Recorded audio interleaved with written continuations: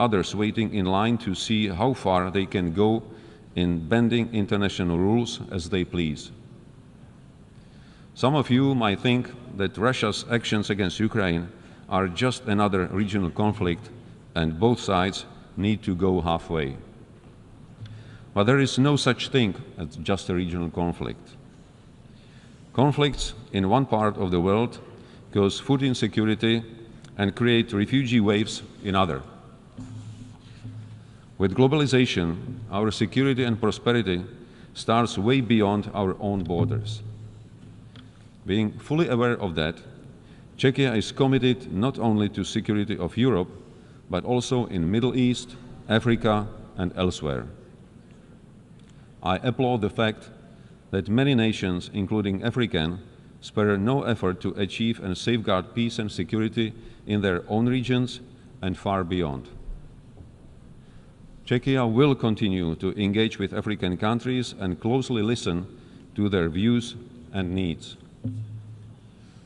I believe that despite political differences, together we can create mutually beneficial partnerships based on the principle of equality, mutual respect, and without any historical burden or future material demands. Africa is a continent with huge economic potential, which is waiting to be unlocked. We want to see Africa flourish, enhance its capabilities, and create opportunities and jobs for young people. The last topic I want to touch upon is cybersecurity and technology. With progressing digital transformation and our increasing reliance on advanced technology, the gravity and scale of cyber threats are increasing and respect no borders. Cyber espionage and attacks against our hospitals, media, infrastructure, national institutions and businesses aim to destabilize our democratic system and undermine its principles. Just as offline, we cannot allow the cyberspace to become a lawless criminal world.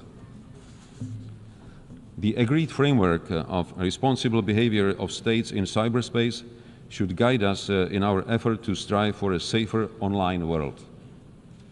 The security of cyberspace will depend on the capacities and effort of all responsible states to enhance their own cyber capabilities. Czechia is taking its commitment to the protection of global cyberspace security very seriously.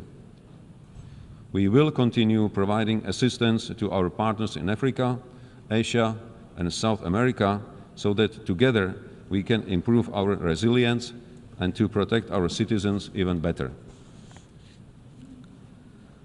Foreign interference and disinformation continue to present a challenge with a serious impact on democracy, security, and the rules-based international order. With rapid development of new technologies, protection and promotion of human rights continue to be vital for our societies. Emerging technologies will have an undisputable influence on the nature of our future conflicts, but also on peace. It is our duty to ensure that innovations, including artificial intelligence, autonomous systems, biotech, or quantum computing, fully conform to our ethical and human rights standards.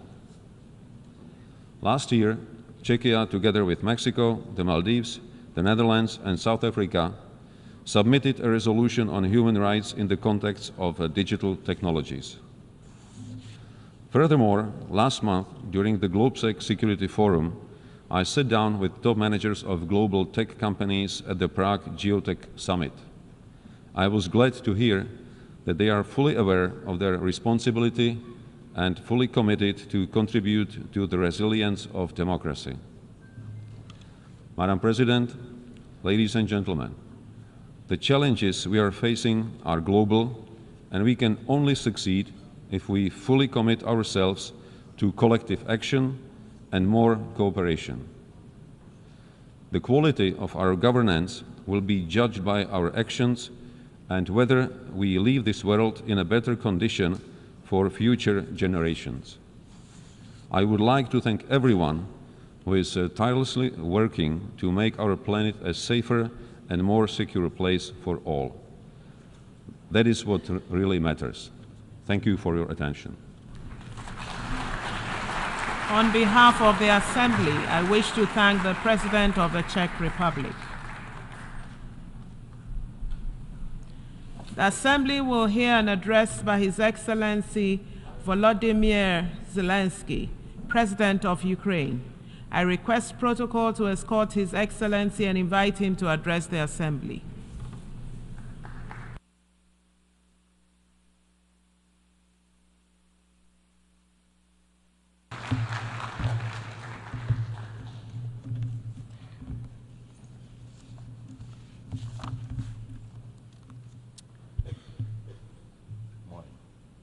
Thank you very much. Dear leaders, Your Excellencies, today I want to tell you about a day that has already passed and a day that must never come. On the night of March 4th, 2022, I received one of the most terrifying reports since the beginning of a full-scale Russian invasion against Ukraine. The report was about Russian tanks firing directly at the buildings of our Ukrainian nuclear power plant, the Zaporizhzhia nuclear power plant, the largest one in Europe, 6 nuclear reactors. The Russian army stormed this facility just as brutally as any other during this war, without thinking about the consequences, possibly disastrous. This was one of the most horrifying moments of the war, when no one could know how Russian strikes on the nuclear facility would end, and everyone in Ukraine was reminded of what Chernobyl means. Now, the Zaporizhzhia nuclear power plant remains occupied by Russian forces, unfortunately, and it's at risk of a nuclear incident. This is the major source of radiation danger in Europe, possibly in the world. That's why in the peace formula I presented, the first point is about nuclear safety. In Ukraine, we know exactly what we are dealing with. And I want to thank you, the General Assembly members, for adopting a resolution in July this year on the safety of nuclear facilities in Ukraine. Most in the world understand what's at stake. The General Assembly demanded that Russian return control of the Zaporizhzhia nuclear power plant to Ukraine. Only then real nuclear security will return to Europe and the world. And now about the day that must never come. Since Russia can't defeat our people's resistance on the battlefield, Putin is looking for other ways to break the Ukrainian spirit. One of his methods is targeting our energy infrastructure. And these are deliberate Russian attacks on our power plants and the entire energy grid. As of today, Russia has destroyed all our thermal power plants and a large part of our hydroelectric capacity. This is how Putin is preparing for winter, hoping to torment millions of Ukrainians, ordinary families, women, children, ordinary towns, ordinary villages. Putin wants to leave them in the dark and cold this winter, forcing Ukraine to suffer and surrender. Just imagine, please, your country with 80% of its energy system gone, with such a destroyed part of the system. What kind of life would that be? Recently, I received yet another alarming report from our intelligence. Now Putin does seem to be planning attacks on our nuclear power plants and their infrastructure, aiming to disconnect the plants from the power grid. With the help of satellites, by the way, ladies and gentlemen, satellites of other countries. Russia is getting images and detailed information about the infrastructure of our nuclear power plants. But what does this really threaten? Any missile or drone strike, any critical incident in the energy system could lead to a nuclear disaster. A day like that must never come. And Moscow needs to understand this, and this depends in part on your determination to put pressure on the aggressor. These are nuclear power plants. They must be safe. Ladies and gentlemen, 2 years ago, in the fall of 2022, I proposed a comprehensive strategy to end the war and to ensure security, and I presented the peace formula at a highly inclusive political platform for world leaders, the G20 summit in Indonesia, representing billions of citizens from all parts of the globe.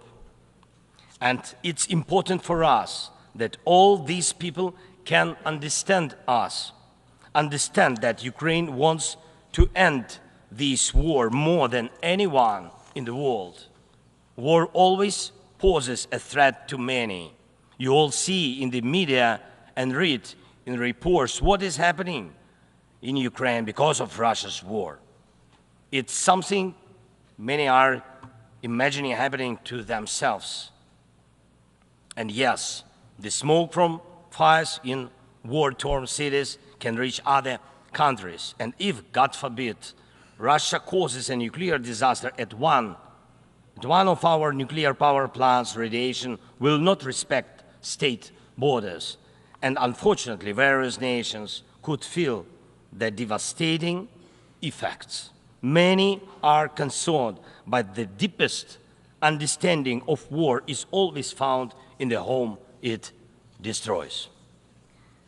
It's the Ukrainian people who feel the full pain of this war. It's Ukrainian children who are learning to distinguish the sounds of different types of artillery and drones because of Russia's war. It's our people who are forcefully separated by occupation because Putin decided he could do whatever he wants. It's our heroic soldiers who are giving their lives to defend our country from invaders trying to steal our land. That's why we say, rightfully so, there can be no just peace without Ukraine. And I thank every leader, every country that supports us in this, that understands us, that sees how Russia, a country more than 20 times larger than Ukraine in territory, still wants even more land, which is insane, and is seizing it day by day while wanting to destroy its neighbor. And Russia found very special bodies for that. North Korea and Iran, telling choice of friends. And now every neighbor of Russia in Europe and Central Asia feels that the war could come to them as well, and just think what kind of losses that would mean for the world. And I thank nearly 100 nations and international organizations that have supported the peace formula. It's truly a global community: Africa, Asia, Europe, Latin America, North America, the Pacific region, all united by the peace formula. And I am glad that the first peace summit was so reminding of the UN General Assembly. Everyone was equal.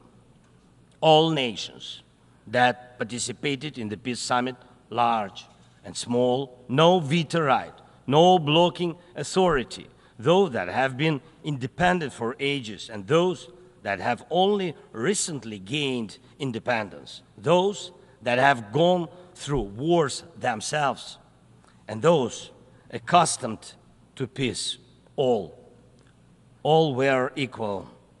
That is what Russia hates the most and cannot control. That's why Russia says the peace formula doesn't suit it.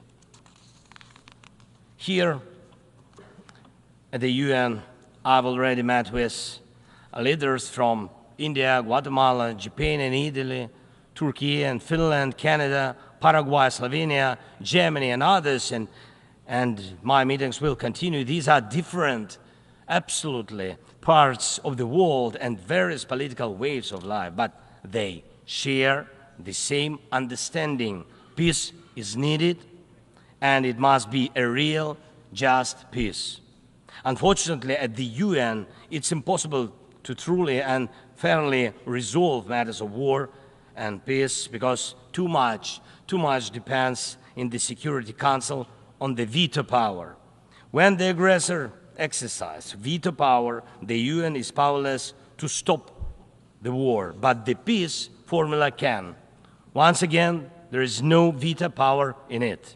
That's why it's the best opportunity for peace. Everyone is equal, and it's effective and comprehensive.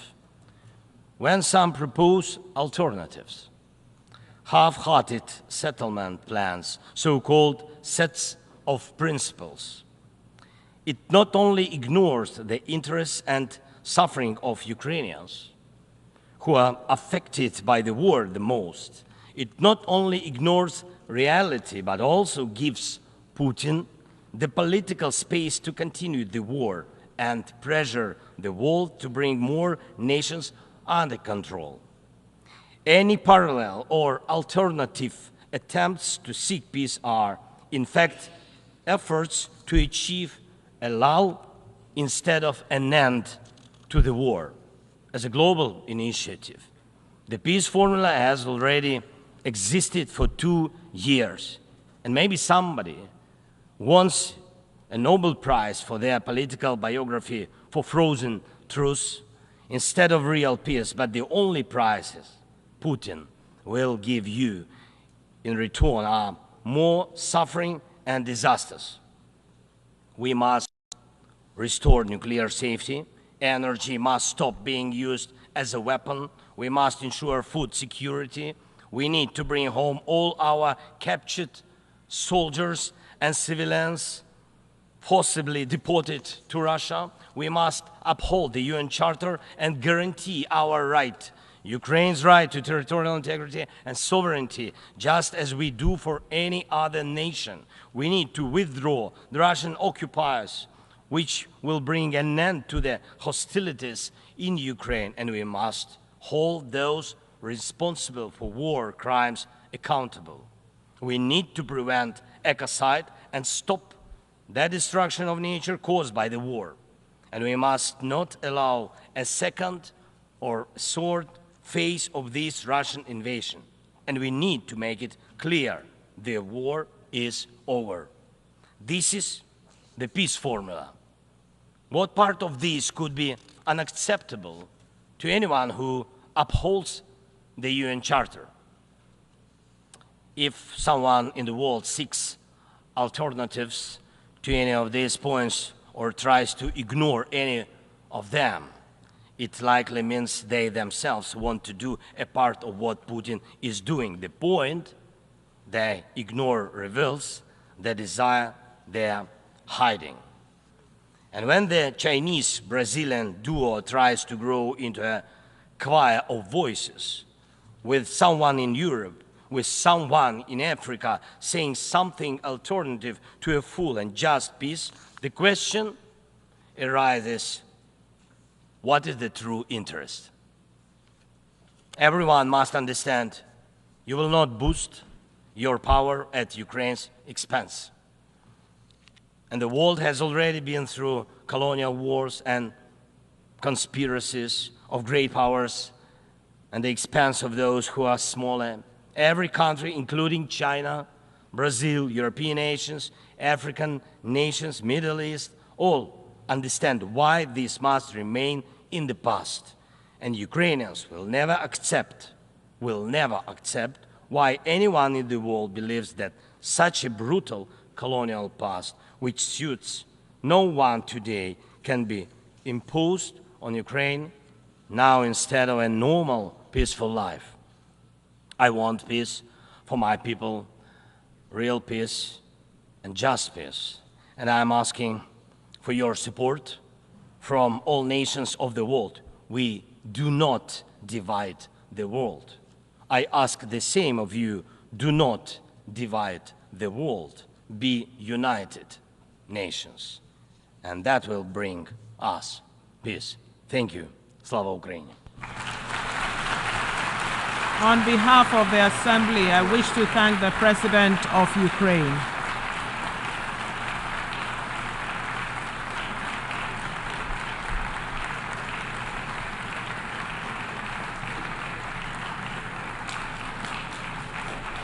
The Assembly will hear an address by His Excellency Nana Addo Dankwa Akufo-Addo, President of the Republic of Ghana. I request protocol to escort His Excellency and invite him to address the Assembly.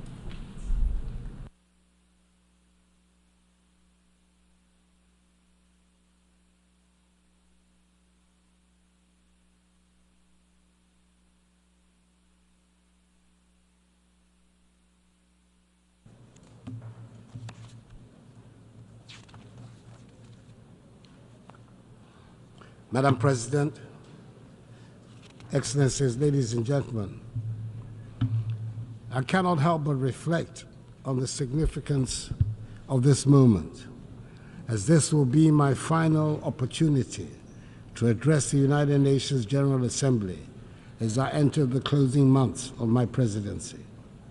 Over the past 8 years, I've had the privilege of speaking on several variations of the essential themes that quite properly dominate the deliberations of this global assembly: the condition of humanity and the state of the planet. Serving the people of Ghana, and by extension those of West Africa, Africa, and the world, has truly been the greatest blessing of my life. Indeed, being here this morning fills me with both pride and humility. Pride in the limited progress we have made together as nations, and humility in recognizing the challenges that still remain. My time as president has been deeply fulfilling, and I'm profoundly grateful for the trust placed in me by my fellow Ghanaians. It has been an honor to serve them and to contribute to advancing peace, security, and development on the global stage. Mr. President, Madam President, I'm here with a heart full of hope, yet mindful of the great challenges that still confront us. As President of the Republic of Ghana and as a citizen of the world, I'm acutely aware of the shared responsibility we carry. Our work here is nothing less than shaping the future of humanity, a future that will affect generations long after we are gone. Leaving no one behind, acting together for the advancement of peace, sustainable development, and human dignity for present and future generations, reminds us that the decisions we take here will define whether we rise to meet the hopes of billions or continue to let inequalities and injustice persist. We owe it to those who look to this body for leadership to act and not just to talk. The world we live in today is a stark, unfortunate contrast of privilege and hardship. For too long, the voices of those marginalized, those left behind, have been drowned out. They constitute the bulk of humanity. These are the voices of the poor, the displaced, the vulnerable. We cannot, in good conscience, leave them behind. They should be at the center of our discussions and our decisions. Africa, in particular, knows the cost of being left out. Yes, we're a continent rich in potential and resilient in the face of adversity, but we have also been disadvantaged by a global system that has generally treated us as an afterthought. We've been viewed merely as passive recipients of aid rather than as equal partners in global progress. The well-meaning promises of assistance have failed to materialize to bring about the long-term change we so passionately need. Such aid as is offered often comes with strings attached, limiting our ability to shape our own futures. Africa is not a continent of despair. She's full of great possibilities. She's required, however, to chart a new course of development. Our young population is filled with energy, creativity, and ambition. The people of Africa are not asking for handouts. They're demanding opportunities in a new global architecture so they can have access to education, healthcare, and jobs to be able to build better lives for themselves, their families, and their descendants. In Ghana, we've taken bold and decisive steps to ensure that no one is left behind in our national development, and we have shown that it is possible. Our flagship free senior high school policy has benefited 5.7 million young people, many of whom would have been denied the opportunity to learn, to dream, and to succeed. This initiative has transformed the lives of millions, positioning the next generation of Ghanaians to take their place as leaders in the global economy. But this is just the beginning. We need a global commitment to ensure that every child, no matter where they are born, has access to quality education. A world where children are left unprepared for the challenges ahead is not a just world. Beyond education, we've also prioritized healthcare for our people. Through Agenda 111, my government has embarked on the largest ever healthcare infrastructure project in Ghana's history. This initiative is constructing 111 hospitals across the country, ensuring that even the most remote regions have access to modern healthcare facilities. This is part of our broader goal of ensuring that no one in Ghana is left without the basic right to health. We've also taken significant steps to boost food security and economic growth through the Program for Planting for Food and Jobs. This initiative has improved food production, created jobs, and enhanced incomes for millions of Ghanaians. It is a clear demonstration that with the right policies and investments, we can transform our agricultural sector and ensure that no one goes hungry. In the same vein, our one district, one factory policy is transforming the industrial landscape of the nation, generating the structural transformation of our economy, which is our major strategic objective. And in addition, Ghana has embraced in full the teachings of the Fourth Industrial Revolution and is actively pursuing an agenda of digitalization. Under my administration, we have revolutionized public service delivery by integrating technology into governance. From the introduction of the Ghana Card, which has streamlined identification and access to services, to the digitalization of the country's land registry, these reforms have enhanced transparency, efficiency, and accountability. Digitalization has improved the lives of ordinary Ghanaians and has also laid the groundwork for sustainable economic growth in the digital age. And let us not forget the strides we have made in enhancing the rule of law and governance through reforms in the judicial system, strengthening our democratic institutions, and promoting transparency. Ghana continues to be a beacon of good governance in Africa.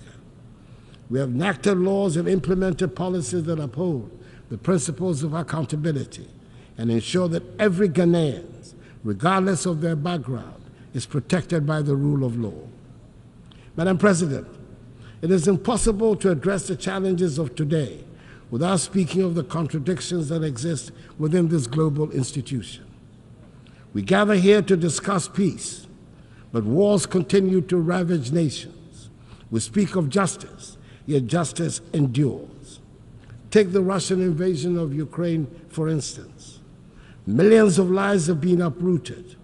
Thousands have lost their lives, and yet the Security Council has struggled to respond decisively, just as it is struggling to make a decisive intervention in the tragic ongoing war in Gaza and the Lebanon.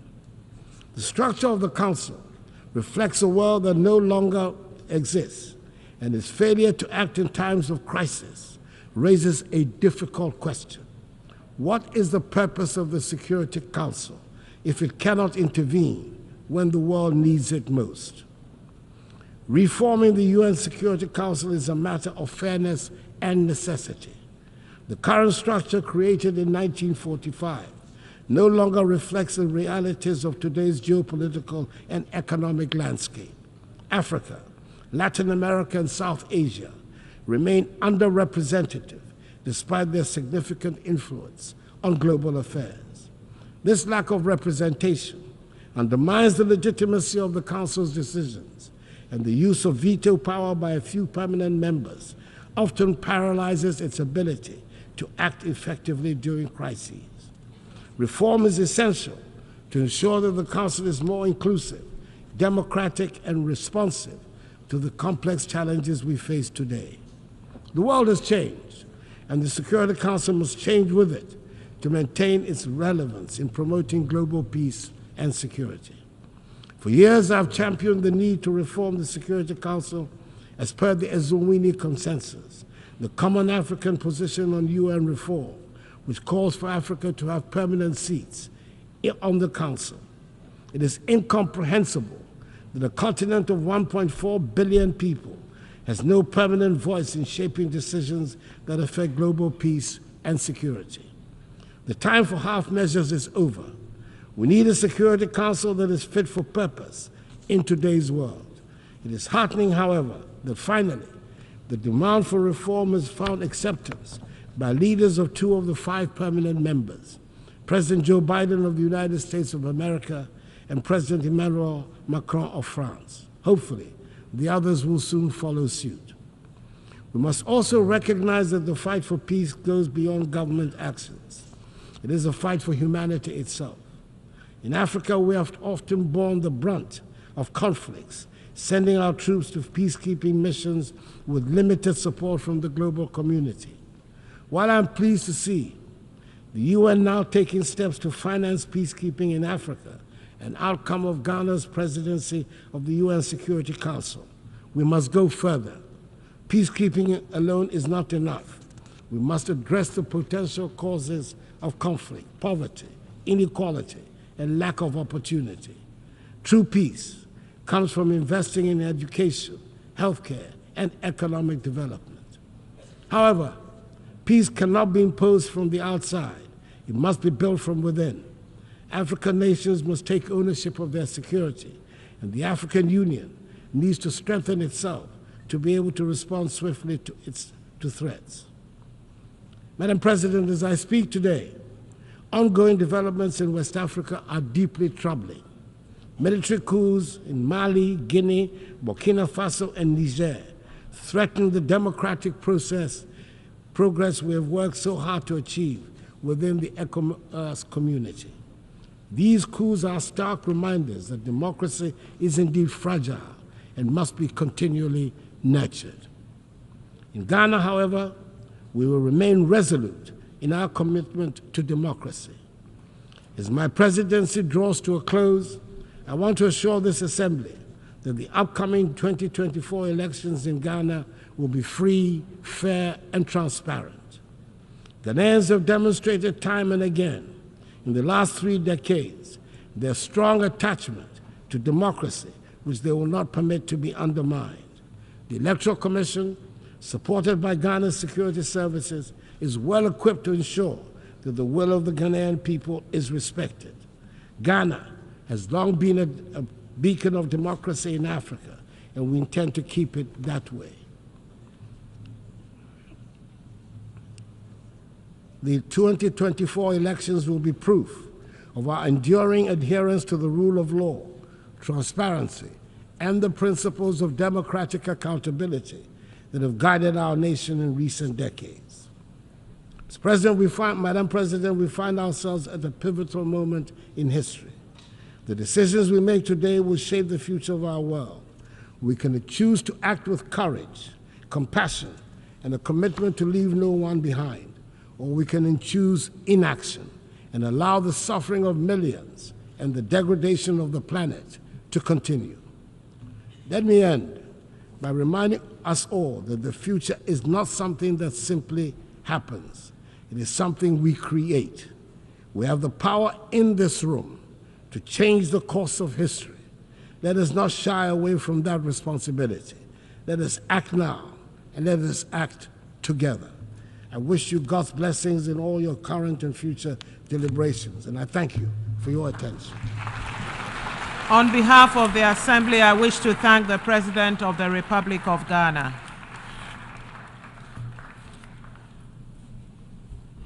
The Assembly will hear an address by His Excellency Rumen Radev, President of the Republic of Bulgaria.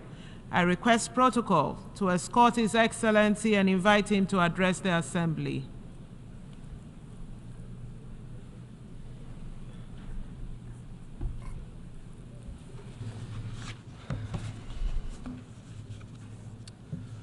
Excellencies, ladies and gentlemen, allow me at the outset to congratulate His Excellency Philemon Yang for his elections as the President of the 79th UN General Assembly session. I believe that under his leadership and through his vision, the international community will move forward on the agenda of strengthening the values of the UN Charter, an effort that the humanity now needs the most. Our world faces a range of complex problems, from the unprecedented challenges to the global peace and security, to the escalating climate crisis and the persistent inequalities. We are confronted with a complex array of issues that require our immediate attention and concerted effort. We need to light the spark that ignites change.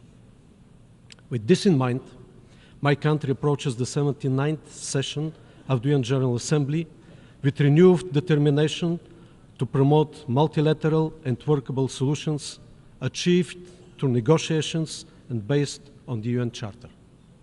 We must follow the path for the sake of the survival of humankind and the future generations. Taking this into consideration, we praise the Pact of the Future as a move towards a vital transformation. It becomes increasingly clear that our success hinges on a firm commitment to upholding multilateralism and the respect for international law, which are the cornerstones of our global order. This order that has been forged in UN by you and your predecessors is now under severe threat. Bulgaria has been always committed to the values of multilateralism and will continue to be, using the accumulated experience from the successful Bulgarian presidency of the UN Economic and Social Council and our current mandate as a constructive member of the Human Rights Council. Excellencies, in 2015, all UN member states adopted with unanimity 17 Sustainable Development Goals, providing a shared blueprint for peace and prosperity for the whole planet. Nowadays, they remain more than ever topical and requiring full mobilization of international efforts. However, we must admit that the sheer deterioration of the international peace and security environment in the last years is threatening the fulfillment of our Sustainable Development Agenda, undermining the rules-based international order. Restoring and preserving the peace must not be seen but as the ultimate goal of the international community and is a basic prerequisite for the SDGs fulfillment. It has been 2.5 years since the Russian Federation unleashed a full-scale invasion of Ukraine. From the very beginning, Bulgaria strongly condemns this war, which led to hundreds of thousands of victims, enormous suffering, and destruction. Every single day of this war increases the risk of escalation in intensity and geographical scope, posing a substantial threat to the global peace and security. The side effects of the war are already gravely affecting the economies and social systems of many countries worldwide. That is why the international community should seek ways that lead to de-escalation and dialogue. We should support every diplomatic effort that pursues comprehensive, just, and lasting peace in Ukraine in conformity with the United Nations Charter and the international law. Since the last year UN General Debate, we have witnessed a significant increase in instability across the Middle East. The conflict between Israel and Hamas after the Hamas brutal attack on Israel triggered a major deterioration of the security in the region with global projections. We must not forget the consequences which followed: tens of thousands dead and injured civilians in Gaza, the total destruction of vital infrastructure, and mass displacement of people. We call for immediate ceasefire, free access of humanitarian convoys, as well as release of all hostages held by Hamas.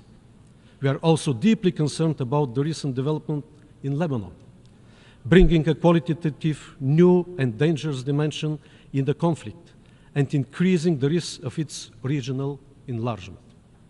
We call for refraining from use of force, for wisdom and de-escalation. The spiral of violence and the human suffering must come to an end. The only way to achieve sustainable and lasting peace in this region with its very fragile security landscape is the two-state solution. Amid the ongoing destabilization around different regions, the collective global goal for a world without nuclear threat remains more critical than ever. In line with the new agenda for peace, Bulgaria will maintain its commitment to uphold, protect, and strengthen the multilateral framework for disarmament, non-proliferation, and arms control. We remain dedicated to the universalization and full implementation of the Nuclear Non-Proliferation Treaty, recognizing it as the cornerstone of the global nuclear non-proliferation regime, which serves as the essential foundation for pursuing nuclear disarmament and plays a crucial role in the development of nuclear energy for peaceful purposes. As we address these challenges, prioritizing regional stability becomes vital. My country actively engages in political dialogue with Southeast European countries, driven by the conviction that the region's security, stability, and prosperity are crucial for the broader regional and international resilience. Bulgaria is a strong supporter of the European path of the Western Balkan countries. Our main priorities vis-à-vis the region are fostering good neighborliness, improving connectivity, protection of human rights, and combating ethnic discrimination. However, a serious challenge on this path are the new outbursts of incitements of hatred. Fighting and curbing the aggressive nationalistic rhetoric all over the region and concentrating on positive agenda on strengthening multi-ethnic societies and the rights of the constituent communities will prevent the evocation of the reminiscence of the troubled past of the region. Ladies and gentlemen, progress on achieving the Sustainable Development Goals is the greatest investment for the benefit of the present and future generations.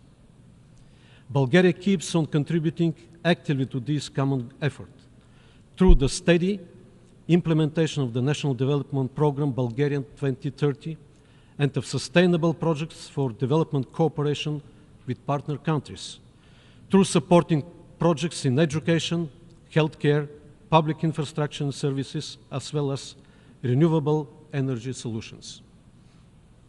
We face a growing number of places around the world where warring dynamics in terms of governance, democracy, and human rights emerge. As a present member of the Human Rights Council, we reaffirm our commitment to this noble cause. Bulgaria has never looked the other way, and this speaks up through our domestic policies, our membership in the Human Rights Council, our work as a co-chair of the Group of Friends of Children and Sustainable Development Goals, Vice President of UNICEF Bureau, member of the Executive Board of UN Women, and through our support for initiatives that empower the General Assembly and aim at accountability. our advocacy for meaningful participation of civil society, youth and women in decision-making process across the United Nations system and domestically have already yielded results, and our youth delegate program inspires more young people to choose the path of active citizens. Bulgaria advocates for a human rights-based approach to sustainable development and looks forward to the inclusion of all stakeholders at the upcoming World Social Summit. Excellencies, we have focused on the peace among nations, but it is equally important to reconcile with the nature. Climate change is a threat multiplier for the implementation of all sustainable development goals. We urge enhanced action based on the global stocktake, more ambitious climate objectives, including the new finance goal at the 29th session of the United Nations Climate Change Conference. Earlier this year, Bulgaria hosted the 61st session of the Intergovernmental Panel on Climate Change, which gave impetus to the panel's 7th assessment cycle, including the production of the special report on climate change and cities. Through various panel events, we were able to invigorate the science and science discussion, paying due attention to the climate risks in the Black Sea region, as well as to the urban environment, the role of cities, and the need to adapt to changing climate. Another challenge that brings a lot of opportunities as well is the need for an effective digital governance based on a multi-stakeholder and inclusive approach, aiming for a human-centric digital transformation and a safe and open digital future. In light of growing challenges to the principles of international law and the rules-based order established by the United Nations Charter, Bulgaria remains committed to strengthening the effectiveness and accountability of the United Nations Security Council. We support efforts to enhance transparency and accountability within this body, co-sponsoring the key UN General Assembly resolution on veto use. Bulgaria emphasizes the need for greater effectiveness and prioritizes securing an additional non-permanent seat for the group of Eastern European states in a reformed council. Ladies and gentlemen, let us reaffirm our commitment to addressing these global challenges with firmness and determination. The action we take today will define the future, and with courage and unity, we will rise to meet the opportunities that lie ahead. Thank you for your attention. On behalf of the Assembly, I wish to thank the President of the Republic of Bulgaria. The Assembly will hear an address by His Excellency Chandri Kapesad Santoki, President of the Republic of Suriname. I request protocol to escort His Excellency and invite him to address the Assembly.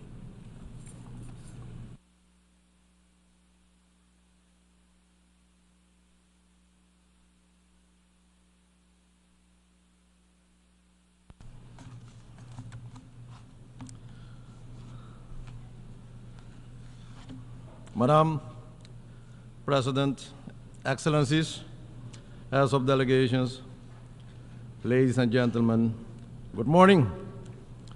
Madam President, this General Assembly is of historic significance as we embark on a process of recalibrating international relations and establishing a more effective multilateral framework. I therefore extend my heartfelt congratulations to the President on his election to preside over this esteemed body, and allow me to congratulate the outgoing Chair of Trinidad and Tobago on a job well done under difficult circumstances. Madam President, this organization was founded after two devastating world wars. Its original purpose remains relevant today to save current and future generations from the disastrous consequences of wars and armed conflicts, and foster peace and political stability for sustained prosperity for all. We, however, observe instead that the world is marked by a complex political and security crisis, weakening our global multilateral framework of collective solidarity, international law, and respect for humanitarian law. The conflicts that divide us are not isolated incidents. They are symptoms of deeper systemic challenges, rising inequality, environmental degradation, and breakdown of global trust. The time has come to dare to make bold decisions, revisit our global governance architecture, and to recommit to the original goals of the United Nations. Madam President, with statistics showing that countries are off track on the 2030 Agenda for Sustainable Development, while projections estimate that almost 600 million people will continue to live in extreme poverty in 2030, that is incumbent on us to close the gap between aspiration and financing. I wish to emphasize the urgent need for accelerated reforms and coordination within the international financial architecture, especially the international financial institutions. The Multidimensional Vulnerability Index, MVI, offers a comprehensive and inclusive framework that goes beyond traditional metrics to capture the true complexity of the vulnerabilities of small islands developing and low-lying coastal states. We urge that the MVI is embedded in the operations of the international financial institutions, especially the International Monetary Fund and the World Bank. Apart from the MVI, we see other financial obstacles in place that have a major negative impact on our ability to generate development, especially de-risking measures of international banks, which are based on general assessments, do not consider the country's reality and the severe impact on development objectives of the country. This must be addressed head-on if we want to be inclusive rather than exclusive. My country, Suriname, can attest to the importance of urgent need to reform the global financial and political system and to build greater trust in the multilateral system. Because of our ranking, we are not eligible for several global financial instruments to the detriment of my people. Since taking office in July 2020, my government has successfully started a policy of financial economic reforms, including restructuring the debt portfolio supported by an IMF program and international financial institutions. The impact of the various crises and national efforts to reform the economy has not been easy for the population, but we are on the road to recovery now. Macroeconomic stability has been achieved. We established a social safety net and increased several social benefits, all meant to make sure that we did not forget or excluded that part of our population from restoring a healthier economy. Madam President, 2024 statistics reveal that progress in the area of climate action is inadequate, with global greenhouse gas emissions still rising. Despite the need for reductions, climate action can no longer be postponed nor ignored. Soon, we'll meet in Azerbaijan for COP29. Madam President, will we be repeating ourselves with empty promises and pledges, or will we take decisive action to save this planet from extinction? Madam President, Suriname is committed to the Paris Agreement.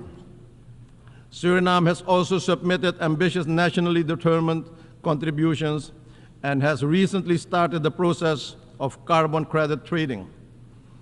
Suriname aims to remain a carbon negative country with a high level of biodiversity and more than 90% forest coverage. With this conscious choice to limit deforestation, we sacrifice economic development for our people.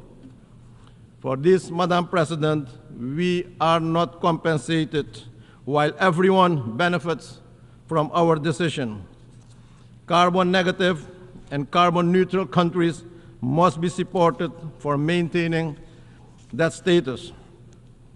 We are in favor of a just transition to a carbon-less economy for the coming decades, but we also expect to be allowed to develop our natural resources in an environmentally friendly and balanced manner in compliance with the international standards and practices.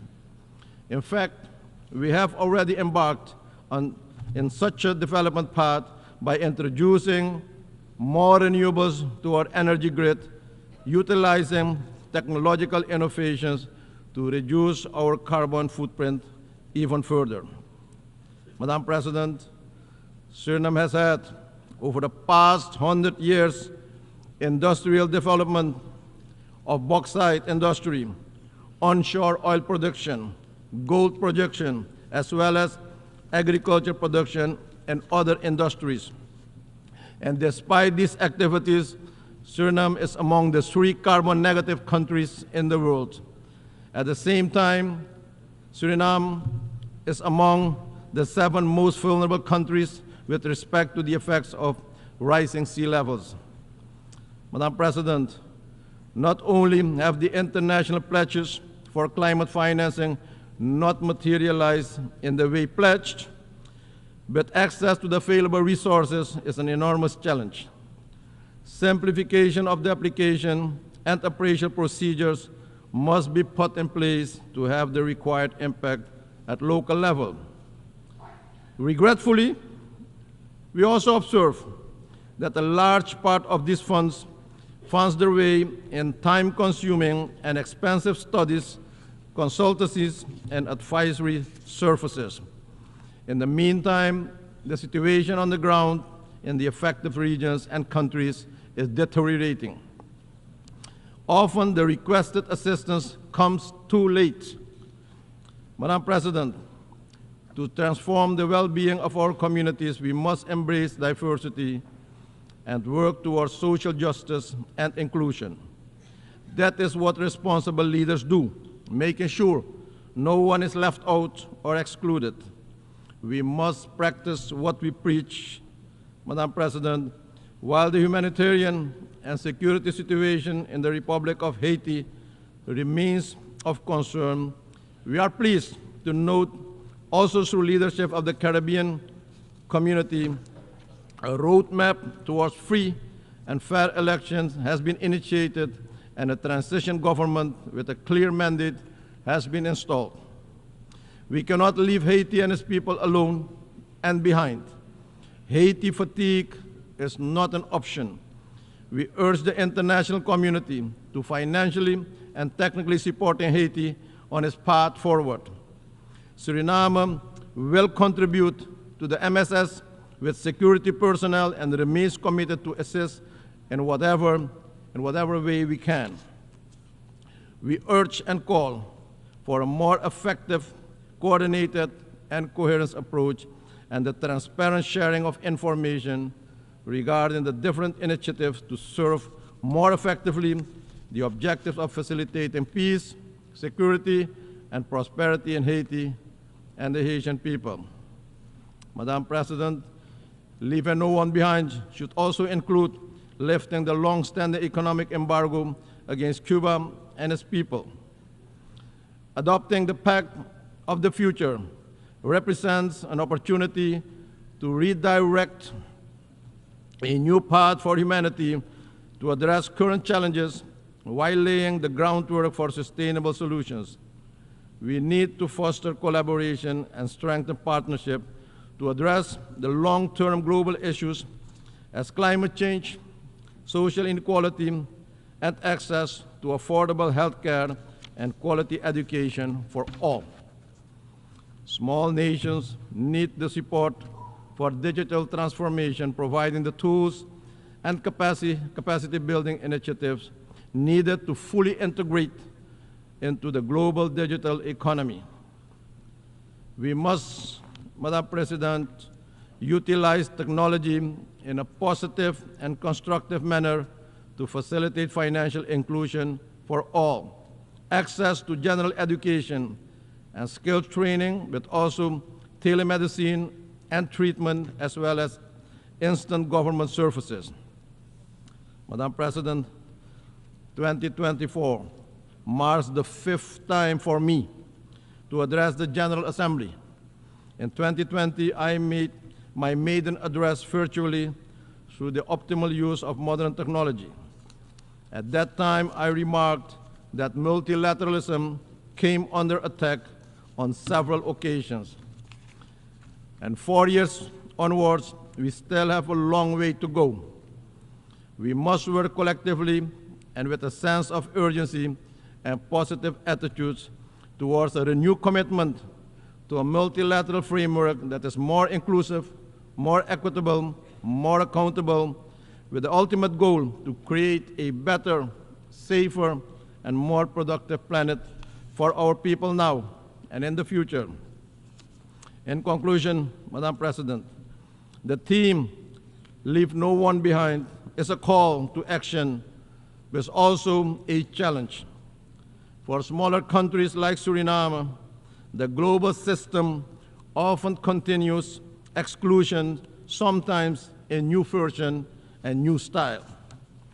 As we continue our renewed commitment to building a more just, inclusive, and equitable international system where accountability is important, and together, Madam President, we must ensure that no nation, no community, no individual, no woman, and no children is excluded or left behind from the promise of peace, prosperity, and dignity.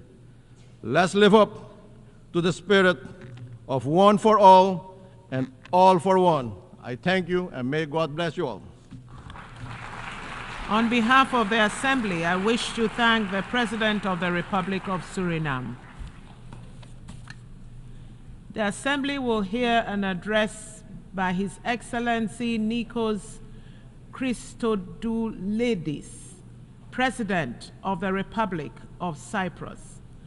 I request protocol to escort His Excellency and invite him to address the Assembly.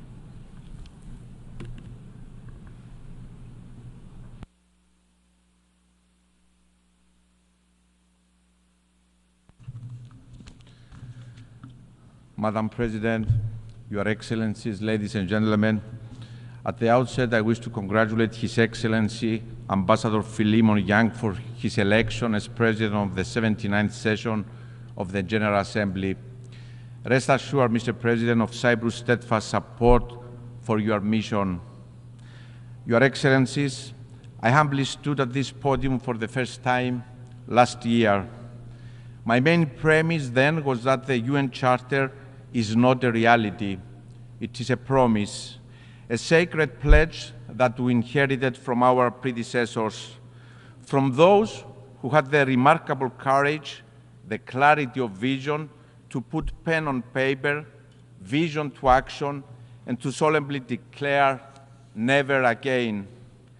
These great visionaries who had the audacity to build peace upon still burning ashes of war assumes the tremendous responsibility to look beyond the horrors of the past, to learn from history, no matter how painful, and to lay the foundations for a world anchored on peace and stability, respect for international law, the sovereignty and territorial integrity of states. A world that leaves no one behind, that ensures prosperity and human dignity for all. Burning like a torch lit from those ashes, this promise was passed to us. Their voices are echoed in the halls of this building, which stand as a beacon and a symbol of the only path to the fulfillment of the UN Charter, which each and every state, each and every one of us undertook to uphold: multilateralism and respect for international law, diplomacy, peaceful settlement of disputes, cooperation over use of force and aggression, laying down arms. A world order that does not appease the aggressor, the violator of international legality. Ladies and gentlemen, only a few weeks after last year's General Assembly, on October 7, the world was shocked by the unimaginable, horrendous brutality of the terrorist attack against innocent civilians. No one was spared the blindness and cruelty of terror that Saturday morning. Women raped, children killed and abducted, the elderly witnessing the burning flame of their loved ones, their future extinguished before their eyes. Their screams penetrating the hearts, forever changing the landscape of their lives, penetrating the conscience of humanity. There is never, ever any justification for terror. There is never, ever any justification for such blatant disregard for human life and dignity. No matter where it comes from, no matter whom it concerns us all. When rape is used as a weapon of war against women and girls, when children are abducted, our voice needs to be loud, clear, united, and unequivocal. Those are our daughters. Those are our children, and we failed them. Let me be clear. Ours is a mission for the innocent. Innocents know no country, age, race, nor religion. Human pain and human dignity is equal for all, and it must be upheld always in each and every context. Dear friends, in the immediate aftermath of the October 7 attack, and as the humanitarian situation in Gaza deteriorated, my country, the Republic of Cyprus, acted. We acted on our moral responsibility to help the innocent civilians of Gaza, men, women, children, suffering abhorrent conditions no human should ever endure. As a country that is an integral part of the region, Cyprus built on the long-standing bonds of friendship and trust with our neighbors. Fulfilling our duty as an anchor of stability in the turbulent sea, as the European Union's lighthouse in the Eastern Mediterranean, we delivered the Amalthea Maritime Corridor to the international community, a lifeline of hope and humanity. The Cyprus Humanitarian Corridor is a manifestation of the spirit and the letter of the UN Charter, cooperation and multilateralism. It aptly demonstrates the power of diplomacy, one of our most powerful tools. Cyprus worked closely with regional and international partners, with the United Arab Emirates, the United States, with the concrete support of the European Union, the United Nations, united by a shared vision. These guiding principles are the beacon of our engagement in international relations, the power of diplomacy as a force for good. We have consistently manifested this commitment and will continue to do so. Cyprus has acted time and time again as a regional evacuation hub at time of crisis, a safe bridge, a safe haven for civilians. Dear friends, the Palestinian children that have been orphaned, forced to live in tents with no access to the most basic items of existence, food, shelter, education, safety, are also our children. No child should ever endure such nightmare. They didn't cause this war. They do not deserve it. They suffer in silence. Their cries are haunting our conscience. We have also failed them. The situation in Gaza is a desperate cry for us to act decisively. We must do all that is in our power. We must act as leaders, as states, as international and regional organizations. My country has emphatically stressed the need for the respect of international humanitarian law, the protection of civilians, the rapid, safe, and unhindered flow of humanitarian aid into Gaza, for the immediate and unconditional release of all hostages. This war must end now. The suffering must stop now. We have also consistently underlined and acted on the imperative of avoiding further escalation and destabilization in our region, and of the vital importance of preventing regional escalation. We are deeply alarmed by the recent developments in our neighboring Lebanon and stress the need for restraint. A step back must be taken from the brink. Excellencies, the wider region of the Eastern Mediterranean and the greater Middle East, our neighborhood, is no doubt a turbulent region faced with a multitude of complex challenges. And yet, this neighborhood is so much more than the prevailing narrative. I will never accept the linear narrative of a region in turmoil. It is a narrative that ignores the complexities, but also the immense promise of the region and its people, the dynamics of opportunity and change that are unfolding. I have seen this journey closely, witnessing the full cooperation in the region, experience firsthand what countries of the region can achieve when they come together behind a common vision for the future, committed to multilateralism, always in respect of international legality. And I'm convinced that the Eastern Mediterranean and the wider Middle East can move decisively beyond the prevailing narrative of being a region in turmoil and become a hub of stability, peace, and cooperation. For the region to fulfill its promise, there has to be a path for lasting peace. There is an urgent need to reinvigorate the Middle East peace process and reach a political settlement in line with the relevant UN Security Council resolutions. There is no other path to walk.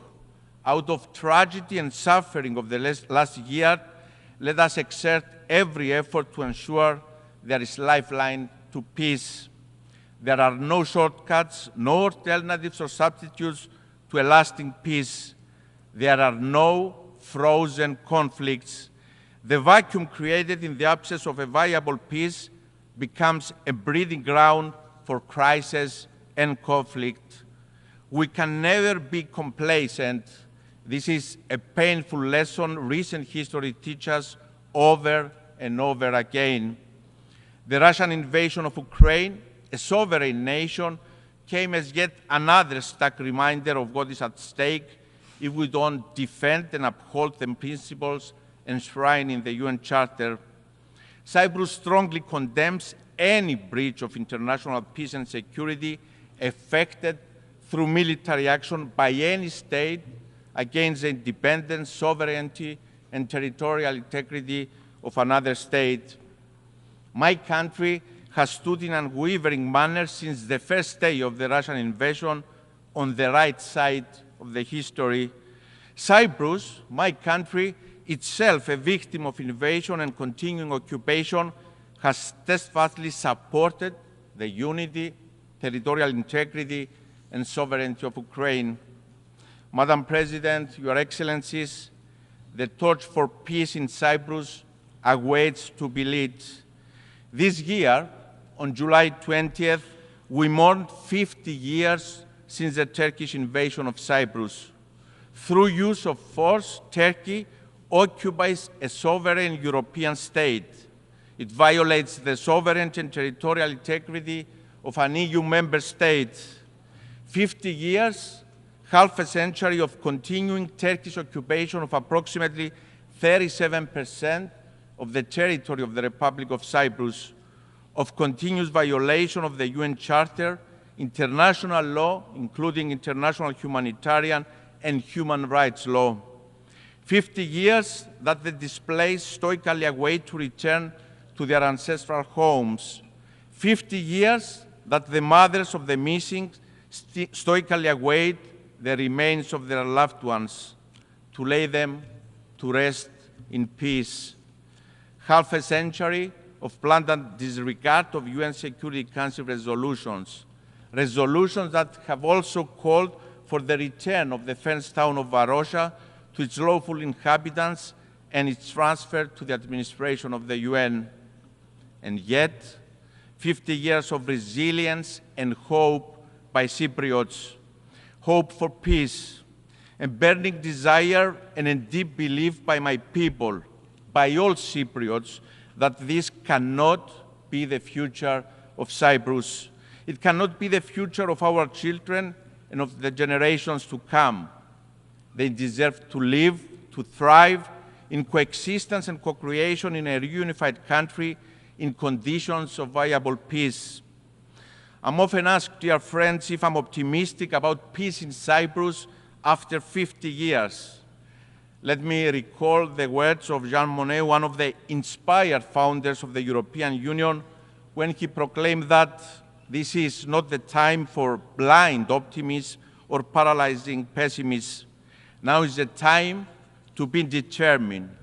And so the answer is that I'm determined to work tirelessly and bravely for peace in Cyprus, to reunify my country and its people in a modern, viable European state with no troops of occupation, no foreign guarantees. I'm determined to provide for all Cypriots all rights and fundamental freedoms that other Europeans enjoy. They deserve nothing less. I'm determined not to fail them.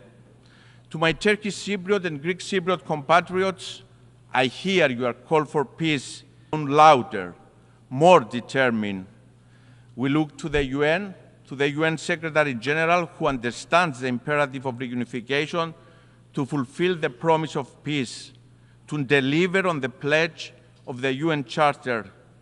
I'm determined to continue exerting all efforts to resume negotiations for a viable solution to the Cyprus issue with the only framework, the relevant UN Security Council resolutions that call for a bizonal, bicommunal federation with political equality as defined by the relevant UN Security Council resolutions and fully in line with EU law, values and principles. Your Excellencies, since the last time I stood before you in this hall, we have exerted every effort to resume the peace process. There is no alternative to the path of peace. I'm committed and I'm ready to sit at the negotiating table today, not tomorrow, today.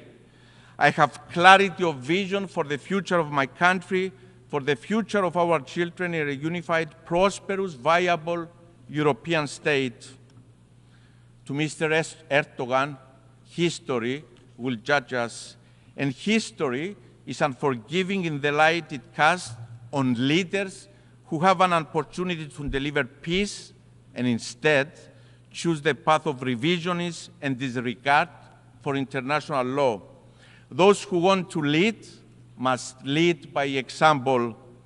The voice of morality, Mr. Erdogan, cannot have selective historical amnesia or selective sensitivity to violations to international law. The aggressor, the violator of international law, cannot be the advocate of legality nor point the finger to others.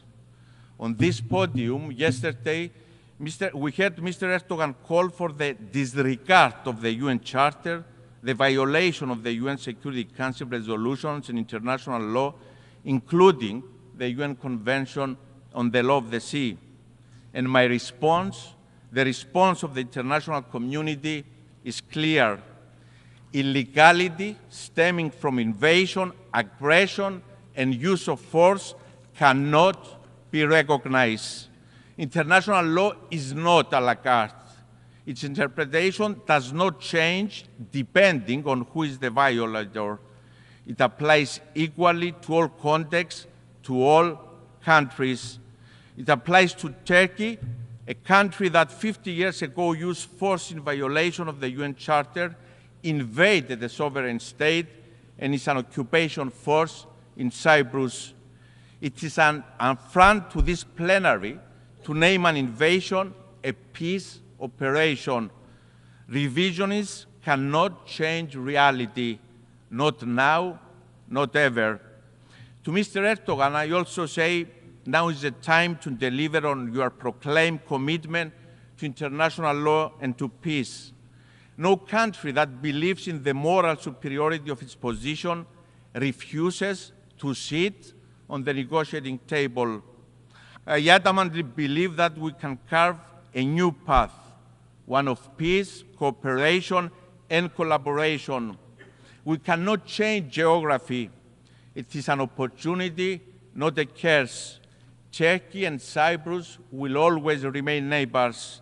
Let us change the narrative. Let us transform our proximity into a promise. Let us build together a legacy of peace that can be transformative for the whole region. Ladies and gentlemen, in our common agenda, the Secretary General remarked that humanity faces a stark and urgent choice, and break down or break through. I welcome the Secretary General's new agenda for peace and support multilateral efforts towards peace and security. Collective action is urgently needed to address the changing nature of conflicts, including challenges posed by new technologies, the climate emergency, rising inequalities, and backtracking on human rights. Halfway to the deadline, it is alarming that our world is off track to achieve the 2030 Agenda for Sustainable Development.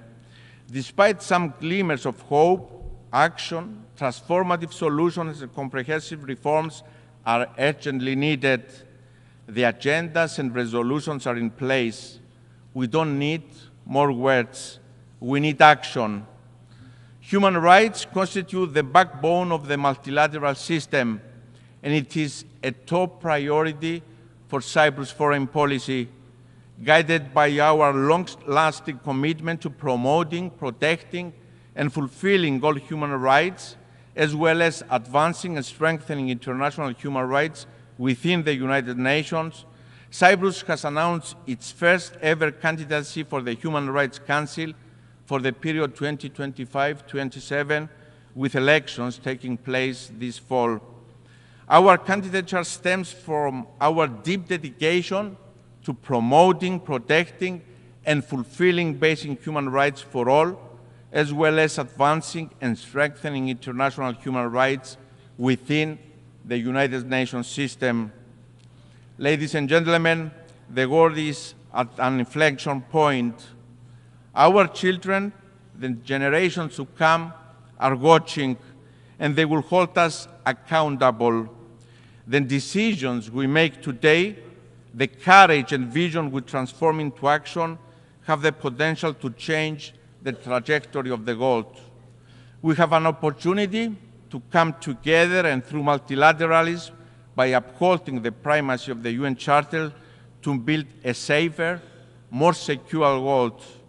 The nature of the challenges we face is such that no country can address it on its own. We need to come together. We, the peoples of the United Nations, determine. Thank you very much.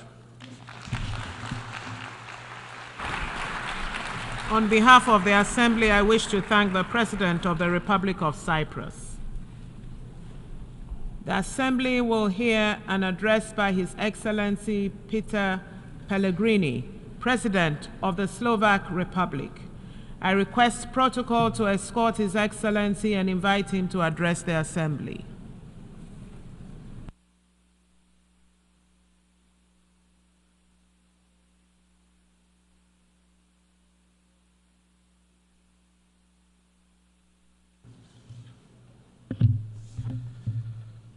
Madam President, Excellencies, ladies and gentlemen, it is an honor and privilege to address you from this place. It's the first time for me in my capacity of President of Slovakia.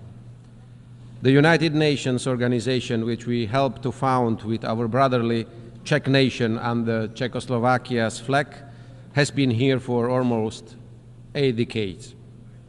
We could spend hours discussing its imperfections or flaws. we have a legitimate right to ask how the UN delivers on its core mission, and that is maintaining peace, guaranteeing international law, and protecting human rights. And most importantly, why it fails to do so quite often. Despite all its faults and failures, the UN is the only truly global forum we have. It is the backbone of the world order based on rules and international law. The cornerstone of the world as we know it. The UN is a vital international ecosystem for most countries in the world, including Slovakia. The sovereignty of the majority is, to a great extent, based on our ability to cooperate, show solidarity, and look for points where our often different interests meet. It builds on our readiness to reach a compromise and respect our diversity based on shared universal values, rules, and obligations. Especially in today's uncertain times, it is a powerful pillar of sovereignty, just like its classic features, territorial integrity or independence of action. The way we cooperate tells us a story about us, where we do belong, what do we reach for, and eventually who we are as people, community, humanity. Our joint confidence in the existing system of international relations with the UN as its key element is what separates us from chaos and arbitrariness. In other words, from war and violence. There are countries and entities among us that believe that the absence of rules will be the breeding ground for their future success. They believe that the force is above the law. In reality, however, the collapse of a rules-based system would eventually get back at those who desire it the most today. In Slovakia's immediate vicinity, in Ukraine, a war has been going on for almost 1,000 days already. As a result of Russia's aggression, which violated such basic principles of international law as sovereignty and territorial integrity. It is worth reminding that our neighbor, Ukraine, legitimately defends its country and its people according to international law, including the UN Charter. Every day, this war continues to destroy the lives, the infrastructure, and the future of Ukrainian men and women.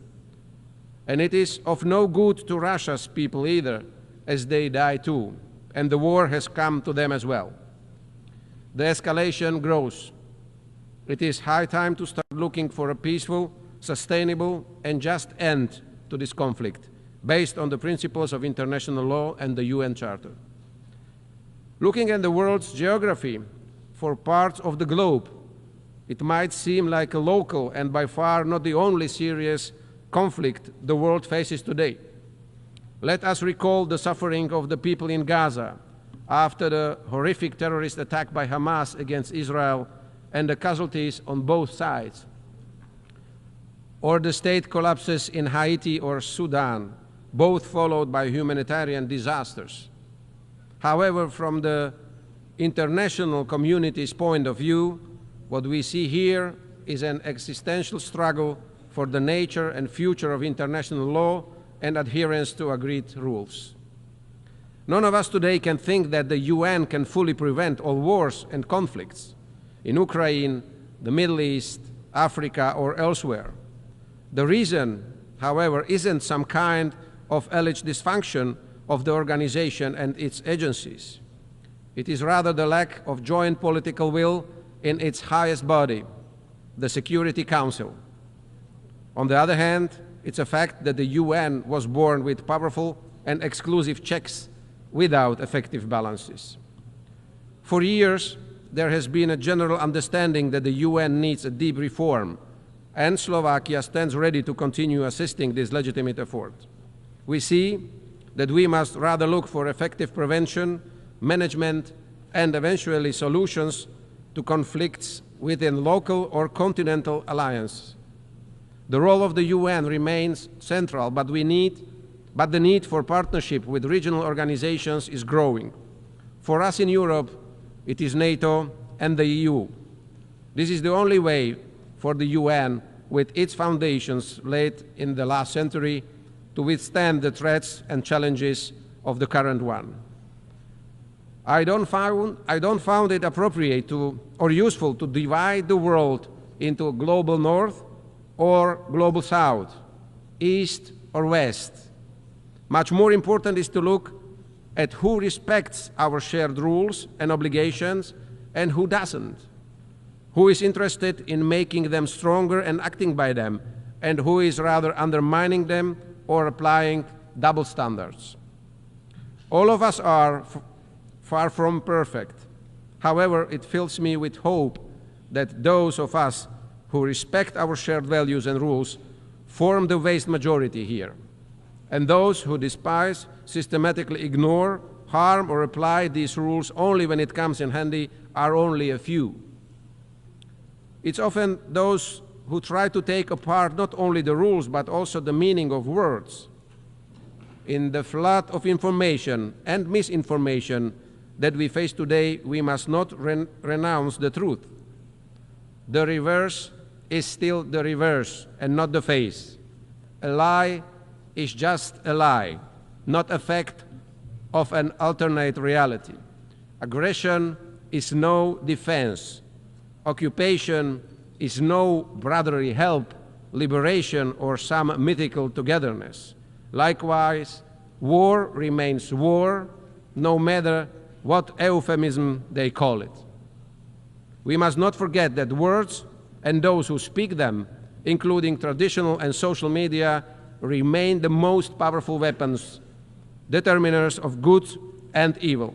They can both fortify or disrupt unity and trust in our societies and communities. They can promote tolerance or spread hatred. It is of utter importance that we speak out against those who abuse words by giving them alternate or even opposite meanings. Promoting information integrity should be high on our priority list. The global debate on climate change is a good example proving we can do this. The denying of climate change and its evidence by renewed scientific teams around the world, quite common until recently, is in the face of increasingly destructive climate conditions and disasters, now obscure even in the most marginal opinion groups. Our emissions are already beyond the imaginary line of our Paris commitments, before which we could still significantly slow down what we, humanity, have caused through our activities. Blaming each other won't help either. We'd better do what we can. Let's invest part of our personal and political activity into what is already happening with our climate, mitigating the consequences of hurricanes, floods, and extinguishing fires, both figuratively and unfortunately also literally, is today's urgent climate agenda. Protection of freedom, human rights, and human dignity for everyone, efforts to reduce poverty, strengthening food security, upgrading health, hygiene and vaccination standards, environmental protection, preservation of ecosystems, and diversity. Here, along with the climate change mitigation, I see a huge area of action for the UN and its specialized agencies too. Practical and well-directed policies, coordination of different national development and assistance programs into regional synergies and successes, as well as comprehensive and expert evaluation of green transition efforts.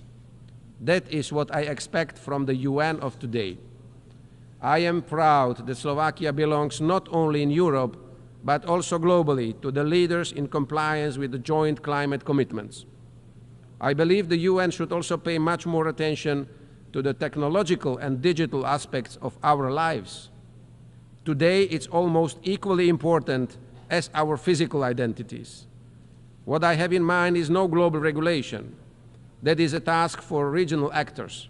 I rather think of the widest possible involvement of new technologies into everything that the UN has been working on. My point is that the whole world should more evenly benefit from technological progress.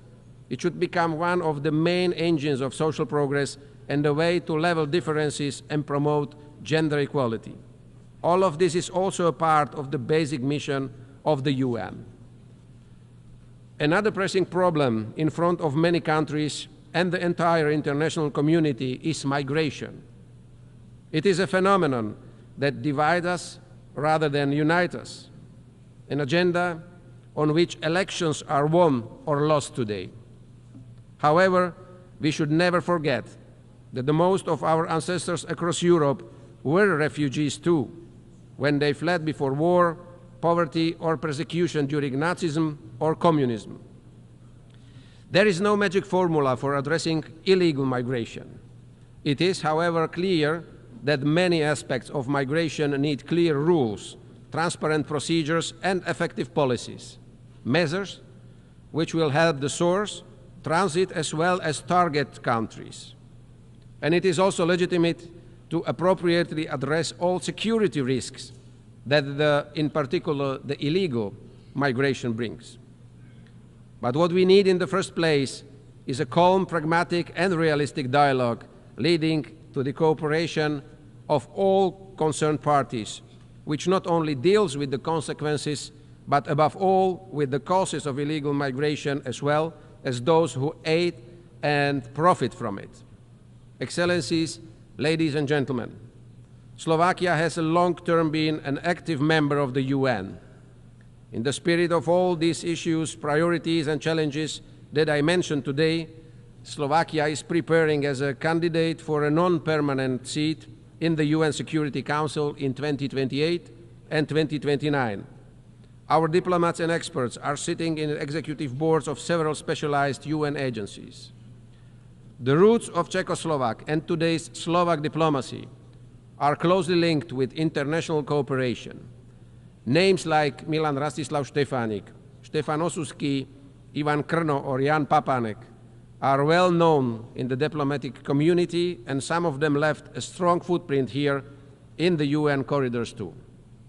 The last one, Jan Papanek, was Czechoslovakia's delegate at the San Francisco conference and was one of the 14 people who formulated the final text of the charter that gave birth to this organization. All these prominent Slovak diplomats had one thing in common. They all were true and convinced multilateralists. And it is to multilateralism that we, to a large extent, owe our modern statehood and identity. It's therefore up to us, the leaders of this world, to stress in communication to our citizens that the building blocks and rules of the international community, which we have been lying together for almost 8 decades since 1945, have no sustainable alternative. It is our task to say and repeat that we must not bring them down, but on the contrary, fix and bolster them. Multilateralism, just like the world around us, is complex and has many diverse and often opposing layers. It requires a lot of patience, and it often brings frustration and bitterness. However, it's also the most precious generational wealth that we can rely to our posterity. It's up to us in what condition and how well or ill prepared for the future we will jointly pass it on. Thank you very much. On behalf of the Assembly, I wish to thank the President of the Slovak Republic. The Assembly will hear an address by His Excellency Nangolo Mbumba, President of the Republic of Namibia. I request protocol to escort His Excellency and invite him to address the Assembly.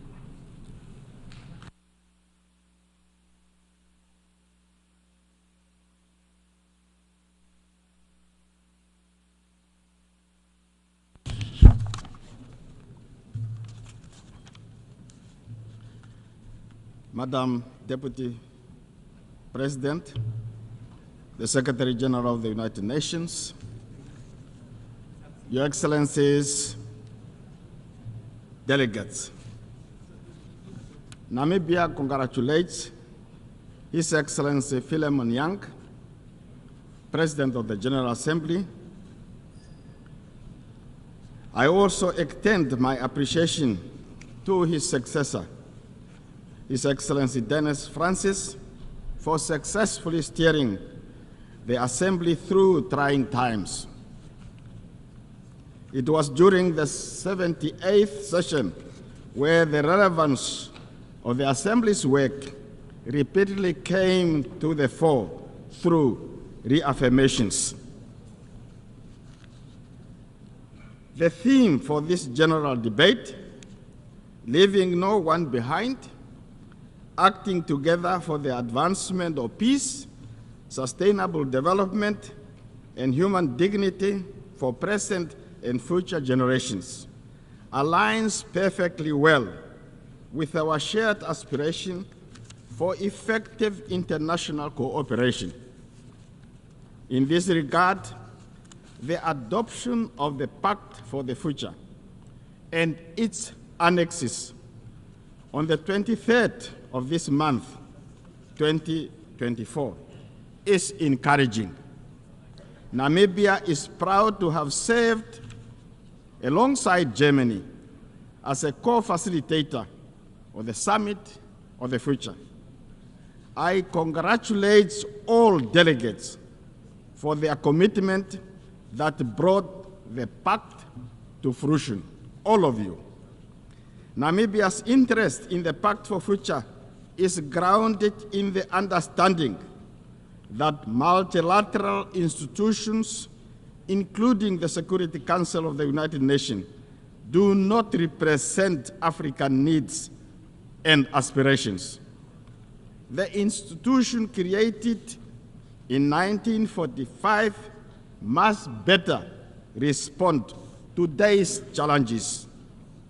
At the core of the Pact is this recognition and the urgency for profound global transformation. At the heart of our quest to rebuild trust in multilateralism is a legitimate demand to be recognized as equal partners. Partners who can be trusted.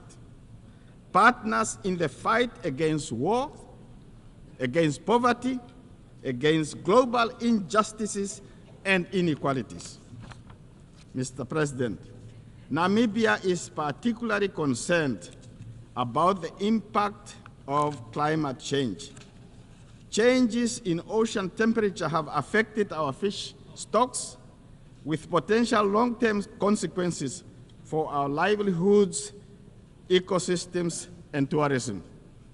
Namibia and the rest of SADC region are going through an El Niño phenomena which has adversely impacted our food security.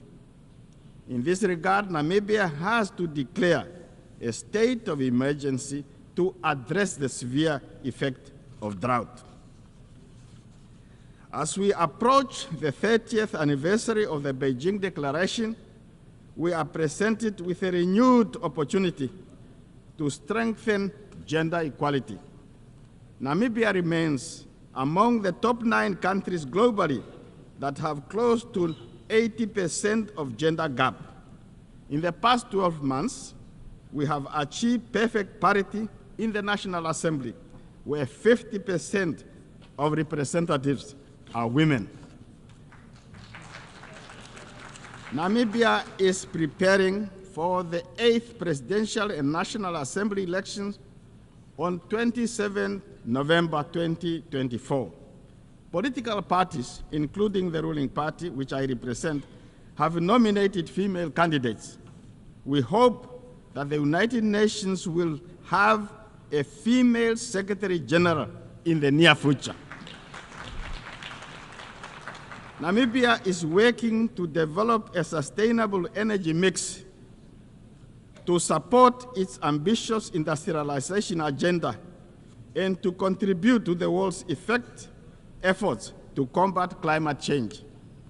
We are establishing green industrialization ecosystem for decarbonizing industries that find it difficult to lower their greenhouse emissions. Investment in these key sectors is critical in Namibia. Namibia is urging developed nations to scale up support for developing countries to facilitate gradual energy transition. Turning to international peace and security, there is an urgent need for this assembly to support the modalities to actualize the adversary opinion rendered by International Court of Justice regarding the ongoing conflict in Gaza.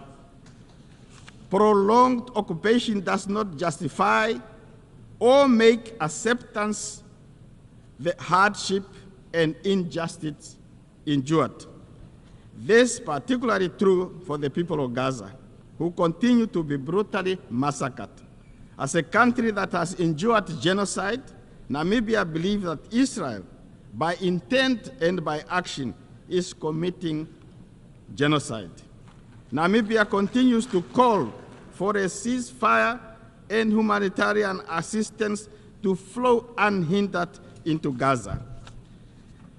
On economic matter, economic hardship continue to affect the sister Republic of Cuba in stark contrast to the ideals of inclusivity and the goals of leaving no one behind. Namibia calls for the end of economic, financial, and commercial blockade against Cuba and calls for removal of Cuba from states that are accused of sponsoring terrorism. Namibia also reiterates its call for the immediate and unconditional lifting of illegal sanctions against our neighbor Zimbabwe, which hinders the country's capacity to achieve sustainable development goals. Further affronts to United Nations Charter, its purpose and principle is the continued disenfranchisement of the people of Western Sahara, who are denied the right to self-determination. The 79th session of the UN General Assembly must do more to change that situation. In conclusion, Namibia is a child of international solidarity midwifed by the United Nations, and therefore remains its firmest of proponents. The United Nations system can be strengthened if we hold hands and work together as bridge builders to illustrate, as illustrated by the Summit of the Future, by choosing the way of collaboration over enmity, peaceful dialogue over war and conflict, and de-escalation instead of escalating things, we can achieve our shared goal of more peaceful, just, and prosperous world. And I thank you for your attention. On behalf of the Assembly, I wish to thank the President of the Republic of Namibia.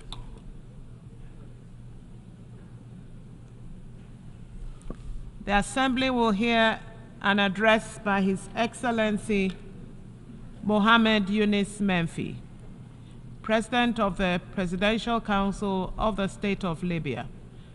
I request protocol to escort His Excellency and invite him to address the Assembly.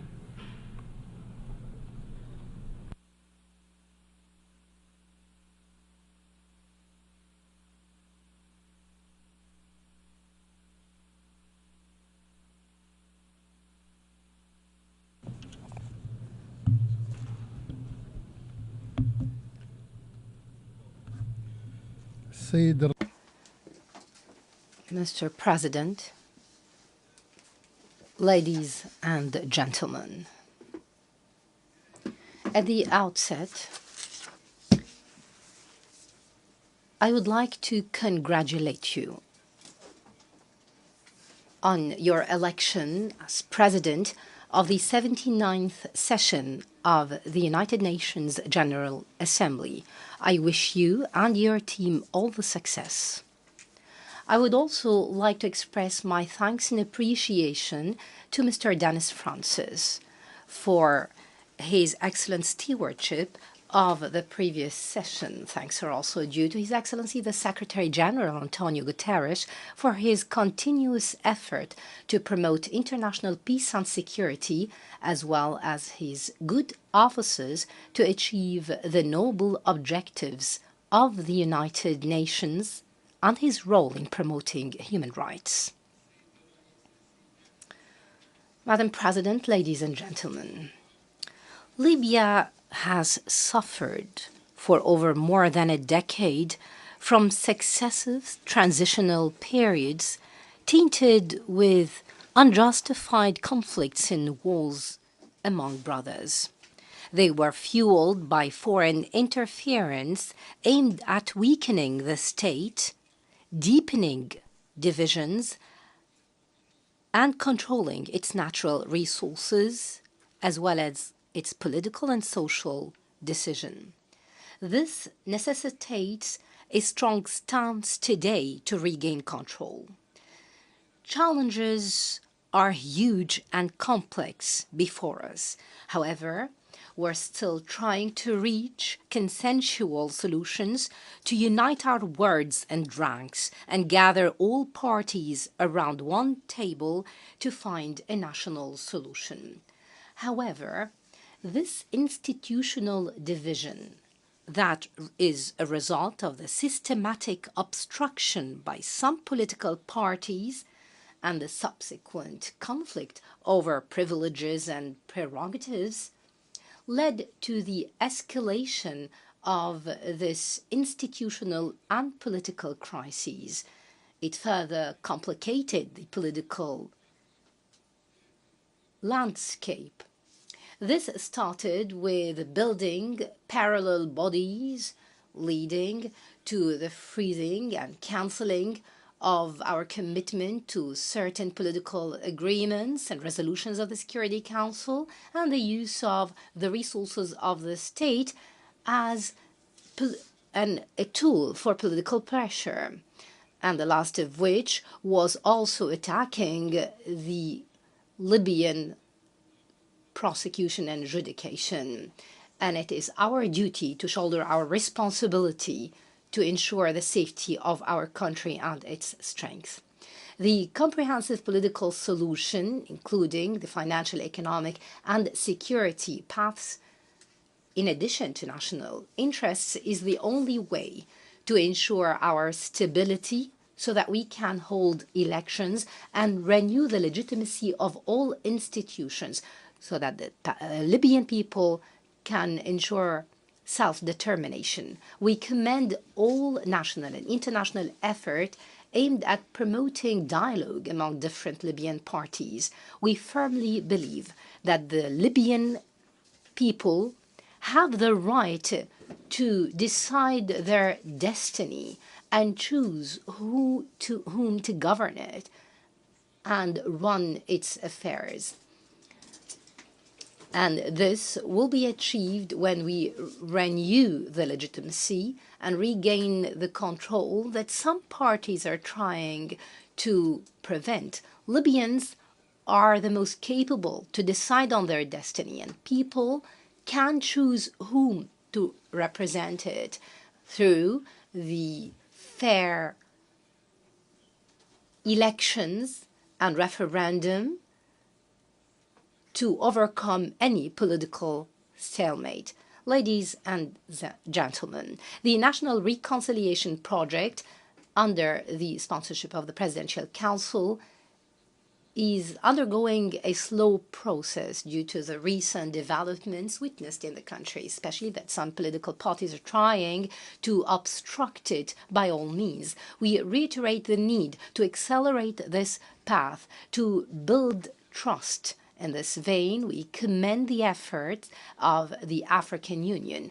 We call for a Libyan dialogue to ensure a national pact and a comprehensive reconciliation conference. We stress the need for all stakeholders to participate constructively to reach a peaceful settlement based on a Libyan solution away from any foreign dictations or interferences. We cannot reach sustainable solutions without a serious and honest dialogue among Libyans, without any foreign interference. This would ensure the unity of our country, its social cohesion and sovereignty. This month coincides with the first anniversary of the destruction of parts of the city of Darna due to Hurricane Danielle. This was an unforgettable and painful event that left behind a lot of destruction and huge human and material losses. However, we also remember the effort of the Libyans who came together to draw a clear lesson on the ability of the Libyan people to overcome the obstacles and crises they face. That's when they decide to solve their problems domestically without any foreign interferences or dictations. We renew our support to the sincere effort for recovery as we pave the way for the reconstruction all over the country. Ladies and gentlemen, the genocide and ethnic cleansing committed by the Israeli occupation against the Palestinian and Lebanese peoples represent a heinous violation of international law. We uphold the principles of accountability, and we should not allow any impunity and ensure accountability. And therefore, Libya joined South Africa's case before the ICJ on the grave violations of the Israeli entity to all international rules and laws. And we must ensure accountability for the mass genocide and violations that the Palestinian people are subjected to. We stress the need to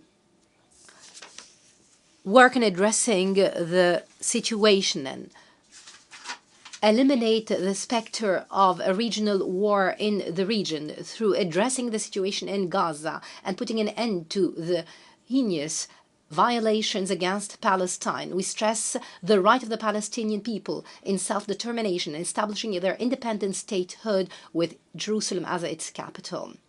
Ladies and gentlemen, Mr. President, turning to the regional and international affairs, we stress the need for concerted effort to counter illegal migration and terrorism.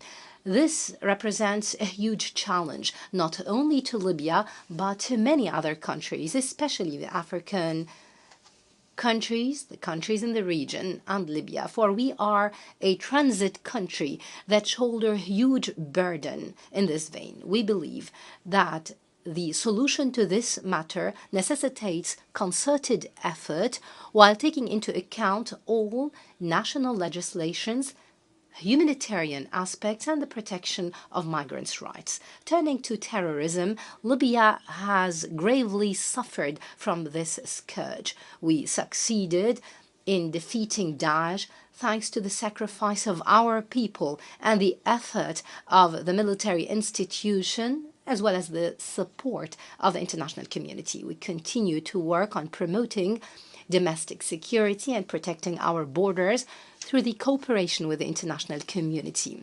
We endeavor to establish security centers to coordinate effort among different national security forces and the neighboring countries. Combating terrorism is not a mere military confrontation. It's a multifaceted phenomenon that requires greater concerted local and international effort and a comprehensive approach that addresses its different dimensions. And despite the efforts of the United Nations in this vein, we believe in need to develop national mechanisms to counter these challenges away from any negative interferences. Ladies and gentlemen, I stress that it's high time to close ranks and build bridges of unity. Let's make our solidarity the cornerstone of our homeland, this generous homeland and people who love life. I assure you that we would not enjoy our wealth, if the seeds of strife and discord continue to thrive among us, our unity is the path to our stability. It's the hope that would carry our children into a better future.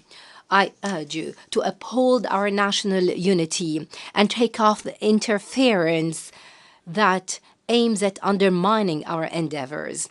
History bears witness to the greatness of this people, the Libyan people, who was a source of inspiration to nations and peoples for decades. They proved that despite all challenges experienced, they always raise up stronger and more resilient and adamant. Libyans will not forget those who stood by them in times of hardship. We will continue to work to build a bright future worthy of the aspirations and hopes of our people. We will spare no sacrifice for its sake. Thank you, and peace and blessings of God be upon you. On behalf of the Assembly, I wish to thank the President of the Presidential Council of the State of Libya. The Assembly will hear an address by His Excellency Luis Rodolfo Abinader Corona, President of the Dominican Republic. I request protocol to escort His Excellency and invite him to address the Assembly.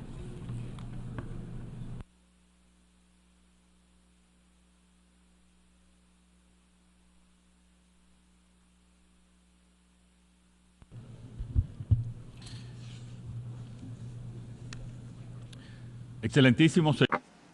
Your Excellency, Mr. Philemon Yang,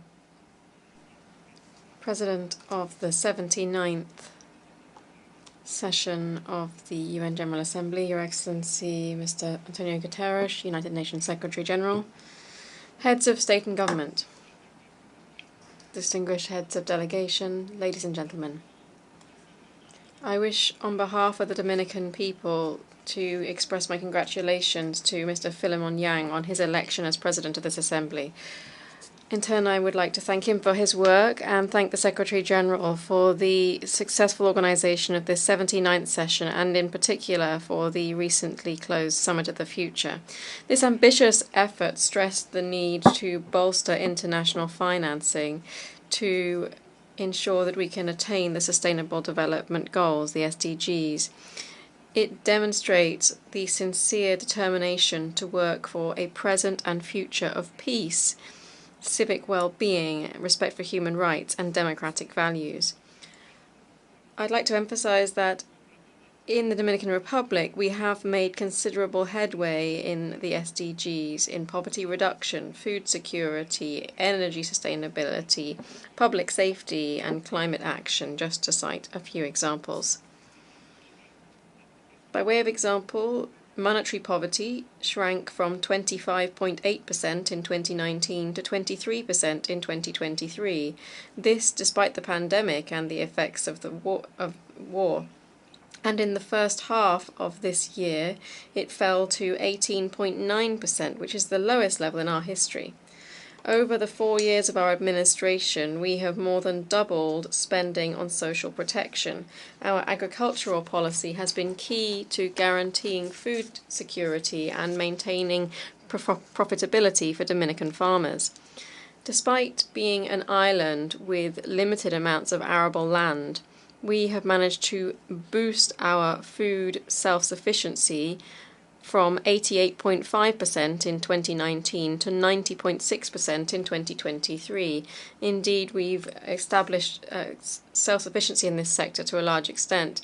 Turning to the generation, transmission, and distribution of affordable and clean energy, we've made significant strides and important improvements in electric regulations. We are beginning to build 2,000 new megawatts in thermal generation, and we've signed contracts for 1,600 megawatts of renewable energy with 600 megawatts already in operation and 1,300 in construction.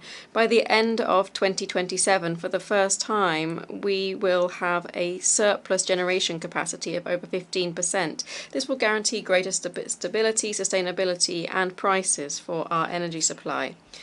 Public safety has also seen a considerable improvement. In 2022, the murder rate in our country stood at 13.2 for every 100,000 inhabitants.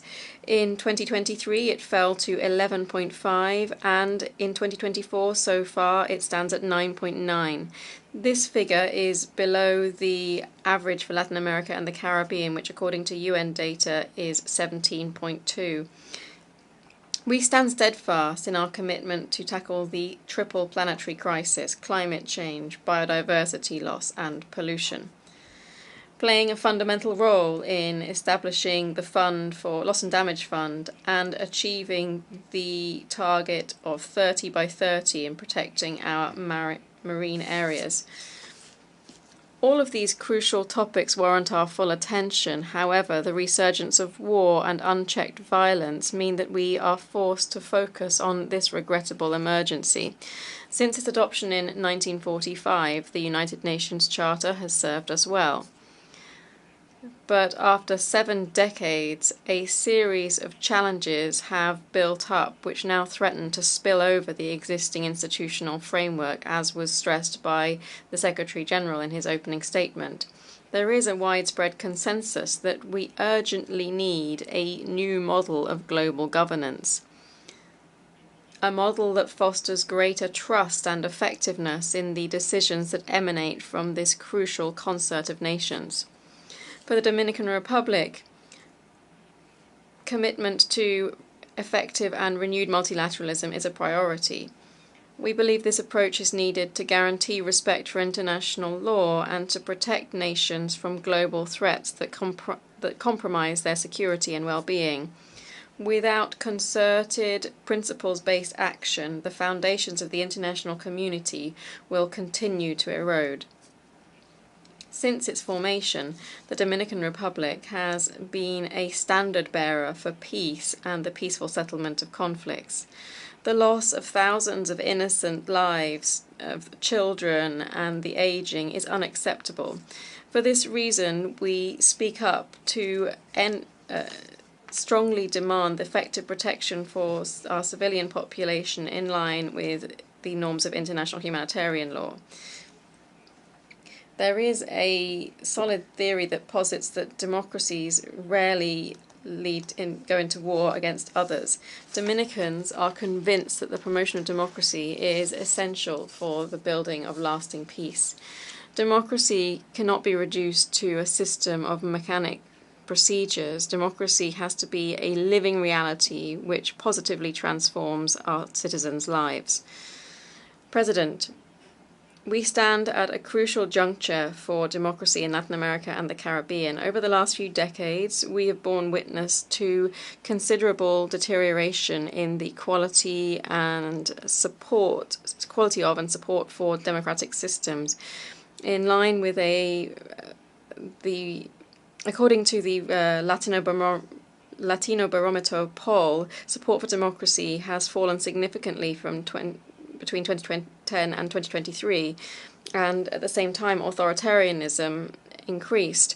Many factors have impacted this decline, including the effects of frequent economic global crises, which have become cyclical since the end of the 1990s. Another factor is also that citizens are not seeing the tangible benefits of democracy and are very concerned by personalism and corruption, which undermine trust in democratic institutions.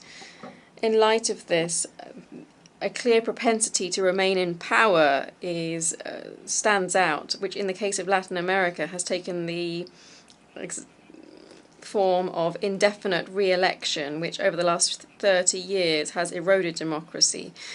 One example of this is the crisis in Venezuela, which combines a concentration of power, persecution of the opposition, and censure of the media. Without due transparency of the electoral process and without necessary documentation, the crisis will further worsen. We continue to insist on the publication of all electoral records and their verification by impartial institutions in respect for the results of the popular will in Venezuela. Without the publication of these documents, a legitimate winner will not be able to be declared. Transfers of power are essential to guaranteeing responsible and genuinely participatory politics. Democracy is based on a founding principle. The loser has to accept their defeat and exercise true, faithful, constructive opposition. Another democratic principle establishes that the winner must not bully nor crush their adversary. Democracy cannot be exercised solely by and for the winners. The majority has to be treated with respect, and the minority has to be included, including equal rights and ensuring that they are treated with equity and justice. On the 19th of May, the Dominican people re-elected me at the first round for a second and final presidential mandate, which led to a qualified majority in both chambers of the Congress. I'm looking ahead to strengthening Dominican democracy, and to this end I presented a constitutional reform to the Dominican Congress, which will comprehensively limit presidential re-elections to 2 consecutive terms and no more. This reform aims to leave a legacy of greater political and social stability to future generations, and aims to establish a general principle that is clear and robust. That power is always transitory and must be there to serve the people. Mr. President, every democracy needs to make a commitment to defending human rights.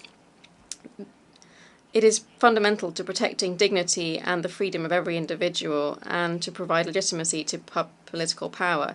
The Dominican government is profoundly committed to protecting human rights at a national and international level. This commitment is an integral part of our foreign policy. This establishes the promotion and defense of human rights as one of its main pillars. Here there can be no horse trading nor factions, just principles. For this reason, the crisis in Haiti warrants particular attention. For more than 3 years now, the instability in our neighboring country has put significant pressure on our own security.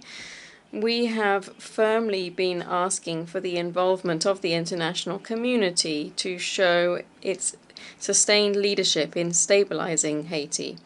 This is a strategic need for security in my country and across the whole region. The Dominican state has shouldered a high responsibility in the Haitian crisis, far more than should be expected of it, by providing essential services to a large amount of the population from our neighboring country. In 2023, medical appointments to Haitian immigrants represented 9.9% of the total medical appointments provided in our national health system. In addition, there are currently around 200,000 foreign minors in our Dominican public education system, of which it is thought that 147,000 are Haitian in origin. These figures reflect the supportive commitment shown by the Dominican Republic, but we can't do it alone.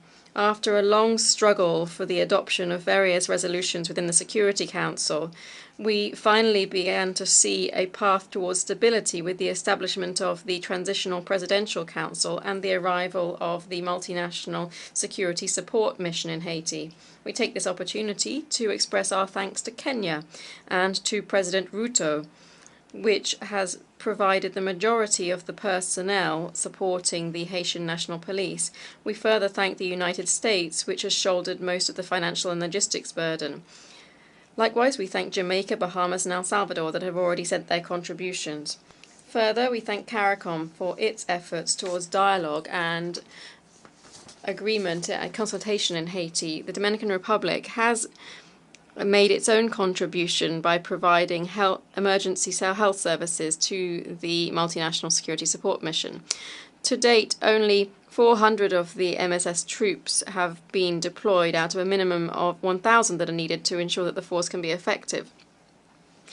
We need this to be established so that the free, fair and transparent elections can be held. Ladies and gentlemen, we've reached this point with great sacrifices, but practically 1 year from the holding of elections in Haiti, the conditions are still not in place for us to do so. We cannot allow the efforts that have been made to date to fail. If that were to happen, Haiti's collapse would be imminent, and the consequences of that would affect the entire region. This mission is an exceptional source of hope for the establishment of normality in Haiti. A failure could lead to us needing to take drastic measures to protect our national security. It's unacceptable that at this stage of the game, some of the countries that have had an impact on the Haitian situation or that have committed to resolving it have not fully kept their promises. While my country's national security is implicated, I will not let up in my demands for stability in Haiti. President, the Dominican Republic and the government that I preside will continue cooperating with the international community in a supportive, committed manner to meet the Sustainable Development Goals. The global landscape means that we need to act as a cohesive community with, like a true concert of nations with one common goal and an aligned vision for the future. We'll be judged by history, not only in terms of the speeches that we give in these illustrious halls, but also, more importantly, for the actions that we undertake in practice. We cannot fail our peoples. We cannot fail humanity. We cannot fail the future. Thank you very much.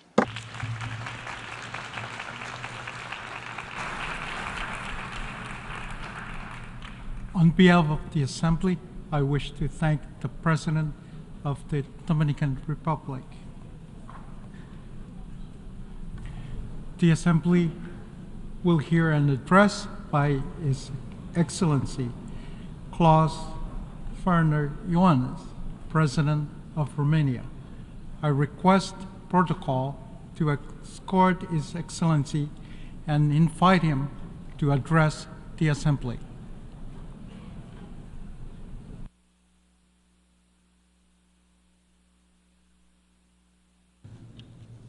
Mr. President of the General Assembly, Mr. Secretary General, Excellencies, we have all gathered here, the world leaders, with the responsibility of a better global vision and the will to make it happen. There is no better and more representative framework than our 79-year-old United Nations, anchored in the UN Charter and the international law. However insecure the world is today, the answer to our problems will always be more cooperation and more solidarity. Romania will always uphold the international world order with the United Nations at its core.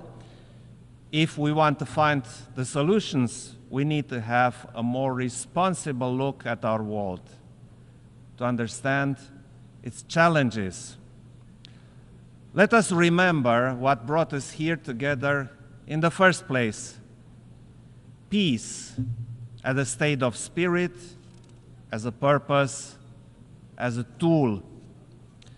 Regrettably, we see around the globe that insecurity, violence, conflicts, and even war have taken a firm grip on our world. Our main challenge is finding the much-needed solutions to restore and safeguard peace. Otherwise, the international order and the international law are ours to lose. When diplomacy is the most difficult tool to use, it is precisely then when we need to use it most. Look at the dire global consequences of the Russian war against Ukraine. It has unleashed the greatest security crisis in Europe in recent history, in breach of the international law and with implications going well beyond Europe. In this context, Romania has extended a strong multidimensional support for Ukraine and its people, and we are committed to maintain it for as long as it is needed. At the same time, Romania will continue its unwavering support to consolidate the resilience of the Republic of Moldova, the second most affected country by this war. Our security is not regional, it is global. This brutal war has already harmed nations and people across the world. Food security stands proof. My country has a crucial role in facilitating the grain exports from Ukraine through our ports on the Danube and at the Black Sea. A long-term conflict is unacceptable, and we must stay the course. Ukraine needs the resolute support of all UN member states determined to uphold the international law and the United Nations Charter. Romania fully supports the peace initiative of President Zelensky. It is the only approach to ensure a just and lasting peace in full agreement with the UN Charter and the international law. Ladies and gentlemen, protecting all civilians must remain our common objective. Almost a year ago, the heinous attack committed by Hamas against Israeli civilians has shocked the world. Against the spiral of violence that followed, our actions based on Security Council resolutions should prevail. The end of hostilities, a safe release of all hostages, and facilitation of the safe shipment of the humanitarian aid for the civilians in Gaza are imperatives no one can deny. Furthermore, we support all efforts to resume the political process based on the two-state solution, coexisting in peace and security within safe and recognized borders. More broadly, around the world, there are alarming calls to stop blatant violations of human rights under many forms and rooted in different causes. There is a sense of urgency that remains unanswered. Conflict prevention and peacekeeping are essential tools in this regard. At the same time, we must support the cooperation with regional organizations in view of their role in preventing, keeping, and enforcing peace. Distinguished audience, the impact of climate change is a growing threat to our security, and its consequences are already obvious. As these negative events increase, they impact demography, economies, energy, connectivity, and geopolitics. It is vital to further enhance international cooperation and ensure the much-needed civil protection mechanisms. Romania actively participates at the international level in the exercises, projects, and actions to provide emergency response, especially to limit the impact of wildfires. The UN system is essential to mainstream our efforts and to create synergies. We need to accelerate our work to keep the 1.5 degrees target alive. And since climate change is a threat multiplier, Romania supports an integrated approach to the climate and security nexus within the United Nations system. Green transition also includes energy transition, while ensuring energy security as an important development marker. Ladies and gentlemen, we live in an era when we could fully enjoy the opportunities offered by information, innovation, and connections. Nevertheless, instead of harnessing their potential to our common benefit, we see increased distrust and hatred. We see polarization and rise of extremism instead of coexistence and tolerance. Technology misuses, disinformation, and other hybrid tools are at the center of the problem with the aim of undermining our security. In such times, it has become way easier to destroy than to build. But it is now that we need to seek strength in global institutions, principles, and values, all of those which serve to safeguard human dignity. And human dignity cannot be secured without human rights. They are never optional and continue to stand as one of the fundamental pillars of the United Nations system. In this regard, international legal instruments have a crucial role. For example, in digital transition, we see that technology is a global amplifier of trends. It is up to us to decide whether it will contribute to a more effective and accessible public services. We also have to recognize the essential role of civil society, the human rights defenders, and the involvement of youth in advancing human rights. We are also following the situation of gender equality and the fight against gender violence. Romania is a firm supporter of gender equality, which we promote as member of the Human Rights Council and most recently of the Commission on the Status of Women. Distinguished audience, there is no viable alternative to the United Nations and the principles upon which the organization was built, which remain more valid than ever. Our focus is to continue the United Nations reform so that it will be fit to address current challenges and the ones looming, a more effective and more efficient United Nations, a more representative United Nations where trust can be fostered. Romania advocates for an extended Security Council where transparency and accountability are the norm, not the exception.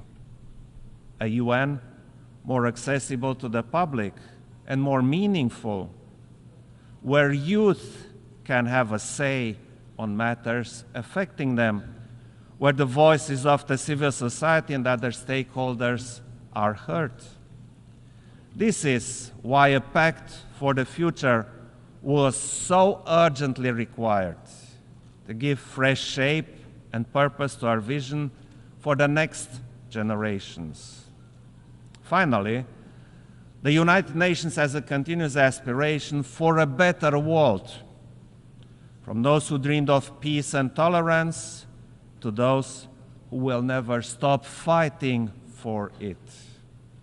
A world where sovereignty, territorial integrity, international law, and human rights are respected, where each country can choose its own path with dignity and free from aggression, where every citizen is safe and free.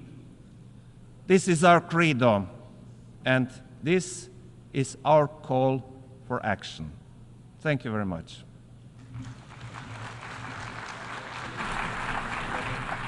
On behalf of the Assembly, I wish to thank the President of Romania.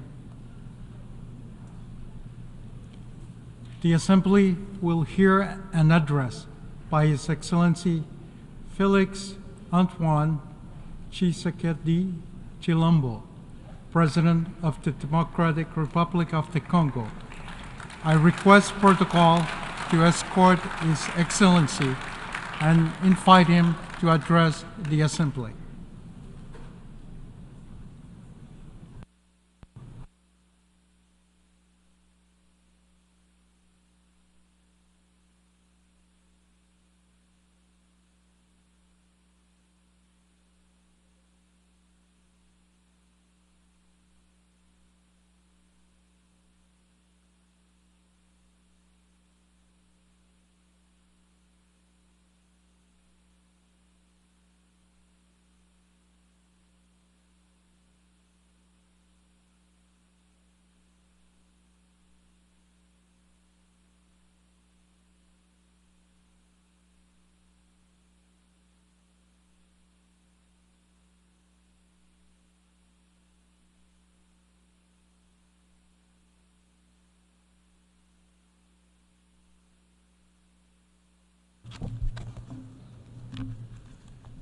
Monsieur le Président de l'Assemblée.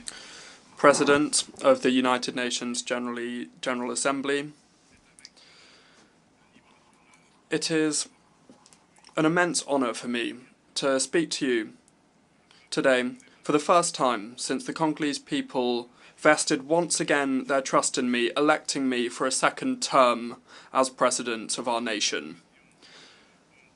Having had the opportunity to speak to you before in the past, I'm particularly moved to be able to do it again at this significant moment for our country. I wish to congratulate Mr. Philemon Yang upon his election as President of this 79th session, and at the same time I wish to pay tribute to your predecessors for their constant commitment at the service of this institution. The theme of this session, leaving no one behind, acting together for the advancement of peace, sustainable development and human dignity for present and future generations, is a theme that particularly resonates with our aspirations in the Democratic Republic of Congo.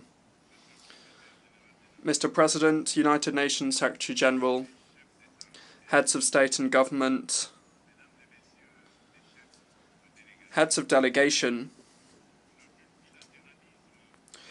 multilateralism and the respect for a global rules-based system have been the essential pillars that have supported peace, security, health and prosperity the world over the last 80 years.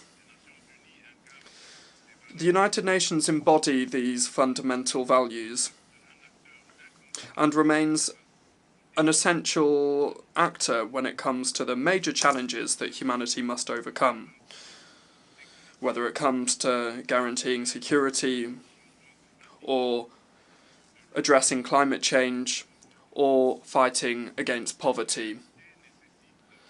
This reality requires strengthened multilateral cooperation. However, the noble ideals of those that drafted the United Nations Charter, that is, for it to serve as an instrument by which all countries govern their conduct, seems to be ebbing away, and the basis of collective security that it established is shaking. We have a responsibility to pool our efforts and to reaffirm our commitment to multilateralism, which is the key for truly transformational solutions in response to the challenges that we see across our world.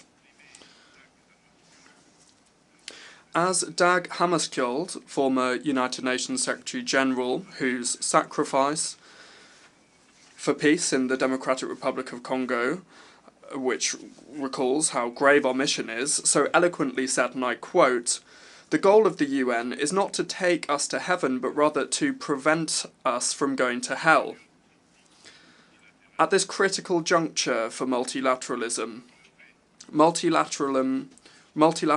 is of the utmost importance. It allows us to respond to common threats, to protect our planet, and to strengthen civil society and human rights. Indeed, we cannot ignore the alarming rise in sabre rattling and the indecent resumption of practices of armed aggression and looting of natural resources which affect all continents. The Russia-Ukraine conflict that is ongoing and continues to affect the region is simply yet another manifestation among many others that threaten peace in the world. Yemen, Sudan, Syria, and the terrible tragedy unfolding on the Gaza Strip are part of the list of crises multilateralism needs to address. It is essential to act together to progress towards peace, sustainable development, and human dignity, thereby ensuring a better future for future generations. Let us not leave anybody by the wayside. This is the clear and relevant message that's inspired the theme selected to guide the work of this 79th session of this August Assembly. Mr. President, the Pact for the Future and its annexes, that is the Global Digital Compact and the Declaration on Future Generations that we adopted during the recent Summit of the Future, highlight the importance of active collaboration to achieve a common vision of a peaceful and prosperous future.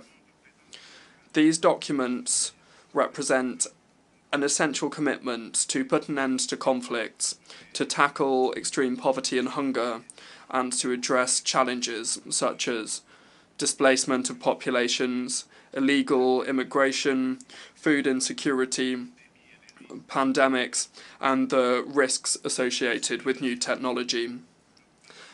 At the same time, the Global Digital Compact is an essential pillar, part of our quest for a prosperous future, and is at the heart of the fourth industrial revolution, where digital technologies have become essential. This digital transition is an unprecedented opportunity to achieve the Sustainable Development Goals by 2030, in particular for the least developed countries. It seeks to reduce the digital gap and to onboard unconnected populations with digital services with a high social impact. However, in order to address this major challenge inherent to the digital revolution, global reforms are required, involving a reassessment of the international financial architecture and involving adequate financing. For this reason, the Democratic Republic of Congo aspires to attract investment to develop connectivity in Africa and calls for cooperation from multilateral partners and telecommunications operators, with knowledge transfer being key. Indeed, support for the grid development process in our country is a promising solution to link the south and north of Africa, and also to link the Indian Ocean to the Atlantic. This includes the establishment of viable partnerships with the Grant Inga hydroelectric project that seeks to respond to the growing energy demand of our country, which has been increased by the proliferation of connected devices. Furthermore, it's essential to strengthen traceability of strategic minerals, which are essential, and also technological equipment in order to ensure a responsible and sustainable exploitation of our resources. Furthermore, full participation and commitment from youth, both boys and girls, are essential to build a sustainable and inclusive society. This principle is the foundation of the Declaration on Future Generations and underscores our responsibility vis-à-vis future generations and how important it is to make decisions that enable them to flourish. For Africa, youth is a major asset for Africa's future prosperity. Investing in education, in particular in STEM subjects, that's science, technology, engineering and mathematics, and creating conducive environments for innovation are crucial. It is essential to deal with the disconnect between a fast-growing young population and the job market by providing the skills that they require to join the job market. Mr. President, the situation in the east of the Democratic Republic of the Congo is particularly concerning. The resurgence of the M23 terrorist group, supported by Rwanda, has caused an unprecedented humanitarian crisis with close to 7 million internally displaced persons. This aggression is a major violation of our national sovereignty. We call upon the international community to firmly condemn these actions and to impose targeted sanctions against Rwanda for its destabilising and damaging role. We demand an immediate and unconditional withdrawal of Rwandan troops from our territory. While recent diplomatic initiatives such as the Luanda talks may be encouraging, they should certainly not overshadow how urgent it is to engage in this essential action. The Democratic Republic of Congo is actively committed to entrenching lasting peace in the east of the country and to promote economic development and the well-being of the so long-suffering communities experiencing this armed conflict. Nevertheless, we are not closing any door to any opportunity that would bring peace while maintaining our sovereignty and our territorial integrity. In this regard, we are resolutely committed to implementing the roadmap adopted as part of the Luanda process, and I fully support that promotes high-level dialogue seeking to re-establish trust between the Democratic Republic of Congo and Rwanda while minimising the risk of the current security crisis descending into a regional conflict. Furthermore, my country remains open to any other initiative by our partners that would contribute to achieving this noble goal of peace. The Democratic Republic of Congo reaffirms our firm will to ensure lasting peace. Under my leadership, we are steadfast in our commitment to pursue the implementation of the Programme for Disarmament, Demobilisation and Community Recovery and Stabilisation, the PDDRCS, which is a key part of our national strategy to disarm, demobilise and reintegrate combatants by providing them viable economic opportunities that are also sustainable, while at the same time stabilising the regions affected by conflict.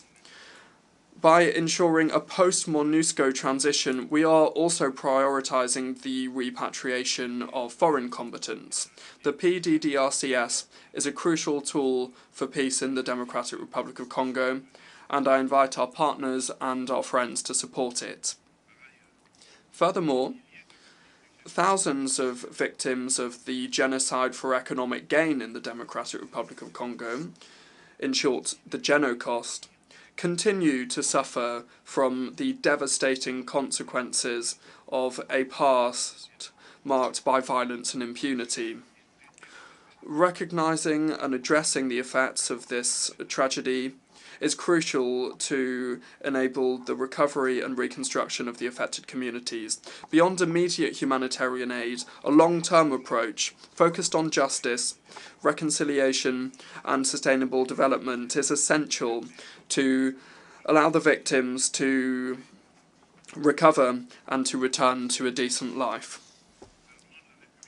Therefore, the government of the Democratic Republic of Congo decided to make the 2nd of August National Day, the Genocost Day, which is dedicated to the victims of the odious crimes perpetrated by rebels supported by multinational corporations and states in the region. This is a national day of coming together, and it allows us to confront our painful past so that we can move forwards. It's essential to strengthen the historic conscience of our country and to affirm the determination of our nation to prevent such barbarous acts from repeating.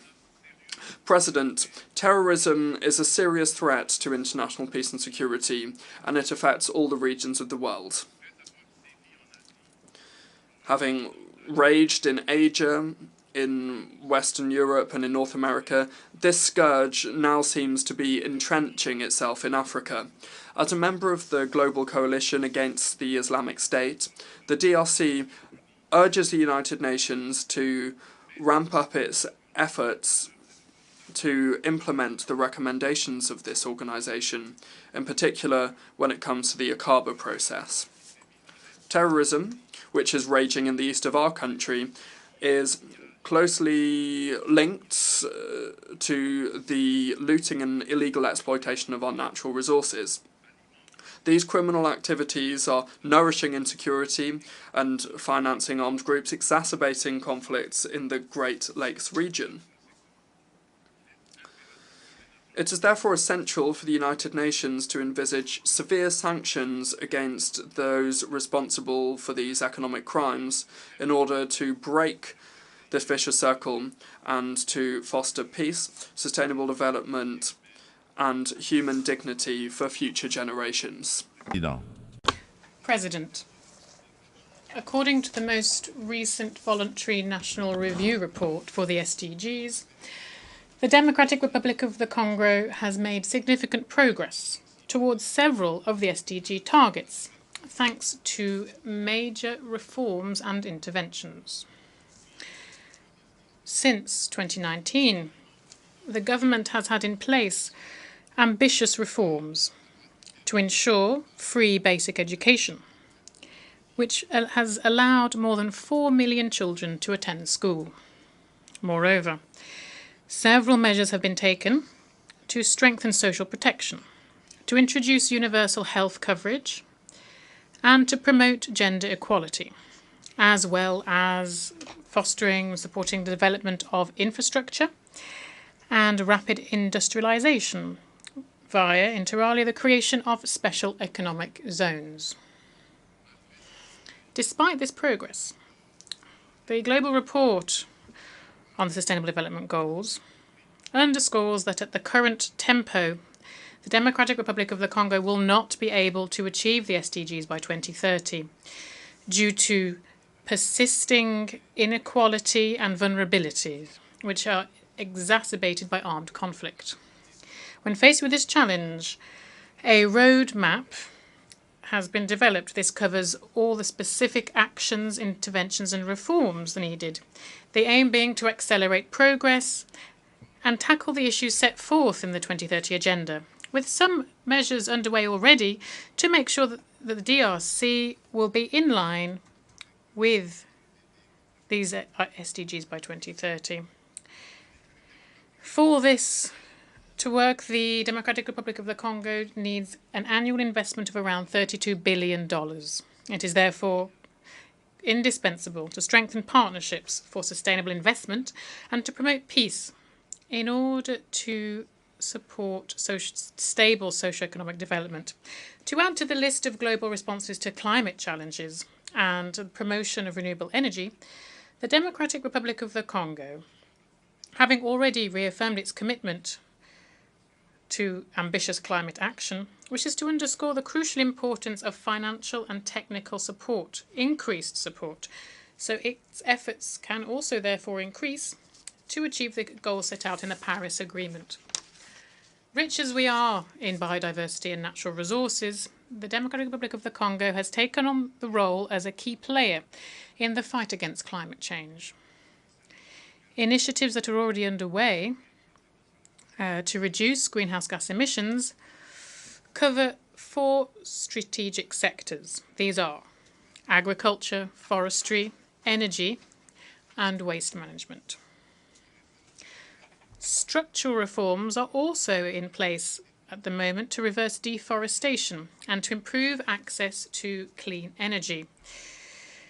This is thus proof of the determination of our government to preserve natural resources and to support a green transition.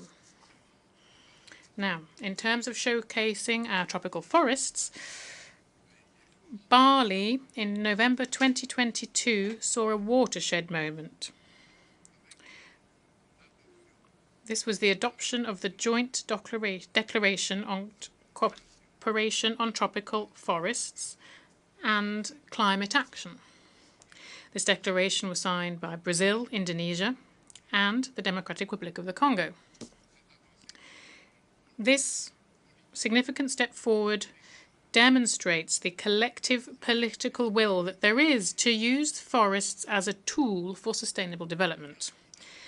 The Trilateral Cooperation Alliance for Tropical Forests, which was created in Bali, will provide a framework to address biodiversity-related challenges and will also propose solutions for carbon credit markets, all the while ensuring full respect for the rights of indigenous peoples. Moreover, within the framework of environmental and global warming-related issues, it is also important to underscore the holding of the second summit of the biggest tropical forest basins in the world. These are the Amazon, the Congo, and the Borneo Mekong. This was held from the 26th to the 28th of October 2023 in Brazzaville in the Republic of the Congo. This African initiative, which was spearheaded by President Denis Sassou Nguesso, aims to implement, as part of the UN Decade for the Restoration of Ecosystems, create the first global coalition dedicated to the restoration of 350 million hectares of land and water ecosystems. These forests are a crucial bulwark against climate change. When faced with these problems that have been clearly identified and we have solutions within reach, it is therefore crucial to act in a concrete fashion. The Amazonian, Congolese and Borneo Mekong basins are home to more than 80% of the tropical forests and play a crucial role in the fight against climate change. And they also provide vital ecosystem services. It is therefore imperative that the improvement of social-economic conditions played by local communities, they who play a key role in forest conservation, that their interests be given top billing in global governance. For its part, the Democratic Republic of the Congo has created judicial instruments and institutional tools that seek to strengthen its position on the global carbon markets, while we still remain open to partnerships in line with the Paris Agreement and our domestic laws. The growing awareness of the challenges linked to climate instability and the depletion of natural resources, which are often the origin of armed conflicts, this underscores the need to act on these issues. It is therefore crucial to recognize the link between climate change, environmental degradation, and security in order to foster proactive action to mitigate these risks through sustainable practices. In this connection, we would call on the Security Council to create international mechanisms that include questions of climate security in their discussions. President, faced with a major energy challenge, the world indeed is facing a major energy challenge. Systems that are based on fossil fuels are responsible for significant greenhouse gas emissions, and thus they exacerbate climate change. Without resolute efforts to promote renewable energy, we risk facing even more grave crises. For example, extreme weather, conflicts linked to natural resources, and we are seeing some of this already. The Democratic Republic of the Congo has abundant resources, including essential ores and minerals such as cobalt, lithium, nickel, and graphite, to name but a few. These could facilitate a sustainable energy transition. We would appeal for international cooperation to develop the necessary technology and infrastructure for this. Our vision is to transform the exploitation of our resources into a tool for inclusive and sustainable development, all the while improving education, health, and infrastructure. Social inclusion is at the heart of our strategy, as it guarantees the equitable distribution of the benefits of progress. As we invest in the fight against climate change and as we contribute to the SDGs, the Democratic Republic of the Congo is ready to play a key role in the transformation of global energy systems.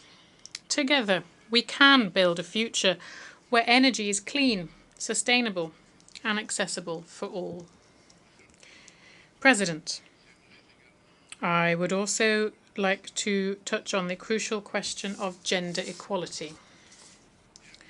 Although equal participation of men and women in political life is something that is internationally recognized, in practice there is still a chasm between legal equality and the reality in how power is held.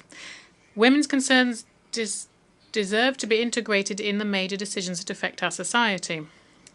In the Democratic Republic of the Congo, we are determined to change mentalities, to overcome the social barriers that are hampering women from prospering.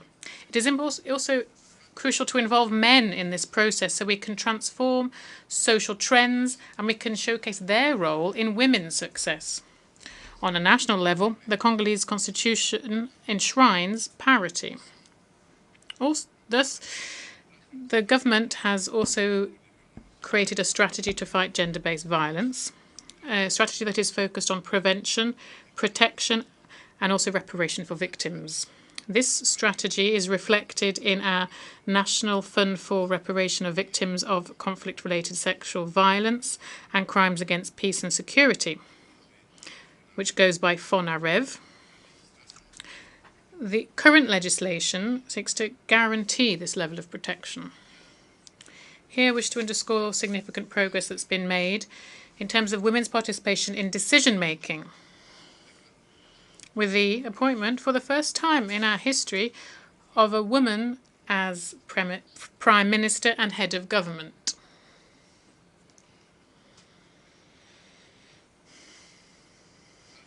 We're also seeing increased presence of women in governmental bodies, as well as in the judicial system and the parliament, as illustrated by the appointment of women as the first President of the Council of State and the head of the Central Bank of the Congo.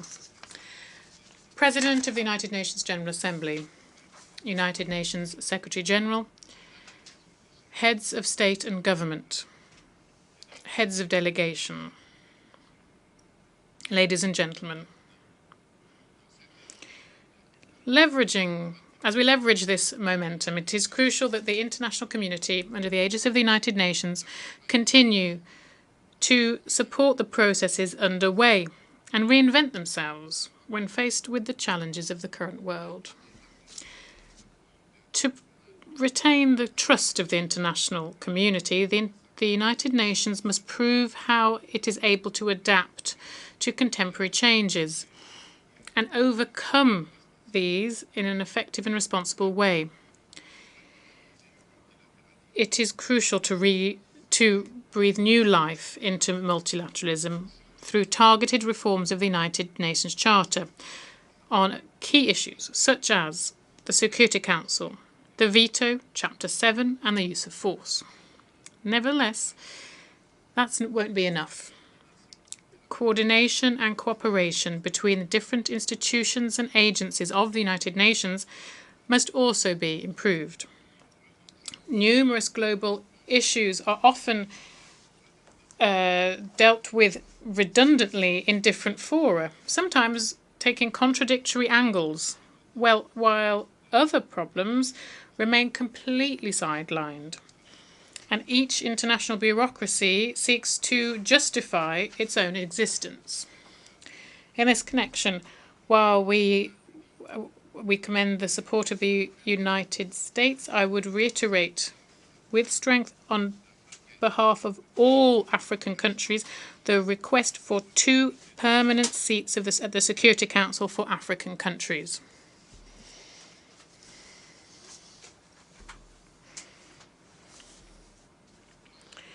As the main decision-making body within the United Nations, this organ must include African representatives amongst its permanent members, with all of the associated prerogatives, particularly the veto. This is to guarantee fair geographic representation.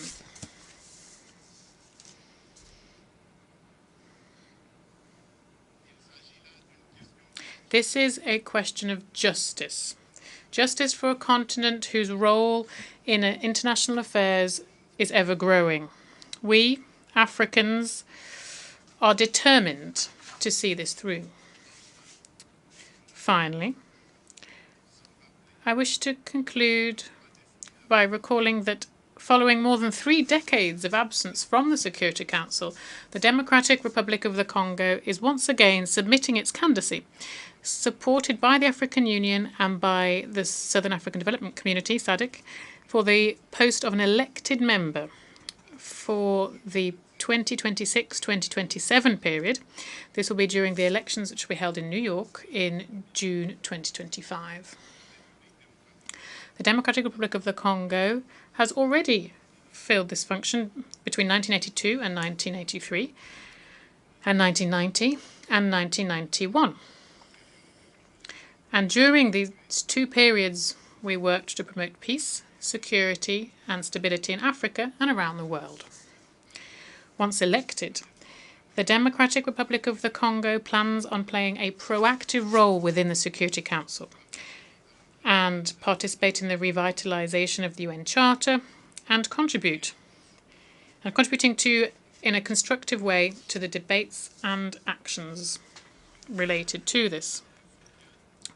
My country, therefore, requests the support of all member states as we come up to these elections. At a time when multilateralism is being so sorely tested, the Democratic Republic of the Congo reaffirms its tireless commitment to the international community. And it is ready to shoulder with honour and responsibility the mission to forge a future where peace and cooperation prevail over conflict and division. Nelson Mandela said, and I quote, "None of us acting alone can achieve success." End of quote. Thus, we are reaching out to each and every one of you, long-standing partners and new allies alike, to together write this new crucial chapter of our collective history. Together, let's make our world a place where every nation, big or small, can prosper in dignity and security. Thank you very much.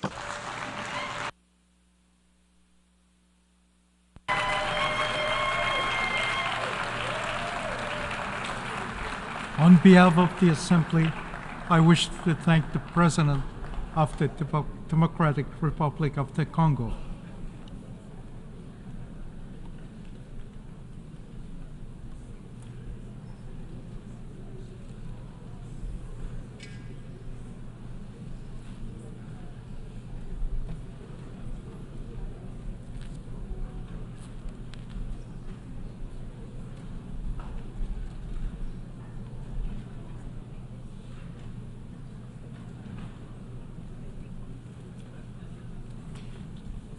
The Assembly will hear an address by His Excellency Umaro Sissoco Embalo, President of the Republic of Guinea-Bissau.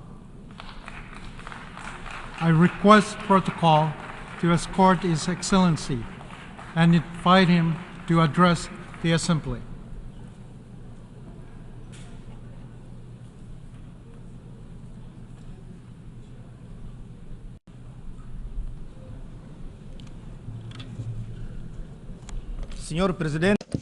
Mr. President, Mr. Secretary General, heads of state and government, ladies and gentlemen. I would like to offer my congratulations to Mr. Philemon Yang of the Republic of Cameroon on his election as President of the 79th session of the United Nations General Assembly. I wish him much success in a very complex international context. I also congratulate his predecessor, Mr. Denis Francis, for the results achieved during his term. To Secretary General Antonio Guterres, I express our acknowledgement of his deep commitment to the service of our common ideals and goals in a very difficult international landscape. The world faces grave challenges. The obligation to follow the principles and deliver on the promises of the United Nations Charter is the burden that each one of us carries. We witness devastating wars, the intensification of regional tensions, and other grave threats to international peace and security. Hundreds of millions of people continue to live in extreme poverty, without the basic means of subsistence, without hope for a better future, without human dignity. It's becoming even more urgent to implement reforms in global economic and financial governance, to make it more just, inclusive, and equitable. This is the only way to build adequate responses to the challenges that humanity faces. We must fight more efficiently against poverty and social exclusion through concrete actions. Specifically, we must strive to finance development programs, reduce inequalities, protect the environment, and mitigate the effects of climate change. Mr. President, 8 decades after the establishment of the UN in 1945, we live today in a totally different world. We continue to call for reform of the United Nations Security Council, which must consider the interests of Africa under the terms of the Ezulwini Consensus and the Sirte Declarations of Heads of State and Government of the African Union. We must reform the international financial architecture in order to promote greater inclusion, particularly in Africa, and to consider the African continent's role and contribution to the world economy. In this context, we welcome the Summit of the Future. We hope that the Compact for the Future can drive collective efforts to achieve the Sustainable Development Goals, SDGs, and Agenda 2063, the Africa we want, of the African Union. As a member of the Global Working Group on Social Protection for Nutrition, Human Capital and Local Economic Development of the Group of 7+, G7+, we will work together with the other distinguished members on eradicating hunger and progressively achieving all Sustainable Development Goals, SDGs. Mr. President,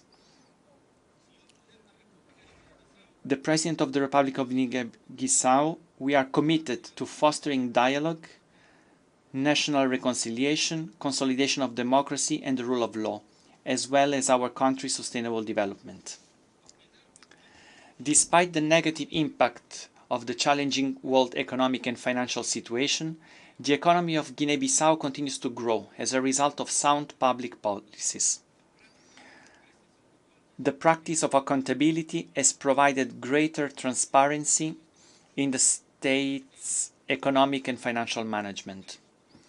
We have adopted measures that, though difficult, were shown to be necessary to drive the private sector and to create a more solid foundation for an economy that is dynamic and inclusive.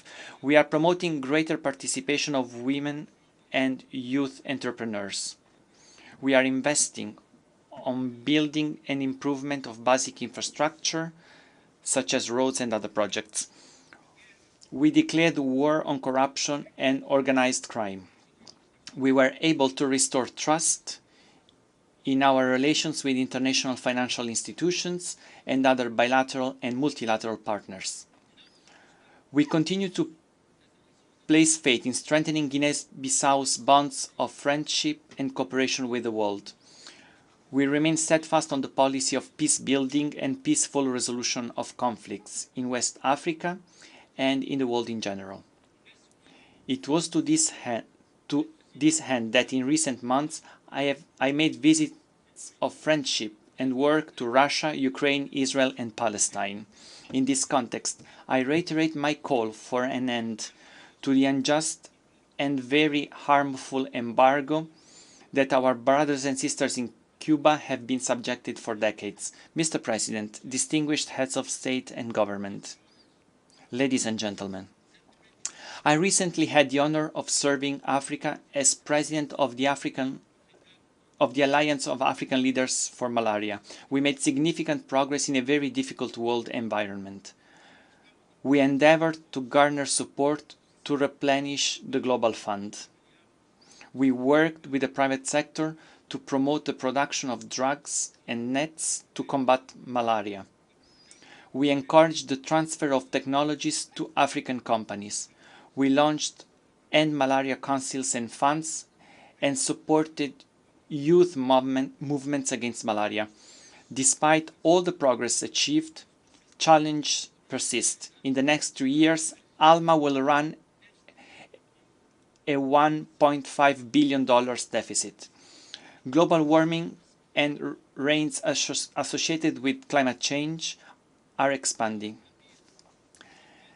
The geographic reach of mosquitoes, thus exposing more than 170 million people to the threat of malaria in the African continent.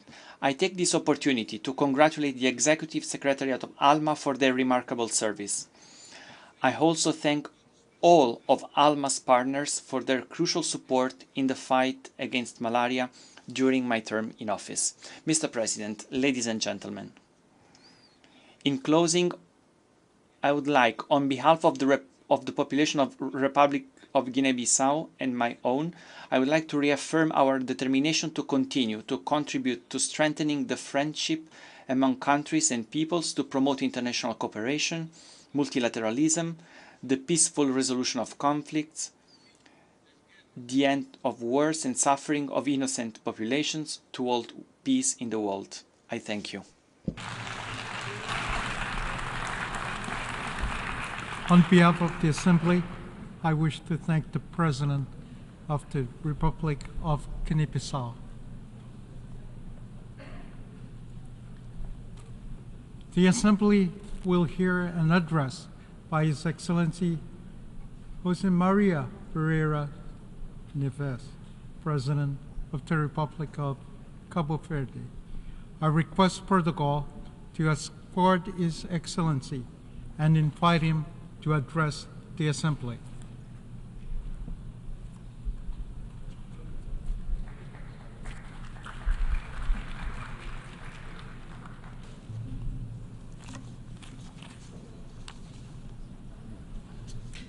Excelências, Excellencies, numerous armed conflicts continue to ravage various regions of the world with devastating impacts on the populations, particularly in the Middle East, where the potential for escalation and risk of spreading are all too evident. Innocent lives are lost daily in an unrelenting and merciless cycle of violence.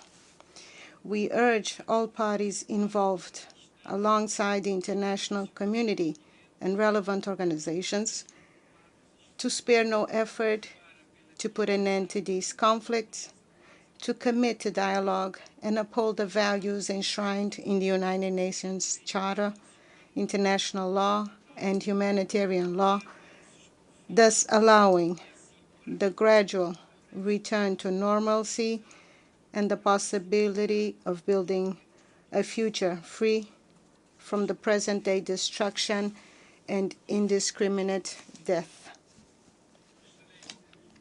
Excellencies, at the national level, we remain committed to achieving the Sustainable Development Goals, the 2030 Agenda, and the African Union Agenda 2063. We are also focused on implementing policies toward ensuring universal access to quality education and healthcare, and on fully integrating the youth into all spheres of social, economic, and political life, ensuring that future generations are equipped with the tools they need to tackle global challenges.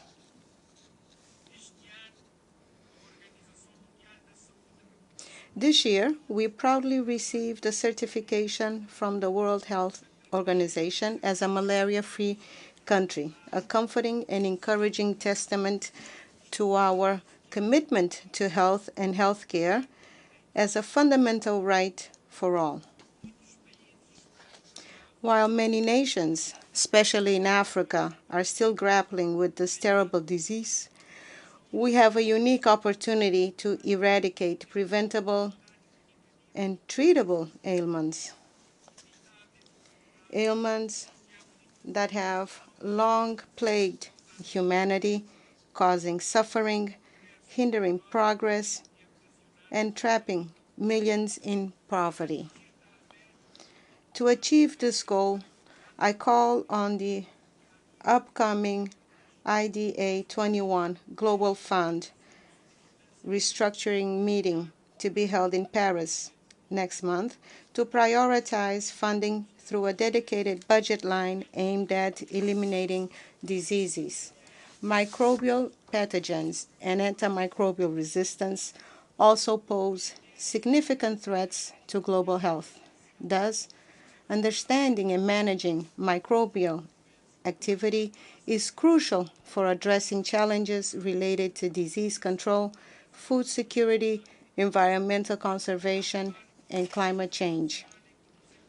In this troubled and challenging international landscape, where multiple crises continue to impact people and the planet, I reaffirm Cabo Verde's firm commitment to being an active and constructive member of the United Nations and tirelessly championing the universal values contained in its charter. Among these crises, climate change disproportionately affects vulnerable nations, especially small island developing states. We look to COP29 to yield urgent and tangible progress on key climate issues, particularly as a deadline for significant emissions reductions approaches.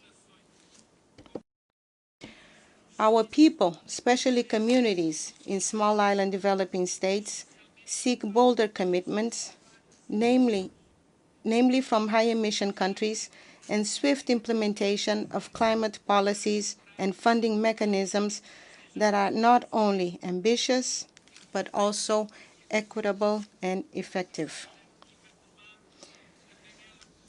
The rising sea levels, also caused by climate change, require immediate and special attention. The challenge is multidimensional and extends far beyond island and coastal populations. It affects all continents and regions, leaving no one immune to this catastrophe in the making. We therefore welcome today's high-level meeting on addressing the existential threats posed by sea level rise. Last year, on the sidelines of the 78th General Assembly, the agreement on biodiversity beyond national jurisdiction was opened for signature, representing an international milestone in the conservation and sustainable use of marine biodiversity in areas beyond national jurisdiction, that is, in the high seas, which constitute about 60% of the world's oceans. And I am proud to say that Cabo Verde, my country, signed this agreement on its first day and is currently finalizing the ratification process. I call on all nations who have not yet done so to also sign and ratify this important instrument for the conservation of life in our oceans. As an ocean nation, Cabo Verde has a tiny land territory in comparison to the immensity of its maritime territory. Therefore, I did not hesitate to accept UNESCO's honorable invitation to become patron of the United Nations Decade of Ocean Science Alliance for Sustainable Development for 2021-2023. As an ocean nation, heavily dependent on marine resources, our role in the Ocean Decade focuses on local and global actions to promote sustainable ocean management. We have been focused on the importance of sustainable ocean management, particularly for small island developing states that are very vulnerable to climate change and the degradation of marine ecosystems. For 3 consecutive years, we have hosted international ocean conferences to foster partnerships between governments, the private sector, scientists, and civil society to advance ocean science and create innovative solutions to ocean challenges.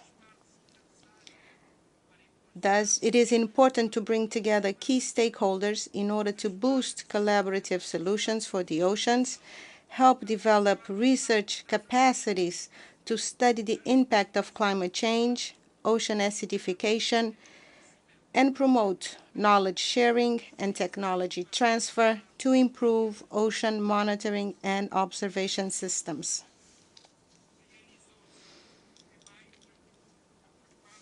The 4th United Nations Conference on Small Island Developing States, SIDS, was successfully held last month of May. However, to ensure greater resilience and sustainability of small island developing states, we must urgently begin implementing the Antigua and Barbuda Plan of Action. Cabo Verde remains committed to playing an active role within the SIDS community, and in the first quarter of 2025, we will host a high-level meeting for the Atlantic, Indian, and South China Sea regions aimed at establishing a coordination mechanism for the subregion. At the SIDS-4 conference, we also expressed our readiness to host the 5th United Nations Conference on SIDS in 2034. As a small island developing state, we face substantial challenges that affect our macroeconomic systems. Even if we dedicated our entire state budget to sustainable development and climate action, it would still fall short of the necessary funding targets. In most small island developing states, this situation is exacerbated by a significant lack of capacity to navigate new financial tools. While reforms to the global financial architecture evolve slowly, there is an urgent need to accelerate development processes. We must swiftly and significantly scale up technical assistance and capacity building efforts in financing sustainable development to ensure that the global South is not left behind. We here welcome the recent approval of the Multidimensional Vulnerability Index, MVI, which is crucial, particularly for SIDS and other vulnerable groups, as it provides a comprehensive and differentiated way of assessing our development needs and challenges, thus enabling a broader and more accurate understanding of how various factors influence the development of countries. In my capacity as the African Union champion for natural and cultural heritage, and in line with the policies of the government of Cabo Verde, I have been tirelessly advocating for the protection, promotion, and sustainable management of Africa's rich natural and cultural heritage, which is highly vulnerable to climate change. It is essential that we continue to raise awareness on the need to safeguard our ecosystems, historical landmarks, traditional knowledge, and intangible cultural practices. It is thus urgent for us to promote African identity through the promotion of African languages, traditional arts, and all the plurality of cultural expressions, reinforcing the continent's diverse cultural history and its contributions to global culture and human heritage is vital. The restitution of cultural assets, such as artifacts, works of art, and sacred objects, which are an integral part of the cultural identity, history, and traditions of the communities from which they originate, is of vital importance not only for Africa, but for many other regions of the world. Their removal has disrupted cultural continuity, and their return would allow preserving their cultural and spiritual integrity as they are returned to their original environments, thus allowing local communities to reconnect with their heritage, fostering cultural pride, and preserving their identities for future generations.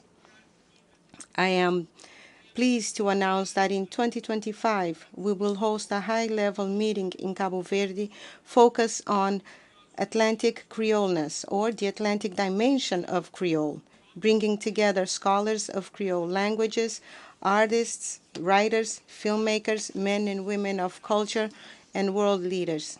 They will represent the plurality of geographical spaces, of affirmation of Atlantic dimension of Creole, a construction of which Africans and their descendants were an integral part of.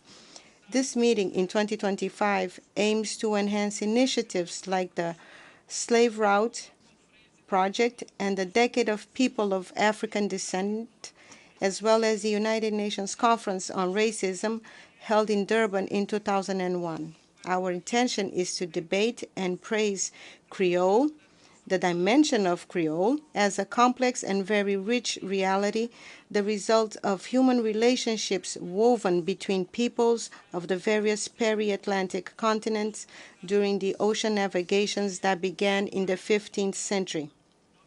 From these encounters, new forms of culture and organization of society emerged and lasted over time, representing a particularly fruitful moment of social and cultural innovation. These will be, therefore, intense days of academic and scientific reflection, but also of artistic demonstration, cultural exchange, and reconnection, from the performing arts to Creole cuisine, to handicrafts, to music. There will also be, of course, days of strategic political debate among decision makers on the dialogue between peoples and cultures and on the peace and the future of humanity. Thank you for your attention. On behalf of the Assembly, I wish to thank the President of the Republic of Cabo Verde.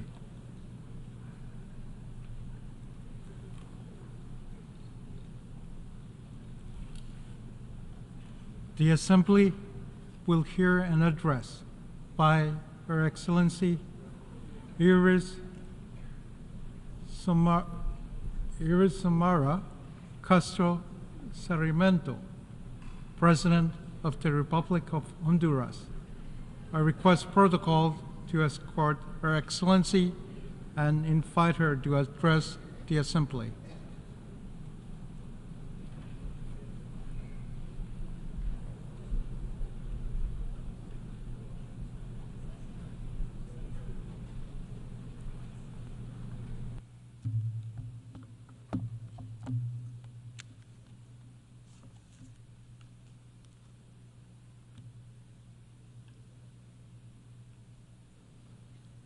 Señor Presidente,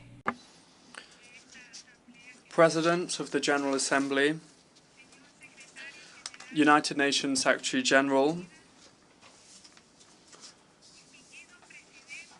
distinguished presidents, prime ministers,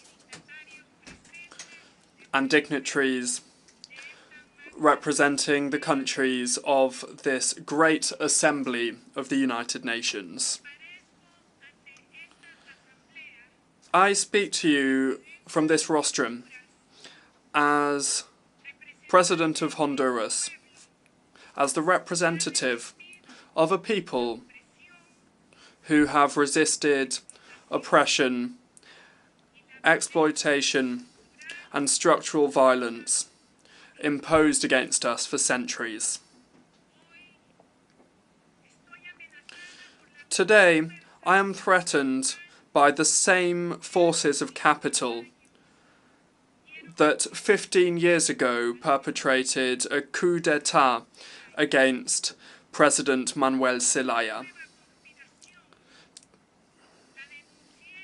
I called out this new conspiracy in the streets during the huge gatherings of people that took place on the 14th and 15th of September, our country's Independence Day.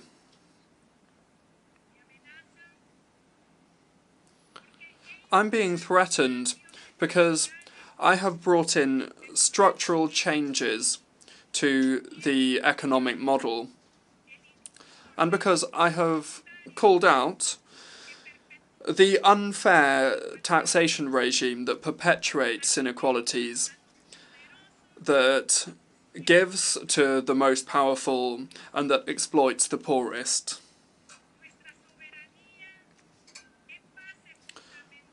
Our sovereignty is the fundamental basis and undeniable principle of international relations.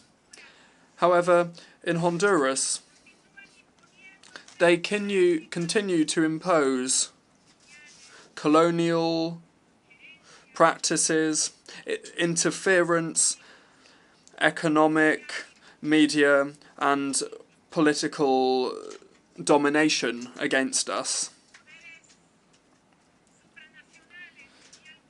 Supranational powers and some multinational corporations are the result of corrupt public-private elites that have no other goal than to increase their capital. Globalization has failed in its mission to bring prosperity to people.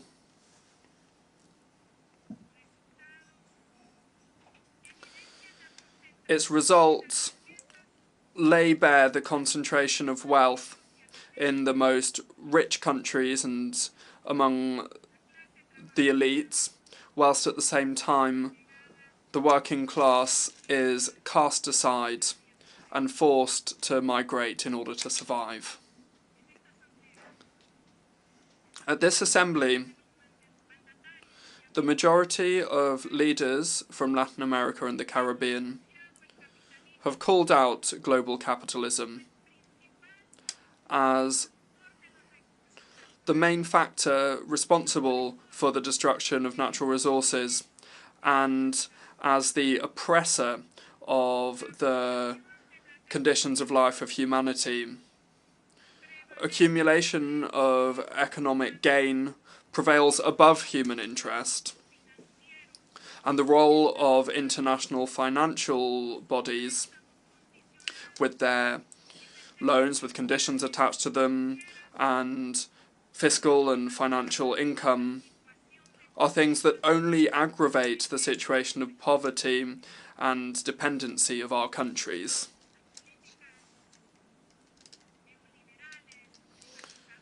Neoliberal privatization policies continue to weaken people's access to services, like services of water and energy, health services, education, work, social security. Free trade agreements imposed against our peoples undermine our sovereignty and remove the ability of our producers to compete on an equal footing,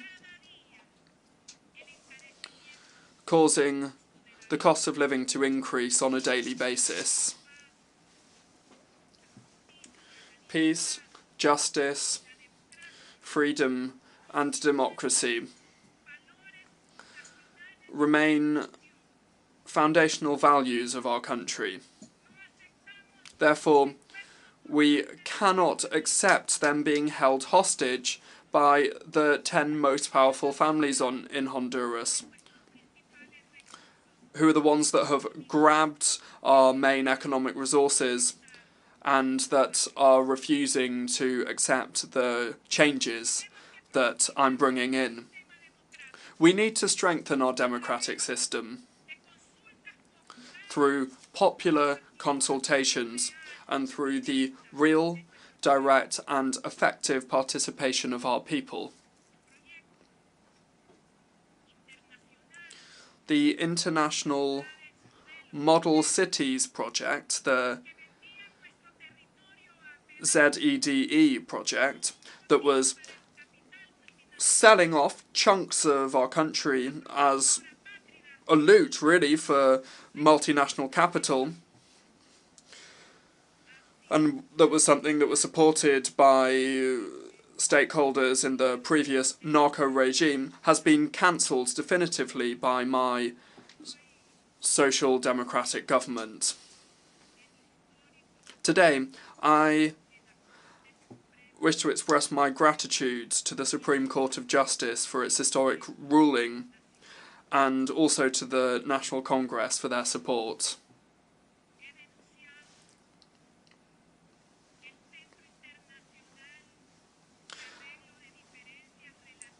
I have called out the International Centre for Settlement of Investment Disputes, the ICSID, because it is an unfair system of arbitration where private interests prevail above the interests of nation states. Over the last 2 years and 8 months, I have brought in a structural reform to return to a single treasury account for our country, cancelling a scheme of corruption that was built around the setting up of trusts that were used to loot the resources of the state. Thanks to us dismantling the scheme of corruption, I am now able to help boys and girls, children, in all of the schools of Honduras. And now, thanks to that, they receive a school lunch, free of charge school enrolment, and we are also bringing new projects to communities that live in extreme poverty. We are increasing production of grain in the first and second sowing, with more than 1.5 million technological grants being given to producers who now are receiving seeds and fertilizer free of charge. Furthermore, we are providing mortgages for homes and farming credits at the lowest interest rates we've ever seen in the history of Honduras. And we are also setting up rural community banks.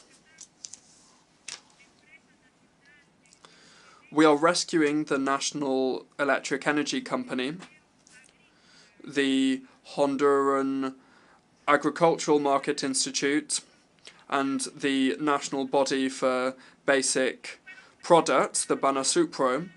All of these institutions I just mentioned were privatized and were abandoned for the 12 years of the narco dictatorship.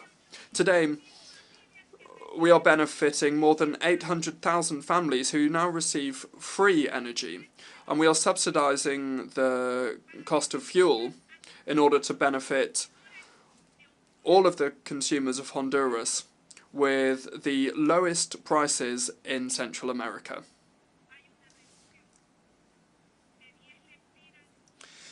There's a reduction of 10 lempiras for each gallon of fuel sold. Investment in infrastructure is at its highest level in the history of our country. We've recovered the public sector with the historic approval of projects to build 8 hospitals, to repair thousands of schools, 3 national airports, the building of motorways, bridges, intermunicipal paths, multi-sport centres for the whole of the country.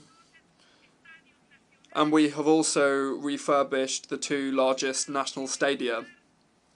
I must also mention the biggest project and the most ambitious project in the history of Honduras, which is the plan to build a railway between the 2 oceans. It will go from Puerto Castilla on the Atlantic coast to Puerto de Amapala on the Pacific Ocean. Over the last 2 years and 8 months, we have reduced poverty by 12%. And with the plan to deal with crime, confirmed by the Secretary for Security with the cooperation of the armed forces, we're seeing an historic reduction of 15 points in the murder rate, which is the largest reduction that we've seen over the last 20 years. My zero deforestation programme for 2030 has achieved historic results in the conservation of protected areas of Honduras's forests and rivers. The use of public funds in the state single account in an honest and patriotic way is being done in order to benefit the people of Honduras. People of the world, I wish to raise my voice to speak out regarding the murder of Juan Lopez, a social leader and politician who constantly called out the exploitative, extractive model. I absolutely condemn this vile murder. I have ordered the use of the full force of law enforcement and the justice system in order to investigate, to identify, capture, and to prosecute the intellectual and material perpetrators of this crime. I extend my solidarity to his family, to his colleagues, and to his friends.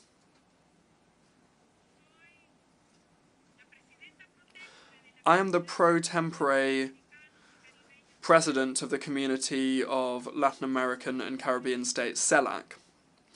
We're 33 different countries there.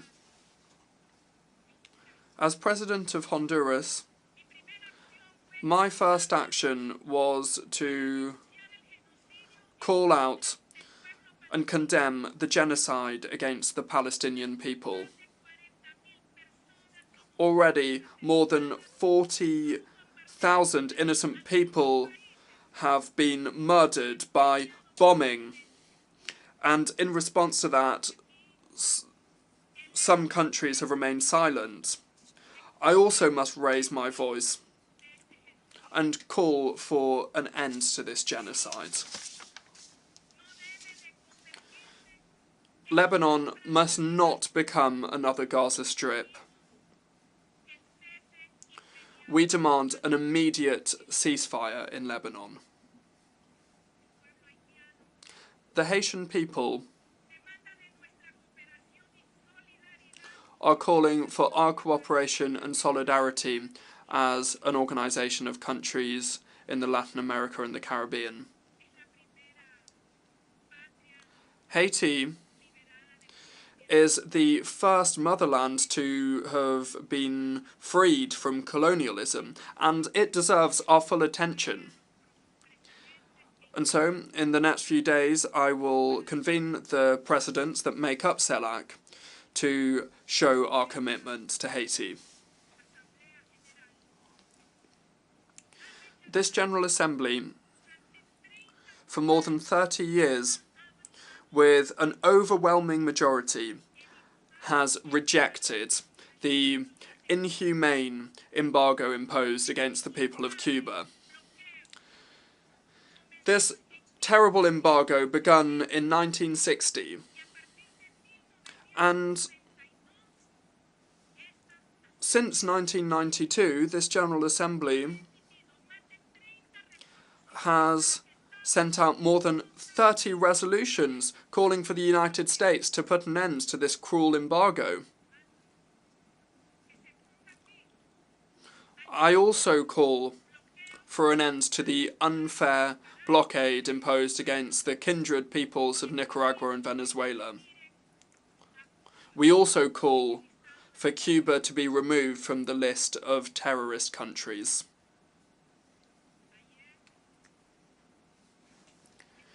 Yesterday, I delivered to the Secretary-General, Mr. Antonio Guterres, the agreement that formalises the UN support to fight against corruption and impunity.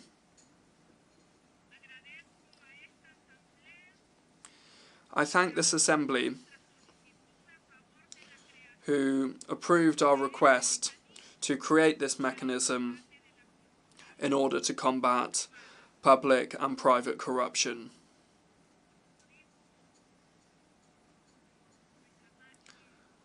As Berta Cáceres, our martyr, said, she was a brave woman and a defender of our natural resources and of our indigenous peoples. Let us wake up, humanity. We still have time. May this be the appeal and the motto of our generation. Thank you very much.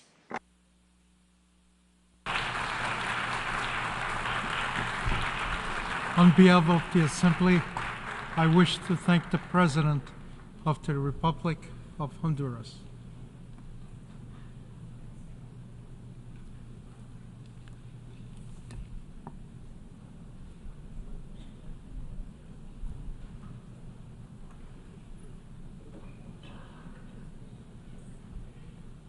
The Assembly will hear an address by His Excellency Joseph Numa Boakai, Sr., President of the Republic of Liberia. I request protocol to escort His Excellency and invite him to address the Assembly.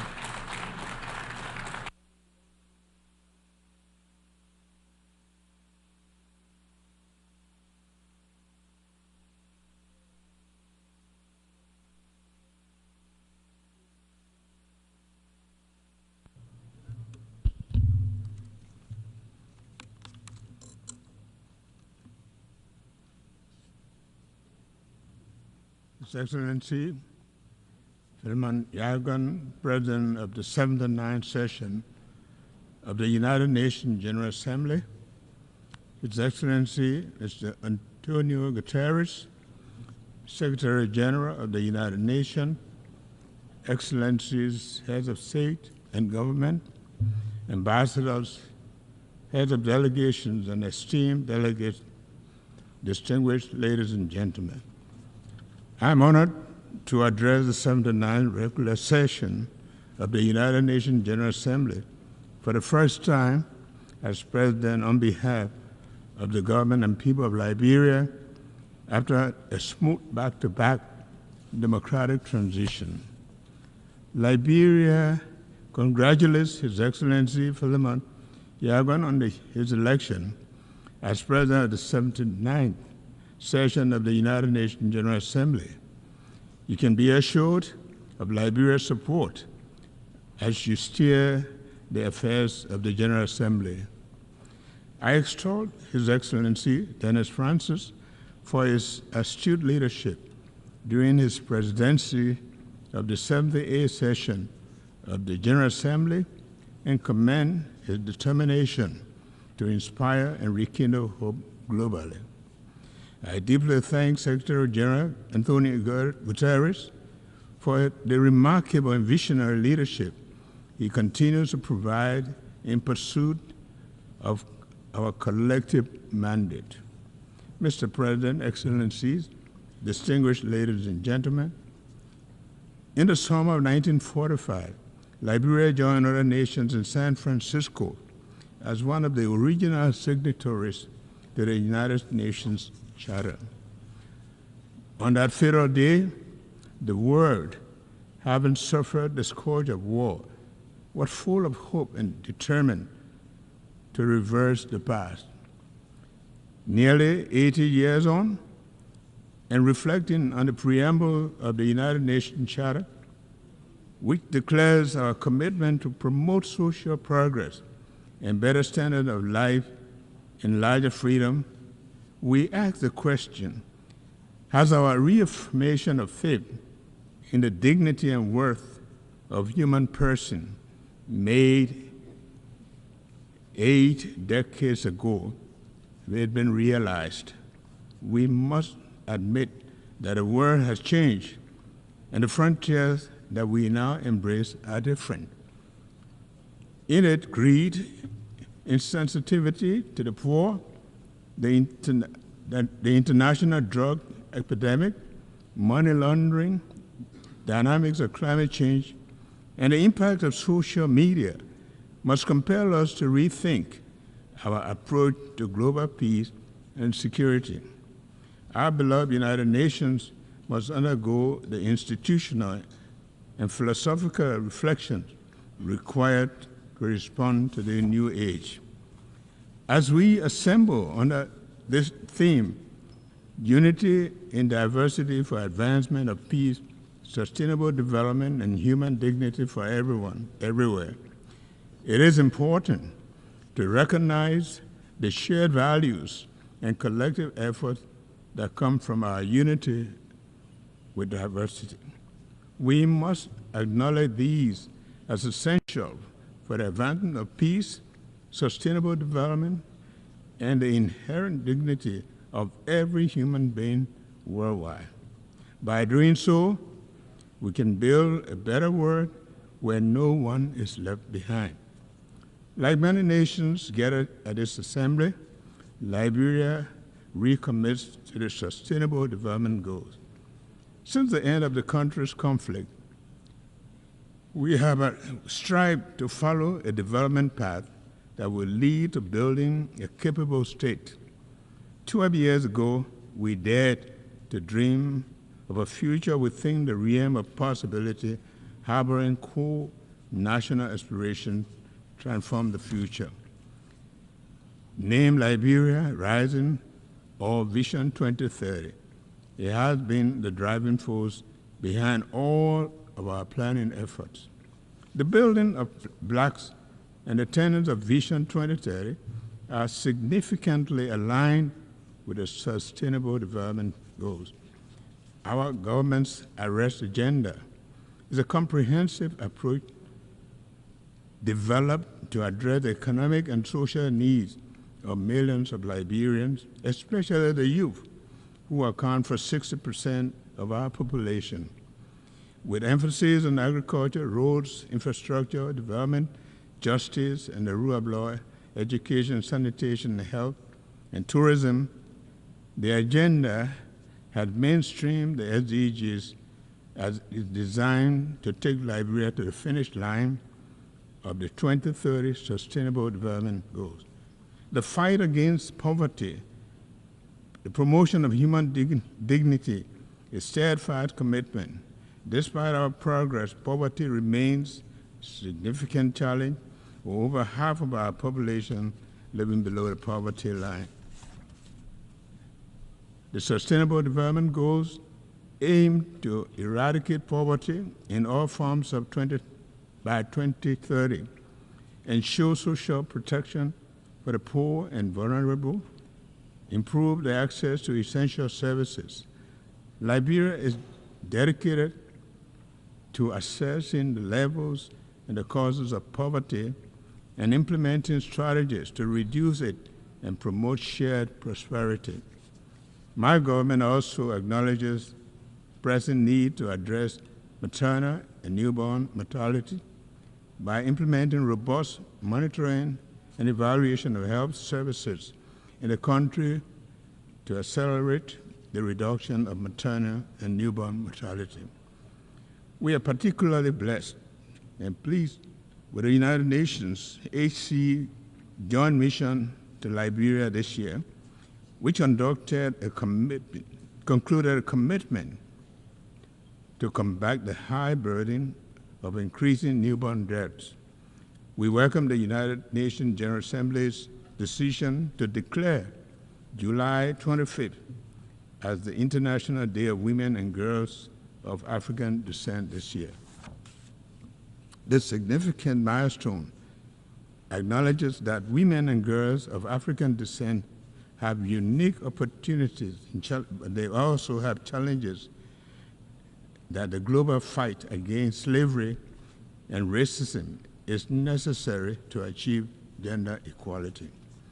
Liberia credits its credentials by producing the first woman president of the United Nations General Assembly, Angie Brooks Randall, and first female president of Africa, President Ellen Johnson Sirleaf. Liberia has witnessed and continues to witness the immense contribution of women and girls of African descent in politics, culture, and every area of societal development. Excellencies, distinguished ladies and gentlemen, Liberia has enjoyed uninterrupted peace for almost 2 decades, following the 14 years of civil conflict. During this time, we have held 4 democratic elections, with last year's election marking the 4th since the return to democratic order in 2006. In January this year, Liberia achieved a historic milestone by peacefully transitioning from one democratic government to the other. This progress is significant because before the 2018 transition, the last democratic transition occurred in 1944, about 74 years earlier. We are gradually fostering and solidifying our democratic culture, ensuring that democracy is here to stay in Liberia. Now it is time for our people to reap the democratic dividends. The rule of law is fundamental for peace, justice, strong institution, and dignity for a human person. Liberia is taking significant strides towards openness, transparency, and accountability by empowering and supporting transparent institutions. Our government is committed to implementing audit recommendations by the General Audit Commission to restore public and donors' confidence in the governance system and improve regional and international cooperation. In addition, the country has taken a major step in confronting its conflict past to ensure accountability and justice for crimes and other human rights violations committed during the war and promote healing and national reconciliation. A significant development in our transitional justice process was the signing on May 2, 2024 of the Executive Order 131 to create the Office of Establishment of War and Economic Crime Court for Liberia, a key recommendation from the Truth and Reconciliation process in Liberia. Our actions align with the International Covenant on Civil and Political Rights, joint follow-up on impunity and past human rights violations.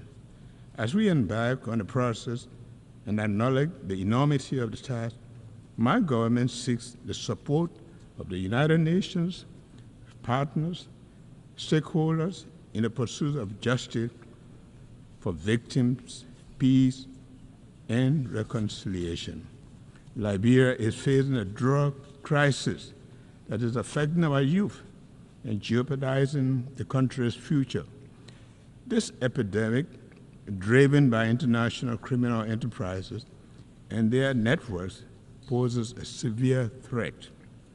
In response, we have not only declared the drug epidemic a health emergency and a national security threat, but we have also been taking steps to address this issue by establishing a dedicated national body to tackle drug abuse in Liberia. I urge international community to join Liberia in addressing this escalating drug crisis. Excellencies, distinguished ladies and gentlemen, the world is facing numerous crises, including global threats such as disease, security, and climate change, as well as food and resource shortages. Our vulnerabilities are evident, and we need to use a collective knowledge to find solutions that will preserve the planet for future generations. Climate change is undeniably real, and its threat to our environment and the way of life is becoming increasingly apparent. We must take urgent action to address this threat, including cooperative effort to implement Article 6.2 of the Paris Agreement. Liberia, as the most forested country in West Africa, with over half of the land covered by forests, plays a vital role in biodiversity and environmental sustainability. As a result, our country is taking important steps to lead conversation on climate action. My government has called on our legislators and stakeholders to begin looking at the Paris Agreement, particularly under Article 6, to help advance actions towards establishing Liberia's nationally determined contribution to combat climate change. While we take these actions, we are mindful of the need to build capacity and invest in critical areas of our economy, such as using alternative financing for investment in the blue and green economy and technological transfer to support these climate actions. Excellencies, distinguished ladies and gentlemen, the goals we set for ourselves and the future are better served on the foundation of peace and security. Having enjoyed peace for over 2 decades following a long-running conflict, we aim to promote peace and stability at home, in the region, and globally. The threat of conflict to our shared world underscores the importance of collaborative efforts to foster regional and global stability and peace. Therefore, we support all the UN's effort to address peace and security issues worldwide. Liberia is concerned about escalating security challenges in the West African region, including terrorism and economic and political instability. These pose significant threat to regional peace. So we urge full dialogue and cooperation among West African nations to address these issues effectively. Meanwhile, Liberia firmly stands with the rest of West Africa in a resolve to maintain our 50-year-old Regional Economic Commission, ECOWAS, intact. We oppose efforts to disintegrate our union and will not accept the region being used for proxy conflicts.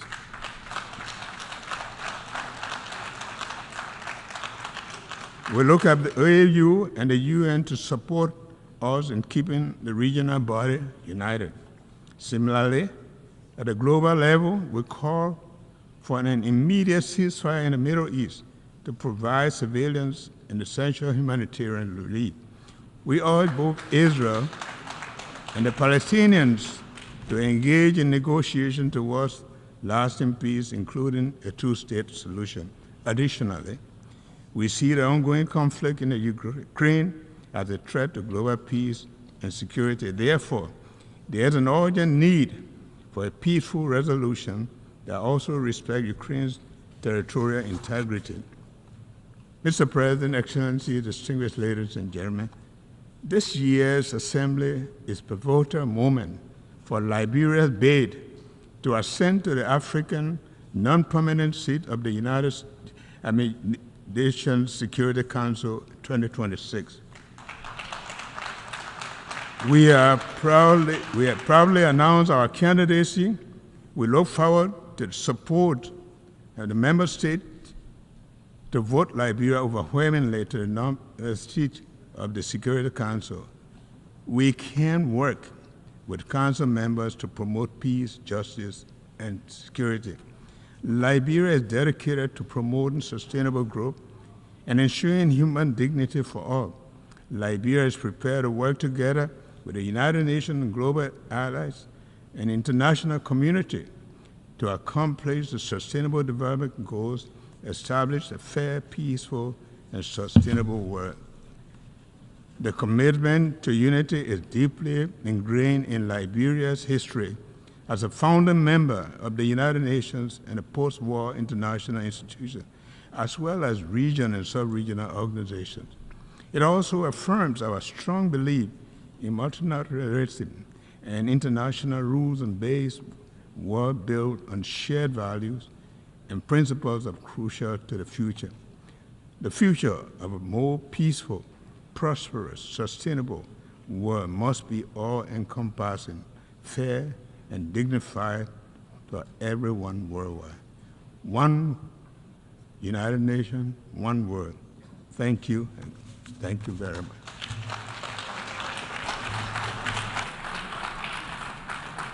On behalf of the Assembly, I wish to thank the President of the Republic of Liberia.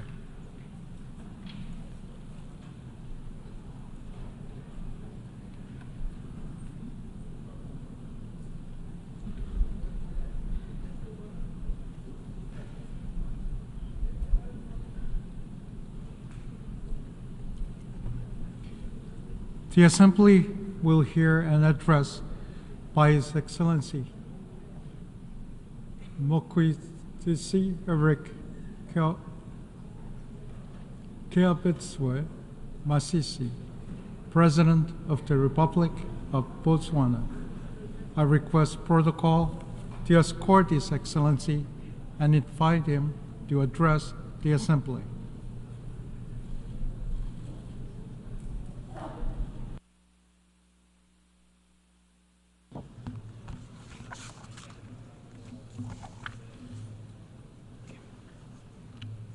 Mr. President, Excellencies, distinguished ladies and gentlemen, I wish to start by extending my congratulations to you on your election as President of the General Assembly at its 79th session. You can be assured of Botswana's full support as you steer the work of this august House. Mr. President, this Assembly continues to meet on the backdrop of an age of multiple and interconnected crises which were triggered by the COVID-19 pandemic and geopolitical tensions between major powers. These crises have been further compounded by the Israel-Hamas war, which erupted shortly after we concluded last year's high-level week. The attacks on innocent civilians on both sides are unacceptable and thus stand condemned. In the same vein, we wish to express our deep concern of the situation in the Gaza Strip, where the war has resulted in catastrophic humanitarian crises and unprecedented fatalities for civilians, children, and humanitarian workers. I should also register Botswana's concern regarding the loss of lives of the United Nations Relief and Works Agency for Palestinian Refugees in the Northeast, UNRWA personnel. I take this opportunity to pay tribute to UNRWA personnel and all humanitarian workers and their commitment to deliver aid, save lives, and alleviate suffering in Gaza and elsewhere. We owe them a debt of gratitude, and they deserve our full protection. Botswana also abhors attacks on UNRWA installations and condemns disinformation and misinformation campaigns against this life-saving General Assembly mandated agency. Botswana firmly supports the work of UNRWA, which entails providing humanitarian and development assistance and protection to Palestine refugees pending the just resolution of the question of the Palestinian question. In this regard, Botswana is proud to be among the countries that joined the Statement of Shared Commitments on UNRWA, which reaffirms support for the agency, its mandate, its staff, and highlights its indispensable role during this difficult time. Mr. President, we wish to reiterate the centrality of the two-state solution in resolving the Israeli-Palestinian conflict and the attainment of a just, comprehensive, and lasting peace. We therefore urge parties to commit to a political process that will pave the way for the realization of the two-state solution in which Palestine and Israel live side by side in peace and security based on the pre-1967 borders. Mr. President, the war in Ukraine also rages on, with no indication of an end in sight. We continue to underscore the need to respect the sovereignty and territorial integrity of Ukraine in line with the United Nations Charter and international law. We also call on parties to give diplomacy and dialogue a chance and to seek a peaceful resolution. In Africa, the guns still have not gone silent. We continue to grapple with armed conflict, terrorism, and potentially explosive geopolitical tensions. We commend the African Union, sub-regional bodies, as well as the UN for their efforts in addressing these challenges. In this vein, we welcome the adoption of United Nations Security Council Resolution 2719 of 2023 on the provision of support by the United Nations to AU-led peace support operations on a case-by-case basis and look forward to its operationalization. Mr. President, I must add that this time of escalated armed conflicts, violent crime, and humanitarian crisis requires intensified efforts and more vigilance to protect human rights, advance humanitarian action, and promote the accountability in line with the UN Charter, international law, international humanitarian law, as well as relevant principles such as the responsibility to protect, or R2P. Mr. President, it is evident that peace is under strain across the world. It needs to be revitalized. However, that task cannot only be left to multilateral and regional bodies. Governments have a responsibility to create conditions that enable peace to thrive within their countries. Key steps that governments should take include, among others, building effective institutions, committing to good governance, protection of human rights, and upholding democratic values. As many are aware, Botswana has a long track record of commitment to these democratic principles. The implementation of recommendations from our recently concluded constitutional review process, as well as our upcoming general elections on the 30th of October 2024, provide opportunities to deepen our democracy and strengthen our good governance credentials. Mr. President, regrettably, while on the one hand, the scourge of war rages on the other hand, the promises of sustainable development is in great peril. It is deeply concerning that with only 6 years before the 2030 deadline, sustainable development goals are way off track. We learned from the latest Sustainable Development Goals report that only 17% of the goals are on track, while the rest range from moderate progress to stagnation and even regression. There's a lot of work to do. We must take inspiration from and build on the success achieved in the reduction in global child mortality, prevention of HIV infections, attaining girls' parity with boys in education, increased access to energy and the internet, while also scaling up action and investments in areas which are lagging far behind, particularly poverty eradication. The levels of extreme poverty remain disturbingly high, but we cannot attain sustainable development without eradicating poverty in all its forms and manifestations. Poverty eradication is the sine qua non of sustainable development. A comprehensive approach will be required to move the needle in the fight against poverty. We therefore endorse the call for comprehensive social protection systems and inclusive economic policies. Pro-poor policies should also be complemented and reinforced by policies which spur inclusive economic growth and create sustainable employment. Policy interventions that aim to leave no one behind ought to be matched by adequate SDG financing. In this vein, my delegation reiterates the call for predictable, sustainable, and sufficient development finance to developing countries from all funding sources. In addition to livelihood issues, progress should also be accelerated in addressing other forms of inequality within countries, especially gender inequality. Meaningful action is needed to empower women and girls in areas where they are left behind and to combat harmful cultural practices and gender-based violence. Mr. President, extreme weather events and related natural disasters continue to remind us of the severity of climate crisis and the urgency of mitigation and adaptation. In our sub-region, Southern Africa, the El Niño phenomena induced drought and floods, which resulted in devastating consequences on livelihoods and a humanitarian situation that affected over 61 million people. I take this opportunity to reiterate the Southern Africa Development Community's SADC regional humanitarian appeal of at least $5.5 billion aimed at augmenting domestic resources of the affected member states, including efforts to resource mobilization from national, regional, and international partners in response to the impacts of El Niño-induced drought and floods. I cannot overemphasize the need for adequate climate finance for effective climate action. We continue to remind developed countries of their annual $100 billion commitment in climate finance for developing countries until 2025 and call for a more ambitious goal thereafter. Mr. President, efforts at attaining sustainable development ought to be redoubled in countries in special situations, in particular small island developing states, SIDS, least developing countries, LDCs, and landlocked developing countries, LLDCs, which are disproportionately affected by development challenges. Botswana, as an LDC and current chair of the group of LLDCs at the UN, is deeply concerned by enormity of challenges faced by LLDCs in their effort to implement the 2030 Agenda and its SDGs. With no direct territorial access to the sea, LLDCs struggle with international trade, connectivity, and economic development. Our countries are cut off from the global marketplace and without the means to develop adequate transport and logistics infrastructure, and inevitably face significant challenges in achieving the Sustainable Development Goals.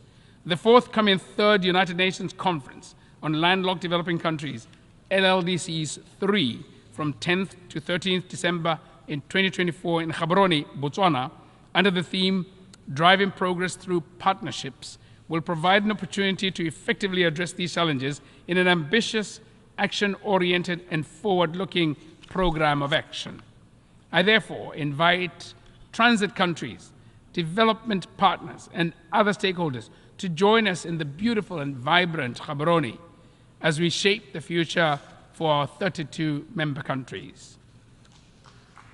Mr. President, as you rightly observe, it is only when we act together that we can effectively deliver meaningful progress for people, planet, prosperity, and peace while leaving no one behind. Without a doubt, the United Nations-led multilateral system remains an indispensable platform for the effective global action that this moment demands. It is therefore of paramount importance that the multilateral framework remains fit for purpose. The onus is on us as member states to ensure that our intergovernmental processes enable rather than stifle effective multinational action and international cooperation. We must not allow the current geopolitical tensions and great power rivalries to get in the way of progress. Our shared values, norms, and interests, as expressed in the UN Charter, the 2030 Agenda, and other relevant frameworks, should remain the North Star that guides our engagements. The spirit of consensus and solidarity ought to be at the front and center of our actions. Mr. President, allow me to conclude by reaffirming Botswana's commitment to working constructively on all agenda items before the General Assembly during this session. This session offers opportunities to turbocharge action for peace, sustainable development, and human rights for the benefit of present and future generations. Let us seize the moment. I thank you. Good afternoon.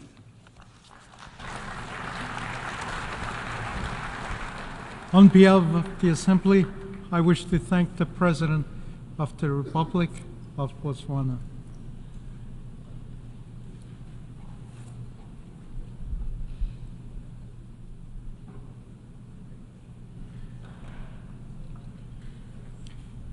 The Assembly will hear an address by His Excellency Emmanuel Macron, President of the French Republic. I request protocol to escort His Excellency and invite him to address the Assembly.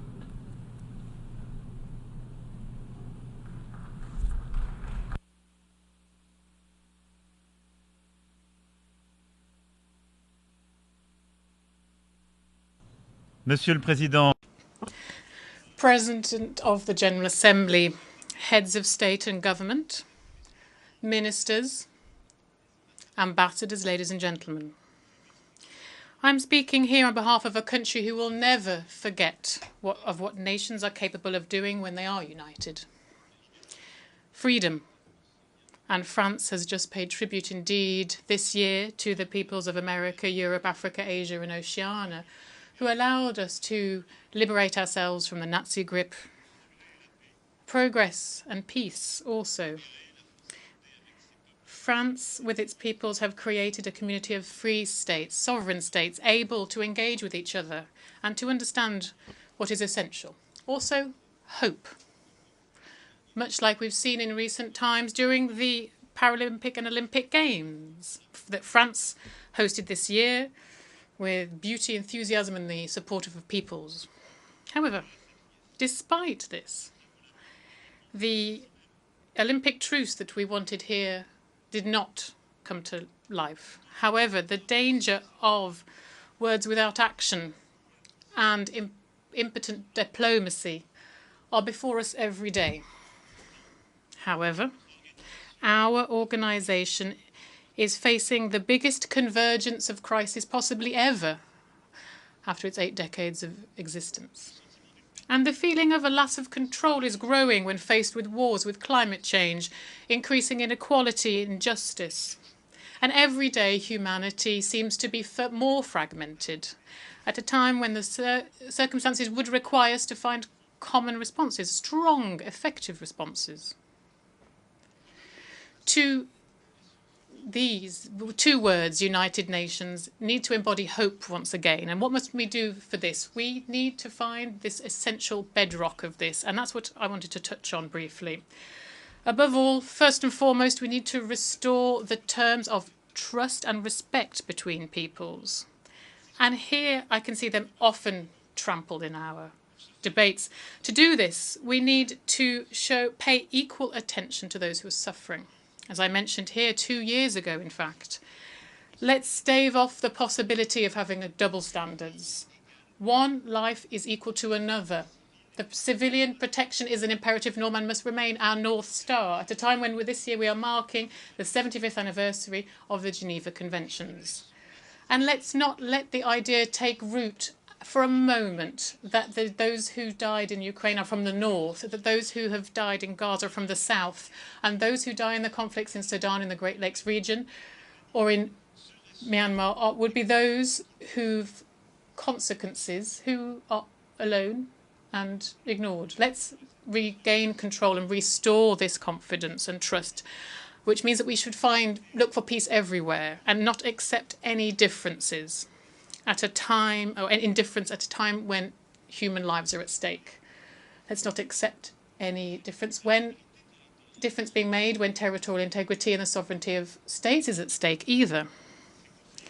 These conflicts today call into question our very capacity to ensure that our UN Charter is respected. And when I see some people want to propose peace by asking for capitulation, It's surprising. We can't even, how can we could support any idea like this. I would like to reiterate here how the protection of civilians, of all humanitarian workers, of all of those who are working to defend our common values is crucial in each and every one of these conflicts. Next, we must provide a common response to the great challenges, the two wars that are affecting Europe and the Middle East. Russia, indeed, is waging a war in Ukraine for territorial conquest, scorning the most fundamental principles of international life. They are guilty of violating the law, ethics and honour. Nothing that they're doing is in line with the common interest of nations, nor the specific responsibilities that they shoulder within this organisation. The fate of Ukraine is a question of peace and security in Europe and around the world. Because who could still believe that they are protected from their bigger neighbours, the violent neighbours, those avid ones? If we let Russia win this as if nothing happened, no one could do that. It is therefore in our common interest and the common interest of nations that Ukraine be restored in its legitimate rights as soon as possible and that just and lasting peace be built.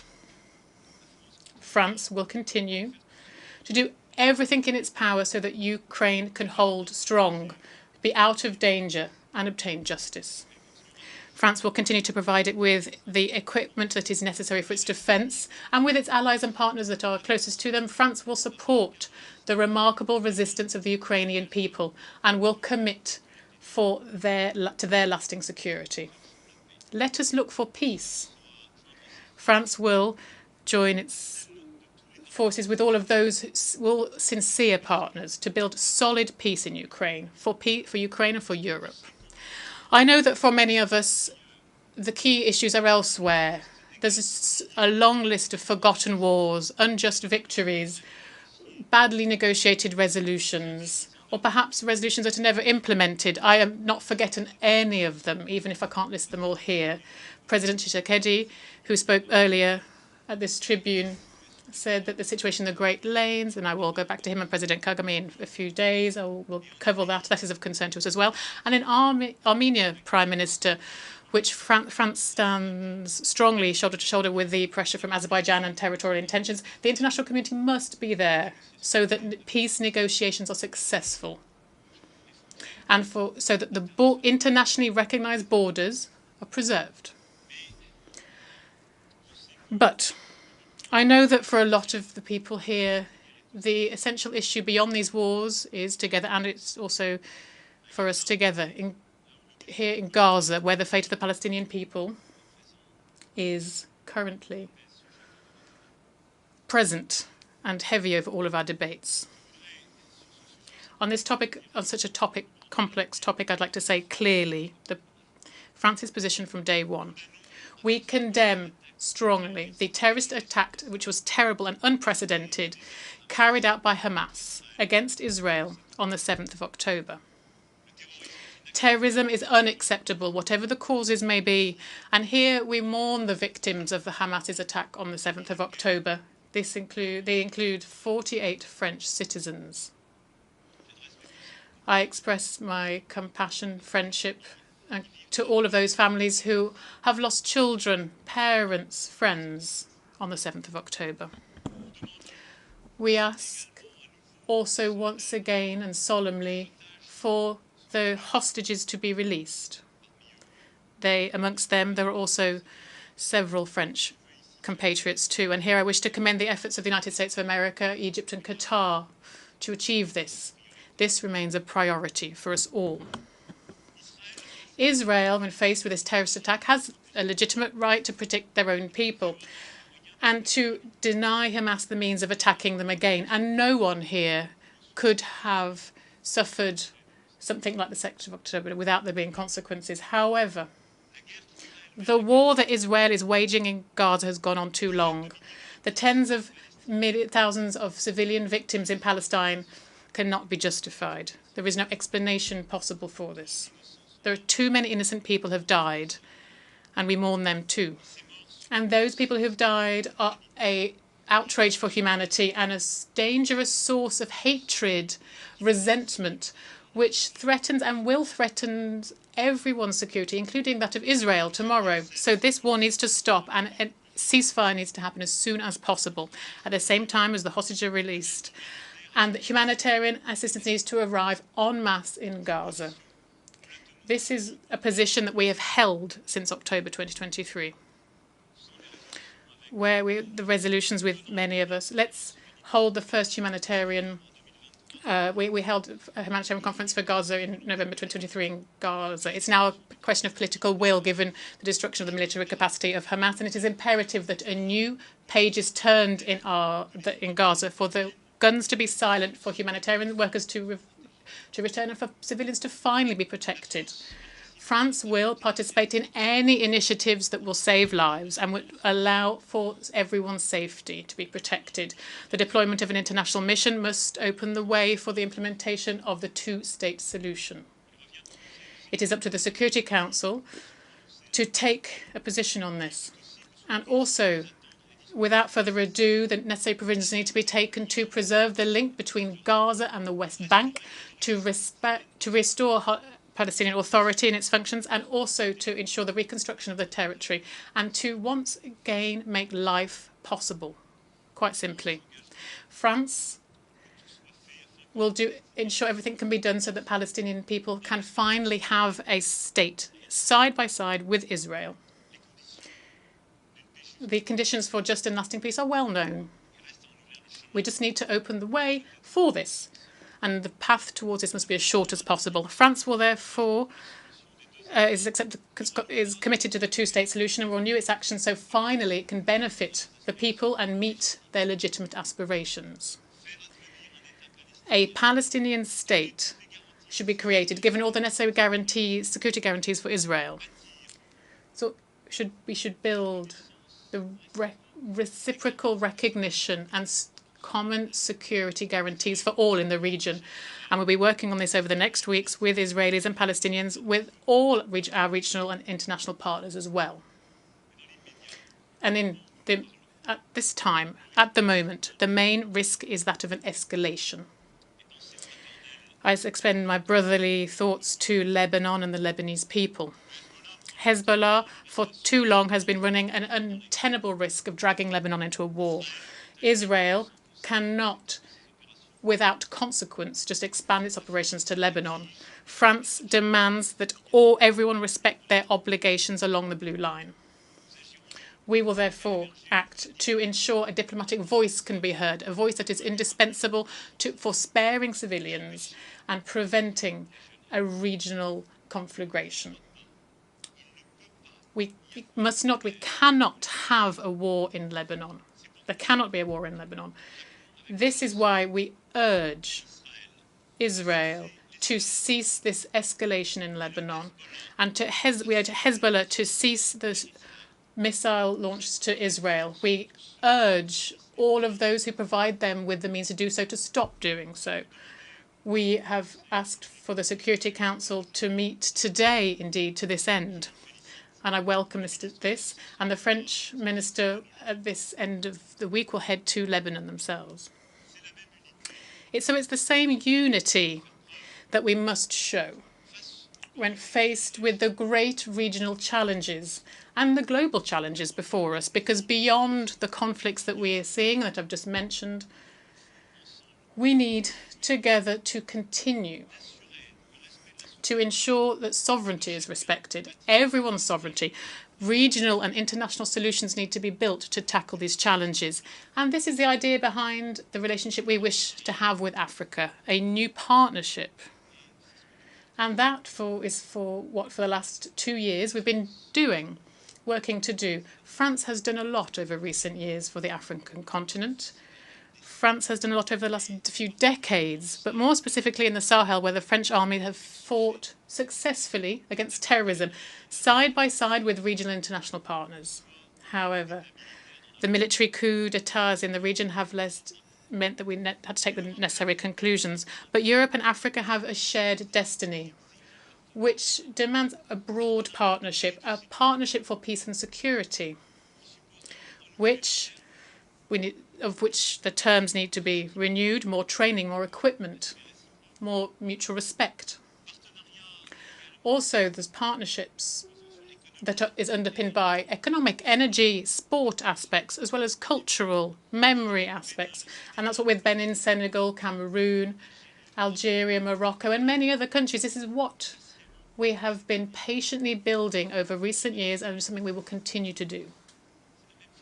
So this is the same philosophy that for the last 6 years we've been embodying in order to build a partnership with the Indo-Pacific region, where France has an ambition to contribute to the respect for international law, without which there will be no prosperity. In this region, which has seen over recent years much development, a lot of people try to trample on rules and impose their wills by force. France is proposing an alternative, not to replace anything, but to give states in the region once again the possibility to choose their partners on a project-by-project basis. French territories in the Indo-Pacific have unique expertise in the fight against climate change, protection of biodiversity, the development of clean energy, or the fight against cross-border threats. And our vocation is this in the region, and it is to cooperate with all on the environment. As you've understood, this partner-based logic is one that seeks to build new balances, to refuse that the world be fragmented, where old rule books are thrown aside. We respect each other. We build the paths towards peace and stability. So beyond that, the challenge that we have is, of course, affected by the conflicts that I mentioned. But we must not lose sight of our multilateral agenda because of all of this, nor should we lose the effectiveness that we've committed to. And having gone through the pandemic, which reminded us so blatantly of the importance of some of these common challenges, we should not forget that we need to bear all of this in mind. And so I believe profoundly that effective multilateralism has never been as necessary as today. It must give results. It must give results for development, fight against inequality, education, healthcare, climate, biodiversity, and technology. On each of these individual pillars, we need unity. And we need also to do everything we can to avoid a divide between the North and the South. And that's exactly the philosophy that we have developed in the Paris Pact for People and Planet that more than 60 states have already joined. Firstly, we need to ensure that never we will push a state to choose between these objectives. Why would the states of the North teach lessons to the states of the South and try and explain to them that they should respect climate and therefore renounce on very economic opportunities? This is something we didn't do 20, 30 years ago. It would be unacceptable. Therefore, we need to build an agenda that allows, at the same time, progress to be made in the fight against inequality and for social development, for education, for climate and biodiversity, and global health. Then, solutions need to be made, and these solutions need to be based on the proposals of the states themselves. And this is what we, for example, started to do with our partnerships for a just energy transition. Not having one size-fits-all solution for all from capitals where we go to inspect countries and ask them to all follow exactly the same recipe. Each country has their own path. That is the key to sovereignty. Now, then we need a public financing arranging and also leveraging the private sector too. And that meant that this is what allowed us 3 years ago to properly support the IMF's special drawing rights and to obtain the reallocation of more than 100 billion special drawing rights for the benefit of the countries who need that most urgently, particularly in Africa. This was a silent revolution, but it was crucial. And this is why, with this pact, we were here with his members here on the effective authority of President Macky Sall and with the support of the United Nations, of the OECD, and organisations concerned. This is why we wish to pursue these reforms and carry out far-reaching reform of multilateral banks, of our financial institutions.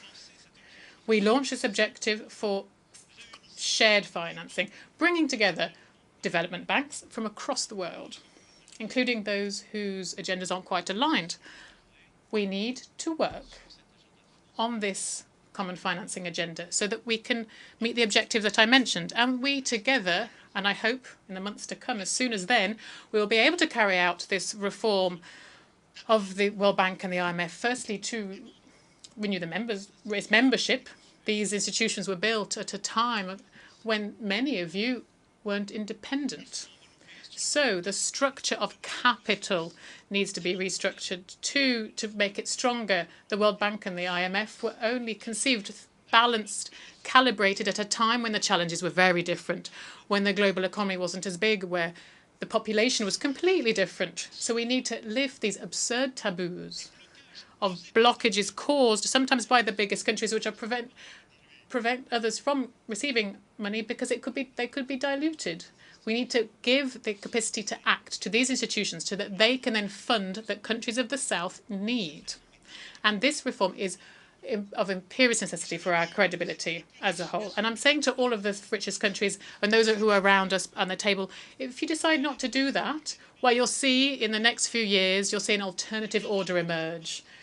They will forget your agenda. If you decide not to do this, and then we will be accused of cynicism and hegemony, and perhaps not wrongly. This reform of financial multilateralism is indispensable to address these challenges. We also need to pursue our climate biodiversity agendas too.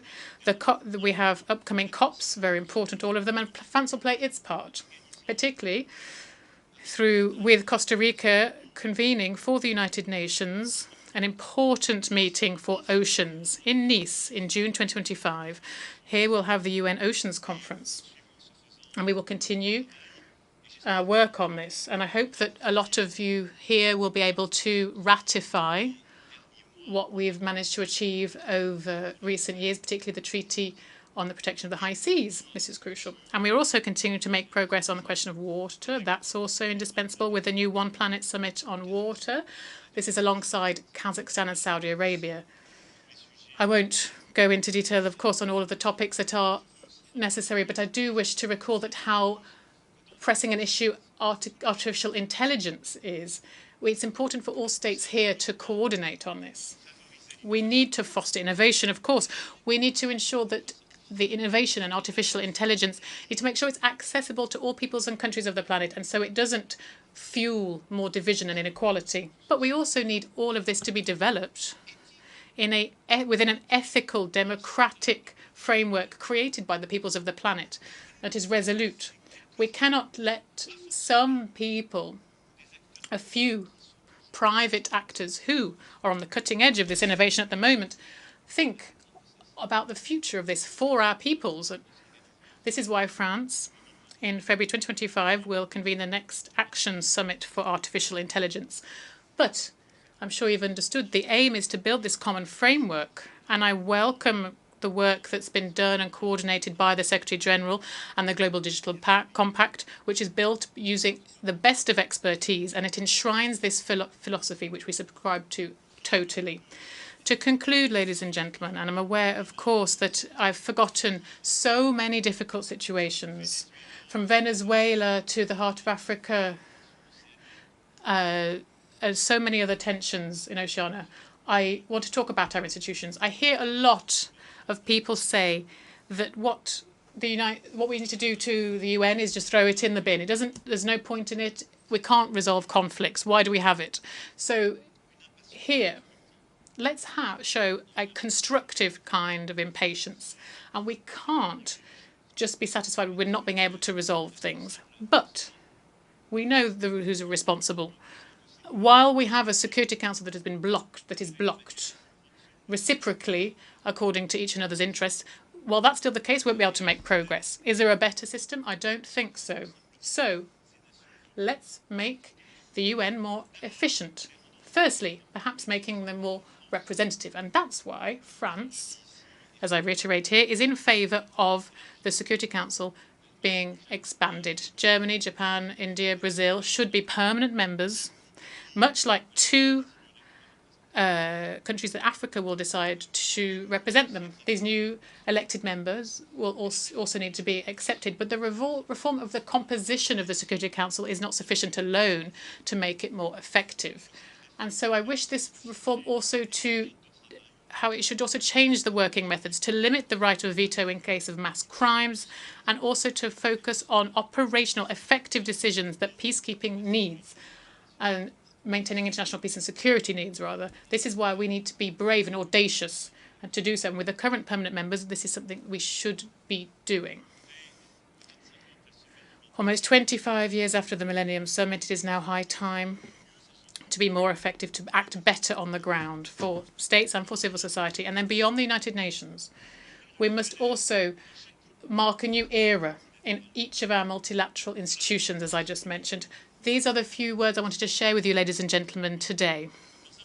At a time, a grave time, of our world order, here where so many conflicts seem unresolvable, I will say that France will continue to carry this voice that is loyal to its values, that is demanding, that refuses to oversimplify the context, and that France will continue to defend the simple values that principles that we've always defended. Human dignity, the respect for the principles of the Charter, and beyond conflicts and the current news cycle, we continue to build with you a fairer and more effective international order. This is what we will continue to advocate for alongside our friends and our allies. But also, we should be free to say no sometimes. We should sometimes be able to refuse the cynicism of the time, or some things that seem obvious but are not. Thank you very much for your attention. On behalf of the Assembly, I wish to thank the President of the French Republic. We have heard the last speaker in the general debate for this meeting. The 10th plenary meeting to continue with the general debate will begin at 3 p.m.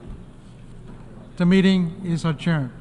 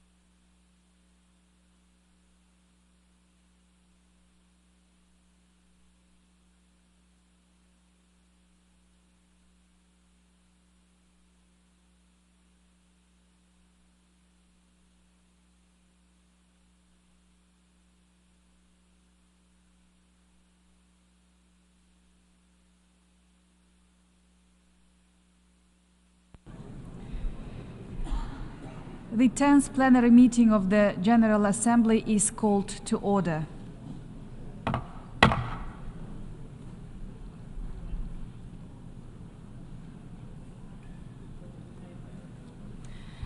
The Assembly will hear an address by His Excellency Denis Bechirovich, Chairman of the Presidency of Bosnia and Herzegovina.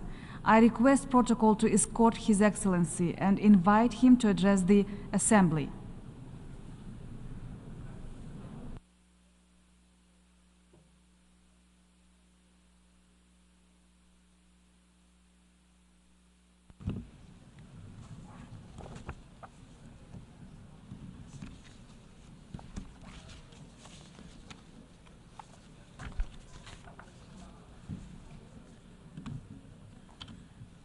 Dear President of the United Nations General Assembly, Excellencies, ladies and gentlemen, it is a special honor for me to address the 79th session of the United Nations General Assembly as the Chairman of the Presidency of Bosnia and Herzegovina. Allow me, Mr. President, to wish you every success in the complex and challenging times of today. Also, I congratulate former President Mr. Denis Francis for successfully presiding over the 78th UN General Assembly session. Esteemed President, it is a great honor to serve the invincible state of Bosnia and Herzegovina, one of the oldest countries of Europe. We are proud that Bosnia has been mentioned in historical sources for 1,075 years now. For centuries, my country has demonstrated resilience, courage, and strength of unity in diversity. Bosnia and Herzegovina was not created in Dayton in 1995, but rather the Dayton Peace Agreement confirmed the continuity of the state of Bosnia and Herzegovina. These are unquestionable historical and legal facts. Bosnia and Herzegovina has made great progress since the end of the war in 1995. We rebuilt the country destroyed by the war. We united the defense system, the judiciary, the tax system, and numerous other institutions. Today, Bosnia and Herzegovina is at the doorstep of European Union and NATO. Bosnia and Herzegovina is actively working to become a NATO and the EU member. These are our strategic foreign policy goals, which were unanimously defined by the state authorities of Bosnia and Herzegovina. Ladies and gentlemen, the entire world is facing numerous challenges and threats. Unfortunately, we live in a world of injustice, insecurity, and intolerance. Never in history has a human had more power and at the same time felt as insecure as he does today. In the past 2 years, we faced new difficult challenges, especially security-related ones. The strengthening of authoritarian populism, the aggression against Ukraine, and the suffering of Gaza have brought humanity into a deep crisis full of uncertainty and fear. The world is seriously threatened by poverty, disease, natural disasters, wars, and injustice. It is estimated that one person dies of hunger every 4 seconds. The fact that millions of children in the world live in extreme poverty is particularly sad. A reasonable question arises: why have we allowed an incomparably greater investments in weapons than in eradicating poverty? It's time for everyone to realize that human lives are more important than guns. Otherwise, I fear that we are collectively headed for a global catastrophe. Regarding climate change, Bosnia and Herzegovina is fully aware of the global situation and is determined to contribute to the global efforts. We are committed to the transition to renewable energy sources and reduction of harmful gas emissions. Terrorism is a serious threat. Countering this threat requires joint and dedicated efforts. The world must have a consensus on fight against terrorism. Bosnia and Herzegovina continues to show a determined commitment to the fight against terrorism. Ladies and gentlemen, we cannot solve the problems of modern humanity without addressing the causes. The course of history is not something we can stop. However, we can influence its flow. Therefore, I suggest we now focus on preserving the role of the United Nations as the global center of coordination and cooperation, the importance of the UN Charter reaffirming, strengthening the multilateral system in accordance with international law, intensifying the UN reform process, common work to strengthen the credibility of the United Nations, effective implementation of the Agenda 2030 and its sustainable development goals, rebuilding trust and cooperation among nations on key global issues, giving a chance to mutual trust, inclusiveness, and a democratic vision of leadership, and strengthening preventive diplomacy in times of geopolitical fragmentation of the world. Together, we should open the space for creative global cooperation instead of geopolitics of rivalry and conflict in the 21st century. Conflicts and destruction are not in our civilization's core.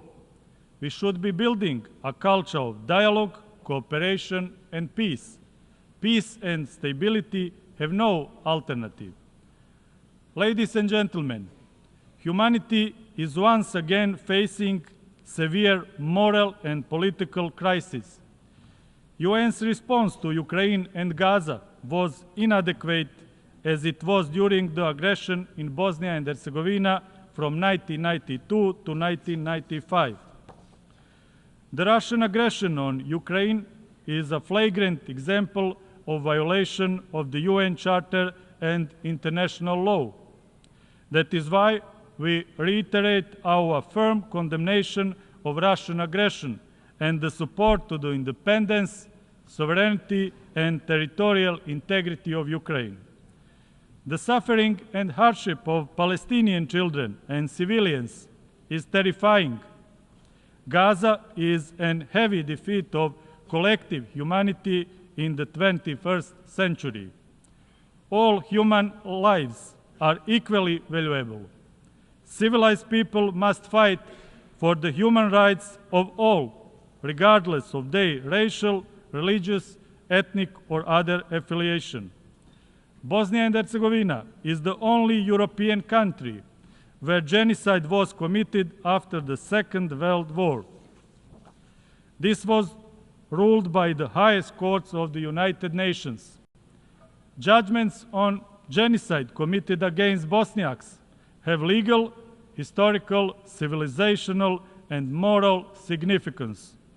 Unfortunately, the ideology, politics, and media that fostered the genocide are once again threatening Bosnia and Herzegovina.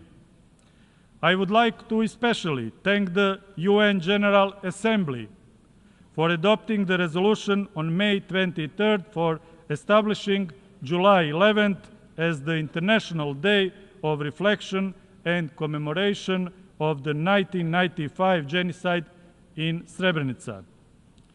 The adopted resolution is a highly moral and civilized act and is just as important for the UN as it is for Bosnia and Herzegovina. Let's preserve the truth about the genocides in Srebrenica and Rwanda for the sake of the past, present, and most importantly, the future. Despite all the injustices, Bosnia and Herzegovina remains firmly committed to the regional cooperation, as that is one of our main strategic foreign policy goals. Bosnia and Herzegovina is a peaceful country committed to strengthening regional cooperation. That is why we actively participate in numerous regional initiatives. For the peaceful future of the Western Balkans, it is crucial that all countries acknowledge there is to be no changes of states' borders. Those who try to do differently risk a dangerous destabilization of the region with unforeseeable consequences.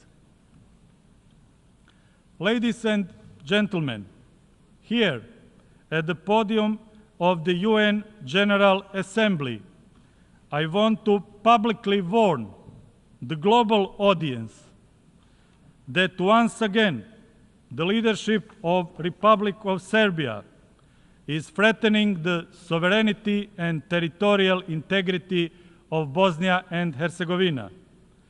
The greater state aspirations of Serbia toward the territories of other countries in the region are the essential reason why Bosnia and Herzegovina and the Western Balkans are exposed to new dangers. One evidence of this is the destructive declaration by the so-called All-Serb Assembly adopted in Belgrade on June 8 this year. It is not just a declarative act, but a dangerous greater state program document that threatens the Dayton Peace Agreement and the state of Bosnia and Herzegovina. The content of this declaration directly contradicts the democratic and civilized well-established procedures, international and national law, the fundamental principles of the European Union, and the principles that are the foundation of relations between the UN members. This declaration is a threat to regional peace and to the independence, sovereignty, and territorial integrity of Bosnia and Herzegovina.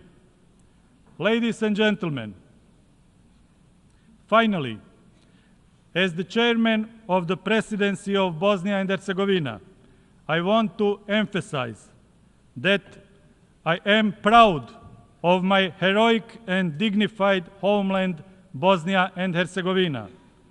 My country achieved a civilizational and moral victory in the previous decades, despite genocide, the crimes against humanity, and activities of joint criminal enterprises.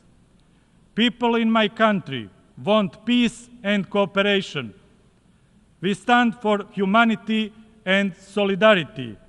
Bosnia and Herzegovina is a global story of hope, courage, and unity. We will protect Bosnia and Herzegovina and its unity in diversity. In this way, we also contribute to global unity. Thank you for your attention.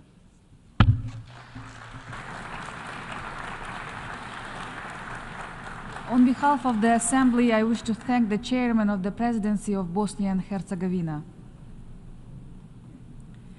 The Assembly will hear an address by His Excellency Alexander Stubb, President of the Republic of Finland. I request protocol to escort His Excellency and invite him to address the Assembly.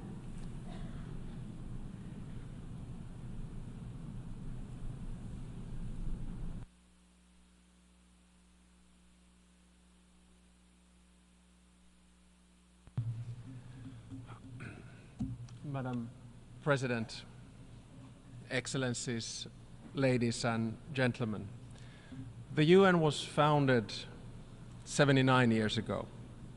At the time, we were in many ways standing at a crossroads. The world had been torn apart by 2 world wars. Something had to be done to contain the belligerence of nation states. We needed common institutions and rules. The mission of the United Nations was actually quite simple: to end war and promote peace, to promote justice and a better life for the entire world. And for most of its history, it's been able to do exactly that. I come from Finland. We're a small country in the northeastern corner of Europe. We're a peace-loving nation. Our recovery from World War II and our rise from one of the poorest countries in Europe to one of the wealthiest and safest and, yes, happiest countries in the world is closely linked to the success of the United Nations. Our ability to demonstrate dignity, act with respect, promote compromise has played a critical role in our success story. We are a free and open society. We understand the value of this institution as we've first-hand experience of what it can bestow on a country and its citizens at its best. I think that today, in many ways, we're again standing at a crossroads, and I have to admit that I'm worried. Divisions between countries and blocs are widening. Our shared understanding of the world has dwindled, and it's been replaced by narratives that fuel controversy, conflict, and hatred. The number of ongoing conflicts is the highest since the Cold War, and the number of states involved in them is on the rise, especially in 3 hotspots: Palestine, Ukraine, and Sudan. Human suffering has long since reached a point that should be unacceptable in this room. The paradox, of course, is that many countries are rejecting multilateral cooperation precisely at a time when we need it more than ever. In my speech today, I will focus on 3 points, and I'll try to be as concrete and constructive as possible. First, on what unites rather than divides us. Second, on how to end the current wars. Third, on how to reform the UN and to reflect the world that we live in today. By adopting the Pact on the Future on Monday here, I think we proved that the UN works. And I have to say that my address here today is to all of us collectively, not to anyone individually. I'm not into blame games or whataboutism. We're all responsible. We are all a part of the problem as well as the solution. So, first, let us focus on what unites rather than divides us. When the Cold War ended, many of us, myself included, believed in the thesis of the end of history, namely that most of the world's roughly 200 nation states would revert towards some kind of form of peace, prosperity, and harmonious coexistence. There was a strong belief that freedom, democracy, and globalization would win the day, that technological development, free trade, open information would automatically lead to global development and stability for all. But it did not. The problem was that we forgot the dark sides of mankind, including power, actually need to be contained in international institutions like the UN. We assumed too much and did too little. The things that were supposed to bring us together, like trade, interdependence, and information, are now tearing us apart. We must turn the tide and focus on how we can find common solutions to common global problems. Now, the biggest challenges in the world, climate change, technology, sustainable development, and conflict, are precisely the ones that we must work on together. We need the UN more than ever. We must get back to the trajectory where our common challenges drive cooperation instead of conflict. We must look for win-win solutions for all rather than zero-sum games benefiting the few. To mitigate and adapt climate change and to halt biodiversity, we need to work together. Our future depends on our response to these challenges in very concrete terms. We cannot respond to the very tangible concerns of small islands, developing states, only by planning. We need results. If we do not solve the climate challenge, the crises that follow become unsolvable. The same goes for technology. Some 30 years ago, we thought that digitalization, artificial intelligence, robotization, and biotechnology would automatically deliver a better world for us. That technology would be a force for good only. We forgot that all disruptive technologies work in both directions, good and bad. So in many ways, we're slipping away from the Sustainable Development Goals. Global poverty is on the increase. When basic needs from nutrition to security are not met, it is impossible to focus on the vision for the future. We've made progress on many accounts, but we need to make sure that the fundamental rights that we have all agreed on together apply to everyone at all levels, regions, nations, peoples, and individuals. We need to ensure that the rights of women and girls are respected. The rights of gender and sexual minorities need to be protected globally. No matter which region we come from then, our rhetoric and actions are often inconsistent. We say one thing and then we do another. Right now, we are at a stage where we must do what we say and work together. So let us focus on what unites us rather than separates us. My second point is about conflict. When the UN was founded, the underlying idea was never again. Never again should anyone experience the horror that our predecessors went through in the first half of the 20th century. The founders of the United Nations promised to save succeeding generations from the scourge of war. They, at least partially, succeeded. But are we, the new generation, succeeding? The simple answer is no. Only this year and last year, hundreds of thousands of people have been killed. More than 10,000 children in Gaza. Child abduction is being used as a weapon of war in Ukraine. Millions of people worldwide have been forced to leave their homes. Malnutrition and disease are on the increase. Current wars highlight a glaring contradiction. Critical decisions about war and peace are made by a tiny number of people, often driven by a cynical need to hold on to power. The global majority, who have the interest in peace, do not have enough power in the international system to keep them in check. This is true in Ukraine and Palestine, as well as Sudan. In Ukraine, a just peace, based on President Zelensky's 10-point peace plan, is clearly in the interest of the global community. The war continues because Russian leaders are not willing to end it. While Russia is doing its best to blame others for its own aggression, we systematically revert to the principles of international law and the UN Charter. Neither Russia nor any other country has a historical right to anyone else's region or people. The core of the UN Charter is respect for sovereignty and territorial integrity.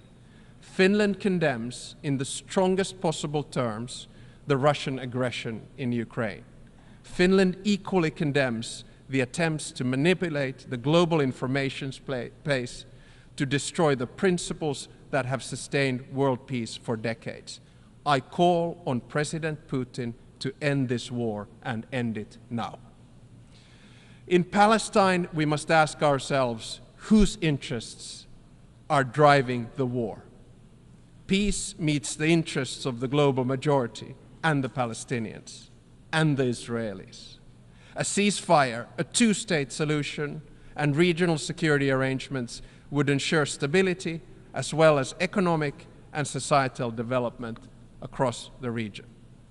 International law holds the key to a solution that would keep both Palestinians and Israelis safe.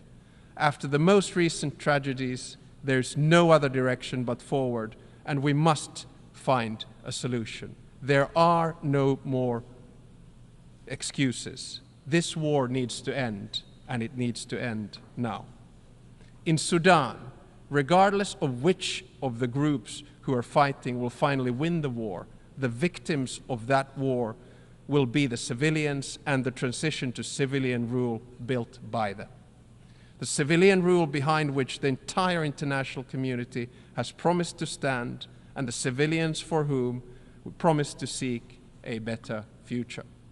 In Sudan, we have failed to apply the principle of African solutions to African problems. Instead, Sudan is becoming an arena for regional and international rivalry. Our shared goal is to build a Sudan that would be an equal partner for all of us in security, trade, and in the multilateral fora. And it is moving further and further away from it. No one benefits from this development in the long term. I call, therefore, upon the UN to take the center stage in conflict resolution and prevention once again. Peace mediation cannot be transactional. It has to be centered in the United Nations. International law, the UN Charter, and the territorial integrity and sovereignty of states must prevail. My third and final point is that we need the UN more than ever, and without far-reaching reform, I'm afraid it will be sidelined. It all begins with agency, with a feeling that we all have a say. Whether it's about climate change, technology, sustainable development, or conflict, the same challenge remains. The current international institutions do not reflect global realities. The majority of the world is not properly represented in the global institutions, and their interests are not met. This must change. Ending wars would benefit most of us, if not all of us, but currently we do not have the mechanisms to drive the interests of the global majority. Many countries do not feel they have a say in global institutions, and as a result, the institutions are losing their legitimacy. Shortcomings in multilateral institutions encourage many to seek solutions outside traditional international institutions. Alliances, whether based on interest or values or both, are creating a transactional world of disorder where size and power benefits a minority rather than the majority. The cold truth is that we cannot postpone reform any longer, and in many ways history is on our shoulders, just as it was with those who founded the United Nations in 1945. If our goal is to focus on what unites us rather than divides us, we need far-reaching reform of the UN Security Council. So let me try that reform then and see what you think. Finland, three-point proposal today is very concrete. Some might say overly optimistic, but I do feel we have to begin somewhere. So here we go. First proposal, all major continents need to be represented in the UN Security Council at all times. It is unacceptable that there is no permanent representation from Latin America and Africa, and that China alone represents Asia in the Security Council. We therefore propose that the number of permanent members be increased by 5. More concretely, 2 from Asia, 2 from Africa, and 1 from Latin America. The total number of permanent members would thus be 10. That, combined with 10 elected members, would ensure that the Security Council would hold roughly 10% of the UN's members at any given time. My part of the world, Europe, should think hard about how best to divide its existing 2 seats. Second, no single state should have veto power.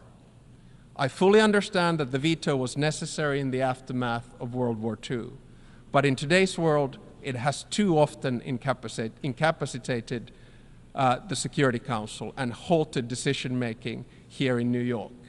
The UN agencies are not subject to national vetoes and are working effectively precisely because no single member can prevent them from doing so.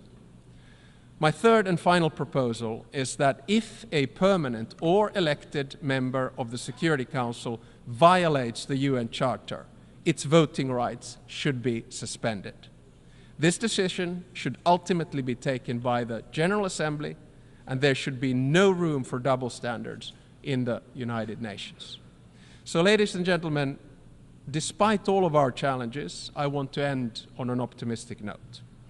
My optimism stems from an innate belief that when humans are faced with a binary choice, we often end up doing the right thing.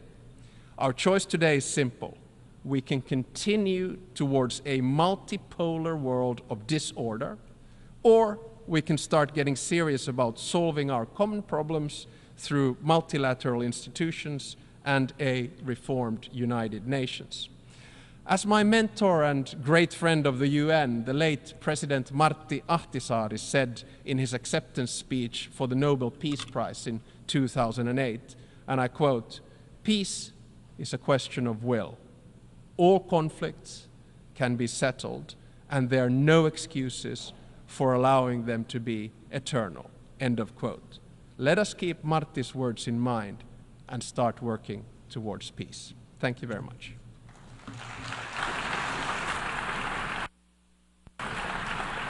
On behalf of the Assembly, I wish to thank the President of the Republic of Finland.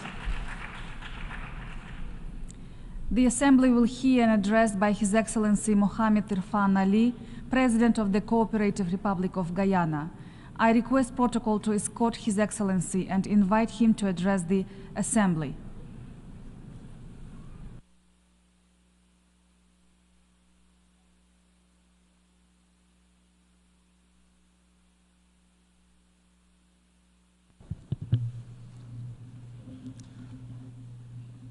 Madam President, Excellencies, if it is, we all agree on ending and preventing wars. If it is, we all agree that the Security Council requires reform. If it is, we all agree that the international financial system is unfair and unjust to the developing world. And if it is, we all believe in climate, food, and energy security, then what is stopping us from acting? We will all be doomed in the court of conscience for knowing what is right while ignoring what is wrong.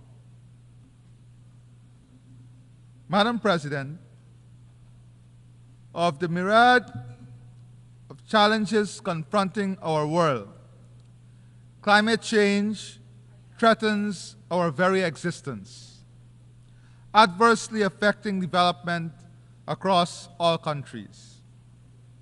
Rising sea levels and temperatures, severe natural disasters, and shifting and extreme weather patterns disrupt agriculture and food security, threaten water supply, and displace communities. These impacts are particularly devastating for small island developing states. Each year, we make the annual pilgrimage to COP, filled with hope for tangible outcomes. And each year, we are regaled and renewed unkept promises are the order of the day. This cycle of hope, followed by disappointment, cannot continue if the Sustainable Development Goals are to be met. We must break free from this pattern of empty pledges. We must unequivocally and immediately fulfill all pledges for the sake of our planet and the future of all its inhabitants.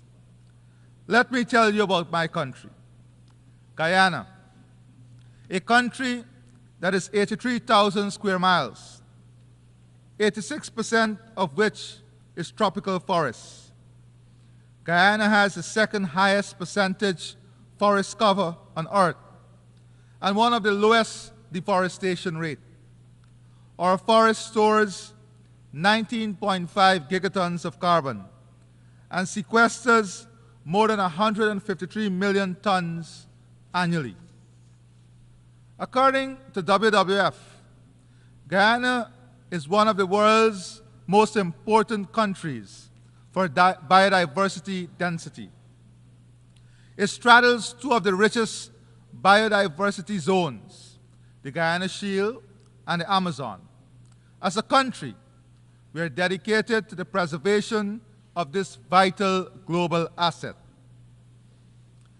I especially salute the indigenous peoples of Guyana, the Amerindians, who are the foremost stewards of this great natural heritage.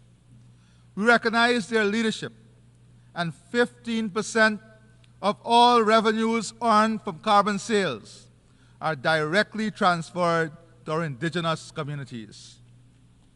Madam President, even with our newfound natural resource, oil and gas, it would require less than 20% of sequestered carbon to offset our emissions at maximum output. We have preserved our biodiversity and know its value. We believe it is only fair and just that this global asset be monetized in a fair carbon market. Today, I am pleased to announce the launch of a global biodiversity alliance. We will convene the first Global Biodiversity Alliance Summit in 2025, which will focus on creating a market for biodiversity credits, scaling biodiversity conservation debt swaps, accelerating biodiversity bonds, establishing a blueprint for biodiversity taxonomies, and promoting nature-positive action. We do not make this announcement by mere words. Guyana is also committed to doubling its protected areas by December 2025 and achieving the global biodiversity target of 30% by 2030. These are real solutions that Guyana is putting forward to address the global problem of biodiversity loss. We do not lecture, we lead by example without arrogance. Madam President, according to the UN Food Security and Nutrition Report, in 2023, an estimated 28.9% of the global population, 2.3 billion people, were moderately or severely food insecure. The primary causes were conflict and insecurity, extreme weather events, including those related to El Nino and climate change and economic shocks. To effectively address food insecurity, we must take more concerted action to address its root causes, reducing conflict, mitigating climate change, and enhancing food production and trade in food commodities. By prioritizing peace and climate action, we can create environments where food systems, crops, and livelihoods are not threatened by conflict and weather extremes. In turn, enhancing food production and ensuring fair and efficient trade in food commodities can reduce food insecurity. So too can the full involvement of women and youth. In Guyana's National Agricultural Strategy and Policy, at least 35% of our agro-businesses will be owned by women and 60% by young people. While I've spoken of food insecurity, the global malnutrition rates are also alarming and must be addressed. Nutritious, safe, and sufficient food are crucial to a healthy population.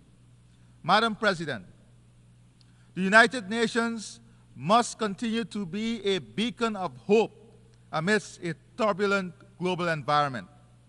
The theme of this year's assembly, and I quote, "Leaving no one behind, acting together for the advancement of peace, sustainable development, and human dignity for present and future generations," end of quote, resonates with the vision set out in the United Nations Charter. This vision demands decisive action and enlightened multilateralism. Today, we find ourselves in a world where the quest for peace is met with a defiant echo of conflict, where the promise of sustainable development is eclipsed by the dangerous specter of climate change and food insecurity, and where the dignity of millions of people is trampled upon with impunity. In Ukraine, the sovereignty and territorial integrity of a nation are being violated. Yet, decisive action by the United Nations Security Council remains fettered by the veto. Justice demands that we defend the territorial integrity of all states, large, small, powerful, and weak. Equally concerning is the conflict in Sudan, which rages on with devastating consequences for the people of that country, including famine and mass displacement. This conflict will continue to undermine efforts to achieve lasting peace and sustainable development.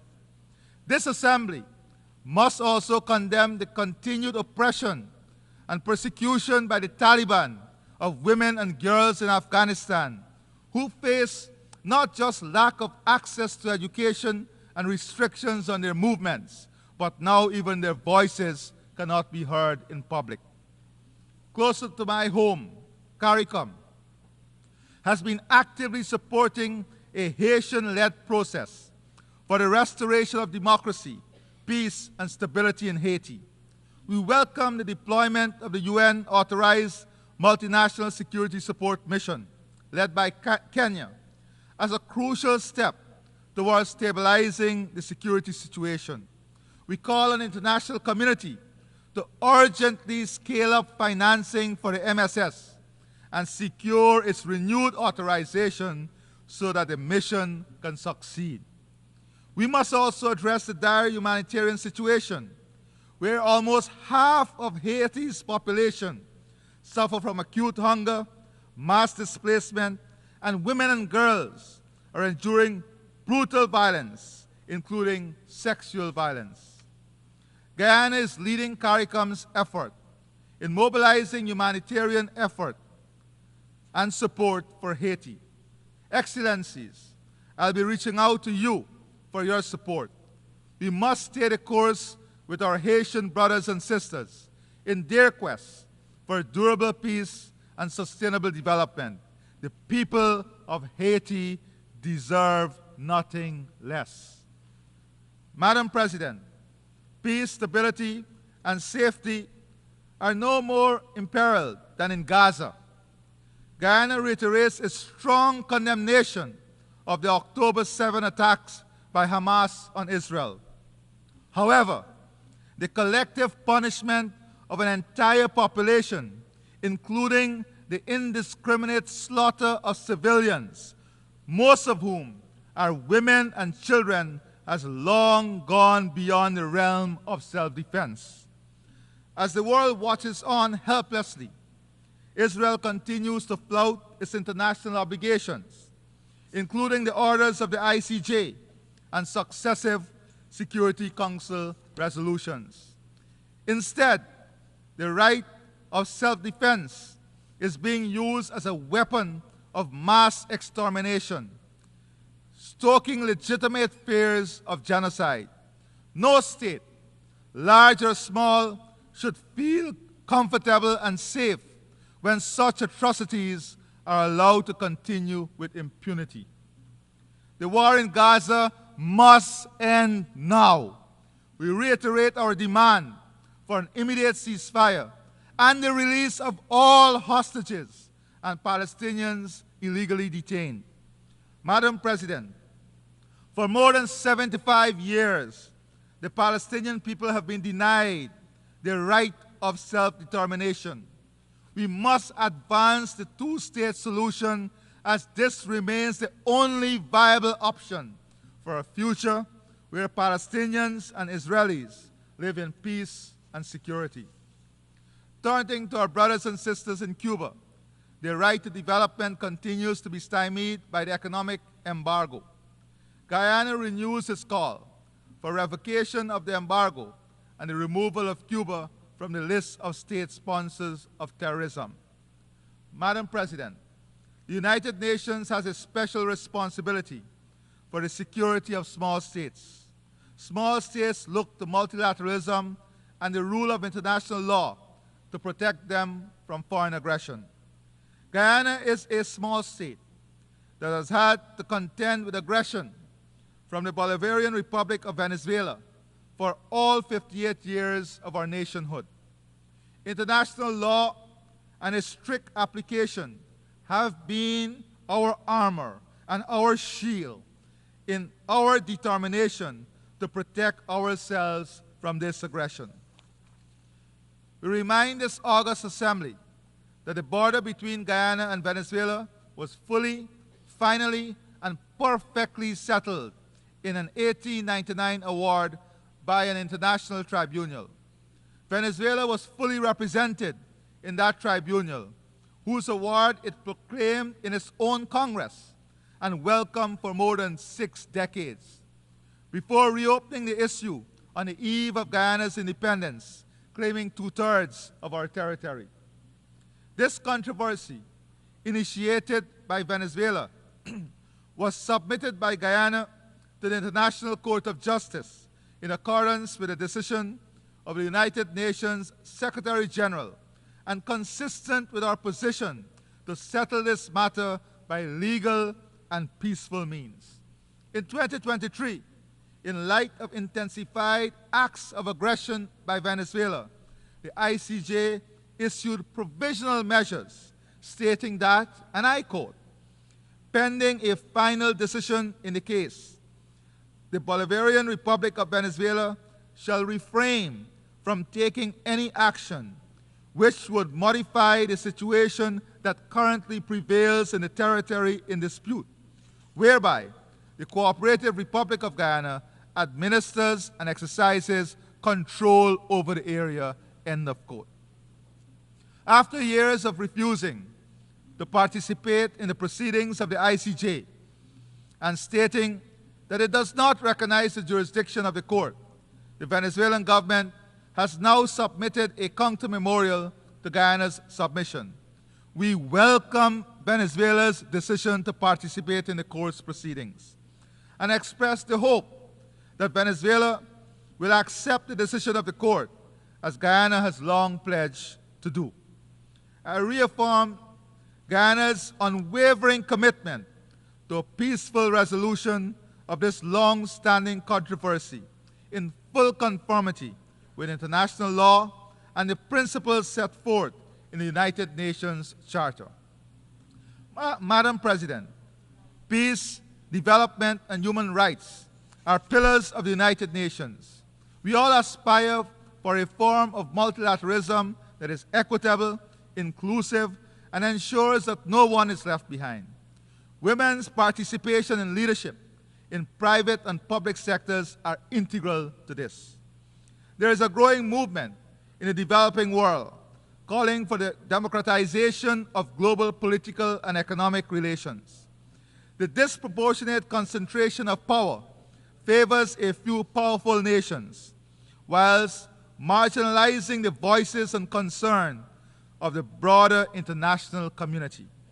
Developing countries are justly demanding more inclusive and representative decision-making processes in institutions and organs such as the UN Security Council, the World Bank, and the IMF. The World Trade Organization must also be reformed to ensure fairer trade for developing countries. These reforms must go beyond fair representation and ensure that the policies and practices of these institutions align with the developmental needs and aspirations of all countries. In the emerging global order, we must ensure the United Nations remains at the forefront of global governance. If multilateralism is to trump unilateralism, the UN's role as the world's foremost multilateral organization is pivotal. With the necessary resources and resolve, the UN can ensure a future of peace, sustainable development, and human dignity. The future we seek, a future where no one is left behind, demands courageous action. The UN must fulfill its role as a custodian of greater global peace, the foremost promoter of sustainable development, and an unflinching protector of human rights, human dignity, and international law. And since the UN is all of us, this body of nations, this is a collective responsibility for us all. Let us not be found wanting. Let us act together for the advancement of peace, for the achievement of sustainable development, and the preservation of human dignity, now and for generations to come. I thank you.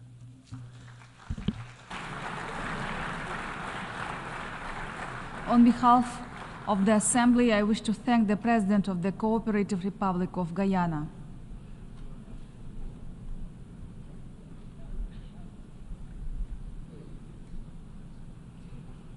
The Assembly will hear an address by His Excellency José Raúl Molina Quintero, President of the Republic of Panama.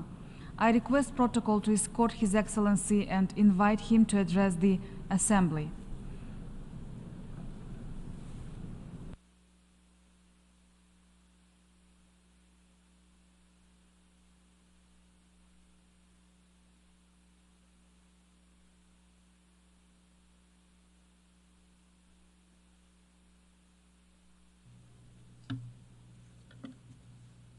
Muy buenas tardes. A very good afternoon, Madam President,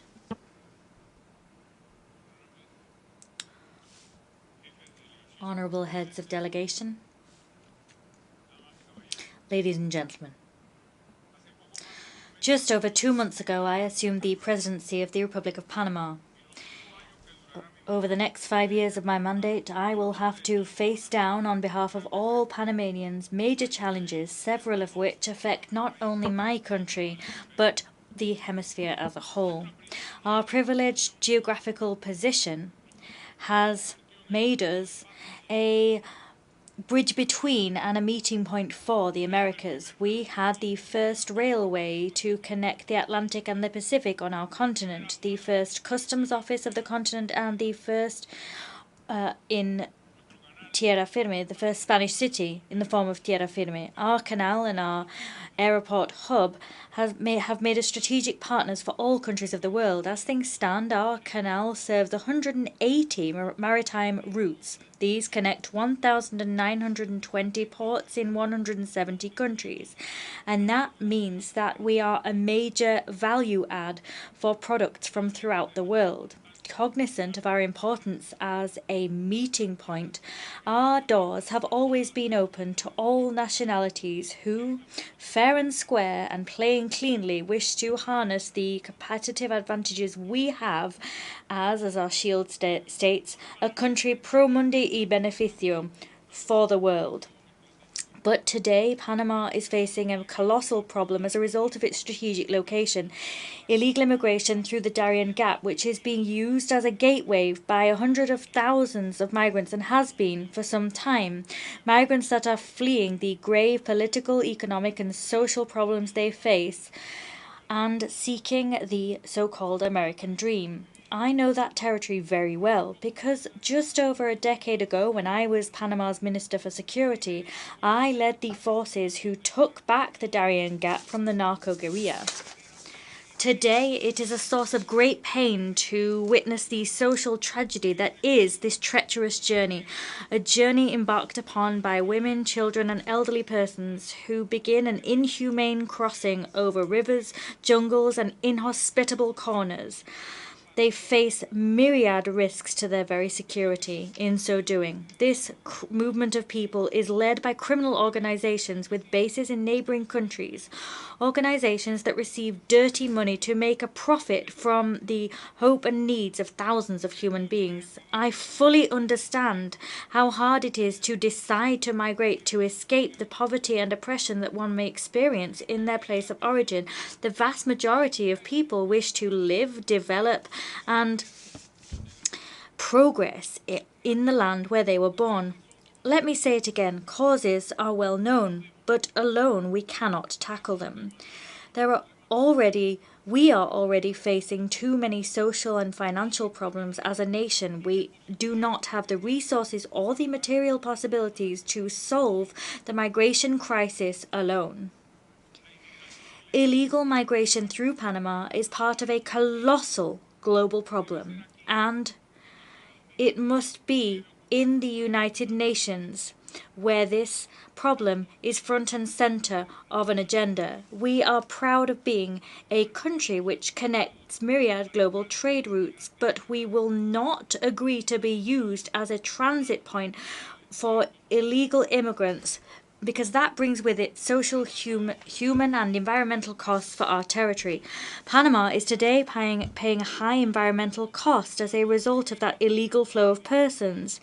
They are causing severe damage to our biodiversity. I want to say to you that there is a huge difference between analysing this problem from within forests such as this in the midst of Manhattan. There's a great difference between that and being a first-hand witness of the drama that as I have been. Seeing children being orphaned by the harshness of a crossing through the jungle would wreak havoc and tear apart the soul of the coldest analyst who was to study these questions from the comfort of an office. These aren't standalone problems for the Darien Gap, or to give you another example, for the Mediterranean. What we're talking about is a complex system of organised crime that is making profit from human misfortune. In 2023, the Darien Gap saw the entry of more than 500,000 illegal immigrants. That accounts for, or is equivalent to, 12% of Panama's total population. If the same thing had happened in the United States, that would have meant the entry of 40 million illegal immigrants in 1 year. In other words, a number 20 times higher than that seen today. Another example, Italy. They also have a grave migrant problem. Last year, indeed, around 150,000 people entered the country illegally. If we were to scale this up to Panamanian proportions, we'd be talking about the entry of 7 million people illegally to this European country. Ladies and gentlemen, what I'm asking you is to really take stock of the magnitude of what's happened, because our sense is that we don't have the international support that we need to face a situation which is so distressing from a humanitarian point of view, so costly from a financial perspective, so perilous for our security, and so alarming if you look at the environmental devastation which it leaves in its wake. And it's precisely this environmental destruction that I want to talk about now. Darien is one of the largest neotropical forests in the world. When 500,000 people pass through it and leave tons of waste over the years, some of which is highly polluting, such as batteries and plastic waste, that has serious environmental consequences. Moreover, and it's painful to say the following, decomposing bodies are left by the side of the road or in rivers. Not everyone survives this horrific 20-day odyssey through the jungle. It falls to Panama to address a problem which is not our own, but we do what we can with the resources that we have. No one could visualize, far less would they accept, 500,000 people leaving rubbish and waste without any type of planning or proper management in the Black Forest in Germany or in the Yellowstone National Park here in the United States. 500,000 souls, irregular migrants, moving without documents or oversight. Perhaps the reason for the lack of outrage at a global level at the devastation of our Darien region, the major green lung of the region, is because it is in an inhospitable corner of the border between Panama and Colombia. I do understand that part of the responsibility for this situation falls on the shoulders of previous governments in our country that did not show the resolve or the strength necessary to place this issue on the global agenda. But that has all changed. This president will speak out about this problem and will use every international forum to demand a shared effort to halt the flow of illegal migration. Madam President, in Panama today, we have the new border of the United States because Darien is the corridor traveled by those who seek in this country a better life. Panama has always been on the side of peace and the progress of nations. Today needs the help and support of those countries that it has historically supported in this and other fora. We need concrete cooperation and full frontal cooperation to avoid our territory being used as the beginning of a dream which often is one trumped up by criminal organizations linked to drug trafficking and trafficking persons. Political instability is one cause of mass migration. When there are grave institutional crises that exist over time, their immediate consequence is the fleeing of their citizens. Venezuela is a specific example of the above. It is for that reason that I now want to talk about our regional political situation, which incidentally is the major driver of the migration crisis we're experiencing. The increasing breakdown of Venezuela's institutional system has led to a stampede of 8 million Venezuelans, according to data back from the UN Refugee Agency. Behind this figure is a genuine migration tragedy. International organizations haven't provided a resolute or credible response to this problem throughout the years. Recent events in Venezuela have further tarnished the country's already dishonored institutions. Let us be clear. Awarding oneself a triumph without publishing vote counts is like wanting to win a trial without presenting any evidence. Wanting to win without publishing vote tallies is like losing and not accepting the results. In fact, the current regime has lost the support of its staunchest defenders in the region, or, in the very best of scenarios, it has received fragile and tenuous support expressed only as silence. It is resoundingly clear that the current regime will not leave power, nor will it recognize its defeat. As such, I call upon the appropriate organizations to take resolute actions against the manifestly anti-democratic behaviors and attitudes seen. I want to emphasize here that this is not an ideological issue. We're not talking about a simple difference in schools of thought. What we're talking about is strictly heeding the people's will that is the mother of all wills. Panama is open to dialogue with the rest of countries, any country in which there is respect for the political and representational system arising from every country's national constitutions. I'm bringing up the Venezuelan issue here because it's very difficult for me to talk about health and the environment when 8 million of our neighbors have been forced to flee their home, fleeing the poverty besetting a country that should have been an economic power. How can we talk about regional sustainable development as we witness this interminable political crisis face the whole continent? I can't look at everything through a rose-tinted lens in my speech when what we have is the spilt crimson blood of immigrants risking their lives in our jungle pursuing a dream of liberty. As they move through the Darien Gap, they contaminate the region, leaving a trail of destruction and desolation in their wake, and it's up to us to pick up, repair, and pay for all of that. If you really care about sustainable development, I ask you as member states to staunchly defend the environment and establish precise mechanisms to redress the damage that has occurred in the Darien Gap. I'm talking not only about the environmental damage, but I'm also asking you to tackle the causes that led to that led to this migration, such as the self-proclaimed triumph of the current Venezuelan regime. As a third point, I want to talk about the unjust discriminatory lists that my country has been placed upon, lists that are cobbled together by tyrannies and which put us together with tyrannies that have committed the worst atrocities. We are put on lists with countries that don't open their doors to the world, that don't respect democracy, that foster terrorism. We don't agree to being part of these lists that are drawn up by the private interests of nations that themselves can't succeed in being competitive or attractive to their fellow citizens.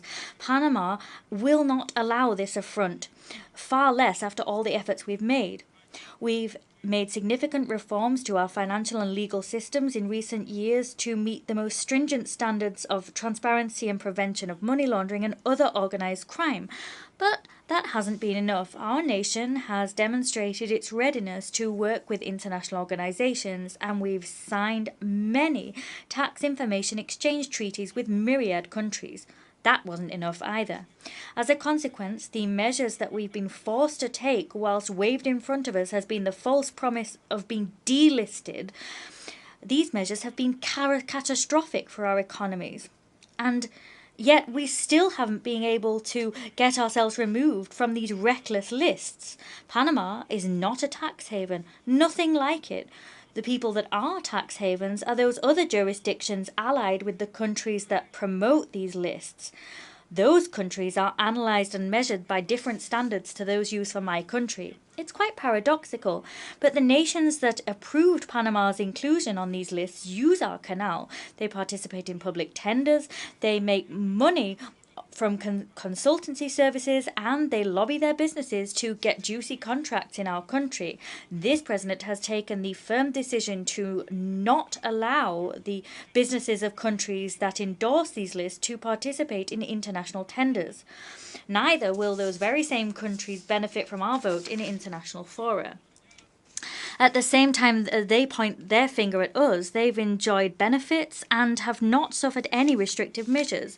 The aim of their bias is to ensure that despicable stigma continues to hover over Panama that is a responsible country when it comes to financial fair play. I want the best for my beloved Panama. I didn't accede to the presidency to make other countries feel good. I did so to meet my country's demands. Talking of lists, I want to tell you that Panama is one of the countries in the world that is carbon negative. In other words, we remove more carbon dioxide from the atmosphere than the CO2 we emit. But this glittering status has brought us no benefit whatsoever. Vast swathes, of our territory is protected, and that brings with it major challenges in terms of achieving genuine development. Today, countries that utterly destroyed their biodiversity for the sake of development force other developing countries to abide by standards of environmental care that they dismissed. This produces an imbalance in terms of opportunities for progress. On the one hand, we're forced to maintain our forests in a primary state, and on the other hand, fingers are pointed to us and we're placed on lists which make it difficult for investment to arrive and which stymie the development of a globally competitive financial system. We do not accept the rules of this game. I want to reiterate the message I delivered when I assumed the presidency. I said there and I'll say now, Panama is an ally of good causes, and we will no longer allow fingers to be pointed at us unjustly in such a way that harms our economic capacity, our prestige, and in a way that besmirches the very image of our country. I'd like to say to you what an honour it is for the Panamanian people to become non-permanent members of the Security Council, as we will do in January this year. That will be the 6th time in history. That accolade is the fruit of sustained work over time. We've been given that seat because of our country's work to fight against terrorism, to fight trafficking in persons, and to fight drug trafficking. Panama contributes to peace and concord between peoples. I am sorry for hammering home this point again and again and again, but all of this is completely impossible to reconcile with the aforementioned list. We can't accept that a country whose conduct is unimpeachable and a country that works in favour of peace, freedom and international security be lumped together and tarred with the same brush with those who do quite the opposite. We're placed on arbitrary lists that don't tally with reality. All of that is genuinely unacceptable. We'll continue fighting peacefully and doggedly to put an end to this unnecessary and discriminatory harassment at the hands of countries that would never abide by the same conditions we are forced to.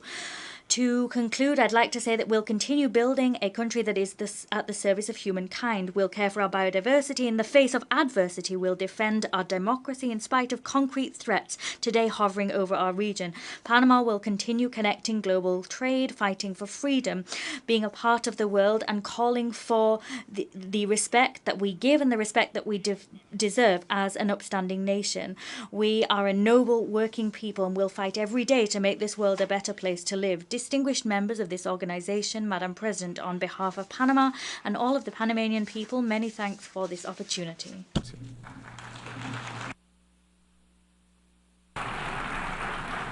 On behalf of the Assembly, I wish to thank the President of the Republic of Panama.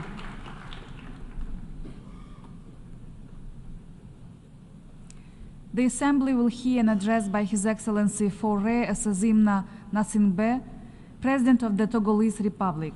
I request protocol to escort His Excellency and invite him to address the Assembly.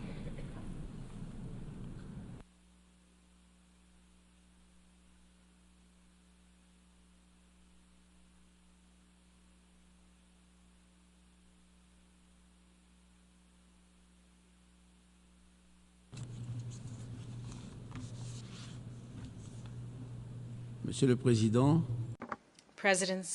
President, Excellencies, Heads of State and Government, Secretary General of the United Nations, distinguished guests, ladies and gentlemen, the history of the United Nations is one of trust in collective responses to the most serious crises. But each of us today sees that today we are at a crossroads. On the one hand, our multilateral model and our aging institutions are no longer able to tackle new challenges which are admittedly of an unprecedented complexity. On the other hand,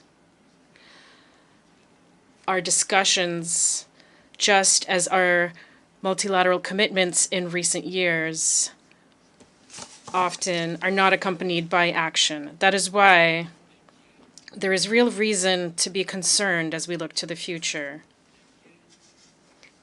Concerned for the future of our planet, which is ravaged by complex crises. Concerned for the future of our youth, given the challenges that young people will inherit.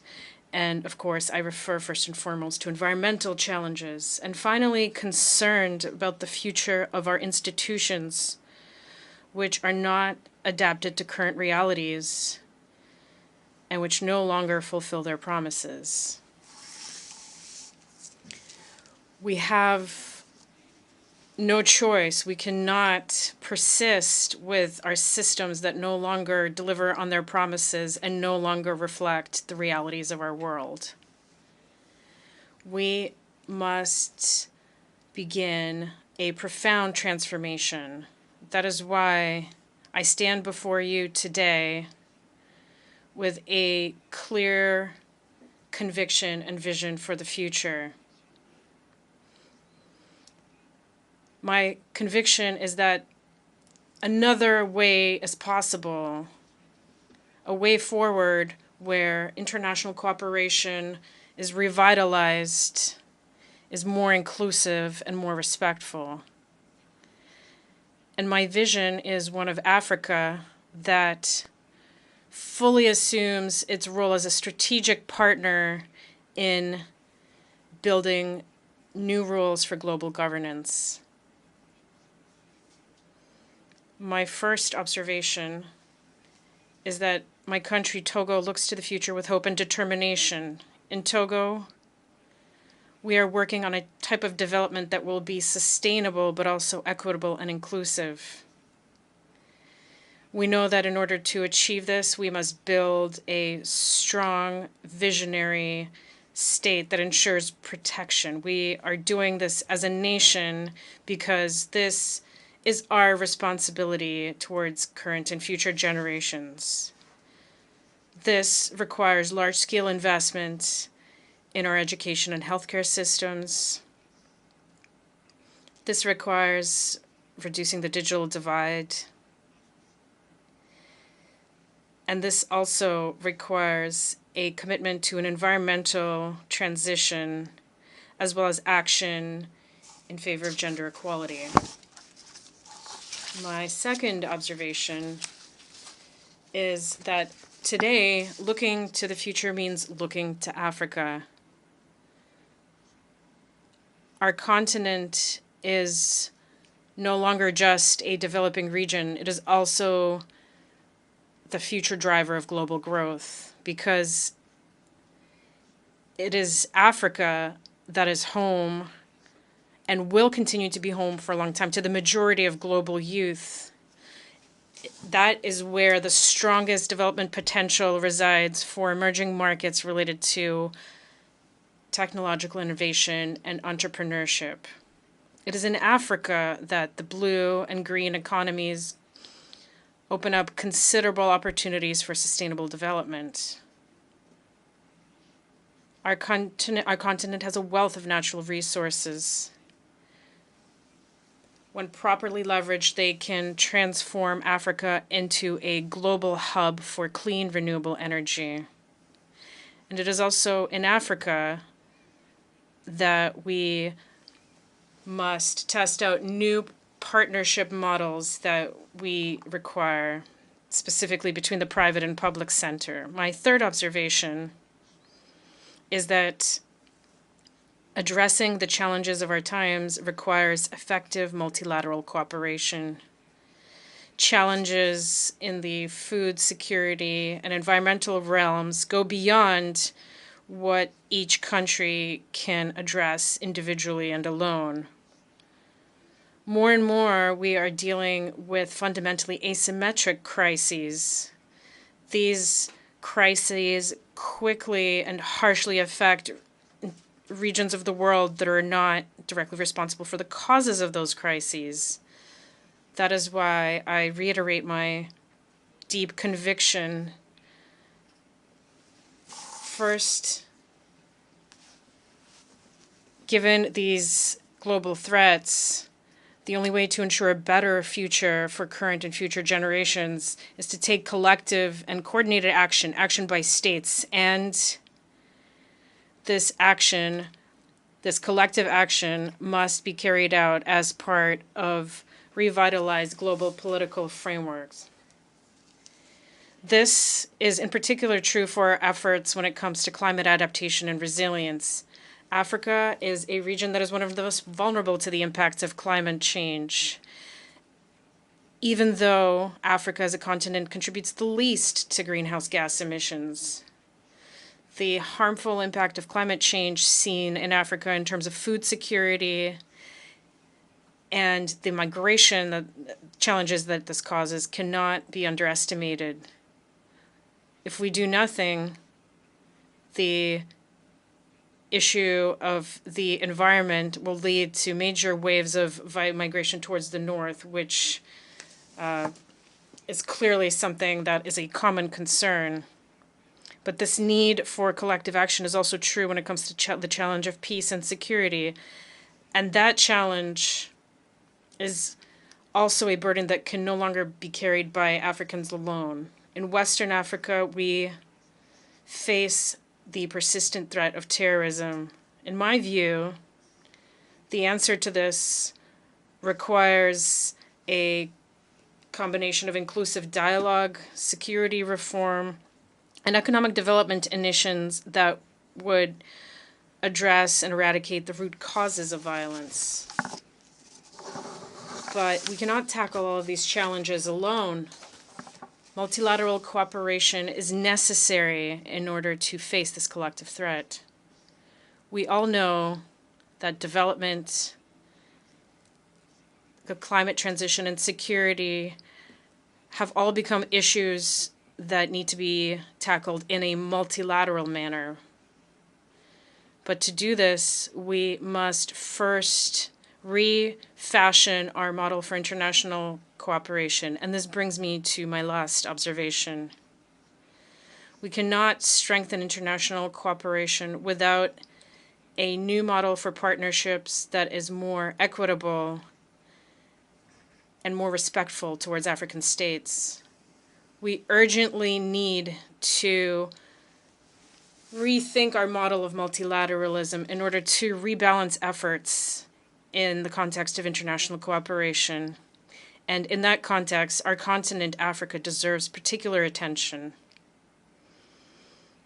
First of all, there needs to be more respect, dignity for African states on the international stage. It is time to recognize that we are strategic actors in our own right, capable of making a major contribution to global efforts towards peace, sustainable development, and human dignity. Respect for human dignity is not only a principle that must guide our daily actions within our borders. The respect for and dignity of our peoples must be recognized through their representation and the elevation of their voice, which must be heard and respected in international fora. And finally, we require a new model of international cooperation that is more broadly based on localization. Externally imposed so-called universal solutions can, it is true, have some advantages, but they do not always work. Despite the efforts made in recent years, international aid often remains disconnected from the needs and the capacities of the populations that receive this aid. Localization must be a major commitment to recognize local expertise while allowing states to play their rightful role in defining priorities and implementing programs. Togo is resolved to play a leading role in this transformation, and I call on all international stakeholders to support a more equitable and respectful cooperation. Excellencies, ladies and gentlemen, Africa is ready. It is ready to play its rightful role on the international stage, but it seeks to be respected, listened to, and supported in its efforts in an equitable way. Together, let us work on building a world where each nation and each individual can live in dignity, in harmony with others and with our planet. I thank you. On behalf of the Assembly, I wish to thank the President of the Togolese Republic.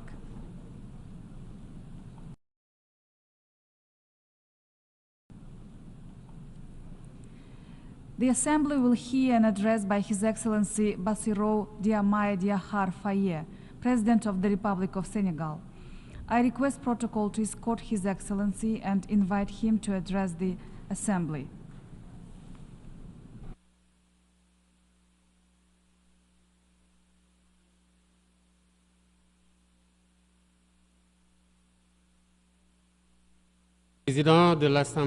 President of the General Assembly, heads of state and government, Secretary General, Deputy Secretary General, ladies and gentlemen, distinguished guests. At the outset, I wish to take this opportunity to once again pay tribute to the memory of my fellow countryman, Amadou Dango, who has just left us. Former Director General of UNESCO. Until 1998, he was an eminent statesman and a staunch Pan-African defender of independence. I wish to congratulate Mr. Philemon Yang on his election to the presidency of this United Nations General Assembly. I also congratulate his predecessor for the contribution he made to the implementation of our common agenda. Through you,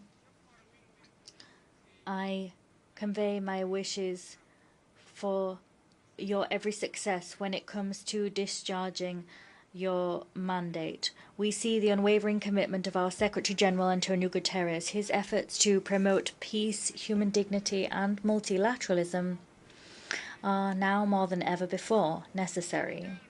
Senegal once again expresses its full support for his mandate in these times of global turbulence. As I take the floor before you today, I speak with the conviction, the deep conviction, that we are united in diversity. Indeed, unity in diversity is the key to guaranteeing sustainable development and human dignity for all, everywhere in the world.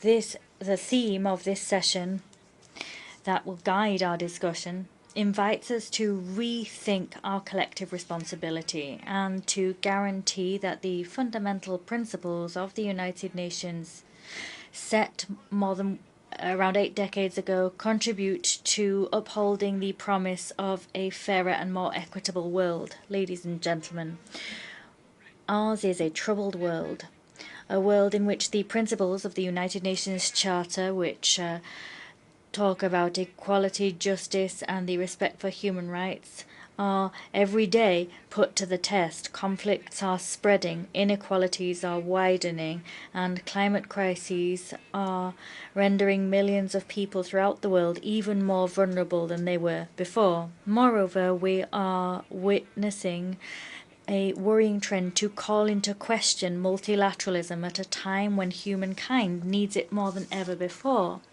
The world must stare the truth in the eye. The ideals that we swore to defend are being trampled upon in all 4 corners of the globe, whether we're talking about Gaza, Tel Aviv, Dakar, or elsewhere. All human beings are equal in dignity, dignity which transcends borders, cultures, and religious affiliation. It is incumbent upon us all to ensure that this dignity be protected and respected for all human beings, regardless of who they are. This duty is the very essence of the United Nations. However, every day we see international law as the very foundations of international peace is violated. Resolutions adopted by this General Assembly are treated with flagrant disregard. We have repeated violence. The principles of the UN Charter are kicked to the corner, and we see the undermining of this very house of peace. Never before the foundations of the United Nations have been as shaky as they are now. We're seeing violence, fear, and uncertainty being sown. If we wish to vanquish the spectre of war and usher in a better world, well, it's high time to change our paradigms. It's high time to put human beings at the heart of our international agenda, as we're invited to do by the theme of this session. President, ladies and gentlemen, we no longer wish to stand idly by and watch the tragedy in the Sahel play out. Terrorist groups there are sowing terrorism. They're pillaging, they're killing innocent civilians. This region was once stable, and now it is in the grips of daily violence. At the same time, the United Nations, specifically the Security Council, it remains inactive all too often. Moreover, we can't allow the Sahel to become the theatre of foreign rivalries, clashes between which do nothing other than destabilize the region. Here, I must remind you that the peace and security of Africa are inextricably linked with global peace. It is vital that the Security Council better play its role as a guarantor of international peace and security. Once again, let me say that Senegal is deeply concerned by the tragic situation playing out in Palestine. Entire generations have grown up in Palestine in the shadow of oppression. They are deprived of their fundamental right to a viable state. Senegal, as President of the chair of the Committee on the Inalienable Rights of the Palestinian People, calls for an immediate, lasting ceasefire. We reiterate our support for the two-state solution, with East Jerusalem as the capital of Palestine, in accordance with the relevant resolutions of the United Nations. This war spares no woman, no child. It does not spare vital infrastructure and is an open wound on the international conscience. It's vital that international humanitarian law be restored in all conflict zones. It's vital that the United Nations fully play its role as mediator and guarantor of peace. Ladies and gentlemen, peace is not simply the absence of war. Peace is also every human being having the possibility of living in dignity, the possibility to feed themselves, have accommodation, get an education, and to receive healthcare. And yet, today, more than 750 million people are going hungry, and 1 million every day live in abject poverty. These figures are drawing the world ever further away from achieving the SDGs set for 2030. We can no longer allow mechanisms for global governance continue to reproduce these inequalities. It's high time to do away with a dog-eat-dog world and to build a new global contract based on solidarity and cooperation. This social contract must include major reforms to address political, economic, and the environmental challenges of our age. Firstly, it's vital that we safeguard and strengthen multilateralism as the unique framework within which we can achieve and protect international peace and security. Doing that involves an urgent reform of global institutions, namely the Security Council, the IMF, the World Bank, so that these institutions become more inclusive and reflect the economic and geopolitical realities of our time. The African continent in particular must have a more meaningful place in these decision-making bodies. Secondly, it's high time to repair the economic injustices which hinder the development of many countries in the global south: illegal trade, tax evasion, illicit financial flows, and abusive tax systems harm developing countries, namely in Africa. These injustices must be corrected in order to allow all countries to fully participate in global trade and to benefit from economic growth. Third, it is vital that we resolutely work to tackle climate change. We must do that by respecting the principle of common but differentiated responsibility. The industrialized country historically responsible for mass greenhouse gas emissions must step up their efforts to finance a just and equitable energy transition which does not penalize developing nations. We must, as an absolute imperative, protect our planet without sacrificing the rights of the most vulnerable nations to continue their development. Fourthly, we must thwart any attempts to impose unilateral ways of existing and civilizational models. Since its independence, Senegal has staunchly defended the equal dignity of cultures and civilizations. This diversity must continue to be the cornerstone of the peaceful coexistence between peoples. No nation should impose on others its practices or its values as universal. The respect for difference is the very foundation of peace and stability throughout the world. Ladies and gentlemen, Senegal is staunchly committed on this path. We've chosen to build a state wholly focused on sustainable development with ambitious initiatives in terms of clean energy, food sovereignty, and transparent governance. However, we know that to be successful in those endeavours, we need collective action and international solidarity. No country, however powerful it may be, can alone address the challenges threatening humankind.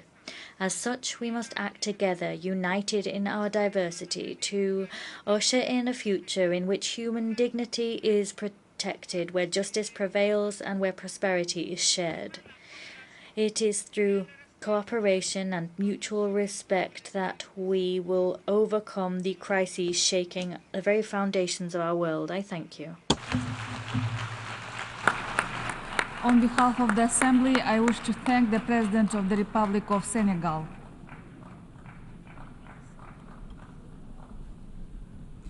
The Assembly will hear an address by Her Excellency Sylvanie Burton, President of the Commonwealth of Dominica. I request protocol to escort Her Excellency and invite her to address the Assembly.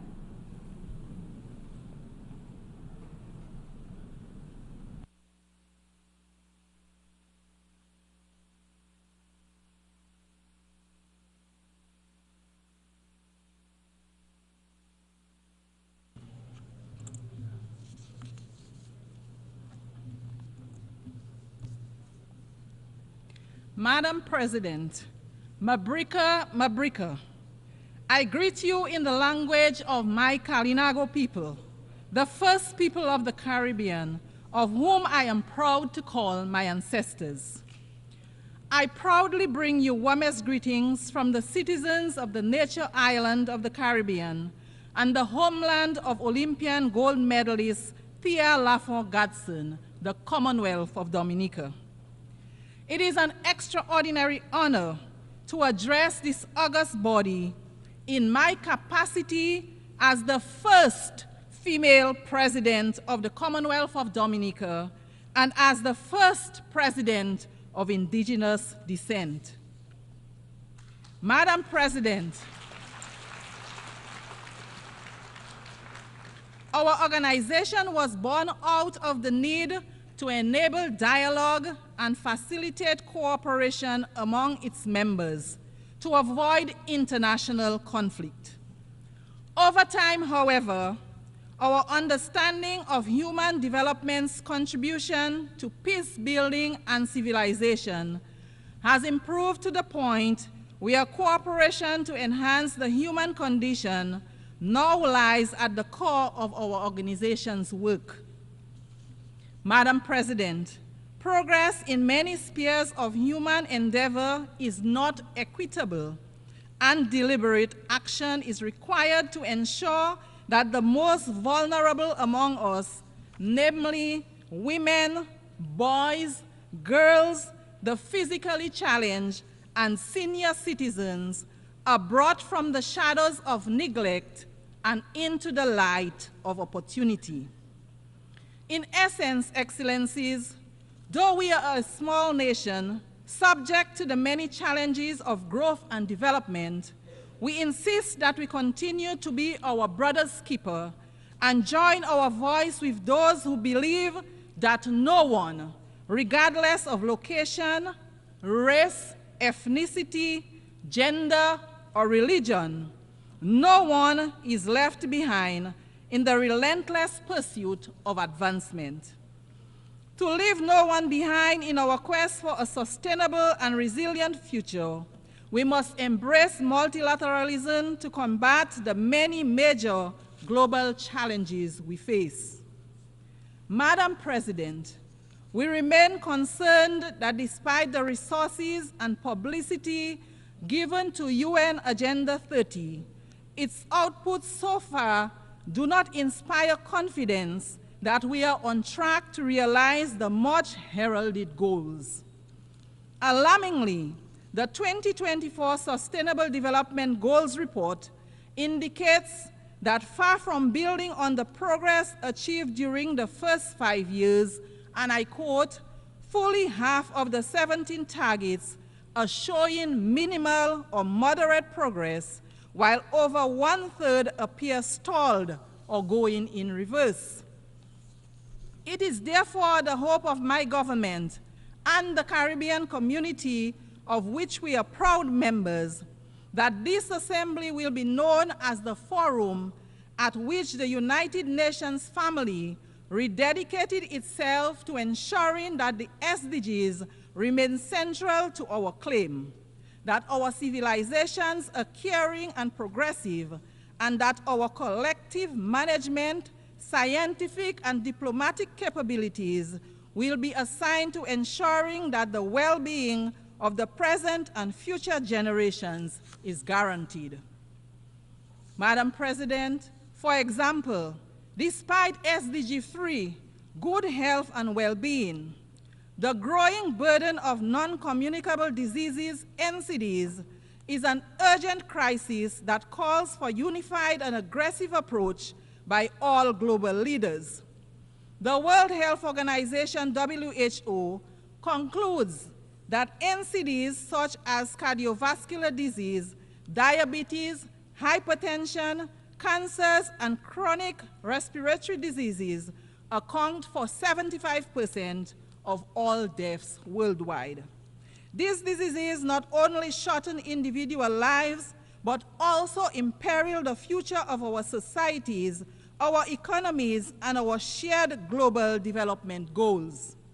The fight against NCDs is not one that any nation, particularly a nation as small as ours, can win alone. That fight requires strong leadership, innovative strategies, and collaboration at every level.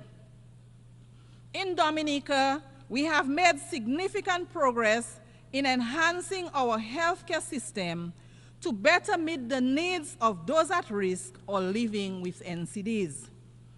I had the opportunity to share Dominica's perspective, vision, and action on non-communicable diseases with the global group of heads of state and government for the prevention and control of non-communicable diseases at the 3rd annual gathering held here yesterday at the UN headquarters. Dominica is proud to play its part in this global effort, and we remain committed to working with international partners to share knowledge, resources, and best practices in the fight against NCDs. Madam President, we stand today at a critical juncture in human history. Climate change, as we know, is not just an environmental challenge. It is a threat to every aspect of life as we know it. For Dominica, as for many small island developing states, this is not a distant or abstract issue. It is a daily reality. We have said it time and time again. We see it so vividly year after year that our communities are on the front lines, facing intensified hurricanes, devastating floods, and prolonged droughts. We recall our own devastation in 2015 with Tropical Storm Erica, which wiped out 96% of Dominica's GDP. And then again in 2017, against the deadly Hurricane Maria, which destroyed over 225% of Dominica's GDP in a matter of hours, mere hours. That is why this year we watched in agony as Hurricane Beryl swept through the island states of St. Vincent and the Grenadines, Grenada, Barbados, and Jamaica. Madam President, these tragic occurrences embolden us to state firmly that the time for rhetoric has long passed. Business as usual simply will not suffice. We need urgent, bold, and decisive action to limit global warming to 1.5 degrees Celsius as science clearly dictates. But to do this, we must drastically reduce emissions, boldly honor financial commitments, and build critical resilience infrastructure in regions particularly vulnerable in relation to climate change. This is a moral imperative, a matter of the utmost urgency, a matter of climate justice. Our future depends on the decisions made in these halls. Excellencies, this assembly is meeting at a time when the Commonwealth of Dominica and the rest of the Caribbean direct our gaze to the east and on the storms and hurricanes that emerge in the Atlantic. There is no denial that climate change is happening. We see, indeed, we feel its disastrous impacts on a daily basis. Already, the warnings of weather scientists regarding global warming and the consequent increase in frequency and severity of storms have proved to be accurate. The government and people of Dominica stand in solidarity with our sister CARICOM nations and others adversely affected by this year's storms. Dominica, along with other Caribbean states, have already prioritized the development of national climate adaptation strategies, invested in resilient infrastructure and agriculture, invested in community education and in renewable energy.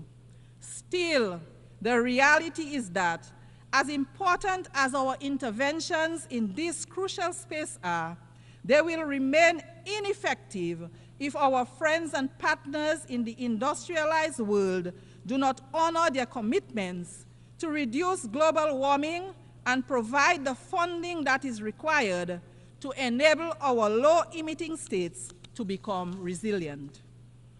We therefore seize this opportunity to urge that the ethical pledges made via the Kyoto Protocol, the Paris Agreement, the Climate Action Summit, and within the framework of the Green Climate Fund be honored in the interest of the global community. Prime Minister Honorable Dr. Roosevelt Skerrit has been sounding that call at every opportunity he gets. We are sounding that call again at this assembly. The high-emitting countries need to recognize and accept responsibility for their destructive practices and do the noble thing. We will not relent until they do. Madam President, our world is at the crossroads. Now more than ever, leadership at every level matters. My delegation is of the firm view that the fundamental principles of the UN Charter must be respected, no matter which member state may be under scrutiny. Madam President, this is no source of joy to my delegation, but these critical times demand that important truths be spoken frankly. Madam President, a glaring hypocrisy clouds this august body. When right seems to pass as wrong, wrong seems to pass as right, depending on which member state is being impacted. This practice of might makes right must be discontinued. Madam President, my delegation remains deeply concerned about the ongoing conflicts, particularly in Ukraine, the Middle East, and Sudan, among others. We recognize the crucial role of peace in human development. We are convinced that war is futile. It is this conviction that impels us to urge that the fullest support be given to those entities that are engaged in promoting peace and reconciliation in the Middle East, Ukraine, and Sudan. Just a few examples of locations where war is setting back the human development gains achieved over the years. The continuing loss of innocent lives, particularly innocent lives of the most vulnerable among us, namely the innocent lives of women and children, is of dire concern. There is no winner in these conflicts. And if history has taught us anything, it is that the cost to rebuild after such terrifying and inhuman conflicts is extremely prohibitive. To this end, as long as these conflicts persist, my delegation will not cease to echo the call for an urgent end to these conflicts which have decimated the lives of so many innocent ones. Madam President, we stand in solidarity with the people of Haiti and insist with the other CARICOM member states that the current crisis being confronted by our sister CARICOM state in no way nullifies the entitlement of its people to the recognition of their sacred sovereignty and their right to be central in the search for a fair and durable peace. The government of Dominica remains convinced that the present challenges faced by our sister CARICOM state are in part related to the glorious contribution Haiti made to the quest for justice and freedom in our region and the world. Indeed, the current complexion of this august body would have been unimaginable without the heroic struggles of the Haitian people. As such, the crisis in Haiti is much more than a Caribbean crisis, even if the solution is an obligation that all of the Caribbean states accept wholeheartedly. My delegation therefore unreservedly supports the position of CARICOM on the situation in Haiti, a position that rightly calls for a Haitian-led and owned transition process to bring across systematic changes to our fellow CARICOM member state. It is high time. The heroic sacrifices of Haitian blood and treasure that opened the door to the liberation of so many of our countries, making it possible for us to be members of this august body, deserve no less than the abundant peace and prosperity of the wonderful Haitian people. It is, Madam President, in this same spirit that we welcome the installation of the interim government under the leadership of Dr. Gary Conil and the swearing in of a new cabinet of ministers on June 12th. This process of normalization of life for the people of Haiti has been nothing if not daunting. However, with the support of the international community, there is a glimmer of hope, the dawning of a new day as progress is being made. We remain ever optimistic that ordinary Haitian citizens will once again be able to live, work, and feel at peace in Haiti, an outcome they so richly deserve. Madam President, no mention of this glimmer of hope for the Haitian people would be complete without recognition of the strategic support of the Kenyan volunteers, who have played a major role in bringing the security situation under some measure of control. The Kenyan people standing so closely in the struggle for peace and prosperity with the Haitian people is as natural gets, because their stance echoes the ancestral and historical connections that we share, as well as the imposition history placed upon us to struggle for our liberation. We therefore thank the government and people of Kenya for their mighty effort. We thank also the United States of America and Canada for their generous support for the effort to stabilize Haiti.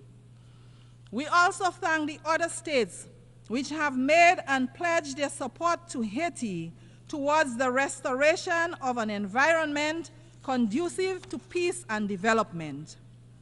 Recognition is also due to those who made material contributions to this effort.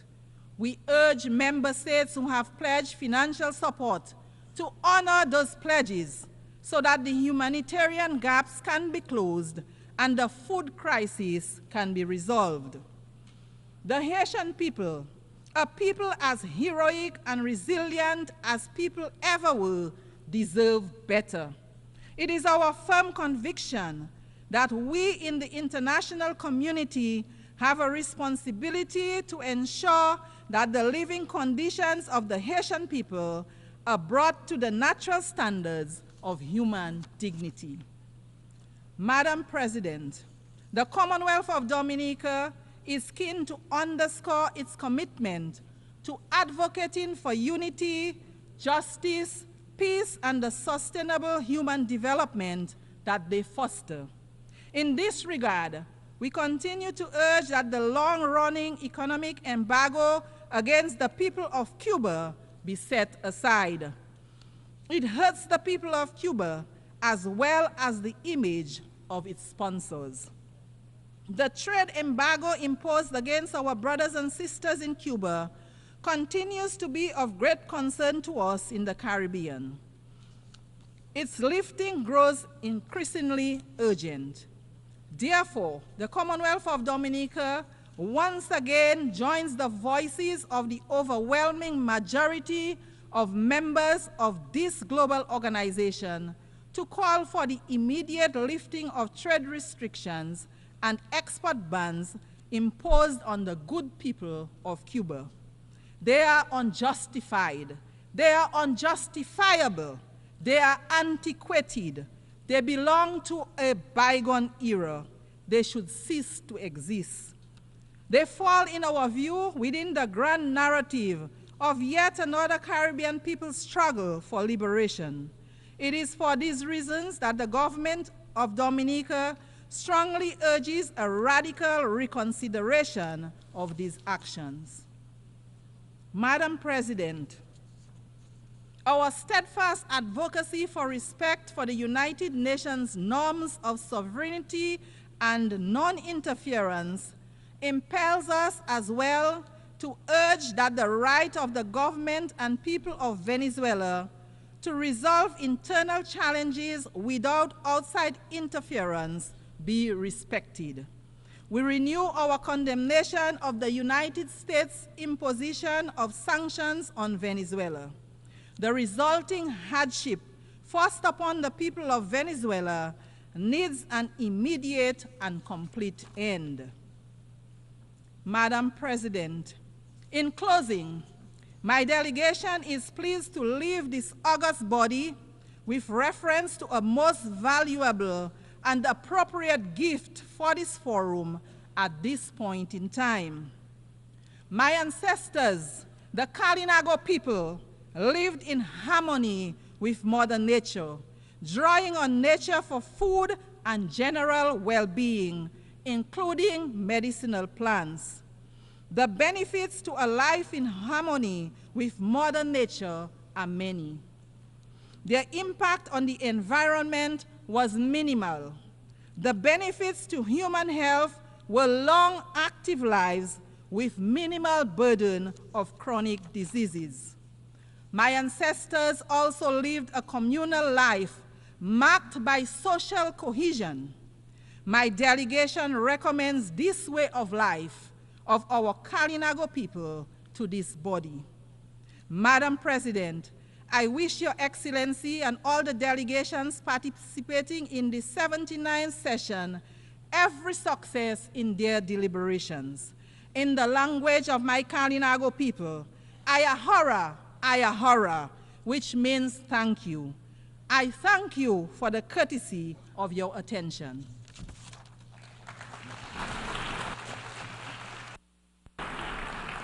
On behalf of the Assembly, I wish to thank the President of the Commonwealth of Dominica.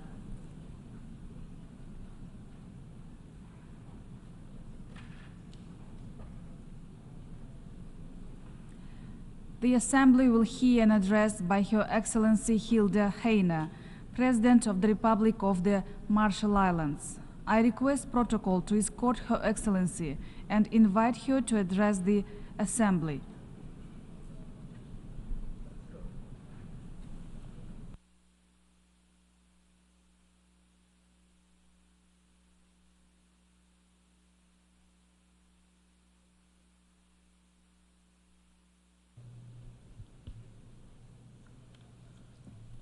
Madam President, Mr. Secretary General, Excellencies, I bring you warm greetings of Yahweh on behalf of the Republic of the Marshall Islands. Madam President, I congratulate you upon your election and look forward to your leadership. Madam President, we cannot ignore that our common multilateral progress is failing us in the hours of greatest need. Perhaps most at risk are human rights, the fundamental freedoms which must be afforded every citizen of this planet. This accountability applies to all, without exception or double standards. The Human Rights Council must also work towards a balanced agenda, an inclusive approach to human rights within our diverse global setting. Our own unique legacy and complex challenges with nuclear testing impacts, with climate change, and other fundamental challenges informs our perspective that the voices of the most vulnerable must never be drowned out. These convictions are why the Marshall Islands is a candidate for UN Human Rights Council term 2025 to 2027, with the endorsement of the Pacific Islands Forum leaders. Madam President, for nearly a year, nations around the world have expressed grave concern regarding extreme violence in Gaza and Israel, not just the horrific events which led to this grave conflict, but also the disproportionate and devastating response visited upon an innocent civilian population. Madam President, as we look forward to next year's UN Oceans Summit in France, it is vital that the international community takes action to protect the health and biodiversity of our oceans. The youngest and future generations of islanders must not be robbed of the benefits we know today. Without sustainable ocean ecosystems, the economy, stability, and cultural identity of our region will collapse. Through regional institutions, our island nations are defining sustainable fisheries and changing the global market. Our distant fishing partner nations at the Western and Central Pacific Fisheries Commission, many of whom are also global superpowers, need to place long-term sustainability ahead of immediate commercial goals. Illegal, unregulated, and unreported fishing is not just a threat to our own economic future, but also global food security. Madam President, the world needs to ensure that the high seas seabed is not stripped of its unique biodiversity before we even document it. Without a clear-eyed scientific understanding of impacts and risks, the world's oceans are too fragile to turn into a speculative experiment. The Marshall Islands joins the growing chorus applying a precautionary approach towards high seas mining, at least until there is adequate and meaningful agreement at the International Seabed Authority on binding environmental measures and the mining code. Madam President, sea levels have risen, and we are too late to prevent them from eating away at our shores. But we must also be clear. We will not be wiped out off the map, nor will we go silently to our watery graves. Sea level rise poses a threat to long-term ability to remain in our islands and to our fundamental security as a nation and within our ocean-locked Pacific Island region. But for small island developing states, our stability and legal identity remains fixed in the future, just as it is now. The Marshall Islands strongly supports the recent declaration of the heads of state and government of the Alliance of Small Island States on Sea Level Rise and Statehood, and we urge other nations to join us in support. The Marshall Islands welcomes this year's high-level meeting on sea level rise and the ongoing work of the International Law Commission as an opportunity to engage on complex multilateral questions, even where SIDS have already established state practice. Madam President, we must do all that we can to prevent further melting of the cryosphere. By February next year, every nation on Earth has committed to putting forward new nationally determined contributions that set out how they'll reduce emissions to keep global temperature rise below 1.5 degrees Celsius. We need governments to show both ambition and cooperation, as we all agreed last year, to triple renewable energy deployment, double energy efficiency, and most importantly, to accelerate the transition away from fossil fuels and end the subsidies that support them. Despite this, we have seen some of the planet's wealthiest countries break their pledges as they double down on fossil fuels. This failure of leadership must stop. There must be no new coal mines, no new gas fields, and no new oil wells. The financial needs of this energy transition for adapting to climate impacts and for repairing the rising loss and damage are in the trillions of dollars. In Baku later this year, we will decide whether that money is made available to developing countries. We must see vastly increased contributions. We must also find money wherever we can. Instead of rewarding some of the richest and most polluting businesses on the planet, we should repurpose these funds to the rollout of renewables and to directly supporting the poorest and most vulnerable.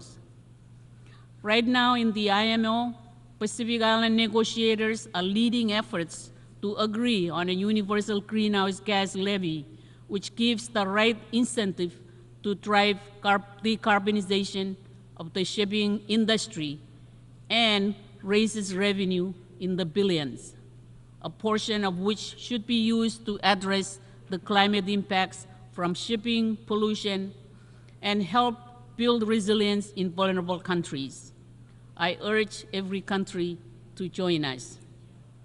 The Marshall Islands emphasizes the importance of the advisory opinion from the International Tribunal for the Law of the Sea regarding the marine environment from climate-driven pollution. We look forward to the advisory opinion from the International Court of Justice regarding the climate obligation of states. Madam President, the Marshall Islands experienced 67 known atmospheric nuclear tests between 1946 and 1958, resulting in an ongoing legacy of death, illness, and contamination. The impacts are handed down generation to generation. These impacts continue to challenge our human rights. In our culture, our identity is our land. Testing impacts left behind deep scars, with communities remaining in exile from their home islands, billions of dollars in unmet adjudicated claims, and a social and environmental burden upon our youngest and future generations. To help ensure nuclear risk is eliminated, the Marshall Islands is working towards accession to the 1963 Partial Test Ban Treaty, as well as the Treaty of Rarotonga and its nuclear-free zone. Madam President, we did not choose this nuclear fate. It was chosen for us. UN Trusteeship Resolution 1082 and 1493 were adopted in 1954 and 1956 respectively, despite petitions to the contrary by our Marshallese leaders. These tests were undertaken by the United States, acting as the United Nations administering authority. These resolutions remain the only time in which any UN organ has ever explicitly authorized the detonation of nuclear weapons.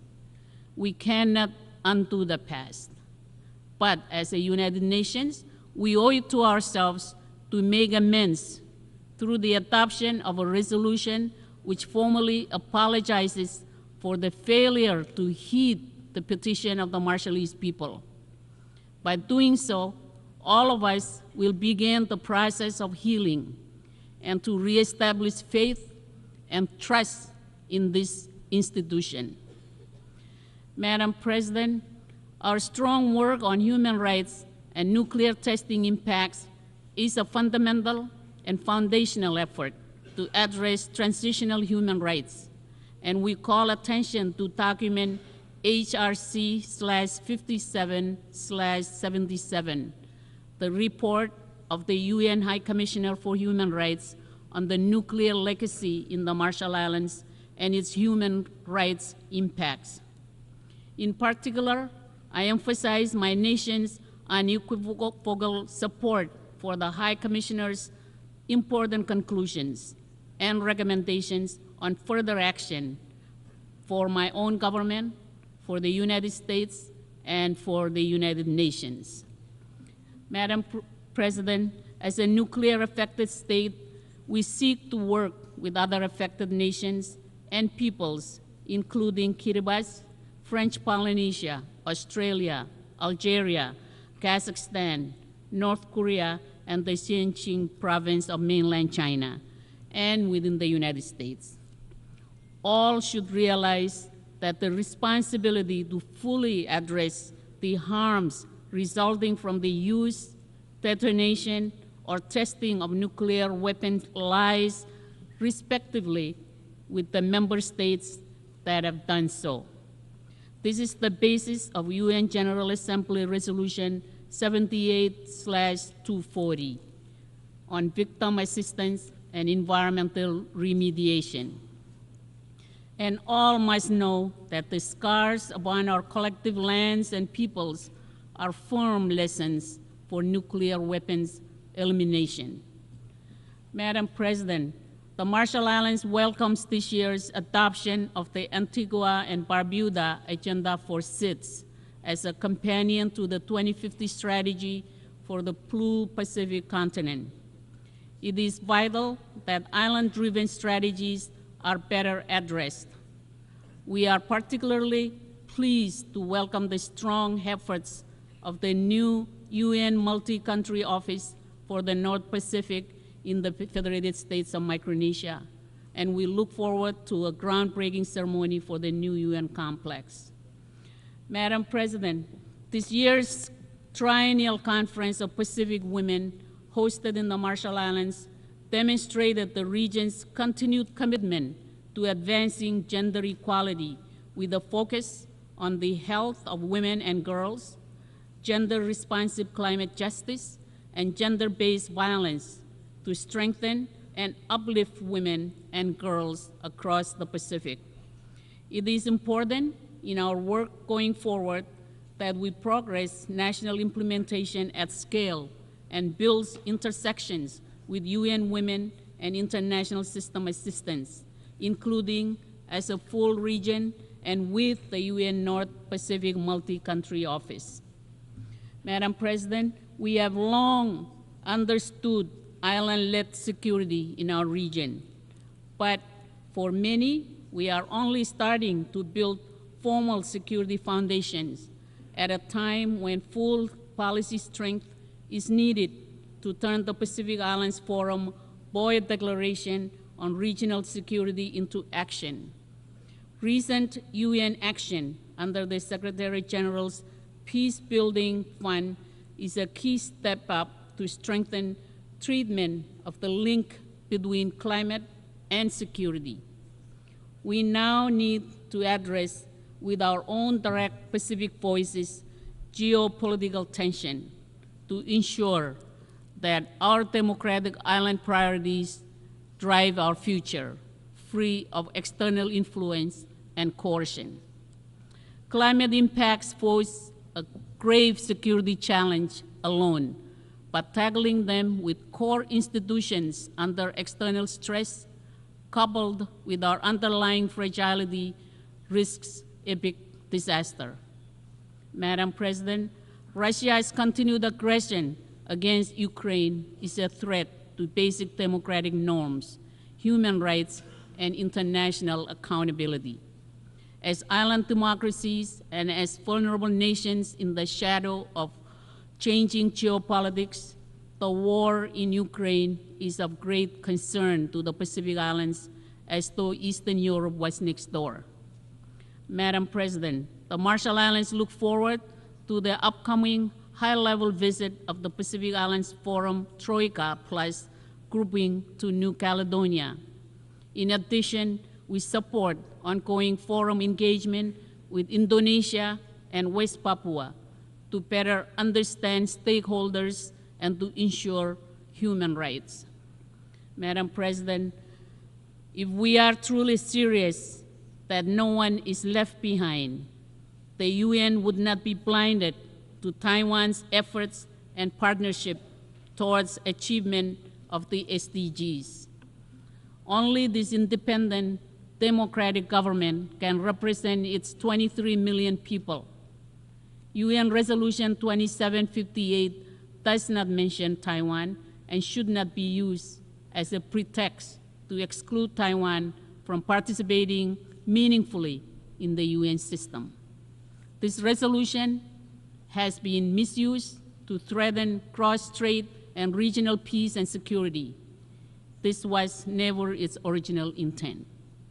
It cannot serve as a sound basis to prohibit Taiwanese citizens and journalists from the UN premises. The UN Secretariat should maintain neutrality and should not be complicit in limiting media freedom. Madam President, as key risks worsen in and around the world, multilateralism must be strengthened. For small and vulnerable nations, the United Nations, despite all its faults, remains the only institution which offers us a vital platform to voice our concerns, issues, and at times seek shelter from the ravages of conflicts and climate change. The word multilateralism can be expressed in the Marshallese proverb, "Warin Kangal," meaning the coral where all the fish congregate to seek shelter and feed. Let us all nourish and maintain it for ourselves and future generations.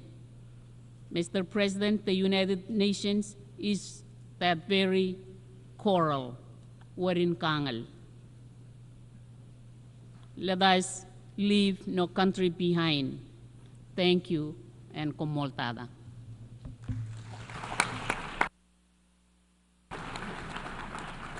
On behalf of the Assembly, I wish to thank the President of the Republic of the Marshall Islands.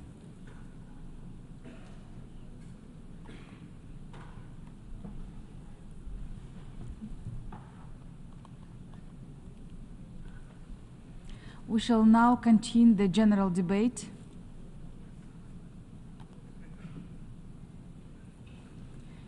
The Assembly will hear an address by His Excellency Irakli Kabahidze, Prime Minister of Georgia. I request protocol to escort His Excellency and invite him to address the Assembly.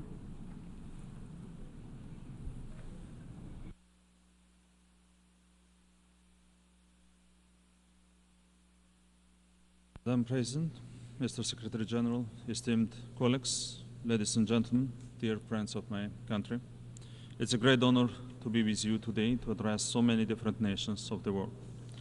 We are a government that believes Georgia inherently deserves to be a peaceful, stable, and developed country. With this in mind, over the last decade, we have ensured that Georgia develops along this trajectory. We have made some tough choices and were never afraid of the challenge. We never chose an easy path, and we always prioritized our nation and our people. As a result, we are reclaiming our nation's pride, the pride and dignity that a country with 3,000 years of history deserves. We gather here in times of unprecedented global challenges, when interlinking crises of escalating conflicts, climate change, and rising humanitarian needs remain complex. These challenges require bold actions. Georgia has never been afraid of bold actions. The last couple of years have been difficult for our region. While we should be concentrating on global challenges, such as development and problem solving, the ongoing war in Ukraine has caused an unprecedented level of uncertainty and a humanitarian crisis. I would like to underline once again Georgia's support for the sovereignty and territorial integrity of Ukraine within its internationally recognized borders remains firm and unwavering. Understanding the first-hand importance of peace, we have led the effort to transform our immediate South Caucasus region from a region of conflicts into a region of opportunities. We welcome the process of peaceful settlement between Armenia and Azerbaijan, and in particular, the efforts aimed at normalizing relations with neighboring countries. We have been and are willing to provide a regional cooperation format that will support collaboration and trust building between countries to make sure differences are left in the past and that we move forward together to capitalize on all the resources and advantages our region has to offer the world. Georgia's strategic location, serving as a natural bridge between Europe and Asia, makes Georgia the shortest route between East and West.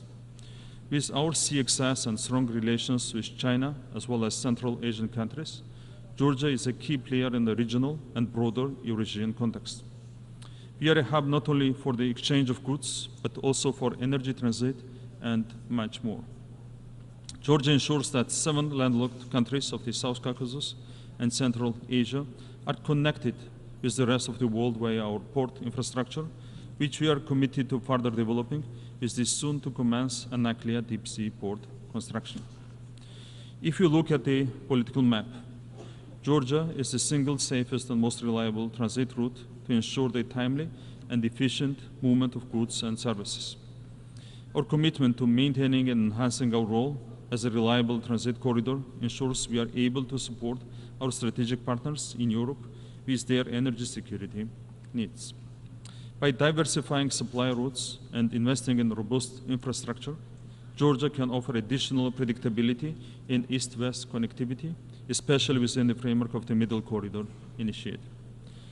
As we all know, the last couple of years have brought significant challenges. Despite these multiple tests, Georgia has demonstrated a remarkable resilience to such external shocks. Our average annual economic growth since 2021 has been 9.7%. Thanks to strong macroeconomic fundamentals and fiscal discipline, the government debt and the fiscal deficit declined to 39.3% and 2.5% respectively. Additionally, Georgia has maintained one of the lowest regional inflation rates, further showcasing its economic stability. Despite significant economic improvement and cutting the poverty rate in half over the last 10 years, further reducing poverty and inequality is at the heart of Georgia's socio-economic development agenda. In 2023, the employment rate showed significant improvement, coinciding with an increase in the labor force participation rate. The positive trend continued in the first half of 2024 as well, when the unemployment rate decreased to a record low of 13.7%. Georgia's effective performance is duly reflected in international rankings from the world's most reputable agencies. The Global Competitiveness Survey by the World Economic Forum ranks Georgia 20th in the world and 11th in Europe in terms of corruption control, while in terms of rule of law, Georgia ranks 29th in the world and 14th in Europe.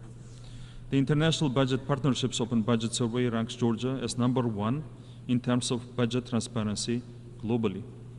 Transparency in the Time of War by the European Research Center for Anti-Corruption and State Building placed Georgia 17th in its 2023 ranking, ahead of 15 EU member states and 4 G7 states. Additionally, Georgia is the 25th freest economy in the world, according to Fraser Institute's Economic Freedom of the World report, once again ahead of many leading economies. The Heritage Foundation's Index of Economic Freedom ranked Georgia 19th in Europe and 32nd globally, once again ahead of many EU countries. According to the OECD FDI Regulatory Restrictiveness Index, Georgia ranked 8th among more than 80 countries as one of the most open economies in the world in terms of attracting investments. That's the reason why Georgia's FDI to GDP ratio is one of the highest among peer countries. FDI in 2023 amounted to 1.9 billion USD, representing 6.2% of GDP.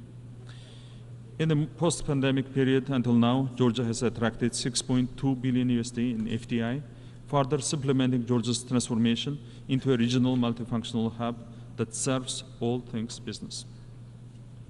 Even though we hosted more than 7 million tourists last year, showing a strong bounce back in post-COVID recovery, Georgia still maintains one of the lowest crime rates globally.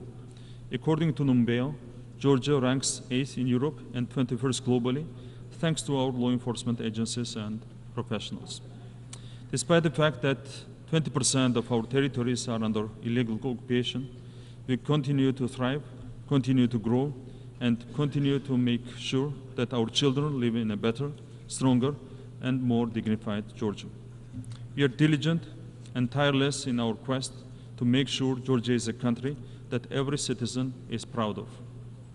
I want to use this opportunity to address our people on the other side of occupation line, in the Abkhazia and Tskhin Valley regions. Whatever actions we take are done to help our people so that one day, with our children, we can live together in one happy, united, and developed Georgia. On this side of the occupation line, we will always meet you with an open heart.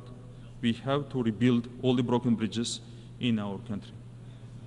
Dear colleagues and friends of my country, in conclusion, Georgia is at a pivotal point in its modern history, and we, as the government of the people, are determined to guide our country in the best interests of the nation, to make sure we overcome all our challenges and become stronger and more successful than ever before. We are optimistic that Georgia's desire to become a full-fledged member of the European Union will be achieved by 2013.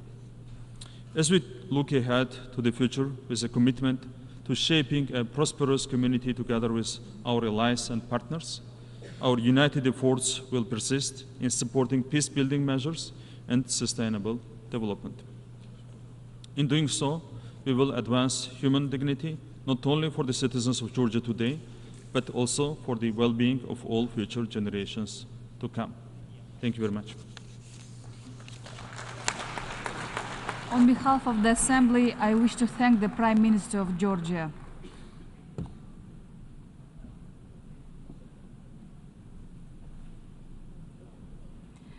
The Assembly will hear an address by His Excellency Pedro Sanchez Perez Castellón, President of the Government of Spain. I request protocol to escort His Excellency and invite him to address the Assembly.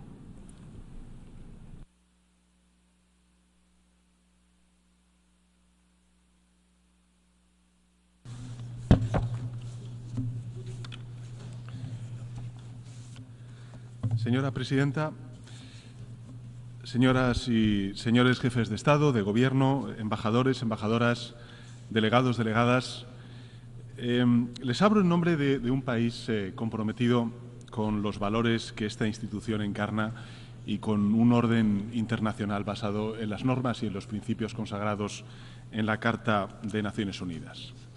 Un país, España, que cree en los mecanismos internacionales de rendición de cuentas, que lucha contra la impunidad desde el valor de la experiencia y la memoria histórica, un país defensor de instituciones como la Corte Internacional de Justicia, la Corte Penal Internacional, fundamentales para garantizar la paz, la seguridad y la justicia y la reparación de las víctimas. Un país, en definitiva, que practica y se conduce desde una máxima fundamental y es el valor de la coherencia, la que nos ha llevado a decir lo mismo en Ucrania, en Gaza y en cualquier otro lugar. Defensa de la paz, de los derechos humanos y de un orden internacional basado en reglas. Y que, ante las dudas de otros, responde con más confianza en el multilateralismo. Ese mismo sistema multilateral, el que el mundo levantó pieza a pieza de las cenizas de la barbarie, se encuentra hoy bajo una enorme presión. Una presión que impacta de lleno en tres aspiraciones esenciales para el progreso de las naciones: la paz, la democracia y el desarrollo. Tres aspiraciones inalcanzables por separado, la una sin las otras. La paz es incompatible con la tiranía. La democracia, a su vez, necesita proveer bienestar y desarrollo para legitimarse como lo que es, la forma de organización social y política más avanzada que el hombre ha creado en la historia. La paz sin democracia es la paz de las cárceles. La democracia sin desarrollo ni progreso es la antesala de la autocracia, como atestigua un pasado rico en enseñanzas que nunca deberíamos olvidar. Por tanto, trabajar activamente por la paz, la primera de esas tres aspiraciones, es hoy mucho más que una exigencia moral, es una necesidad existencial. Por primera vez, señoras y señores, en 2 décadas, crece el número de conflictos en el mundo. Crece el número de países involucrados en guerras fuera de sus fronteras, a niveles sin precedentes desde 1945. Aumenta el número de víctimas, de heridos, de heridas, de mutilados, de personas desplazadas. Y lo hace también el impacto económico de la violencia, hasta el 13% de todo el producto mundial, según algunos estudios. Es decir, el equivalente a toda la riqueza creada en un año por 180 países juntos. Estas cifras no solo ponen voz a un gran fracaso colectivo, que lo es, son la constatación de una enfermedad global que corroe tanto los cimientos del sistema multilateral como los de un orden internacional basado en principios y en normas. Principios que hasta hace poco parecían inviolables: el respeto a la soberanía, la independencia política, la integridad territorial de los países, como ocurre, por ejemplo, en Ucrania. A esta hora, mientras estamos aquí, se cumplen 31 meses del inicio de una agresión que la Rusia de Putin dirige no solo contra el pueblo ucraniano, sino contra el conjunto de la comunidad internacional. Una agresión que no debería prolongarse ni un día más. La reciente conferencia de paz en Ucrania, celebrada en Suiza, a mi juicio ha sentado las bases para construir una paz justa y duradera, respetuosa con el derecho internacional y con la Carta de Naciones Unidas, tal y como proclama la fórmula de paz del presidente Zelensky. Invito, por tanto, a todos los países que aún no lo han hecho a sumarse a esta iniciativa, así como trabajar también en el siguiente paso, que es la recuperación y la reconstrucción de Ucrania. Este año España aumentará su financiación humanitaria y para el desminado en Ucrania hasta 14 millones de euros, y en el año 2025 la cooperación española incorporará una línea de trabajo específica sobre la recuperación y la reconstrucción centrada en la salud, en la energía y en el agua en Ucrania. Ocurre en Ucrania, pero ocurre también en Palestina, donde desde hace casi un año asistimos a una insoportable espiral de muerte y de devastación que ya se extiende, desgraciadamente, al Líbano. Esto supone una escalada del conflicto de la máxima gravedad y, por tanto, desde España condenamos con rotundidad la muerte de civiles inocentes, una vez más, y por ello quiero hacer un nuevo llamamiento a la desescalada, a la distensión y a la vía diplomática. El derecho internacional humanitario debe ser respetado, no solo poniendo fin a la guerra en Gaza, abordando las causas profundas del conflicto israelí-palestino. Podremos resolver con éxito el resto de focos de inestabilidad en esa región tan importante para la estabilidad del mundo.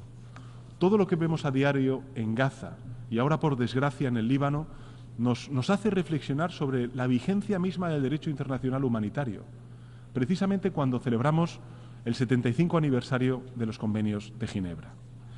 España va a seguir volcando todos sus esfuerzos en la ayuda humanitaria a la población gazatí, con la UNRWA como actor clave sobre el terreno. Y, sin embargo, todo será insuficiente sin un alto el fuego. Y, por tanto, hacemos de nuevo un llamamiento a alcanzar un alto el fuego, a la liberación de todos los rehenes y al acceso a la ayuda humanitaria. Y en todo caso, las evidencias son ya rotundas. No podemos volver a la situación anterior. Es imperativo, es urgente aplicar la solución de los dos estados, de Israel y de Palestina, conviviendo uno junto a otro en paz y en seguridad. Es la única solución posible a un conflicto que dura ya décadas y que tantas vidas inocentes se ha cobrado. Y además, la opinión consultiva de la Corte Internacional de Justicia, pedida además por esta Asamblea General de Naciones Unidas, ha establecido la ilegalidad de la ocupación de territorios palestinos, una ocupación que debe terminar inmediatamente. Es el momento de trabajar en la fase de estabilización, que solo puede recaer en el gobierno de la Autoridad Palestina, a la que España está comprometida y determinada a apoyar y reforzar. Señoras y señores, como sabrán, España tomó la decisión de reconocer al Estado de Palestina el pasado 28 de mayo. Esta es una decisión compartida por la inmensa mayoría de la sociedad española y que solo persigue contribuir a la búsqueda de la paz en la región. Un anhelo que viene de muy lejos. Nada más y nada menos que en 1949, un español, Pablo de Azcárate, ejerció como primer representante del mediador de Naciones Unidas en Palestina. Todavía hoy emociona leer sus notas sobre aquella misión, llenas de amargura ante la catástrofe que se intuía. Azcárate era un español exiliado, un republicano español al que una dictadura impedía regresar a su patria y quizá por ello empatizó como nadie con el sufrimiento de aquella tierra. Su figura hoy cobra aún más valor, es más reivindicada en esta casa 75 años después de aquellos hechos. Y antes de que acabe este año, España y Palestina vamos a celebrar la primera reunión intergubernamental para ampliar y profundizar nuestra relación bilateral. Y asimismo quiero destacar la importancia de la reciente reunión en Madrid del Grupo Euroárabe Islámico para impulsar el proceso de paz y para materializar la solución de los dos estados.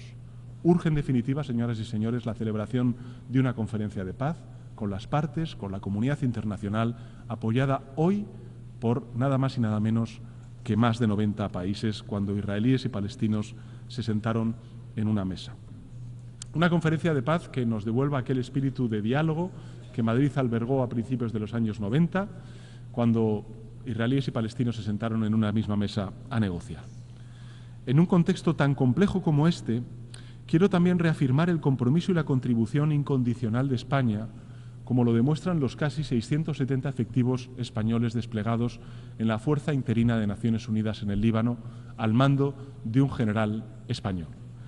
La labor de las misiones de paz es instrumental en estos momentos y también en otros muchos escenarios, como el Sáhara Occidental, donde mi país, España, seguirá apoyando al enviado personal del Secretario General de Naciones Unidas para alcanzar una solución mutuamente aceptable en las normas y en el marco de Naciones Unidas. Pero está claro que, más allá de las misiones de paz, debemos abordar causas subyacentes de los conflictos, como señala la nueva Agenda para la Paz impulsada por el Secretario General, que España apoya decididamente. Y en este sentido, el Indo-Pacífico se ha convertido en un centro de gravedad y todos debemos contribuir al mantenimiento de la paz en la zona y de exigir el respeto de principios básicos del derecho internacional, como la libertad de navegación en el mar. España está dispuesta a colaborar para mantener allí la estabilidad y también la seguridad. Si bien este panorama convulso, señoras y señores, puede llevarnos al desánimo, podemos mirar a algunos proyectos como el proyecto europeo como ejemplo de esperanza. Nadie habría imaginado que en tan solo unas décadas cambiase de manera tan radical el panorama geopolítico en Europa. Y por eso, como parte de la Unión Europea, España está comprometida con esta agenda de paz.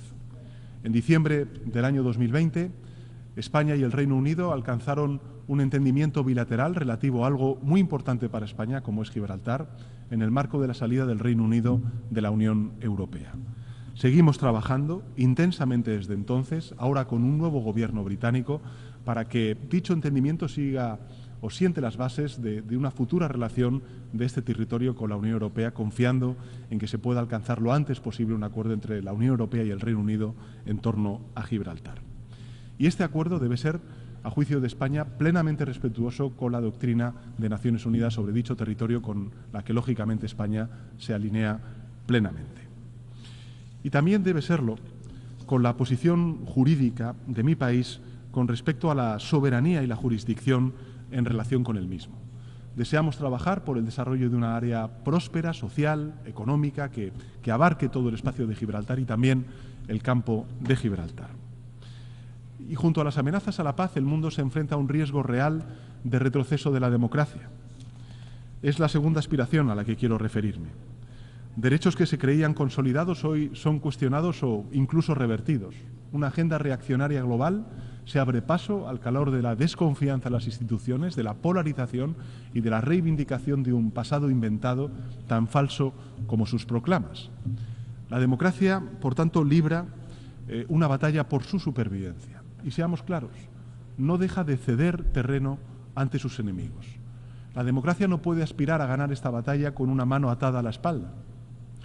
Y porque se enfrenta a gente sin escrúpulos, activistas de la mentira, los bulos, del odio, dispuestos a partir en dos sociedades para imponer su agenda reaccionaria.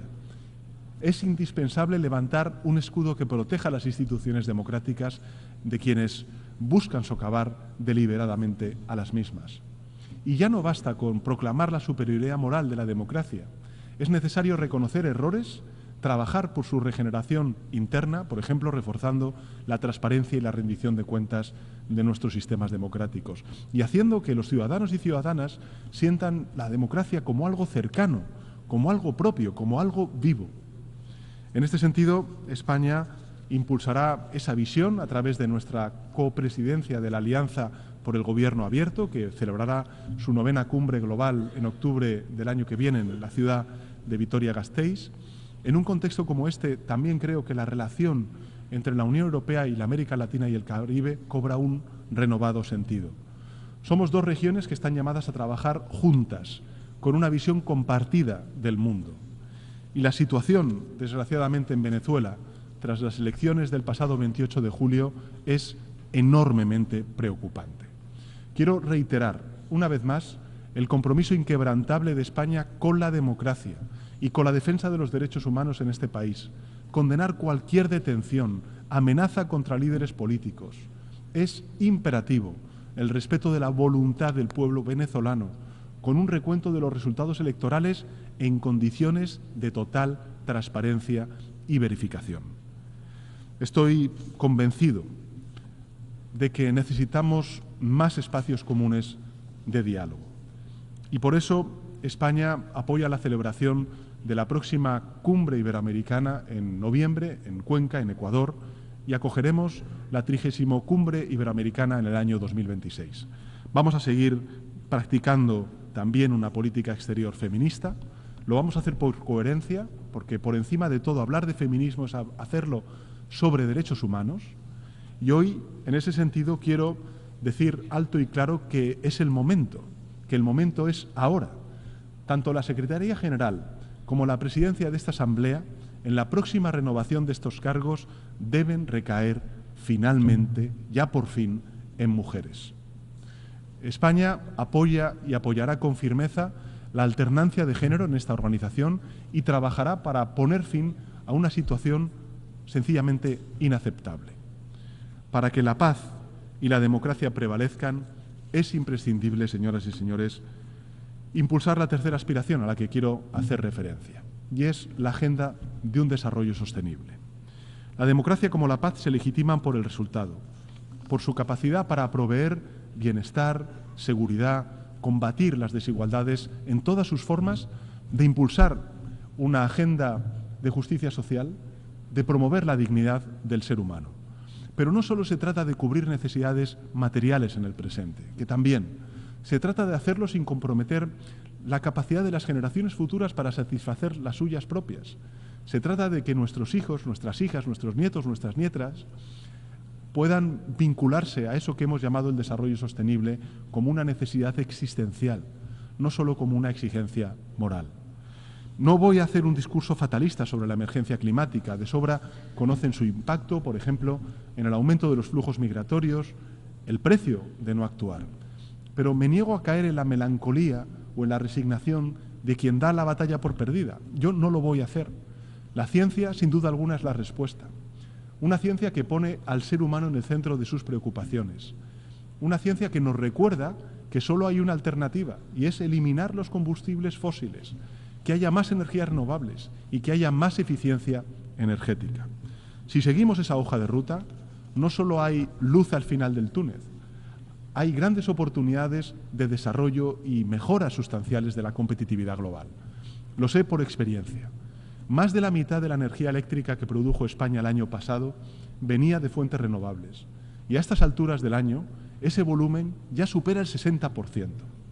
Detrás de esas cifras hay mucho más que energía limpia, barata y accesible para millones de hogares. Hay más y mejores empleos en sectores emergentes y hay más oportunidades en territorios que hasta ahora no contaban con industria. Por eso es tan importante reforzar la financiación internacional al desarrollo, para convertirla en una auténtica palanca de prosperidad para los países que la necesitan. Y en ese sentido, España es un país que sabe que para que sus 48 millones de habitantes puedan aspirar a un futuro mejor, tenemos que trabajar para que los 8.000 millones de habitantes de nuestro planeta tengan también una vida digna y un futuro mejor. Tenemos espacios desde los que actuar para lograr una profunda reforma y actualización de las instituciones financieras internacionales y de los bancos multilaterales de desarrollo. Pero creo, señoras y señores, que hay que ir más lejos. Es imperativo avanzar hacia mecanismos más justos e inclusivos, abordar el problema de la deuda, movilizar más fuentes de financiación y, en definitiva, garantizar más ayuda a quien más lo necesite. Debemos implementar políticas tributarias más eficaces, transparentes, justas, que impulsen la movilización de recursos domésticos, incluido el impuesto mínimo global sobre las grandes fortunas y la plena implementación de los dos pilares de la OCDE y el G20 sobre la fiscalidad de las multinacionales como base para una futura convención marco de cooperación tributaria. Tendremos ocasión de avanzar en la cuarta conferencia internacional sobre financiación al desarrollo, que va a albergar, tenemos el inmenso honor y el orgullo de albergarla el próximo año, el mes de junio del año 2025, en la ciudad de Sevilla. Están todos ustedes invitados. Una cita clave para demostrar que somos capaces de actualizar nuestro sistema multilateral a las exigencias y los desafíos de hoy. Creo que es una oportunidad única para acelerar la consecución de los objetivos de desarrollo sostenible con los cuales España está comprometido, combatir la pobreza, acabar con el hambre, erradicar el SIDA, terminar con la discriminación contra mujeres y niñas, entre otros muchos objetivos. Señoras y señores, cuesta creerlo, pero aún hoy escuchamos delirantes discursos que critican fines tan nobles y ven imposiciones ideológicas allí donde lo que hay es sentido común y humanidad. Discursos que tachan esta agenda, la Agenda 2030, tan nítidamente humana como una construcción de supuestas élites globalistas. Es la locura de los tiempos que vivimos. Y España, lógicamente, será una voz de sentido común y trabajará para que el proceso de negociación sea transparente, inclusivo, favoreciendo el consenso para alcanzar resultados tangibles. Pondremos sobre la mesa el valor de nuestra experiencia reciente en la reforma del sistema de cooperación al desarrollo en España y con el objetivo que hoy quiero hacer público de incrementar nuestra contribución al sistema de Naciones Unidas en al menos un 25% de cara al año 2025 y del año 2025 al año 2027. Y en esta visión, pues lógicamente, África ocupa un lugar preferente para España. Y además tengo la convicción de que debería ocuparlo también para el conjunto de la comunidad internacional. No solo por su condición de socio imprescindible para hacer frente a los grandes desafíos, sino porque ya no caben más excusas. Ya ha llegado la hora de que el continente africano ocupe el lugar que merece. Y ese es el espíritu que impulsa nuestra agenda estratégica para África. Se trata no solo de fortalecer vínculos con los países de la zona, sino de asumir que nuestra prosperidad, que nuestra seguridad, que nuestro progreso están intensamente unidos a la prosperidad, a la seguridad y al progreso inclusivo de todo el continente africano. Señoras y señores, termino con dos reflexiones. La primera es que la humanidad se enfrenta a viejos desafíos como los que he mencionado someramente, pero también emergen algunos nuevos, como el que representa la expansión de la inteligencia artificial. Como tantas veces en el pasado, el surgimiento de un avance disruptivo genera miedo y desconfianza. Y si miramos al pasado, no es la primera vez.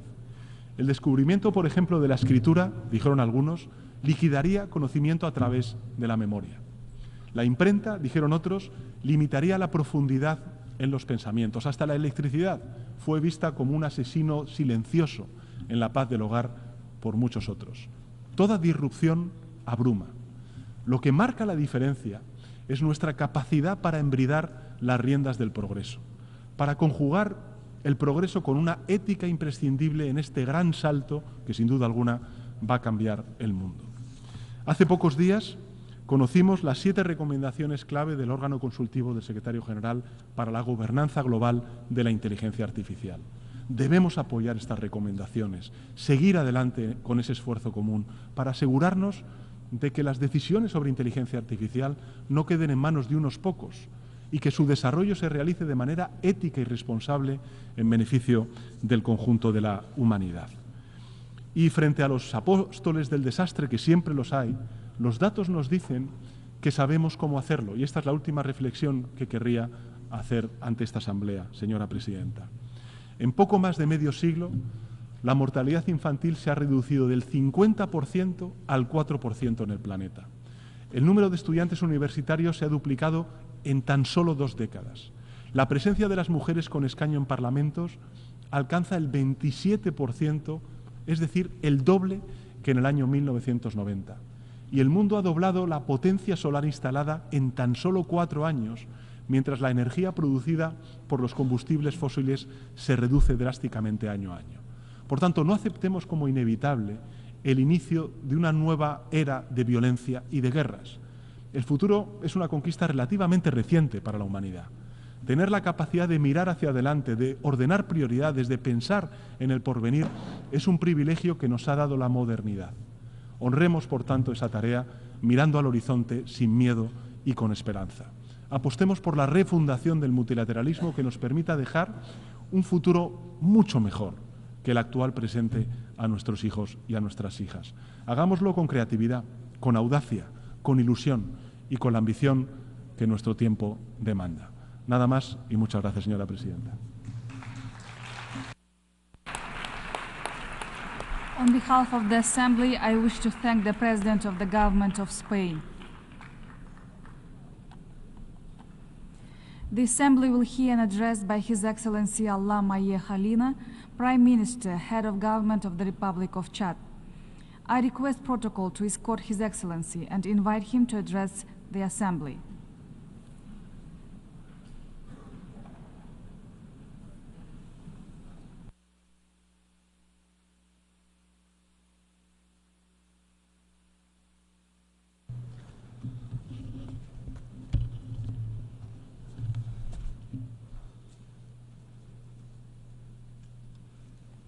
Madame la Présidente,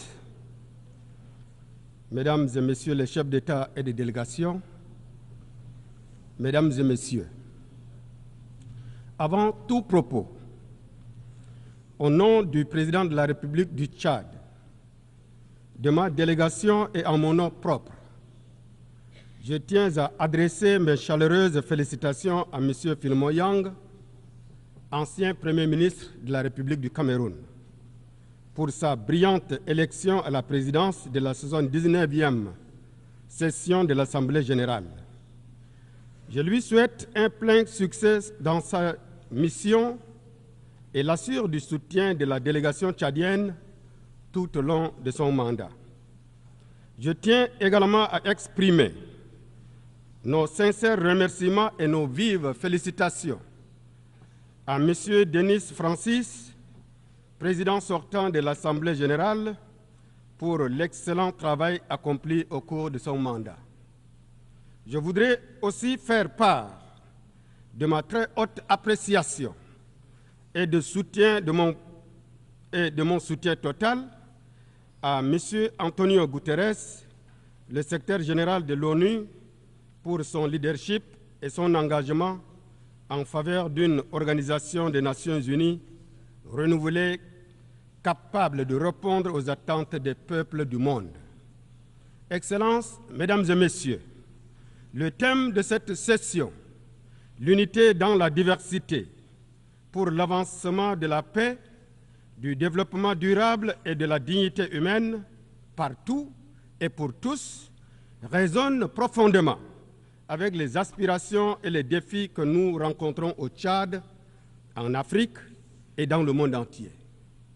La promotion de la paix, du développement durable et de la dignité humaine ne doit pas rester un slogan ou un exercice rhétorique. Cette session doit nous inciter à agir avec détermination et compassion pour construire ensemble un monde juste et pacifique où chaque individu et chaque communauté peut prospérer dans la dignité. Pour ce qui concerne le Tchad, mon pays, comme de nombreux pays du Sahel, la paix demeure un enjeu crucial. Bien que nous soyons confrontés à des défis, il est essentiel de reconnaître les efforts déployés par nos États face aux groupes terroristes dont les origines et les ressources restent obscures et qui menacent nos institutions, entravent nos efforts de développement et exacerbent la misère des populations. Le manque d'une réelle volonté de la communauté internationale à éradiquer le désastre terroriste dans le Sahel risquerait de faire passer l'Afrique tout entière sous le giron des groupes terroristes. Nous sommes convaincus qu'un engagement ferme de la communauté internationale est nécessaire pour faire face à ce défi. Ensemble, nous devons gagner cette lutte contre le terrorisme en renforçant notre coopération pour promouvoir la stabilité de notre continent et partant celle du destin commun de l'humanité. Excellences, Mesdames et Messieurs, à l'échéance 2030, nous évaluerons ensemble l'agenda des Nations Unies sur le développement durable. Le Tchad, comme de nombreux pays africains, se trouve à un carrefour où convergent des défis multiples, notamment les changements climatiques qui menacent notre sécurité alimentaire, les sécheresses prolongées, la désertification et les inondations imprévisibles mettent à mal nos économies et les populations vulnérables. Nous appelons donc la communauté internationale à honorer ses engagements en matière de financement et de justice climatique, ainsi qu'au transfert des technologies vertes. Le Tchad, sous la conduite du président Mahamat Idriss Déby Itno, élu démocratiquement sur la base d'un programme politique structuré, ambitieux et que j'ai l'insigne honneur de représenter à cette 79e session, travaille sans relâche pour améliorer l'accès à l'éducation, à l'eau potable, à l'énergie, aux soins de santé et aux opportunités économiques. Nous devons combattre la pauvreté et les inégalités, surtout celles basées sur le genre, en construisant un partenariat mondial renouvelé qui reconnaît les besoins spécifiques des pays les moins avancés et qui engage une inclusion totale. Nous demandons un accès équitable aux vaccins ainsi qu'aux technologies médicales de pointe, car la santé et l'éducation sont les fondements de la dignité humaine.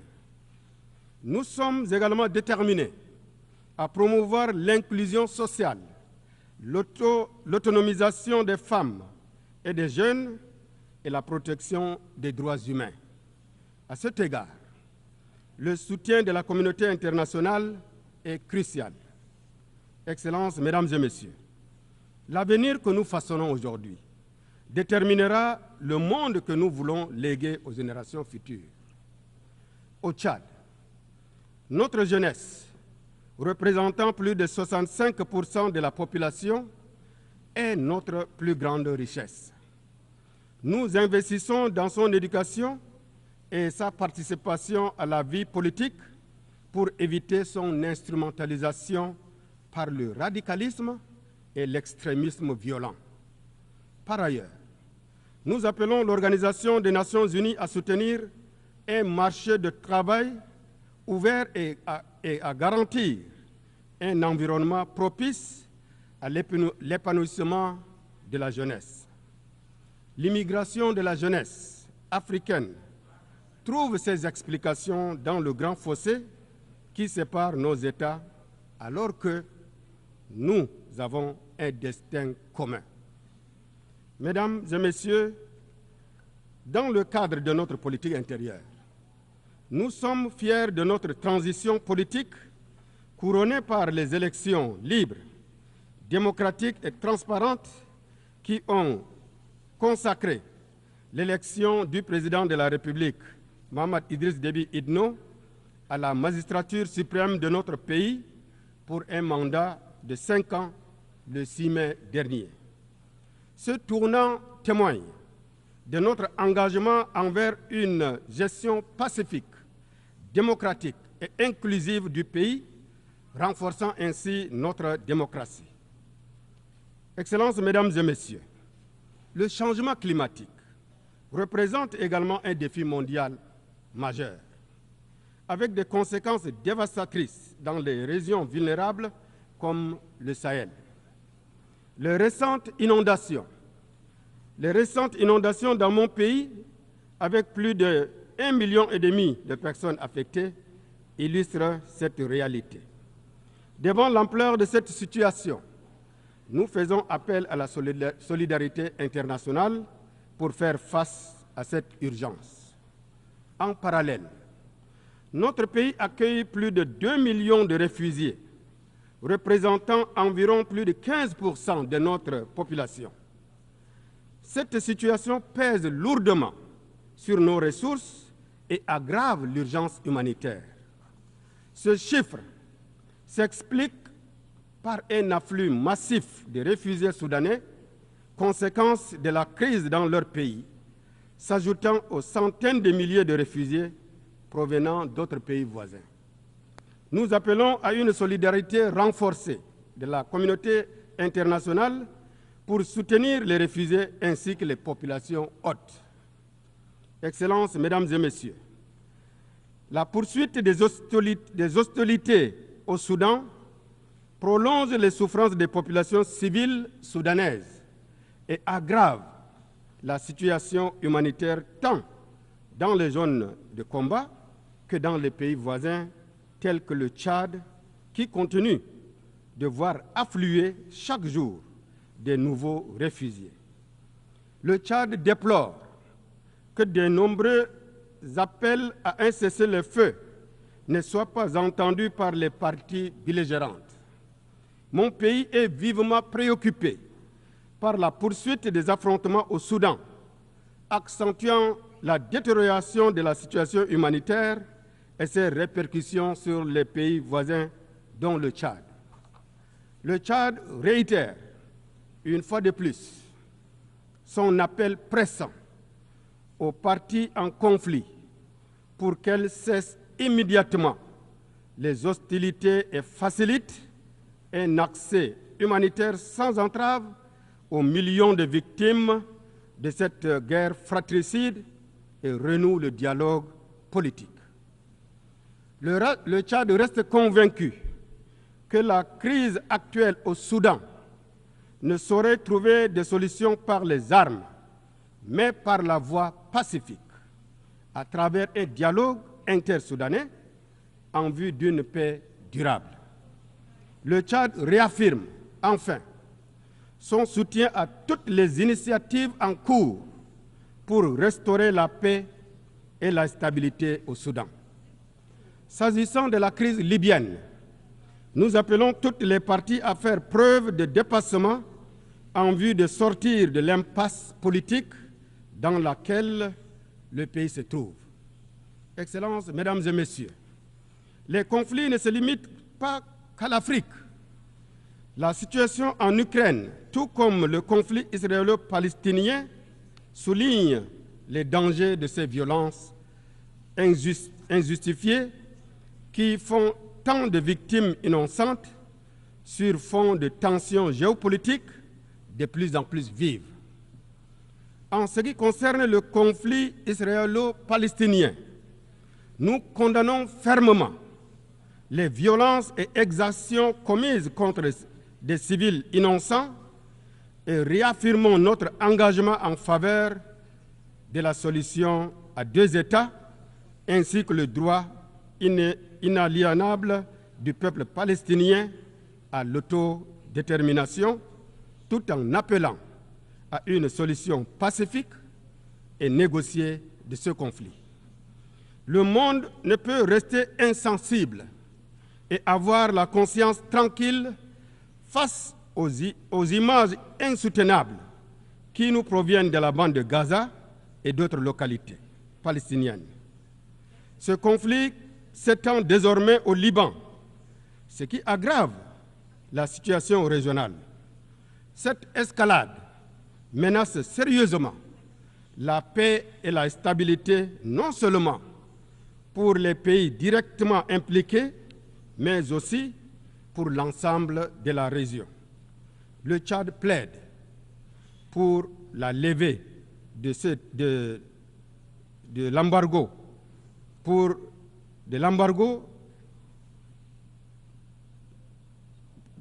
sur le Cuba, qui nuit à son peuple et entrave son développement. Excellences, Mesdames et Messieurs, je réaffirme l'attachement du Tchad à la position commune africaine sur la réforme du Conseil de sécurité telle qu'exprimée dans le consensus des Ulvini et la déclaration de Sirte et en appel au sens de justice et de solidarité de toutes les nations pour accélérer cette réforme tant souhaitée et attendue. L'Afrique ne demande pas autre chose que la réparation d'une flagrante injustice causée à tout un continent qui compte plus de 1 milliard d'âmes, privées injustement de sa place légitime dans la gouvernance mondiale. Madame la Présidente, Excellences, Mesdames et Messieurs, le chemin vers un avenir de paix, de développement et de dignité humaine est semé d'embûches. Mais il est de notre responsabilité collective de le tracer.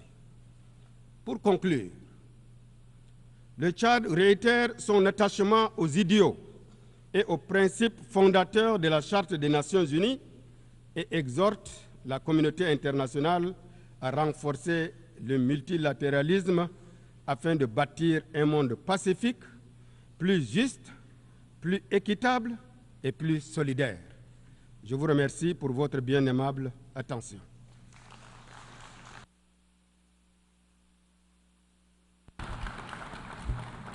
En nombre de la Asamblea doy las gracias al primer ministro y jefe de gobierno de la República del Chad.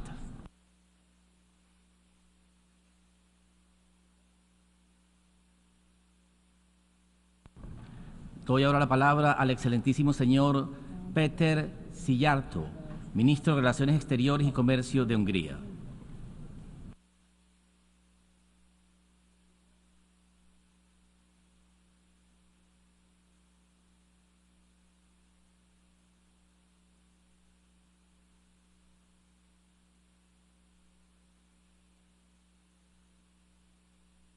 Permission, Your Excellencies, dear colleagues.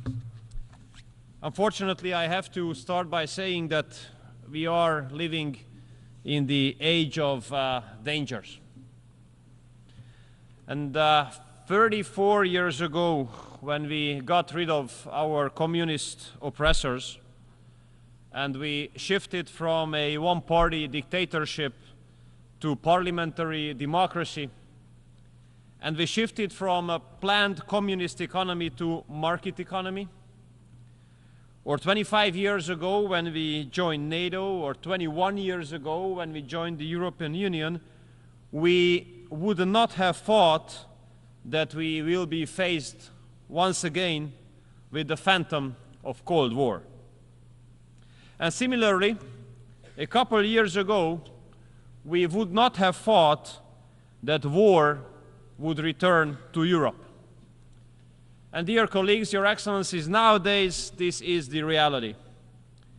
We are faced with the phantom of the Cold War, and war returned to Europe. I'm representing Hungary, a country which is a neighboring country to Ukraine. That means that for the last 2.5 years, we have been living in the shadow of a war. 2.5 years, almost 1,000 days. And we have been confronted with the consequences. 1.3 million refugees. Even nowadays, there are several hundreds of schools and kindergartens in Hungary which enroll the children of the refugee families. And we have been paying a price of a war which is not our war, and for the outbreak of which we do not bear any kind of responsibility. So I do believe that almost after 1,000 days, the real question is not what we do think about the war, but the real question is how peace could be made. Or even more precisely, Mr. President, the question is, which is the fastest way to peace? Because we have to pick that one, the fastest one. Because the later peace will be reached, the more people will die, the more destruction will take place, and more families will be torn apart. And we Hungarians don't want more destruction. We don't want more families to be torn apart. We don't want to see more videos about violent conscription. We don't want more people to die, especially putting into consideration the 150,000 Hungarians living in Ukraine, a community members of which have been mobilized to the Ukrainian army. Many of them have been deployed to the front line, and unfortunately, many of them have died already. And I think that after almost 1,000 days, this is high time to make an honest stock-taking and to analyze what has worked out and what has not worked out, what the international community or Europe has made as a reaction to the war. And if we are honest to ourselves, we have to say that practically nothing has worked out what international community and Europe has done as a reaction to this war. Nothing has worked out what was based on an assumption that there might be a solution at the battlefield. We have to raise the question honestly whether weapon deliveries have made any sense. And obviously they have made no sense. No sense because weapon deliveries have not changed the situation at the battlefield, and they have not brought us closer to peace either.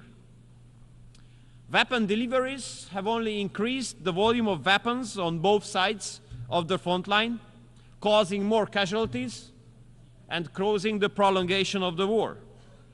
And I do hope that those who are still thinking about delivering more weapons to Ukraine will consider this impact and this consequence as well. And similarly, I hope that those who are supposed to make decisions whether the weapons delivered from the West would be allowed to be used against strategic depth in Russia will make a responsible decision. Because if Western weapons will be allowed to be targeted at strategic depth for Russia, that would cause a serious risk of escalation for sure. And I do believe that in case of such a crisis situation, we really have to put into consideration the weight, the significance of words. Because in such situation, words do have a much more serious significance than in peace times. And we are seriously concerned in Hungary about the open and shameless reference of possible use of nuclear weapons. So, dear colleagues, basically nothing has worked out of those measures which have been based on the assumption that there might be a battlefield solution. That means that solution must be looked after somewhere else. And if you raise the question, where should we look for this solution, then the answer is around the negotiating table. Therefore, Hungary argues in favor of an immediate ceasefire and the start of peace talks. This would be the fastest way to peace. And with this, with starting peace talks, many lives will be saved. I know it's easy to say, but very complicated to implement. Why? Because international liberal mainstream made peace as a cuss word. And whoever argues in favor of peace will be immediately attacked and stigmatized. And that's a huge mistake as well, that diplomacy is now being given a diverted definition. Many would like us to believe that diplomacy is only about talking to those with whom you agree 100%. This is not diplomacy, this is something else. This is not an achievement. Diplomacy is a capacity to talk to those with whom you might not agree, to talk to those with whom you might disagree in everything. And here I do believe, Mr. President, that the United Nations should have a great role, because United Nations was not established as a group of like-minded countries. It was established to give platform for everyone to talk to everyone about everything. And UN gives a legitimate possibility even for those countries who are at war with each other to talk to each other. Therefore, we reject any kind of federalistic efforts which would limit or restrict us in whom we would like to talk in the framework of United Nations and what would be the topic. I'm representing a small or mid-sized, depends on the level of self-confidence, country coming from Central Europe, a landlocked one. And I have to tell you that we do consider it as nonsense and unacceptable that the representatives of the big powers are not ready to talk to each other. Because the fact that they don't talk to each other, that poses a serious security risk on us. And there's another risk that they don't talk to each other. If they don't talk to each other, then the world can easily be divided into blocks again. And that's a nightmare for us. Why? Because we have already experienced it once. We have lost 40 years of our lives, 4 decades, when the world was divided into blocks. Therefore, we have to speak very clearly. We don't want such kind of period to come back. We don't want the world to be divided into blocks again. And I would like to disillusion everybody. It would not only be us to lose everything, or almost everything, in case the world is going to be divided into blocks. Everybody would lose on that. I do believe that a civilized East to West cooperation could bring a lot of profit to the whole world. Therefore, we Hungarians argue in favor of connectivity.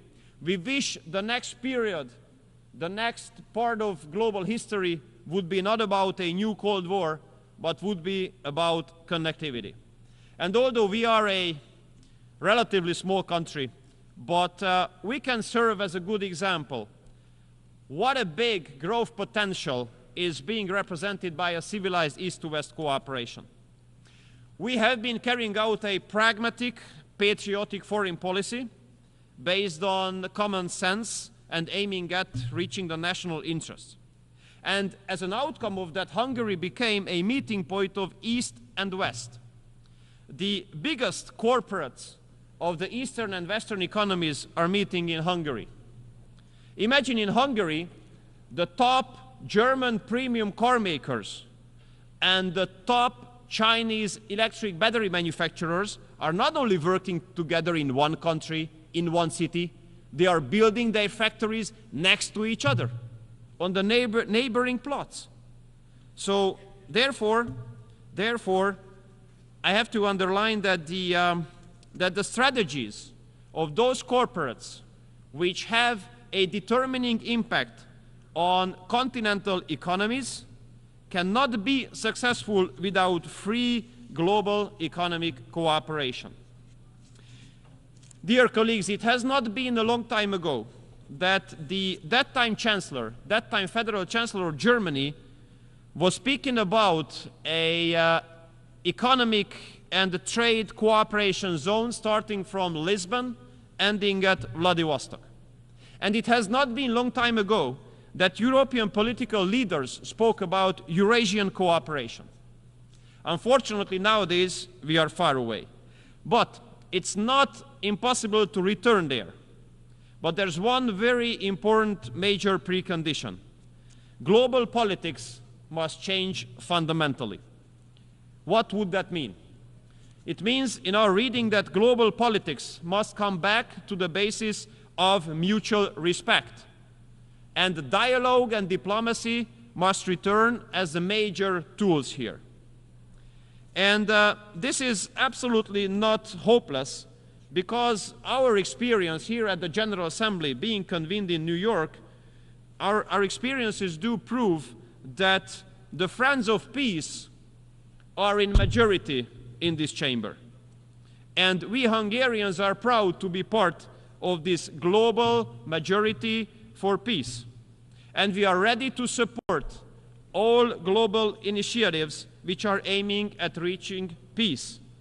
And we are ready to discuss all peace plans. And we consider it as unacceptable that some countries would like to give exclusivity to one or another peace plan, acting as if the other one would not exist.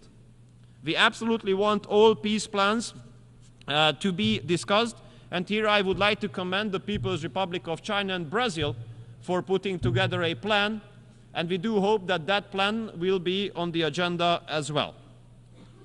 Dear colleagues, if we could reach peace, it would not only save lives of the people, but would give a big support, a big help to many countries in the transatlantic community where I'm coming from, to get rid of the huge burden of hypocrisy. And I tell you why. Many Western colleagues of ours like to say that they got rid of the energy sources of Russia, for example. This is one of the biggest fake news ever, because the Western countries continued to do business with Russia just like others. They just simply deny it. If you look at the share of Russian gas in the LNG ports in western part of Europe, you might be surprised. Or if you have a look at the oil arriving to the western countries in Europe, where it comes from originally, you might be surprised as well. And if you look at who is the #1 uranium supplier of this very country, United States, you would be surprised as well. In order to avoid your homework to look for it, this is the Russian Federation. Dear colleagues, all this prove that economic sanctions are totally useless in this regard. They absolutely don't work out. They put much more harm on some European economies than on the Russian economy. Many Western countries and Western economies do evade the sanctions. So I think it's no wonder that we cannot recall any successful sanction mechanism in history. These sanctions do not make any sense as well. Dear colleagues, the war in Ukraine puts a serious security risk on Europe. But this is not the only security risk there. We in Europe have been faced with massive waves of illegal migration. And unfortunately, Brussels made a huge mistake there, because they wanted to manage migration instead of stopping it. And this approach has encouraged a massive number of people to hit the road, to pay thousands of euros to smugglers, and take the life hazard to come to Europe. But we Hungarians, we do stick to our own right to make a decision on our own, whom we allow to enter the territory of our country and whom we are ready to live together. And I think, Mr. President, that UN is the best place to recall international law. International law speaks very clearly. Everyone who has to escape from his or her home has the right to stay temporarily on the territory of the first safe country, but not on the second, on the third, or the fourth one. Therefore, Hungary will continue to stop the flow of illegal migration on its border, through which basically we save Europe from further huge security-related challenges. And in the meantime, this is insane that while Hungary is protecting its border, has to pay a fine of multiple tens of hundreds of millions of euros because of complying with international law.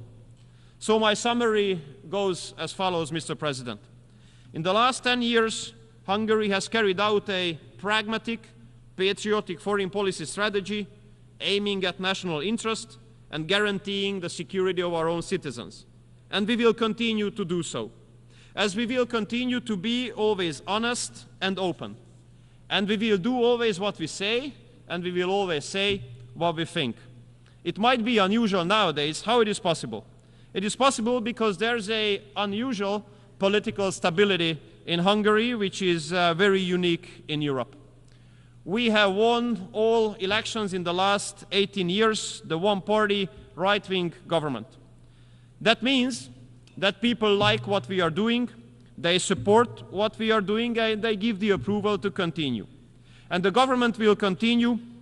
We will not have the intention to satisfy NGOs or external actors, but we will always have the intention to satisfy our own electorate, our own citizens, because we do believe that democracy is all about that, the people. Thank you so much for your kind attention.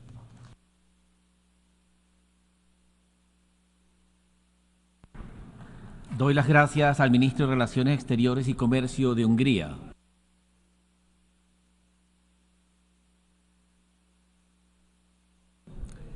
Doy ahora la palabra al excelentísimo señor Bakhtiyar Saidov, Ministro de Relaciones Exteriores de Uzbekistán.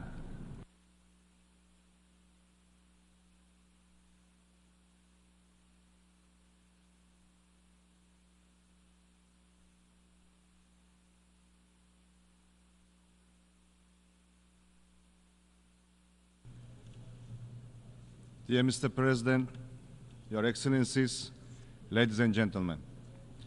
First of all, allow me to convey greetings and best wishes of peace and prosperity from the President of the Republic of Uzbekistan, His Excellency Shavkat Mirziyoyev, to the United Nations leadership, heads of states, and delegations participating at the 79th session of the General Assembly. Let me also express my sincere gratitude for the opportunity to address this esteemed Assembly. I would like to thank the UN Secretary General, Mr. Antonio Guterres, for his firm focus on Central Asia.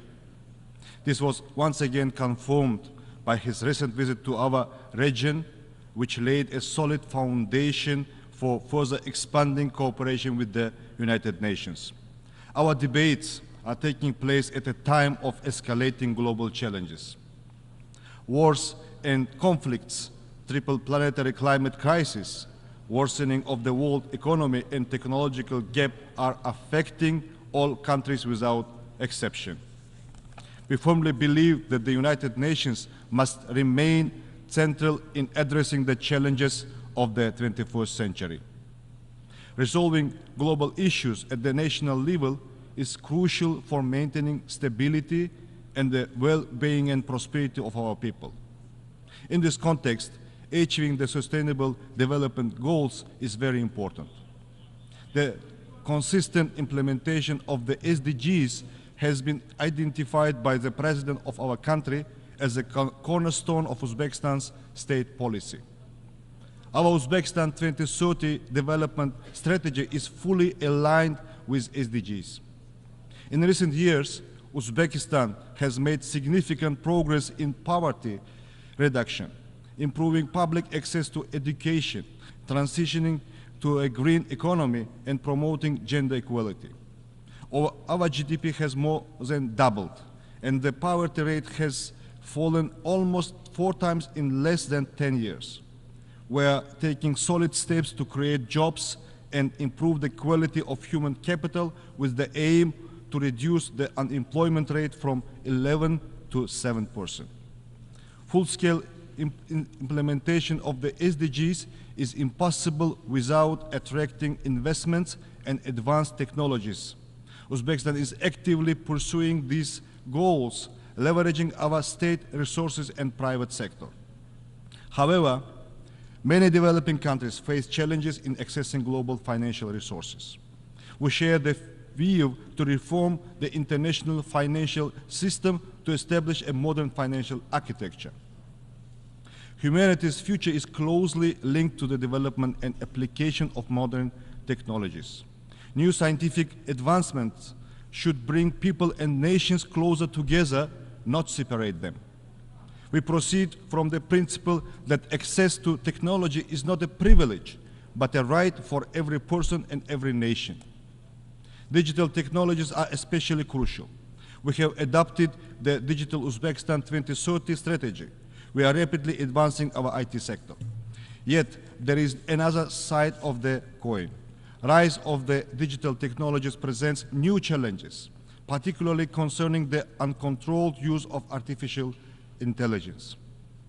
Based on this idea, at the previous session, Uzbekistan supported and co-sponsored UN General Assembly resolutions on utilizing safe artificial intelligence for sustainable development and strengthening international cooperation. We will continue to advocate for broad international collaboration to address these issues. Last year was one of the hottest in the history of meteorological observations. We have witnessed record-breaking heat and extreme cold conditions worldwide. This once again proves the growing urgency of the climate change problem. Central Asia is among the most exposed and vulnerable regions of the world climate change. The air temperature in Central Asia is rising faster than the global average. This creates a wide range of problems which pose serious risk to food and energy security. Thus, the level of the water availability per capita in Central Asia has halved over the past few decades. The Aral Sea disaster continues to have an extremely negative impact on the ecosystems of all states in the region. We call on the international donor community to expand projects in the Aral Sea region aimed at mitigating the devastating consequences of this disaster. The Aral Sea became the first region in the world to be granted by the UN the status of a zone of environmental innovation and technology. Our best experience could benefit other countries facing similar problems. Central Asian countries are unified on climate action. Last December, at the initiative of the President of Uzbekistan, the General Assembly by consensus adopted a resolution that Central Asia in the face of environmental problems, strengthening the regional solidarity for sustainable development and prosperity. We also developed a regional climate change adaptation strategy and established a climate council to create a national climate change program. At the same time, we are aware of the need for broad international cooperation to effectively overcome these challenges. In this regard, we propose to adopt the UN Resolution International Year of Land Restoration and Increasing Drought Resistance. Ladies and gentlemen, our updated constitution sets ambitious goals for building a welfare state. Uzbekistan is committed to enhancing social protection, improving service quality, and implementing international standards. For this purpose, we have established the Social Protection Agency. We plan to hold the World Conference on Social Protection in 2025, and we invite all UN member states to this important event. Empowering women and girls is a key component of our state policy. Uzbekistan has made notable progress in ensuring gender equality, ranking among the top 5 countries in this regard. The Asian Women's Forum, held in Samarkand in partnership with the UN Women, has become a crucial platform for dialogue on gender policy issues. We propose expanding this forum to a global women's forum and adopting the UN resolution on enhancing the social, economic, and political activities of Asian women. Youth represents our common future. In Uzbekistan, where over half of the population is under 30, effective youth policy is vital to build a new Uzbekistan. We are a global leader in implementing the UN Youth Strategy 2030. However, the rising radicalization and increased violence involving youth alarming. We must focus on fostering proper spiritual and moral education of young people to prevent their involvement in radical movements. We propose enhanced cooperation in this direction based on the UN General Assembly resolution, Enlightenment and Religious Tolerance, adopted at the initiative of our President in 2018. The global threat of terrorism requires unified international action. In the fight against this evil, there should be no place for selective approach and double standards. The Central Asian states maintain close cooperation in ensuring regional security. Together with the UN Counterterrorism Office, we have successfully launched the Regional Expert Council in Central Asia on rehabilitation and reintegration. We appreciate the UN's assistance in developing the national strategy of Uzbekistan to combat drug trafficking and drug abuse for 2024-28. As a state party to the United Nations Convention Against Corruption, Uzbekistan welcomes anti-corruption efforts. We support enhancing the role of the UN in fostering international cooperation against corruption. In December last year, together with the State of Qatar and support of the UN ODC, we have hosted the high-level International Anti-Corruption Award ceremony in Tashkent.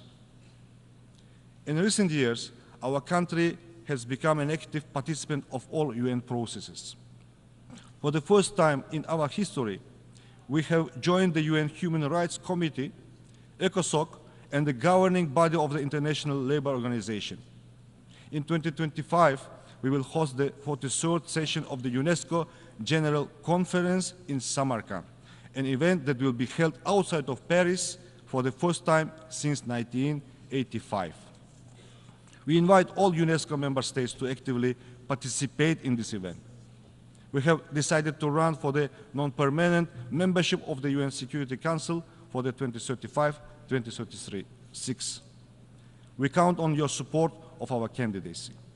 Dear ladies and gentlemen, Central Asia remains top priority in Uzbekistan foreign policy. The new political atmosphere in Central Asia allowed us to address many global issues regionally. We will continue to consolidate our efforts to transform the region into a zone of lasting peace, good neighborliness, stability, and dynamic development. Our region remains one of the least integrated economies in the world in terms of its transport and communication networks. Due to the geographical location of the Central Asia, the cost of transporting goods to the nearest seaports can reach up to 50% of the final value, which is 4 to 5 times higher than the global average. Today, our region is firmly focused on connecting to major global markets and revitalizing the Great Silk Road. Uzbekistan is taking strong steps to establish effective transport corridors leading to international markets. We are implementing an ambitious project to build the Trans-Afghan Railway, which will provide access to global ports and have a positive effect on the economic development of our vast region. The key to ensuring the stability and sustainable development in our region lies in addressing the Afghan problem. Afghanistan is an integral part of Central Asia.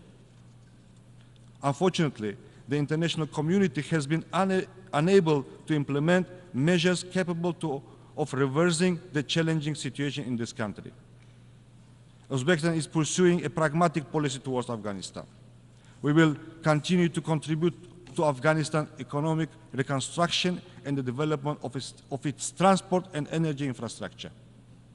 We are ready to expand the educational center for Afghan citizens in the Uzbek city of Termez into the Global Training Center.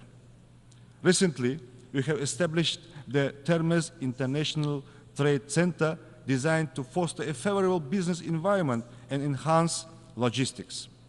In order to achieve stability, it's crucial to uphold the UN's central role in resolving the Afghan issue and developing coordinated strategies to ensure sustainable development.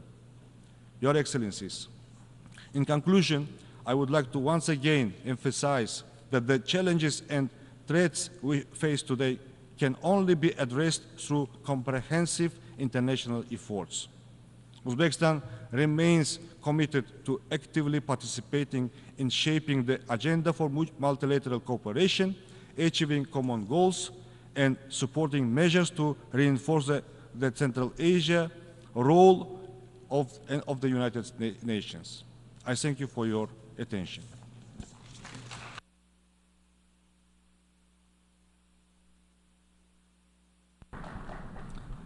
Muchas gracias al ministro de Relaciones Exteriores de Uzbekistán. Doy ahora la palabra al excelentísimo señor Iván Gil Pinto, ministro del Poder Popular para Relaciones Exteriores de la República Bolivariana de Venezuela.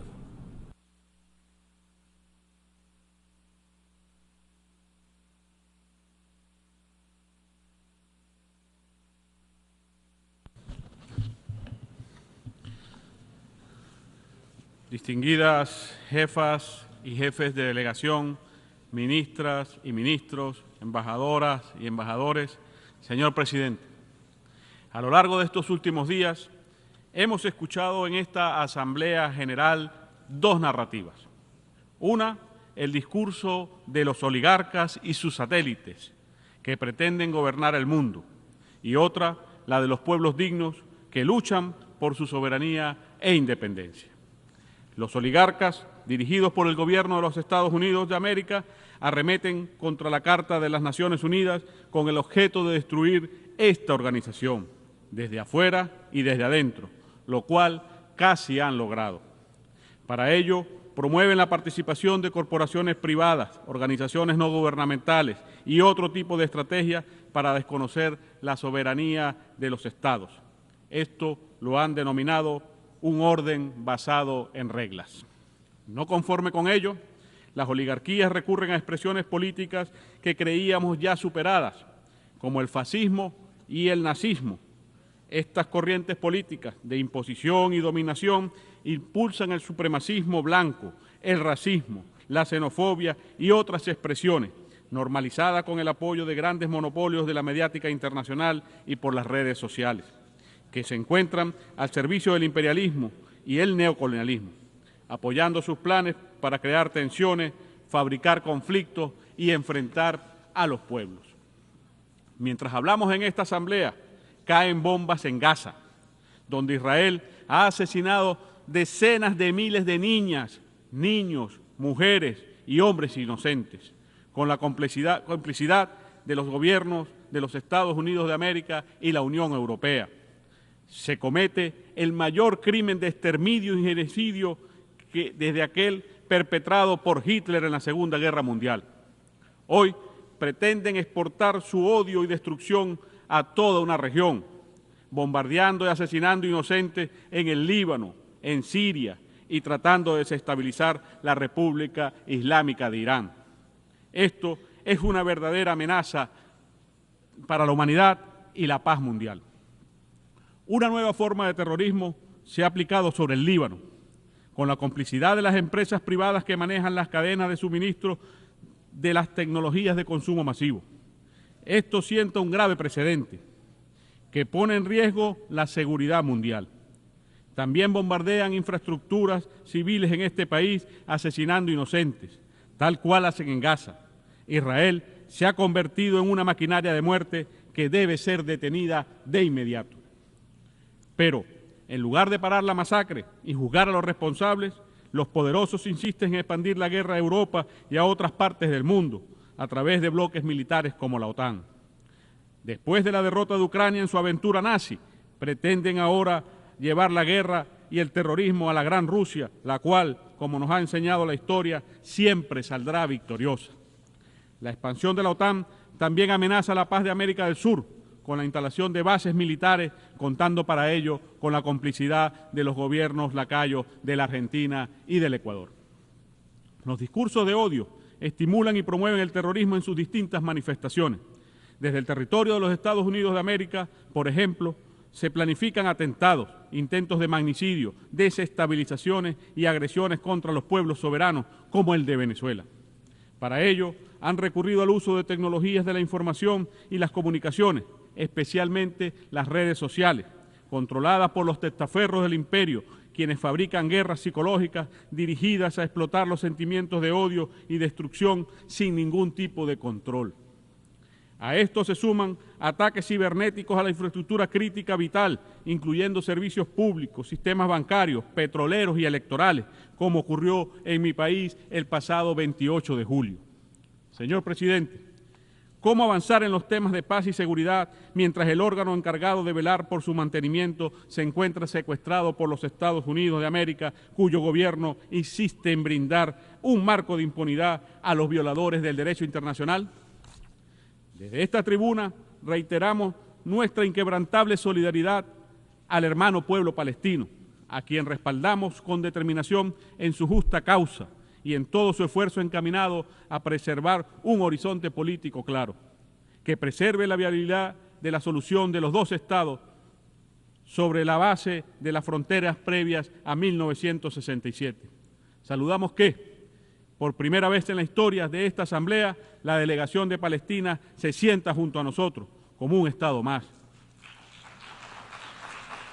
Hoy más que nunca es urgente que garanticemos su inmediata incorporación como miembro pleno derecho en esta organización. Nos preguntamos también cómo concluir la agenda de descolonización si se insiste en preservar un status quo que solo favorece a las potencias ocupantes y administradoras. Vaya desde aquí toda nuestra solidaridad y nuestro firme apoyo para con todos los pueblos que luchan por su derecho inalienable a la libre determinación, para alcanzar su independencia plena y ser verdaderos dueños de su destino, de sus tierras y sus recursos. Es hora de que los anhelos de libertad de nuestras hermanas y hermanos del Sahara Occidental, de Puerto Rico, de Nueva Caledonia, de la Polinesia Francesa, de Bonaire y de tantos otros territorios sean finalmente realizados. Venezuela es un país con una profunda vocación anticolonial, heredada de nuestra gesta independentista y del legado de nuestro libertador Simón Bolívar. Y por ello abrazamos con determinación todas estas grandes causas que hemos asumido históricamente como propias. Estamos decididos a contribuir hacia el fin del colonialismo en todas sus formas y manifestaciones. En este mismo sentido, seguiremos reclamando por la restitución de los derechos de soberanía sobre el archipiélago de Chagos y las Islas Malvinas a sus legítimos dueños, como lo son la República de Mauricio y la República Argentina. A pesar de la traición a la causa de las Malvinas por parte del inefable Javier Milei, el hermano pueblo argentino podrá contar siempre con la solidaridad y el pleno apoyo de Venezuela en este justo reclamo histórico.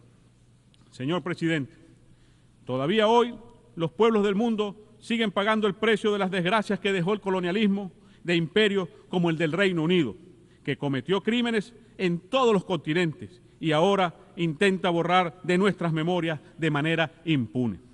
Uno de ellos, cuyo efecto nocivo aún persiste, es el despojo de los derechos soberanos de Venezuela sobre nuestra Guayana Esequiba.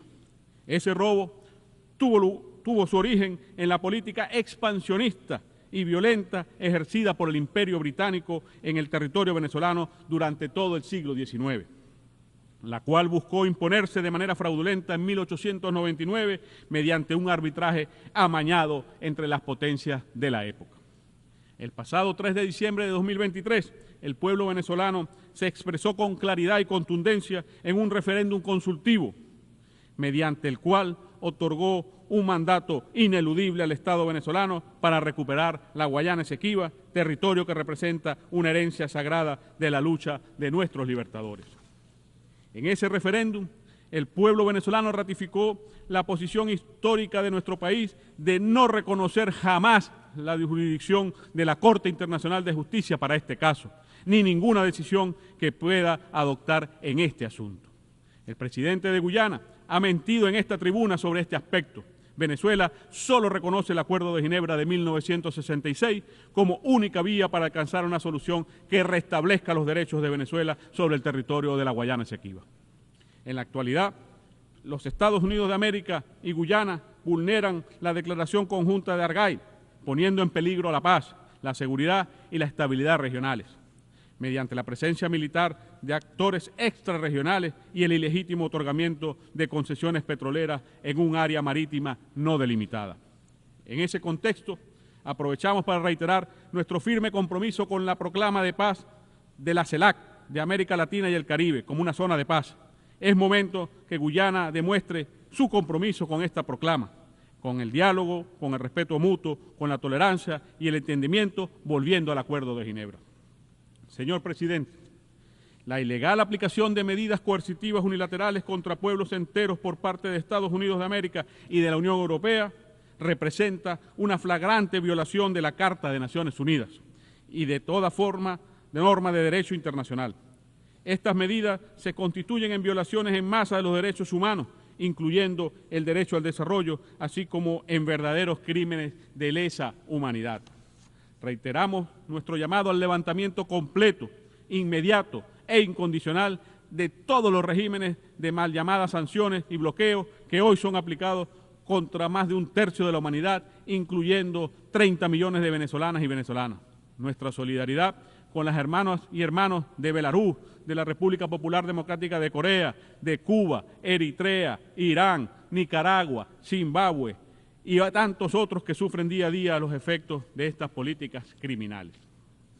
Señor presidente, los pueblos dignos que luchan por su soberanía e independencia también han levantado su voz en estos espacios y deben ser escuchados. Venezuela enfrenta hoy los embates de novedosa forma de colonialismo y es desde hace varios años que el gobierno de Washington ha puesto en marcha un experimento neocolonial que busca destruir por todas las vías posibles nuestro sistema democrático, nuestras instituciones, nuestra soberanía, nuestra independencia y el derecho inalienable de nuestro pueblo a la libre determinación. Se trata de un gran plan de recolonización que busca, a partir de un golpe de Estado continuado, destruir nuestra república. Para la ejecución de ese plan, todas las opciones han estado y siguen estando sobre la mesa. Desde la cruel e inhumana aplicación de un feroz bloqueo económico, comercial y financiero, con casi 1.000 sanciones que han costado a nuestra nación 642 millardos de dólares tan solo en los últimos 7 años, a los que se suman las pérdidas de nuestra estatal petrolera PDVSA, que ascienden a 232 millardos de dólares, y el robo de 31 toneladas de oro depositadas en el Banco de Inglaterra, así como de otros importantes activos propiedad de la República en el extranjero, sin olvidar el robo por parte de Argentina y la República Dominicana de aeronaves al servicio del Estado venezolano. Venezuela no es la única que padece el intervencionismo, profundamente arraigado en la tradición colonialista de la doctrina Monroe, que continúa acechando cualquier expresión de independencia política en nuestro continente, como es el caso de la valiente Cuba y de la bendita y siempre libre Nicaragua. También promueven golpes de Estado como en Bolivia. También promueven golpes de Estado como en Bolivia en el año 2019 y en el año 2024. Y atacan sin clemencia, con el apoyo de las oligarquías locales, al gobierno del presidente Gustavo Petro en Colombia y de la presidenta Xiomara Castro en Honduras. Todo nuestro apoyo y solidaridad. Señor presidente, el pasado 28 de julio, tal como es costumbre en nuestra democracia revolucionaria, el pueblo venezolano se expresó de forma consciente, pacífica y masiva para elegir con plenas garantías, transparencias y libertades al jefe de Estado del gobierno venezolano para el periodo 2025-2031. El presidente Nicolás Maduro resultó reelecto con un apoyo claro y contundente. Luego de esa gran victoria popular, la oligarquía de mi país apeló una vez más al desconocimiento de las leyes y de las instituciones, generando una violencia criminal que dejó como consecuencia 27 muertos, cientos de heridos y la destrucción de propiedades públicas y privadas. Con el uso de bandas criminales instalaron barricadas, quemaron escuelas, hospitales y sedes de instituciones públicas y asesinaron a ciudadanos comunes solo por sus afiliaciones políticas. Nada de esto lo verán en los grandes medios. Peor aún, tampoco habla de ello el alto comisionado de los derechos humanos de las Naciones Unidas, quien, a pesar de haber recibido toda la información sobre estos hechos criminales y sobre la responsable actuación del Estado venezolano, ha preferido convertir las víctimas en victimarios y a los victimarios en víctimas. A lo largo de estos últimos días se han alimentado desde esta tribuna esa campaña fascista y de desinformación contra nuestro país. El gobierno de los Estados Unidos de América y sus gobiernos satélites y serviles se han dedicado a mentir, a atacar y a amenazar nuestro pueblo, desde este recinto que es símbolo de paz y entendimiento, intentando imponer una falsa narrativa. Pero aquí venimos una vez más a presentar la verdad de Venezuela y de nuestro pueblo. Hoy venimos a desenmascarar a todos esos farsantes. Señor presidente, al frente de esta gigantesca operación se encuentra, como ya de costumbre, el gobierno de los Estados Unidos de América y sus agencias, como parte de su fracasada política de golpe de Estado continuado contra la revolución bolivariana, iniciada ya hace más de 25 años. Desde su territorio, específicamente desde el estado de la Florida, se planifican ataques terroristas contra funcionarios e instalaciones públicas. También utilizan las redes sociales con impunidad y pleno apoyo de la Casa Blanca para promover incursiones mercenarias, como ya sucedió en mayo del año 2020. Aunque Washington niega estar involucrado, en esta oportunidad fueron capturados infraganti. Las investigaciones sobre los últimos planes de agresión han arrojado que detrás de la violencia postelectoral se encontraban varios mercenarios norteamericanos y europeos, incluyendo un militar activo de los Estados Unidos de América especializado en operaciones terroristas y de desestabilización.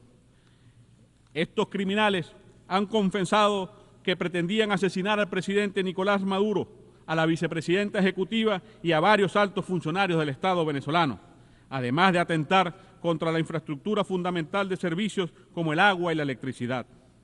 Informamos que todos han sido capturados, incluyendo 2 personas vinculadas al Centro Nacional de Inteligencia de España. También han sido incautados más de 400 fusiles de distinto tipo, algunos de ellos de uso exclusivo de las Fuerzas Armadas de los Estados Unidos de América. En las próximas semanas, nuestro gobierno presentará más pruebas de lo ocurrido, mucho más contundentes, las cuales sorprenderán al mundo. Señor presidente, una fase adicional de este plan criminal de agresión se ha desarrollado en los últimos días a través de otro grupo de mercenarios que abrieron una página web en este país para abiertamente recaudar fondos para atacar Venezuela y ejecutar magnicidios. Esta iniciativa cuenta con el respaldo público de agencias gubernamentales y parlamentarios de los senadores estadounidenses. La hipócrita narrativa oligarca no condena tal aberración. En este orden, es pertinente subrayar la obligación que tienen los estados de garantizar que su territorio no sea utilizado para financiar, planificar, facilitar o cometer actos de desestabilización a través del recurso a mercenarios y terroristas. Y, en este sentido, exigimos al gobierno estadounidense que cumpla sus obligaciones internacionales en esta materia. Asimismo, tenemos que enfatizar que estos planes terroristas, planificados durante meses, ocurrieron en simultáneo a las negociaciones y la firma de acuerdos entre Venezuela y los Estados Unidos de América, en Doha, en septiembre del año pasado, a través de los cuales se buscaba avanzar hacia la normalización de las relaciones entre ambas naciones. Una prueba más de que no se puede confiar en la palabra y la supuesta voluntad del imperio. El pueblo venezolano exige el inmediato cumplimiento de todos los acuerdos, todos los compromisos acordados en Doha, de levantar todas las sanciones, todas las medidas coercitivas unilaterales que ilegalmente pesan hoy sobre nuestro país, y agradecemos al gobierno del Estado de Qatar por sus buenos oficios como facilitador en estas negociaciones. Por otra parte, y así tenemos que decirlo, todo esto ocurre también mientras el gobierno de Estados Unidos de América, que fomenta y financia acciones criminales alrededor del mundo, incluye a Cuba, sin fundamento alguno, en una lista espuria de países que supuestamente patrocinan el terrorismo. Exigimos también el cese de ese ataque contra la patria de Martí y de Fidel, que profundiza aún más los impactos del bloqueo. Señor presidente, esta nueva agresión contra Venezuela, que continúa en desarrollo, tendrá exactamente el mismo destino que todas las anteriores, un estrepitoso fracaso. A pesar de las operaciones psicológicas con las que se busca generar confusión, de las operaciones abiertas y encubiertas desde Washington, en el marco de una denominada política de máxima presión, en Venezuela hoy reina la paz social. Los planes para generar violencia han sido derrotados gracias a la firmeza de nuestro pueblo por defender su derecho a vivir en paz. Hoy, además, Venezuela viene experimentando un crecimiento que le permite insertarse con fuerza en la dinámica económica mundial, aportando su fortaleza en la producción de energía, de alimentos, de bienes y servicios de primera necesidad. Esta épica ha sido posible gracias al empeño del pueblo venezolano y a un liderazgo firme que ha logrado enfrentar el bloqueo. Señor presidente, en medio de esta coyuntura, nuestro llamado a los pueblos libres del mundo y amantes de la paz es a fortalecer la unidad frente a quienes intentan dividirnos para lograr así sus planes de denominación neocolonial.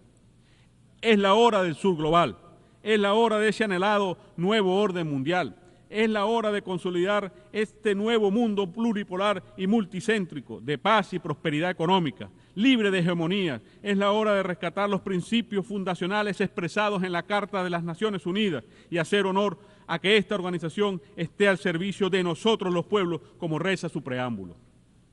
Venezuela pone al servicio de la humanidad su diplomacia bolivariana de paz para avanzar en esa dirección, tal como lo demuestra su liderazgo frente al grupo de amigos en defensa de la Carta de la Organización de Naciones Unidas. Estos son los principios que constituyen la narrativa de los pueblos libres, que expresan en las nuevas formas de asociación basadas en los principios de solidaridad y complementariedad, como la alternativa bolivariana para los pueblos de nuestra América, ALBA-TCP, los BRICS y otros horizontes esperanzadores del nuevo orden mundial emergente, en el que nuestro país se viene insertando a paso acelerado. Señor presidente, permítame concluir enfatizando que en Venezuela seguimos de pie, dando la batalla de la mano de nuestro pueblo, en permanente organización y movilización popular, en la lucha por seguir consolidando nuestra independencia. No importa quién sea el jefe del imperialismo estadounidense que hable en esta tribuna dentro de un año, tengan por seguro que la voz clara y rebelde del pueblo de la República Bolivariana de Venezuela seguirá presente en este foro bajo la firme conducción del presidente Nicolás Maduro Moro. Con Bolívar decimos: Dios concede la victoria a la constancia. Muchas gracias, señor presidente.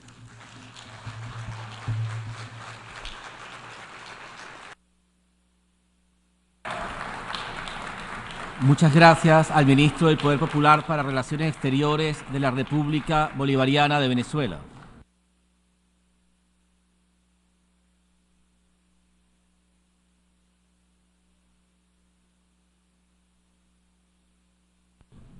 Doy ahora la palabra al excelentísimo señor Frederick Makamur Shaba, ministro de Relaciones Exteriores y Comercio Internacional de Zimbabue.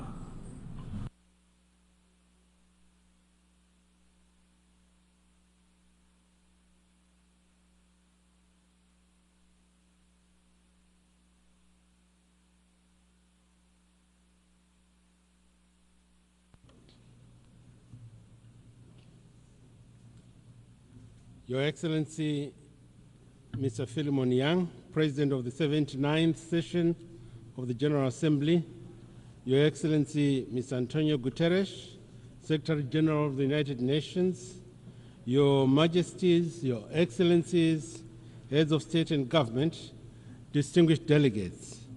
Allow me to extend my heartfelt congratulations to you, Your Excellency, Mr. Philemon Yang, on your election as President of the 79th session of the United Nations General Assembly.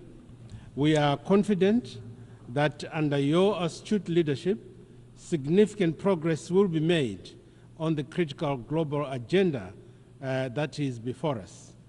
Please be assured of Zimbabwe's unwavering support throughout your tenure. I would also like to pay tribute to your predecessor, Ambassador Dennis Francis, for his exemplary stewardship of the 78th session of the General Assembly. As the General Assembly had to contend with a number of delicate issues, Ambassador Francis worked hard, so hard, to promote compromise and the collective resolution of issues anchored on the principle of multilateralism, understanding, and mutual respect. Mr. President, in an increasingly polarized and insecure world, dialogue and diplomacy are indispensable. Our world is besieged by numerous global challenges, both natural and man-made. The interconnectedness of our world means that events in one region inevitably affect others.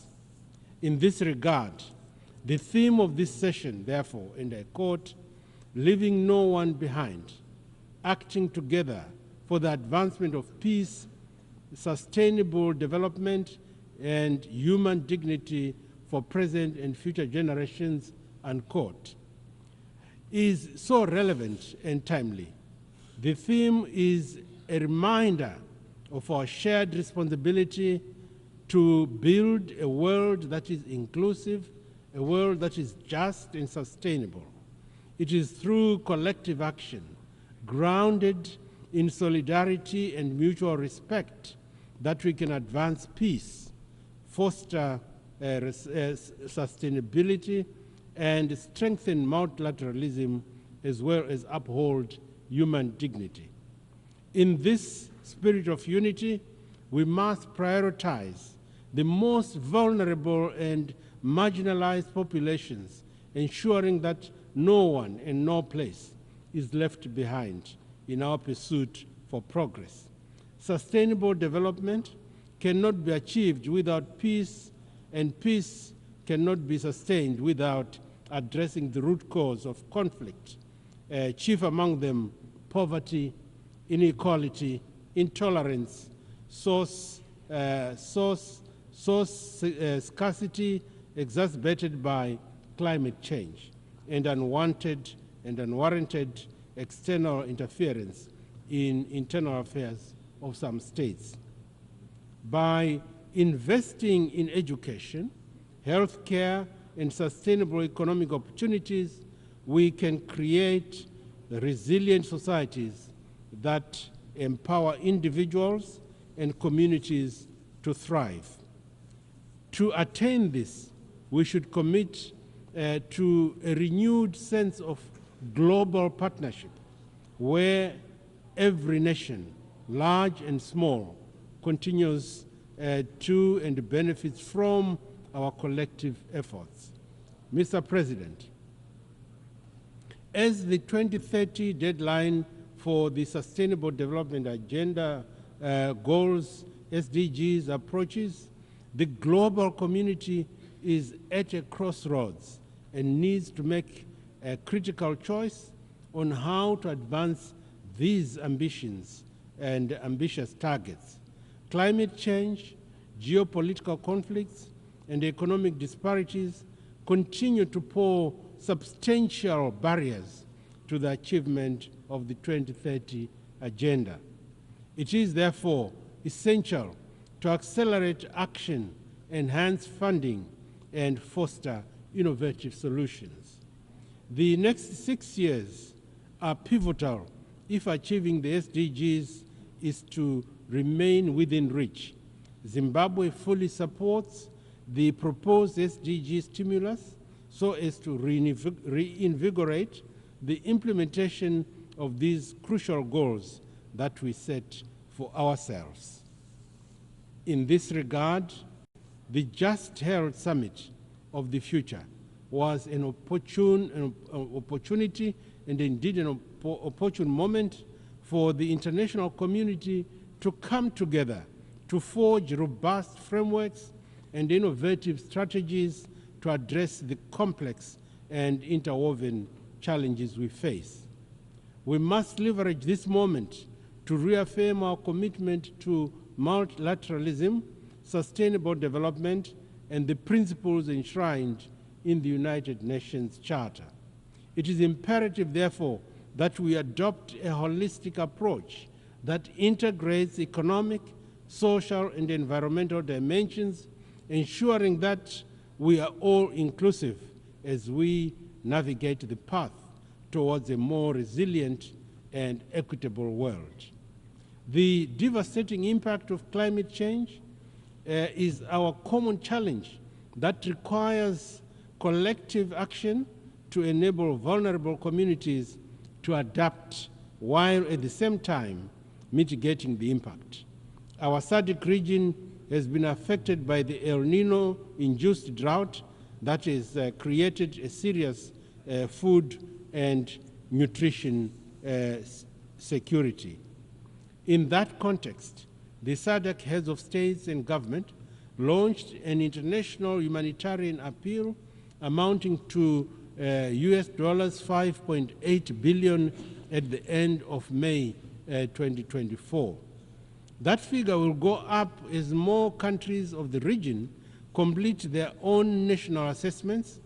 The overreaching and overarching objective is to meet the immediate needs occasioned by the El Nino-induced drought, while at the same time building resilience for future shocks, including through the establishment of early warning systems.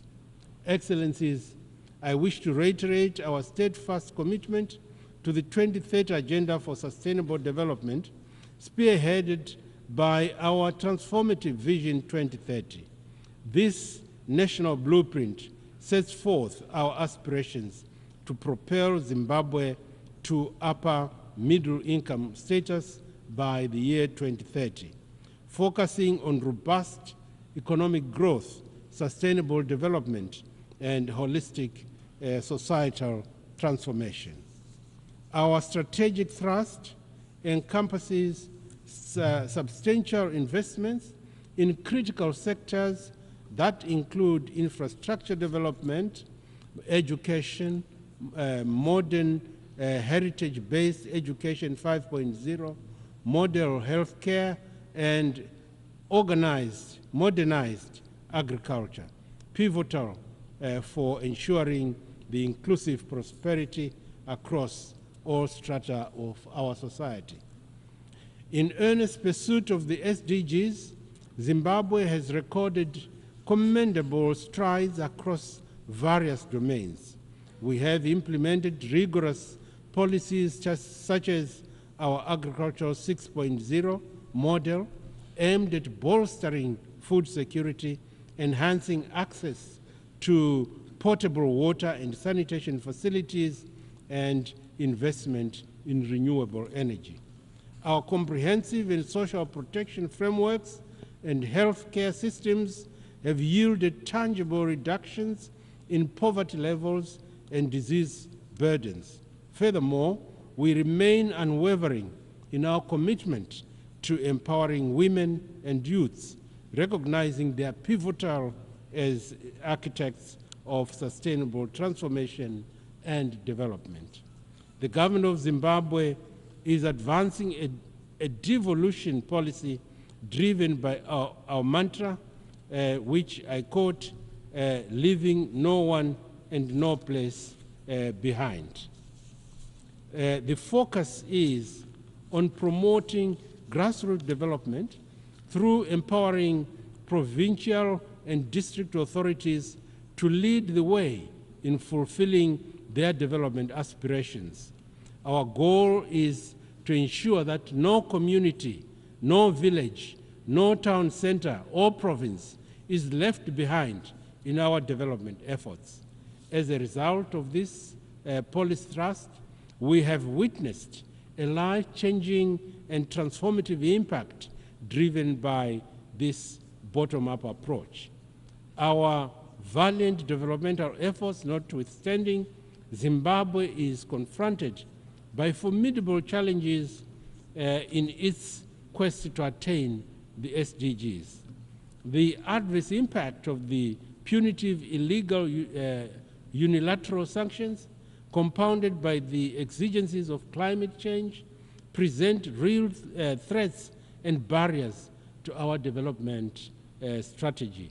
In this regard, we call upon all those that have maintained illegal and unjustified sanctions on Zimbabwe to remove these unwarranted measures immediately and unconditionally to allow us to continue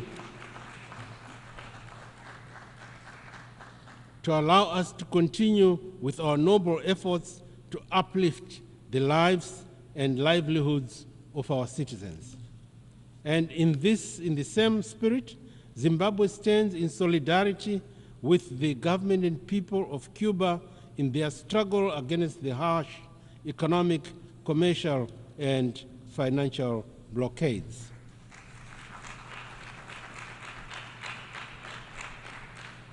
We call for the immediate lifting of this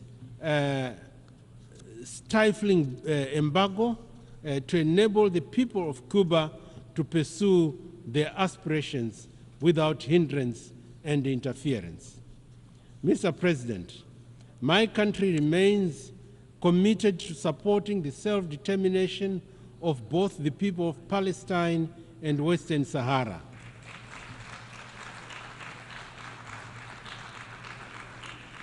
The time for mere rhetoric has long passed.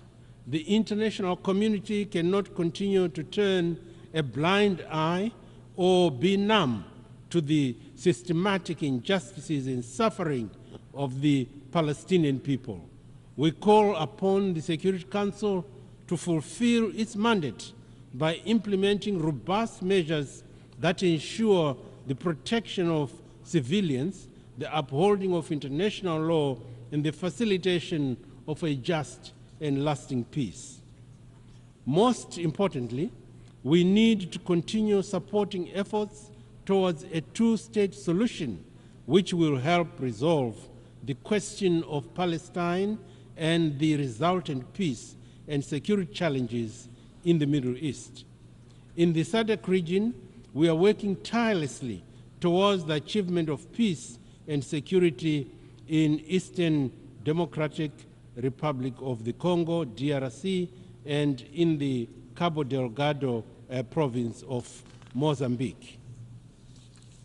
Excellencies, the international financial architecture as it stands today is an anachronistic construct that no longer meets the needs of the global community, particularly those of developing nations. Our economies, which are the livelihood of the global market, are disproportionately affected by the rigid and often inequitable policies imposed by dominant financial institutions. The current system, steeped in historical power imbalances, has failed to provide the necessary flexibility and support required for sustainable development. It is therefore imperative that we reform these structures to ensure that they are more inclusive, more equitable, and more reflective of the diverse realities that are faced by all member states, particularly in the global south. In a world facing all manners of insecurities, the current paralysis of the Security Council on crucial topics is unconscionable, as it negates its very important existence. Reform of the Security Council is not just an aspiration, but a present-day necessity. This reform is not just a matter of fairness. It is essential for ensuring that the Council's decisions are all-inclusive, are credible, and truly reflect the global community's diversity. In this regard, Zimbabwe stands by the African Union's Ezulwini Consensus and the SETI Declaration, which advocates for at least 2 permanent seats with the veto power for African countries on the Security Council. Excellencies, information communication technologies have transformed our lives for the better and can be harnessed for fast-paced development. Yet, the same technology has also been employed to commit crimes and destabilize societies. It is therefore prudent for us to come up with a global digital governance framework in order to guard against the harmful consequences of this otherwise transformative technology. Zimbabwe is fully committed and will contribute positively in all negotiations aimed at global cooperation in both harnessing the good from the digital world and also combating the negative aspects and abuse of the same. Mr. President, as I conclude, I wish to reaffirm Zimbabwe's commitment to the purposes and principles of the United Nations Charter. The challenges we face are immense, but not insurmountable.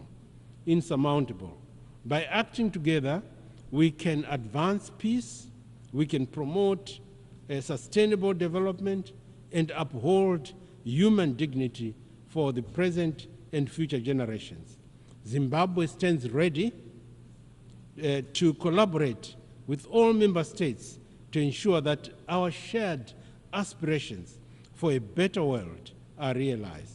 Let us work in unison, guided by the spirit of multilateralism, solidarity, and mutual respect in order to address the pressing issues of our time and to build a more inclusive and just and sustainable future. I thank you for your attention.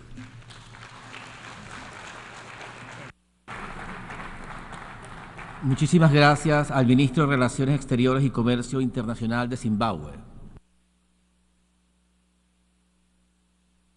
Doy ahora la palabra al excelentísimo señor Ramadan Abdallah Mohamed Gog, Ministro de Relaciones Exteriores y Cooperación Internacional del Gobierno de Transición de Unidad Nacional Revitalizado de Sudán del Sur.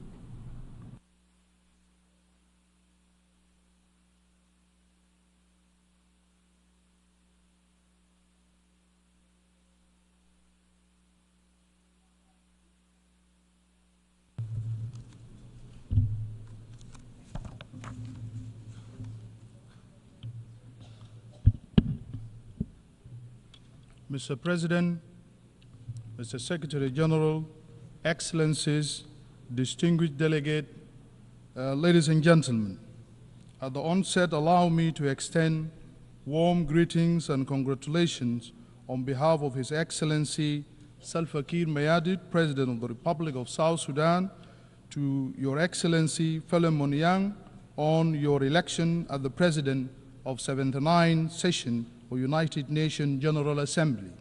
His Excellency President Salva Kiir Mayardit, President of the Republic of South Sudan, would have loved to be here but could not due to competing demands back home. Republic of South Sudan stand ready to support you during your tenure as at the helm of the General Assembly. Allow me also to warmly bid farewell to His Excellency Ambassador Dennis, who was the President of the 78th Session of the General Assembly of United Nations, for his stellar work in service of the ideals of the UN Charter. We are especially grateful for his proactive leadership as illustrated by goodwill visit to the Republic of South Sudan in June this year, which he undertook in support of the ongoing efforts to consolidate peace, security, and development in our country. Mr. President, the theme of the 79th session, leaving no one behind, acting together for the advancements of peace, sustainable development, and human dignity for present and future generations, speak directly to the present state of global affairs. The ideals and value envisioned in the UN Charter are as important, relevant, and crucial now as they were at the founding of this noble organization on October 24, 1945.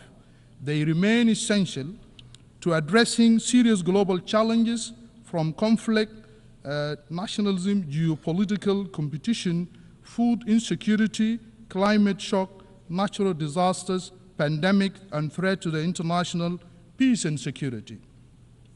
Mr. President, distinguished delegate, the revitalized government of national unity in the Republic of South Sudan, as repeatedly stated by the President of the Republic of South Sudan, His Excellency President Salva Kiir Mayardit, is fully committed to consolidating peace in our country.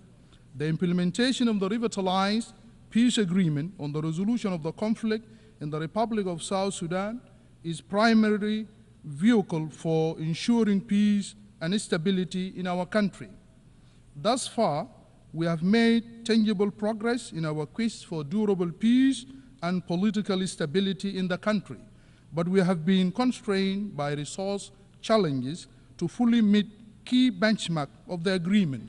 Nonetheless, all the signatories to the peace accord remain steadfast in consolidating the gains made so far in the form of relative stability and joining hands to complete the rest of the outstanding elements.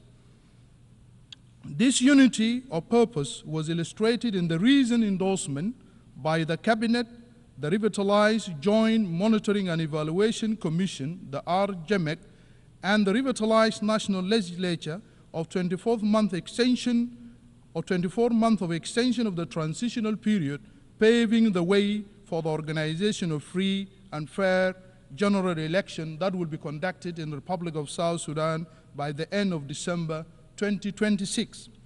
The decision to postpone the elections, as previously scheduled for, was justified by the fact that essential security sector mechanisms and election-related institutions require more time to fulfill their mandate. Mobilization of funds to complete these important tasks that are critical to the conduct of free, fair, and credible election in the Republic of South Sudan also demands more time. Most importantly, the process of constitution making covers a series of activities and require an adequate time frame for effective consultation with all stakeholders to ensure that a broadly accepted constitution is adopted in South Sudan. We therefore call on the United Nations and the broader international community to join us in ensuring that this new roadmap for peaceful transition in South Sudan is met by availing the required financial and technical support for the process. Furthermore, I am pleased to report that the revitalized government is currently engaged in robust and promising negotiation with the All-Out Group through the Tumaini Initiative under the auspices of the government of the Republic of Kenya to address all grievances and guarantee the return of those opposition leaders to the Republic of South Sudan. Mr. President, distinguished delegates, over the last year, the conflict in Sudan is the country neighboring to South Sudan, has created one of the worst humanitarian crises in the world. As stated by the United Nations and other United Nations agencies, as an immediate neighbor, we have been impacted by this conflict with about over 800,000 refugees and returnees crossing our borders on a daily basis, coming to South Sudan, fleeing from the war and settling in South Sudan. While we profoundly appreciate the efforts of the United Nations and humanitarian agencies working to elevate the suffering of the victims of this conflict, we strongly encourage support for the IGAD Peace Initiative to bring about peace to Sudan. Furthermore, we also believe that the international community's support for the victim of the war remain inadequate and unresponsive to the impact on the host communities that are also grappling with serious humanitarian challenges. Therefore, we are calling on the international community to expand their support and closely engage with the government of the Republic of South Sudan to mitigate and navigate impact of war on all victims. Mr. President, distinguished delegates, it's worth mentioning that the conflict in the Republic of Sudan has also directly impacted the economic situation in the Republic of South Sudan, with oil production significantly reduced since April this year, given the fact that our economy is entirely reliant on revenues that we collect from the sale of oil that pass through Port Sudan. We urge the international community to double its efforts toward resolving the conflict in Sudan. We further call for more solidarity with South Sudan as it struggles to overcome and withstand the dire economic impact created by the conflict in neighboring Sudan. Mr. President, in the last 70 years, 500 million people in Africa also have been affected by the impact of the climate change. As a result, South Sudan battled and suffered from devastating impact of the flood and the drought. Millions of people have been displaced and many lives have been lost due to the flood and the drought. Therefore, there is a need to scale up adaptation action and support to ensure an adequate response in context of the climate crisis. Moreover, we strongly urge developed countries to exercise greater leadership by expanding their financial contribution to the required global mitigation and adaptation interventions, as trillions of dollars are needed annually to tackle the crisis, restore trust in multilateral system.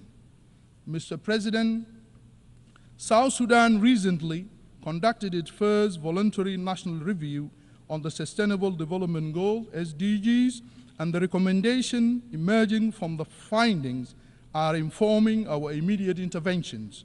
Moreover, our revised national development strategy and annual budget are crafted around a commitment to the SDGs. Furthermore, the Ministry of Finance and Economic Planning and the National Bureau of Statistics, with support from the UN agencies and our development partners, are working to strengthen the capacity of the national statistical system to collect quality and analyze timely and reliable data. The government is actively mobilizing resources to conduct the national population and housing census, thus ensuring evidence-based planning and delivering of essential services to the people. As South Sudan capacitates its statistical system and bolsters its analytical capabilities, the government is using the multidimensional poverty index measuring to guide related policies, designing multi-faceted intervention to improve the life of the disadvantaged group and track progress. Mr. President, in recognition of the role of the women in public life in South Sudan, I am delighted to report to the Assembly that South Sudan is making great strides and improvement in gender equality. The government of South Sudan believes that the active engagement of women in governance and decision-making is crucial and critical to ensuring that implementation of commitment contained in the peace agreement that was signed in 2018 and the Mobutu Protocol, the Action National Plan on the United Nations Security Council Resolution 1325 and the SDGs 2030 Agenda and African Union Agenda of 2036. UNCSR 1325 is practically powerful advocacy tool for equal representation in national governance. As a reflection of our commitment to gender equality, South Sudan Transitional Constitution enshrined 35%, which is affirmative action provision for women in all structures of our government. The peace agreement also mandated the establishment of Women Enterprise Fund to support our women, which shall serve as a vehicle for availing resources that can leverage the entrepreneurial and innovative energies of our dynamic female population. We strongly believe that all these initiatives align with the theme of leaving no one behind. Mr. President, distinguished delegate, South Sudan is a young country in terms of its population, with young people constituting over 70% of the population of our country. This demographic reality can be harnessed for a better future through proactive and progressive investment in the youth. The Republic of South Sudan aims to develop a robust education policy that is focused on unlocking this potential through job creation and innovation, and benchmark under the provision enshrined in the African Youth Charter and United Nations Resolution on Youth-Related Empowerment. The Ministry of Youth and Sport in the Republic of South Sudan and our National Assembly are jointly working on legislation for the National Youth Service and Youth Enterprise Development Fund that will enhance the capacity of our youth. Once these two documents are adopted, these two laws shall create the necessary condition for the empowerment of our youth. Therefore, we call on the United Nations and international community to augment our efforts to enhance the level of technical and financial support to the government in the spirit of government agenda and better future envisioned by the Pact for the Future agreed to at the recently concluded Summit of the Future here in New York. Mr. President, South Sudan Universal Health Coverage Service Index is among the lowest in the region and globally. This is attributed to conflict, economic crisis in the country, and consequence of climate change, resulting in a fragile health system. Maternal and infant mortality rates remain the worst in the world. As such, Government of Republic of South Sudan commit to invest in a durable, accessible, and standard strengthening health care system. We are committed to optimal health and well-being of our citizens via a primary health care approach as the most inclusive, equitable, and cost-effective path to universal health coverage. Provisions of preventive health service through national programs such as malaria, HIV/AIDS, TB, routine immunization, and maternal and child health programs, including nutritional health service, is crucial for the reduction of the economic burden of health care expenditures for households and the healthcare system in South Sudan. Pandemic preparedness and response through a multi-sector approach but put us on a path to tackle public health emergencies such as responding to the current mpox pandemic and other diseases epidemics in the country. Most importantly, our commitment to address the burden of both infectious disease and rising burden of non-communicable disease as we aim at reducing mortality rate remains our top priority. Succeeding to achieve all the above will promote sustainable development goals of health target of 2030, which will enhance the strategies for Africa we want by 2063. Mr. President, as part of our commitment as a country to transforming education and government of South Sudan recognize every child's right to quality education as well as addressing the issues of access, equity, and inclusion. Based on this premise, the government commitment has been translated into several actions or interventions. Primarily, His Excellency President Salva Kiir Mayardit reiterate that government policy of universal basic education for all children regardless of their background or gender in February 2023. This has made a considerable impact on not only in improving enrollment and retention in school, but also in combating early and forced marriages that have been compelled by many girls to drop out of schools. Consequently, we have achieved enrollment and retention of almost 3 million learners at the primary education level, almost attaining gender parity. Mr. President, as you are aware, His Excellency President Salva Kiir, President of the Republic of South Sudan, is the incumbent chairperson of East Africa Community, has consistently emphasized that need for maintenance of peace and security in the East African region. The Great Lake and the Horn of Africa is his role that is playing. The President's effort aligns with the theme of this 7th and 9th session of the General Assembly and the Secretary General call in the Summit of the Future. Mr. President, One of the main impediments of South Sudan's full realization of sustainable peace and security is the fact that the Security Council continues to maintain sanctions, individually target sanctions, and the arms embargo despite our call and the call from the African Union and IGAD for these sanctions to be lifted. These punitive measures have created a negative impact, restraining South Sudan's full potential by preventing the government from maintaining effective deterrence against negative non-state actors that foment violence and insecurity in our country. Furthermore, potential investors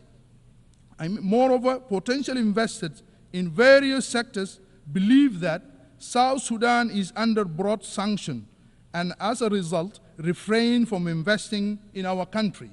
As a country, we have experienced relative peace and stability for the last 6 years, and continual imposition of these punitive measures is not reflective of the progress we have made so far. Mr. President, for any meaningful peace and security to prevail in the world, we urgently call for reform of the Security Council to be fit for purpose in today's global dynamic and realities. The United Nations has been an integral element in this effort, but it has to evolve in its processes and structures to more optimally address contemporary problems. It is in this context that we join the call for expansion of the UN Security Council to incorporate the voice of the African people in an equitable way that reflects the continent's weight and relevance in maintaining of global peace and order and security. Therefore, I want to hereby state that South Sudan supports the African position and equivocally that most optimal way to restructure the Security Council. The reform proposal announced recently, which grants Africa 2 permanent seats at the Security Council without veto powers, is counterproductive and falls short of the spirit of inclusive and equitable global governance that we have been calling for. This only exacerbates that current inequalities and equities and fail to achieve the elusive consensus and cooperation required at the Security Council. South Sudan therefore called for a text-based negotiation which is more viable and will lead to the Security Council with enhanced credibility and acceptance. Mr. President, in conclusion, I wish to reiterate that our appreciation for your leadership of this 79th session of the United Nations General Assembly, as well as express our commitment to advancement of peace, sustainable development, and human dignity for present and future generations. I thank you. Muchísimas gracias al Ministro de Relaciones Exteriores y Cooperación Internacional del Gobierno de Transición de Unidad Nacional Revitalizado de Sudán del Sur. Doy ahora la palabra a la excelentísima señora Celinda Sosa Lunda, Ministra de Relaciones Exteriores del Estado Plurinacional de Bolivia.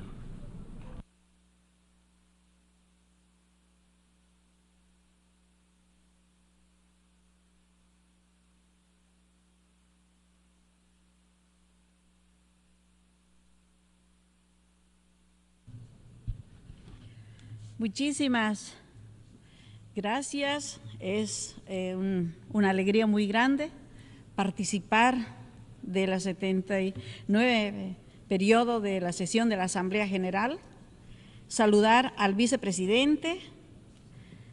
También al inicio de mi intervención quiero saludar al presidente de la Asamblea General, al señor Filimón Yang, como también saludar al hermano secretario general Antonio Guterres y a todas las delegaciones presentes.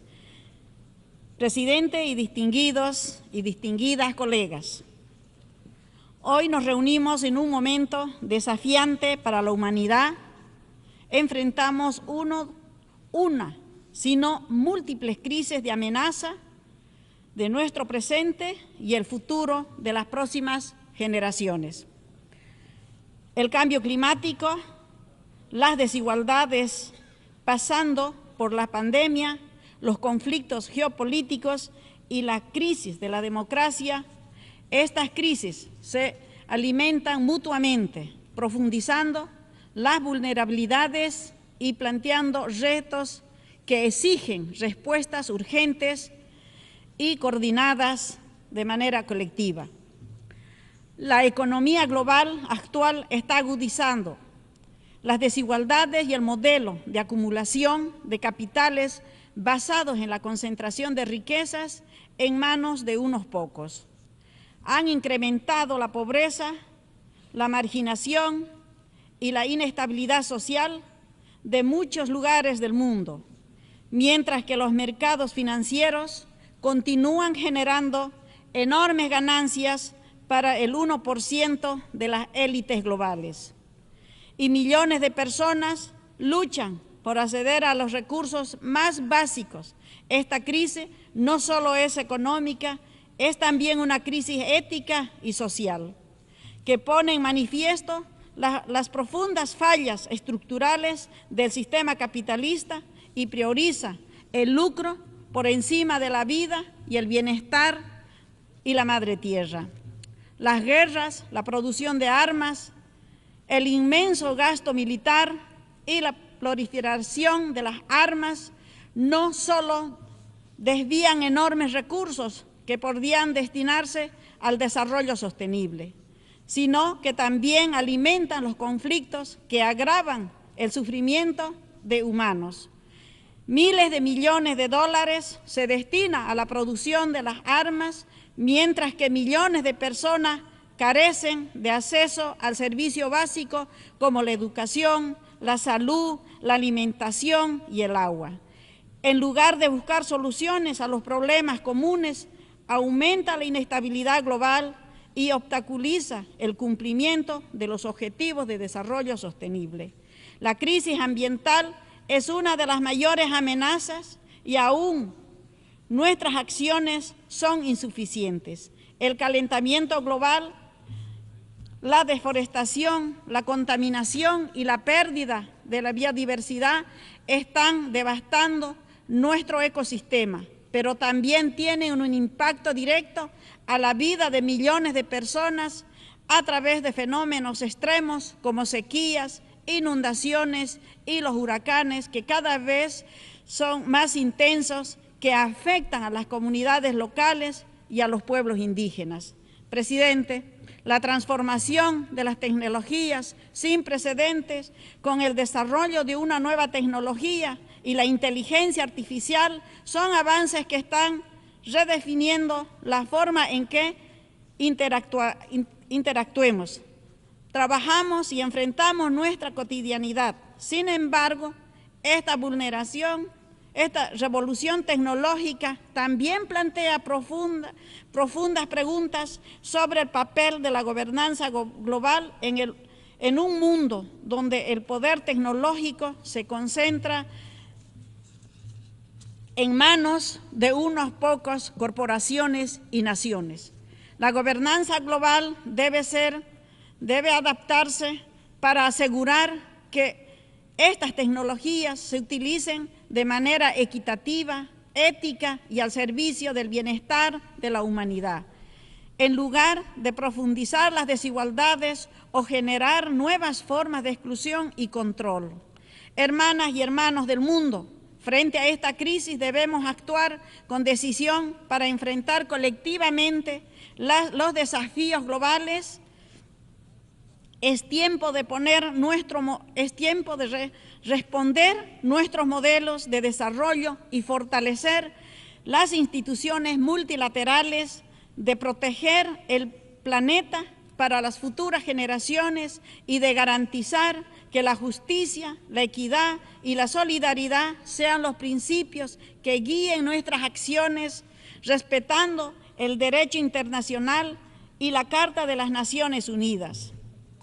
El sistema que ha regido el orden mundial desde el finales de la Segunda Guerra Mundial ha demostrado ser insuficiente para abordar la crisis contemporánea como el cambio climático, las desigualdades, los conflictos regionales, la pandemia y las nuevas formas de interdependencia económica, por lo cual un nuevo orden mundial basado en la corporación multilateral efectiva, el respeto a la soberanía de todos los países y la equidad en la toma de decisiones globales es imperativo. Para ello es necesario una reestructuración profunda de las instituciones internacionales como el Consejo de la Seguridad de las Naciones Unidas para que sean más democráticas y representativas. Debemos avanzar hacia un sistema donde las decisiones globales se tomen de manera inclusiva, representando la diversidad y las visiones y necesidades de los países en desarrollo. En este sentido, se hace necesario también una profunda reestructuración de la arquitectura financiera internacional que esté centrado en la justicia económica, la sostenibilidad y la inclusión, creando mecanismos más justos para la reestructuración de la deuda soberana, el aumento de la participación de los países en desarrollo en las instituciones financieras y la promoción de flujos de financiamiento que apoyen el desarrollo sostenible y las acciones climáticas. También es esencial rediseñar los mecanismos de cooperación fiscal internacional, de manera en la que las economías más vulnerables tengan acceso a recursos que les permita enfrentar las múltiples crisis. La reestructuración del sistema financiero internacional no es solo una cuestión técnica, sino una exigencia técnica y política para construir una economía global más equitativa, resiliente y solidaria. La Agenda 2030 y los Objetivos de Desarrollo Sostenible continúan vigentes y representan una hoja de ruta fundamental para enfrentar los desafíos globales más urgentes. Nos proporciona un marco claro para las acciones y la cooperación internacional, a pesar del retraso que los mismos tienen en su implementación. Debemos redoblar nuestros esfuerzos y fortalecer el compromiso colectivo para garantizar que este ambicioso plan se convierta en una realidad tangible y cambie la vida de nuestros pueblos. El Pacto del Futuro debe constituirse en una oportunidad histórica para plantear nuestros rumbos como humanidad. Nos comprometemos a una agenda que no solo aborden los problemas inmediatos, sino también impulse soluciones sostenibles, inclusivas y equitativas para las próximas generaciones.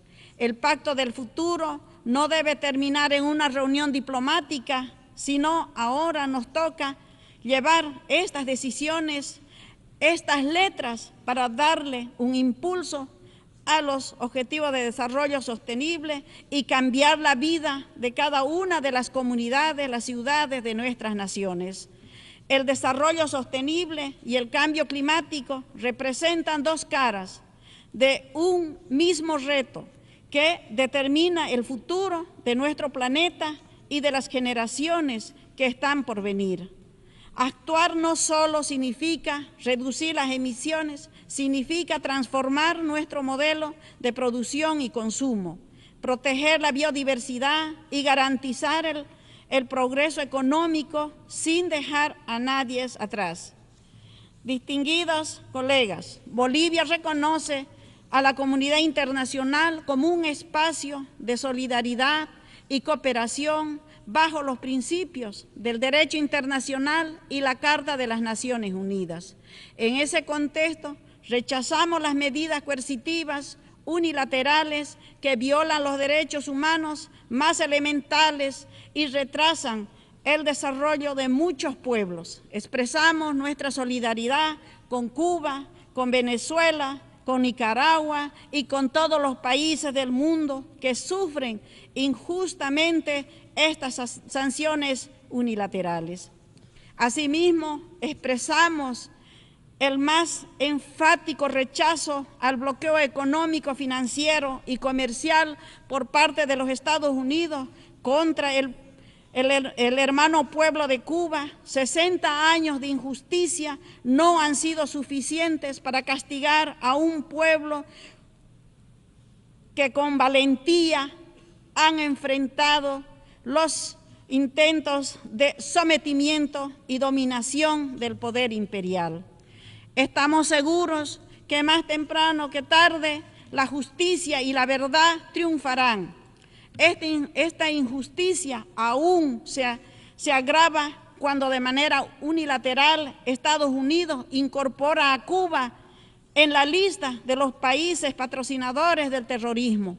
Cuba debería encabezar la lista de los países más solidarios del mundo, ya que su mano solidaria ha llegado a todos los rincones del planeta con lo mejor que ha sabido compartir con la humanidad. A todos los presentes, durante décadas, Palestina sufre un conflicto prolongado que ha socavado la estabilidad regional y han impedido el sueño de paz justa y duradera. La ocupación, los desalojamientos forzados y el genocidio han llevado al pueblo de Palestina a la devastación y destrucción, creando una cárcel al cielo abierta para miles y miles de personas, principalmente niños y mujeres. La paz y la seguridad en Palestina no se alcanzará sino sin un compromiso verdadero con el respeto a los derechos humanos y el fin del genocidio. Bolivia reitera su apoyo pleno al ejercicio de la autodeterminación e independencia de Palestina con las fronteras de 1967 y Jerusalén Oriental como su capital, y esperamos que a la brevedad se constituya en un Estado pleno de la Asamblea de las Naciones Unidas. Hermanas y hermanos del mundo, en esta asamblea quiero reafirmar el compromiso de Bolivia con los principios fundamentales de las cartas de las Naciones Unidas y el derecho internacional. Reconocemos a la ONU como el principal organismo multilateral creado para la humanidad, para el desarrollo, la paz y la seguridad, no solo dentro de nuestras fronteras, sino también en el ámbito internacional. En ese contexto, Bolivia reafirma una vez más su firme intención de cumplir todas las decisiones y las resoluciones de los órganos judiciales del sistema internacional. En esas líneas, Bolivia acudió a la Corte Internacional de Justicia de La Haya en un proceso relacionado con el acceso soberano al Océano Pacífico. Al respecto, la Corte insta a Bolivia y a Chile a continuar el diálogo e intercambio en un espíritu de buena vecindad para abordar asuntos relacionados a la salida soberana del Océano Pacífico, cuya solución ambas partes han reconocido como un asunto de interés mutuo.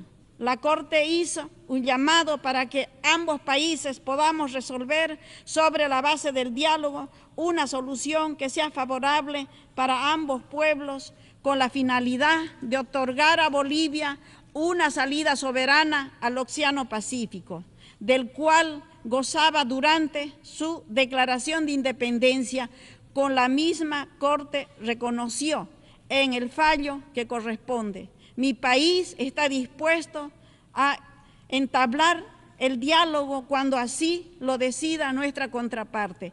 Creemos que el mar es un derecho del pueblo boliviano y de los pueblos. Bolivia hace un llamado a la comunidad internacional para proteger y apoyar a los pueblos indígenas, quienes han sido los guardianes de la biodiversidad y el conocimiento ancestral. Actualmente, enfrentamos vulnerabilidades agravadas por las diferentes crisis. Es importante reconocer su contribución para las acciones climáticas, sus conocimientos y sus prácticas son fundamentales y nos proponen un nuevo modelo de desarrollo para vivir bien en armonía con la Madre Tierra. Asimismo, en este ámbito me permito compartir con ustedes nuestras preocupaciones por la calificación negativa de la hoja de coca que para los pueblos indígenas originarios campesinos representan parte de nuestra identidad y de nuestra cultura.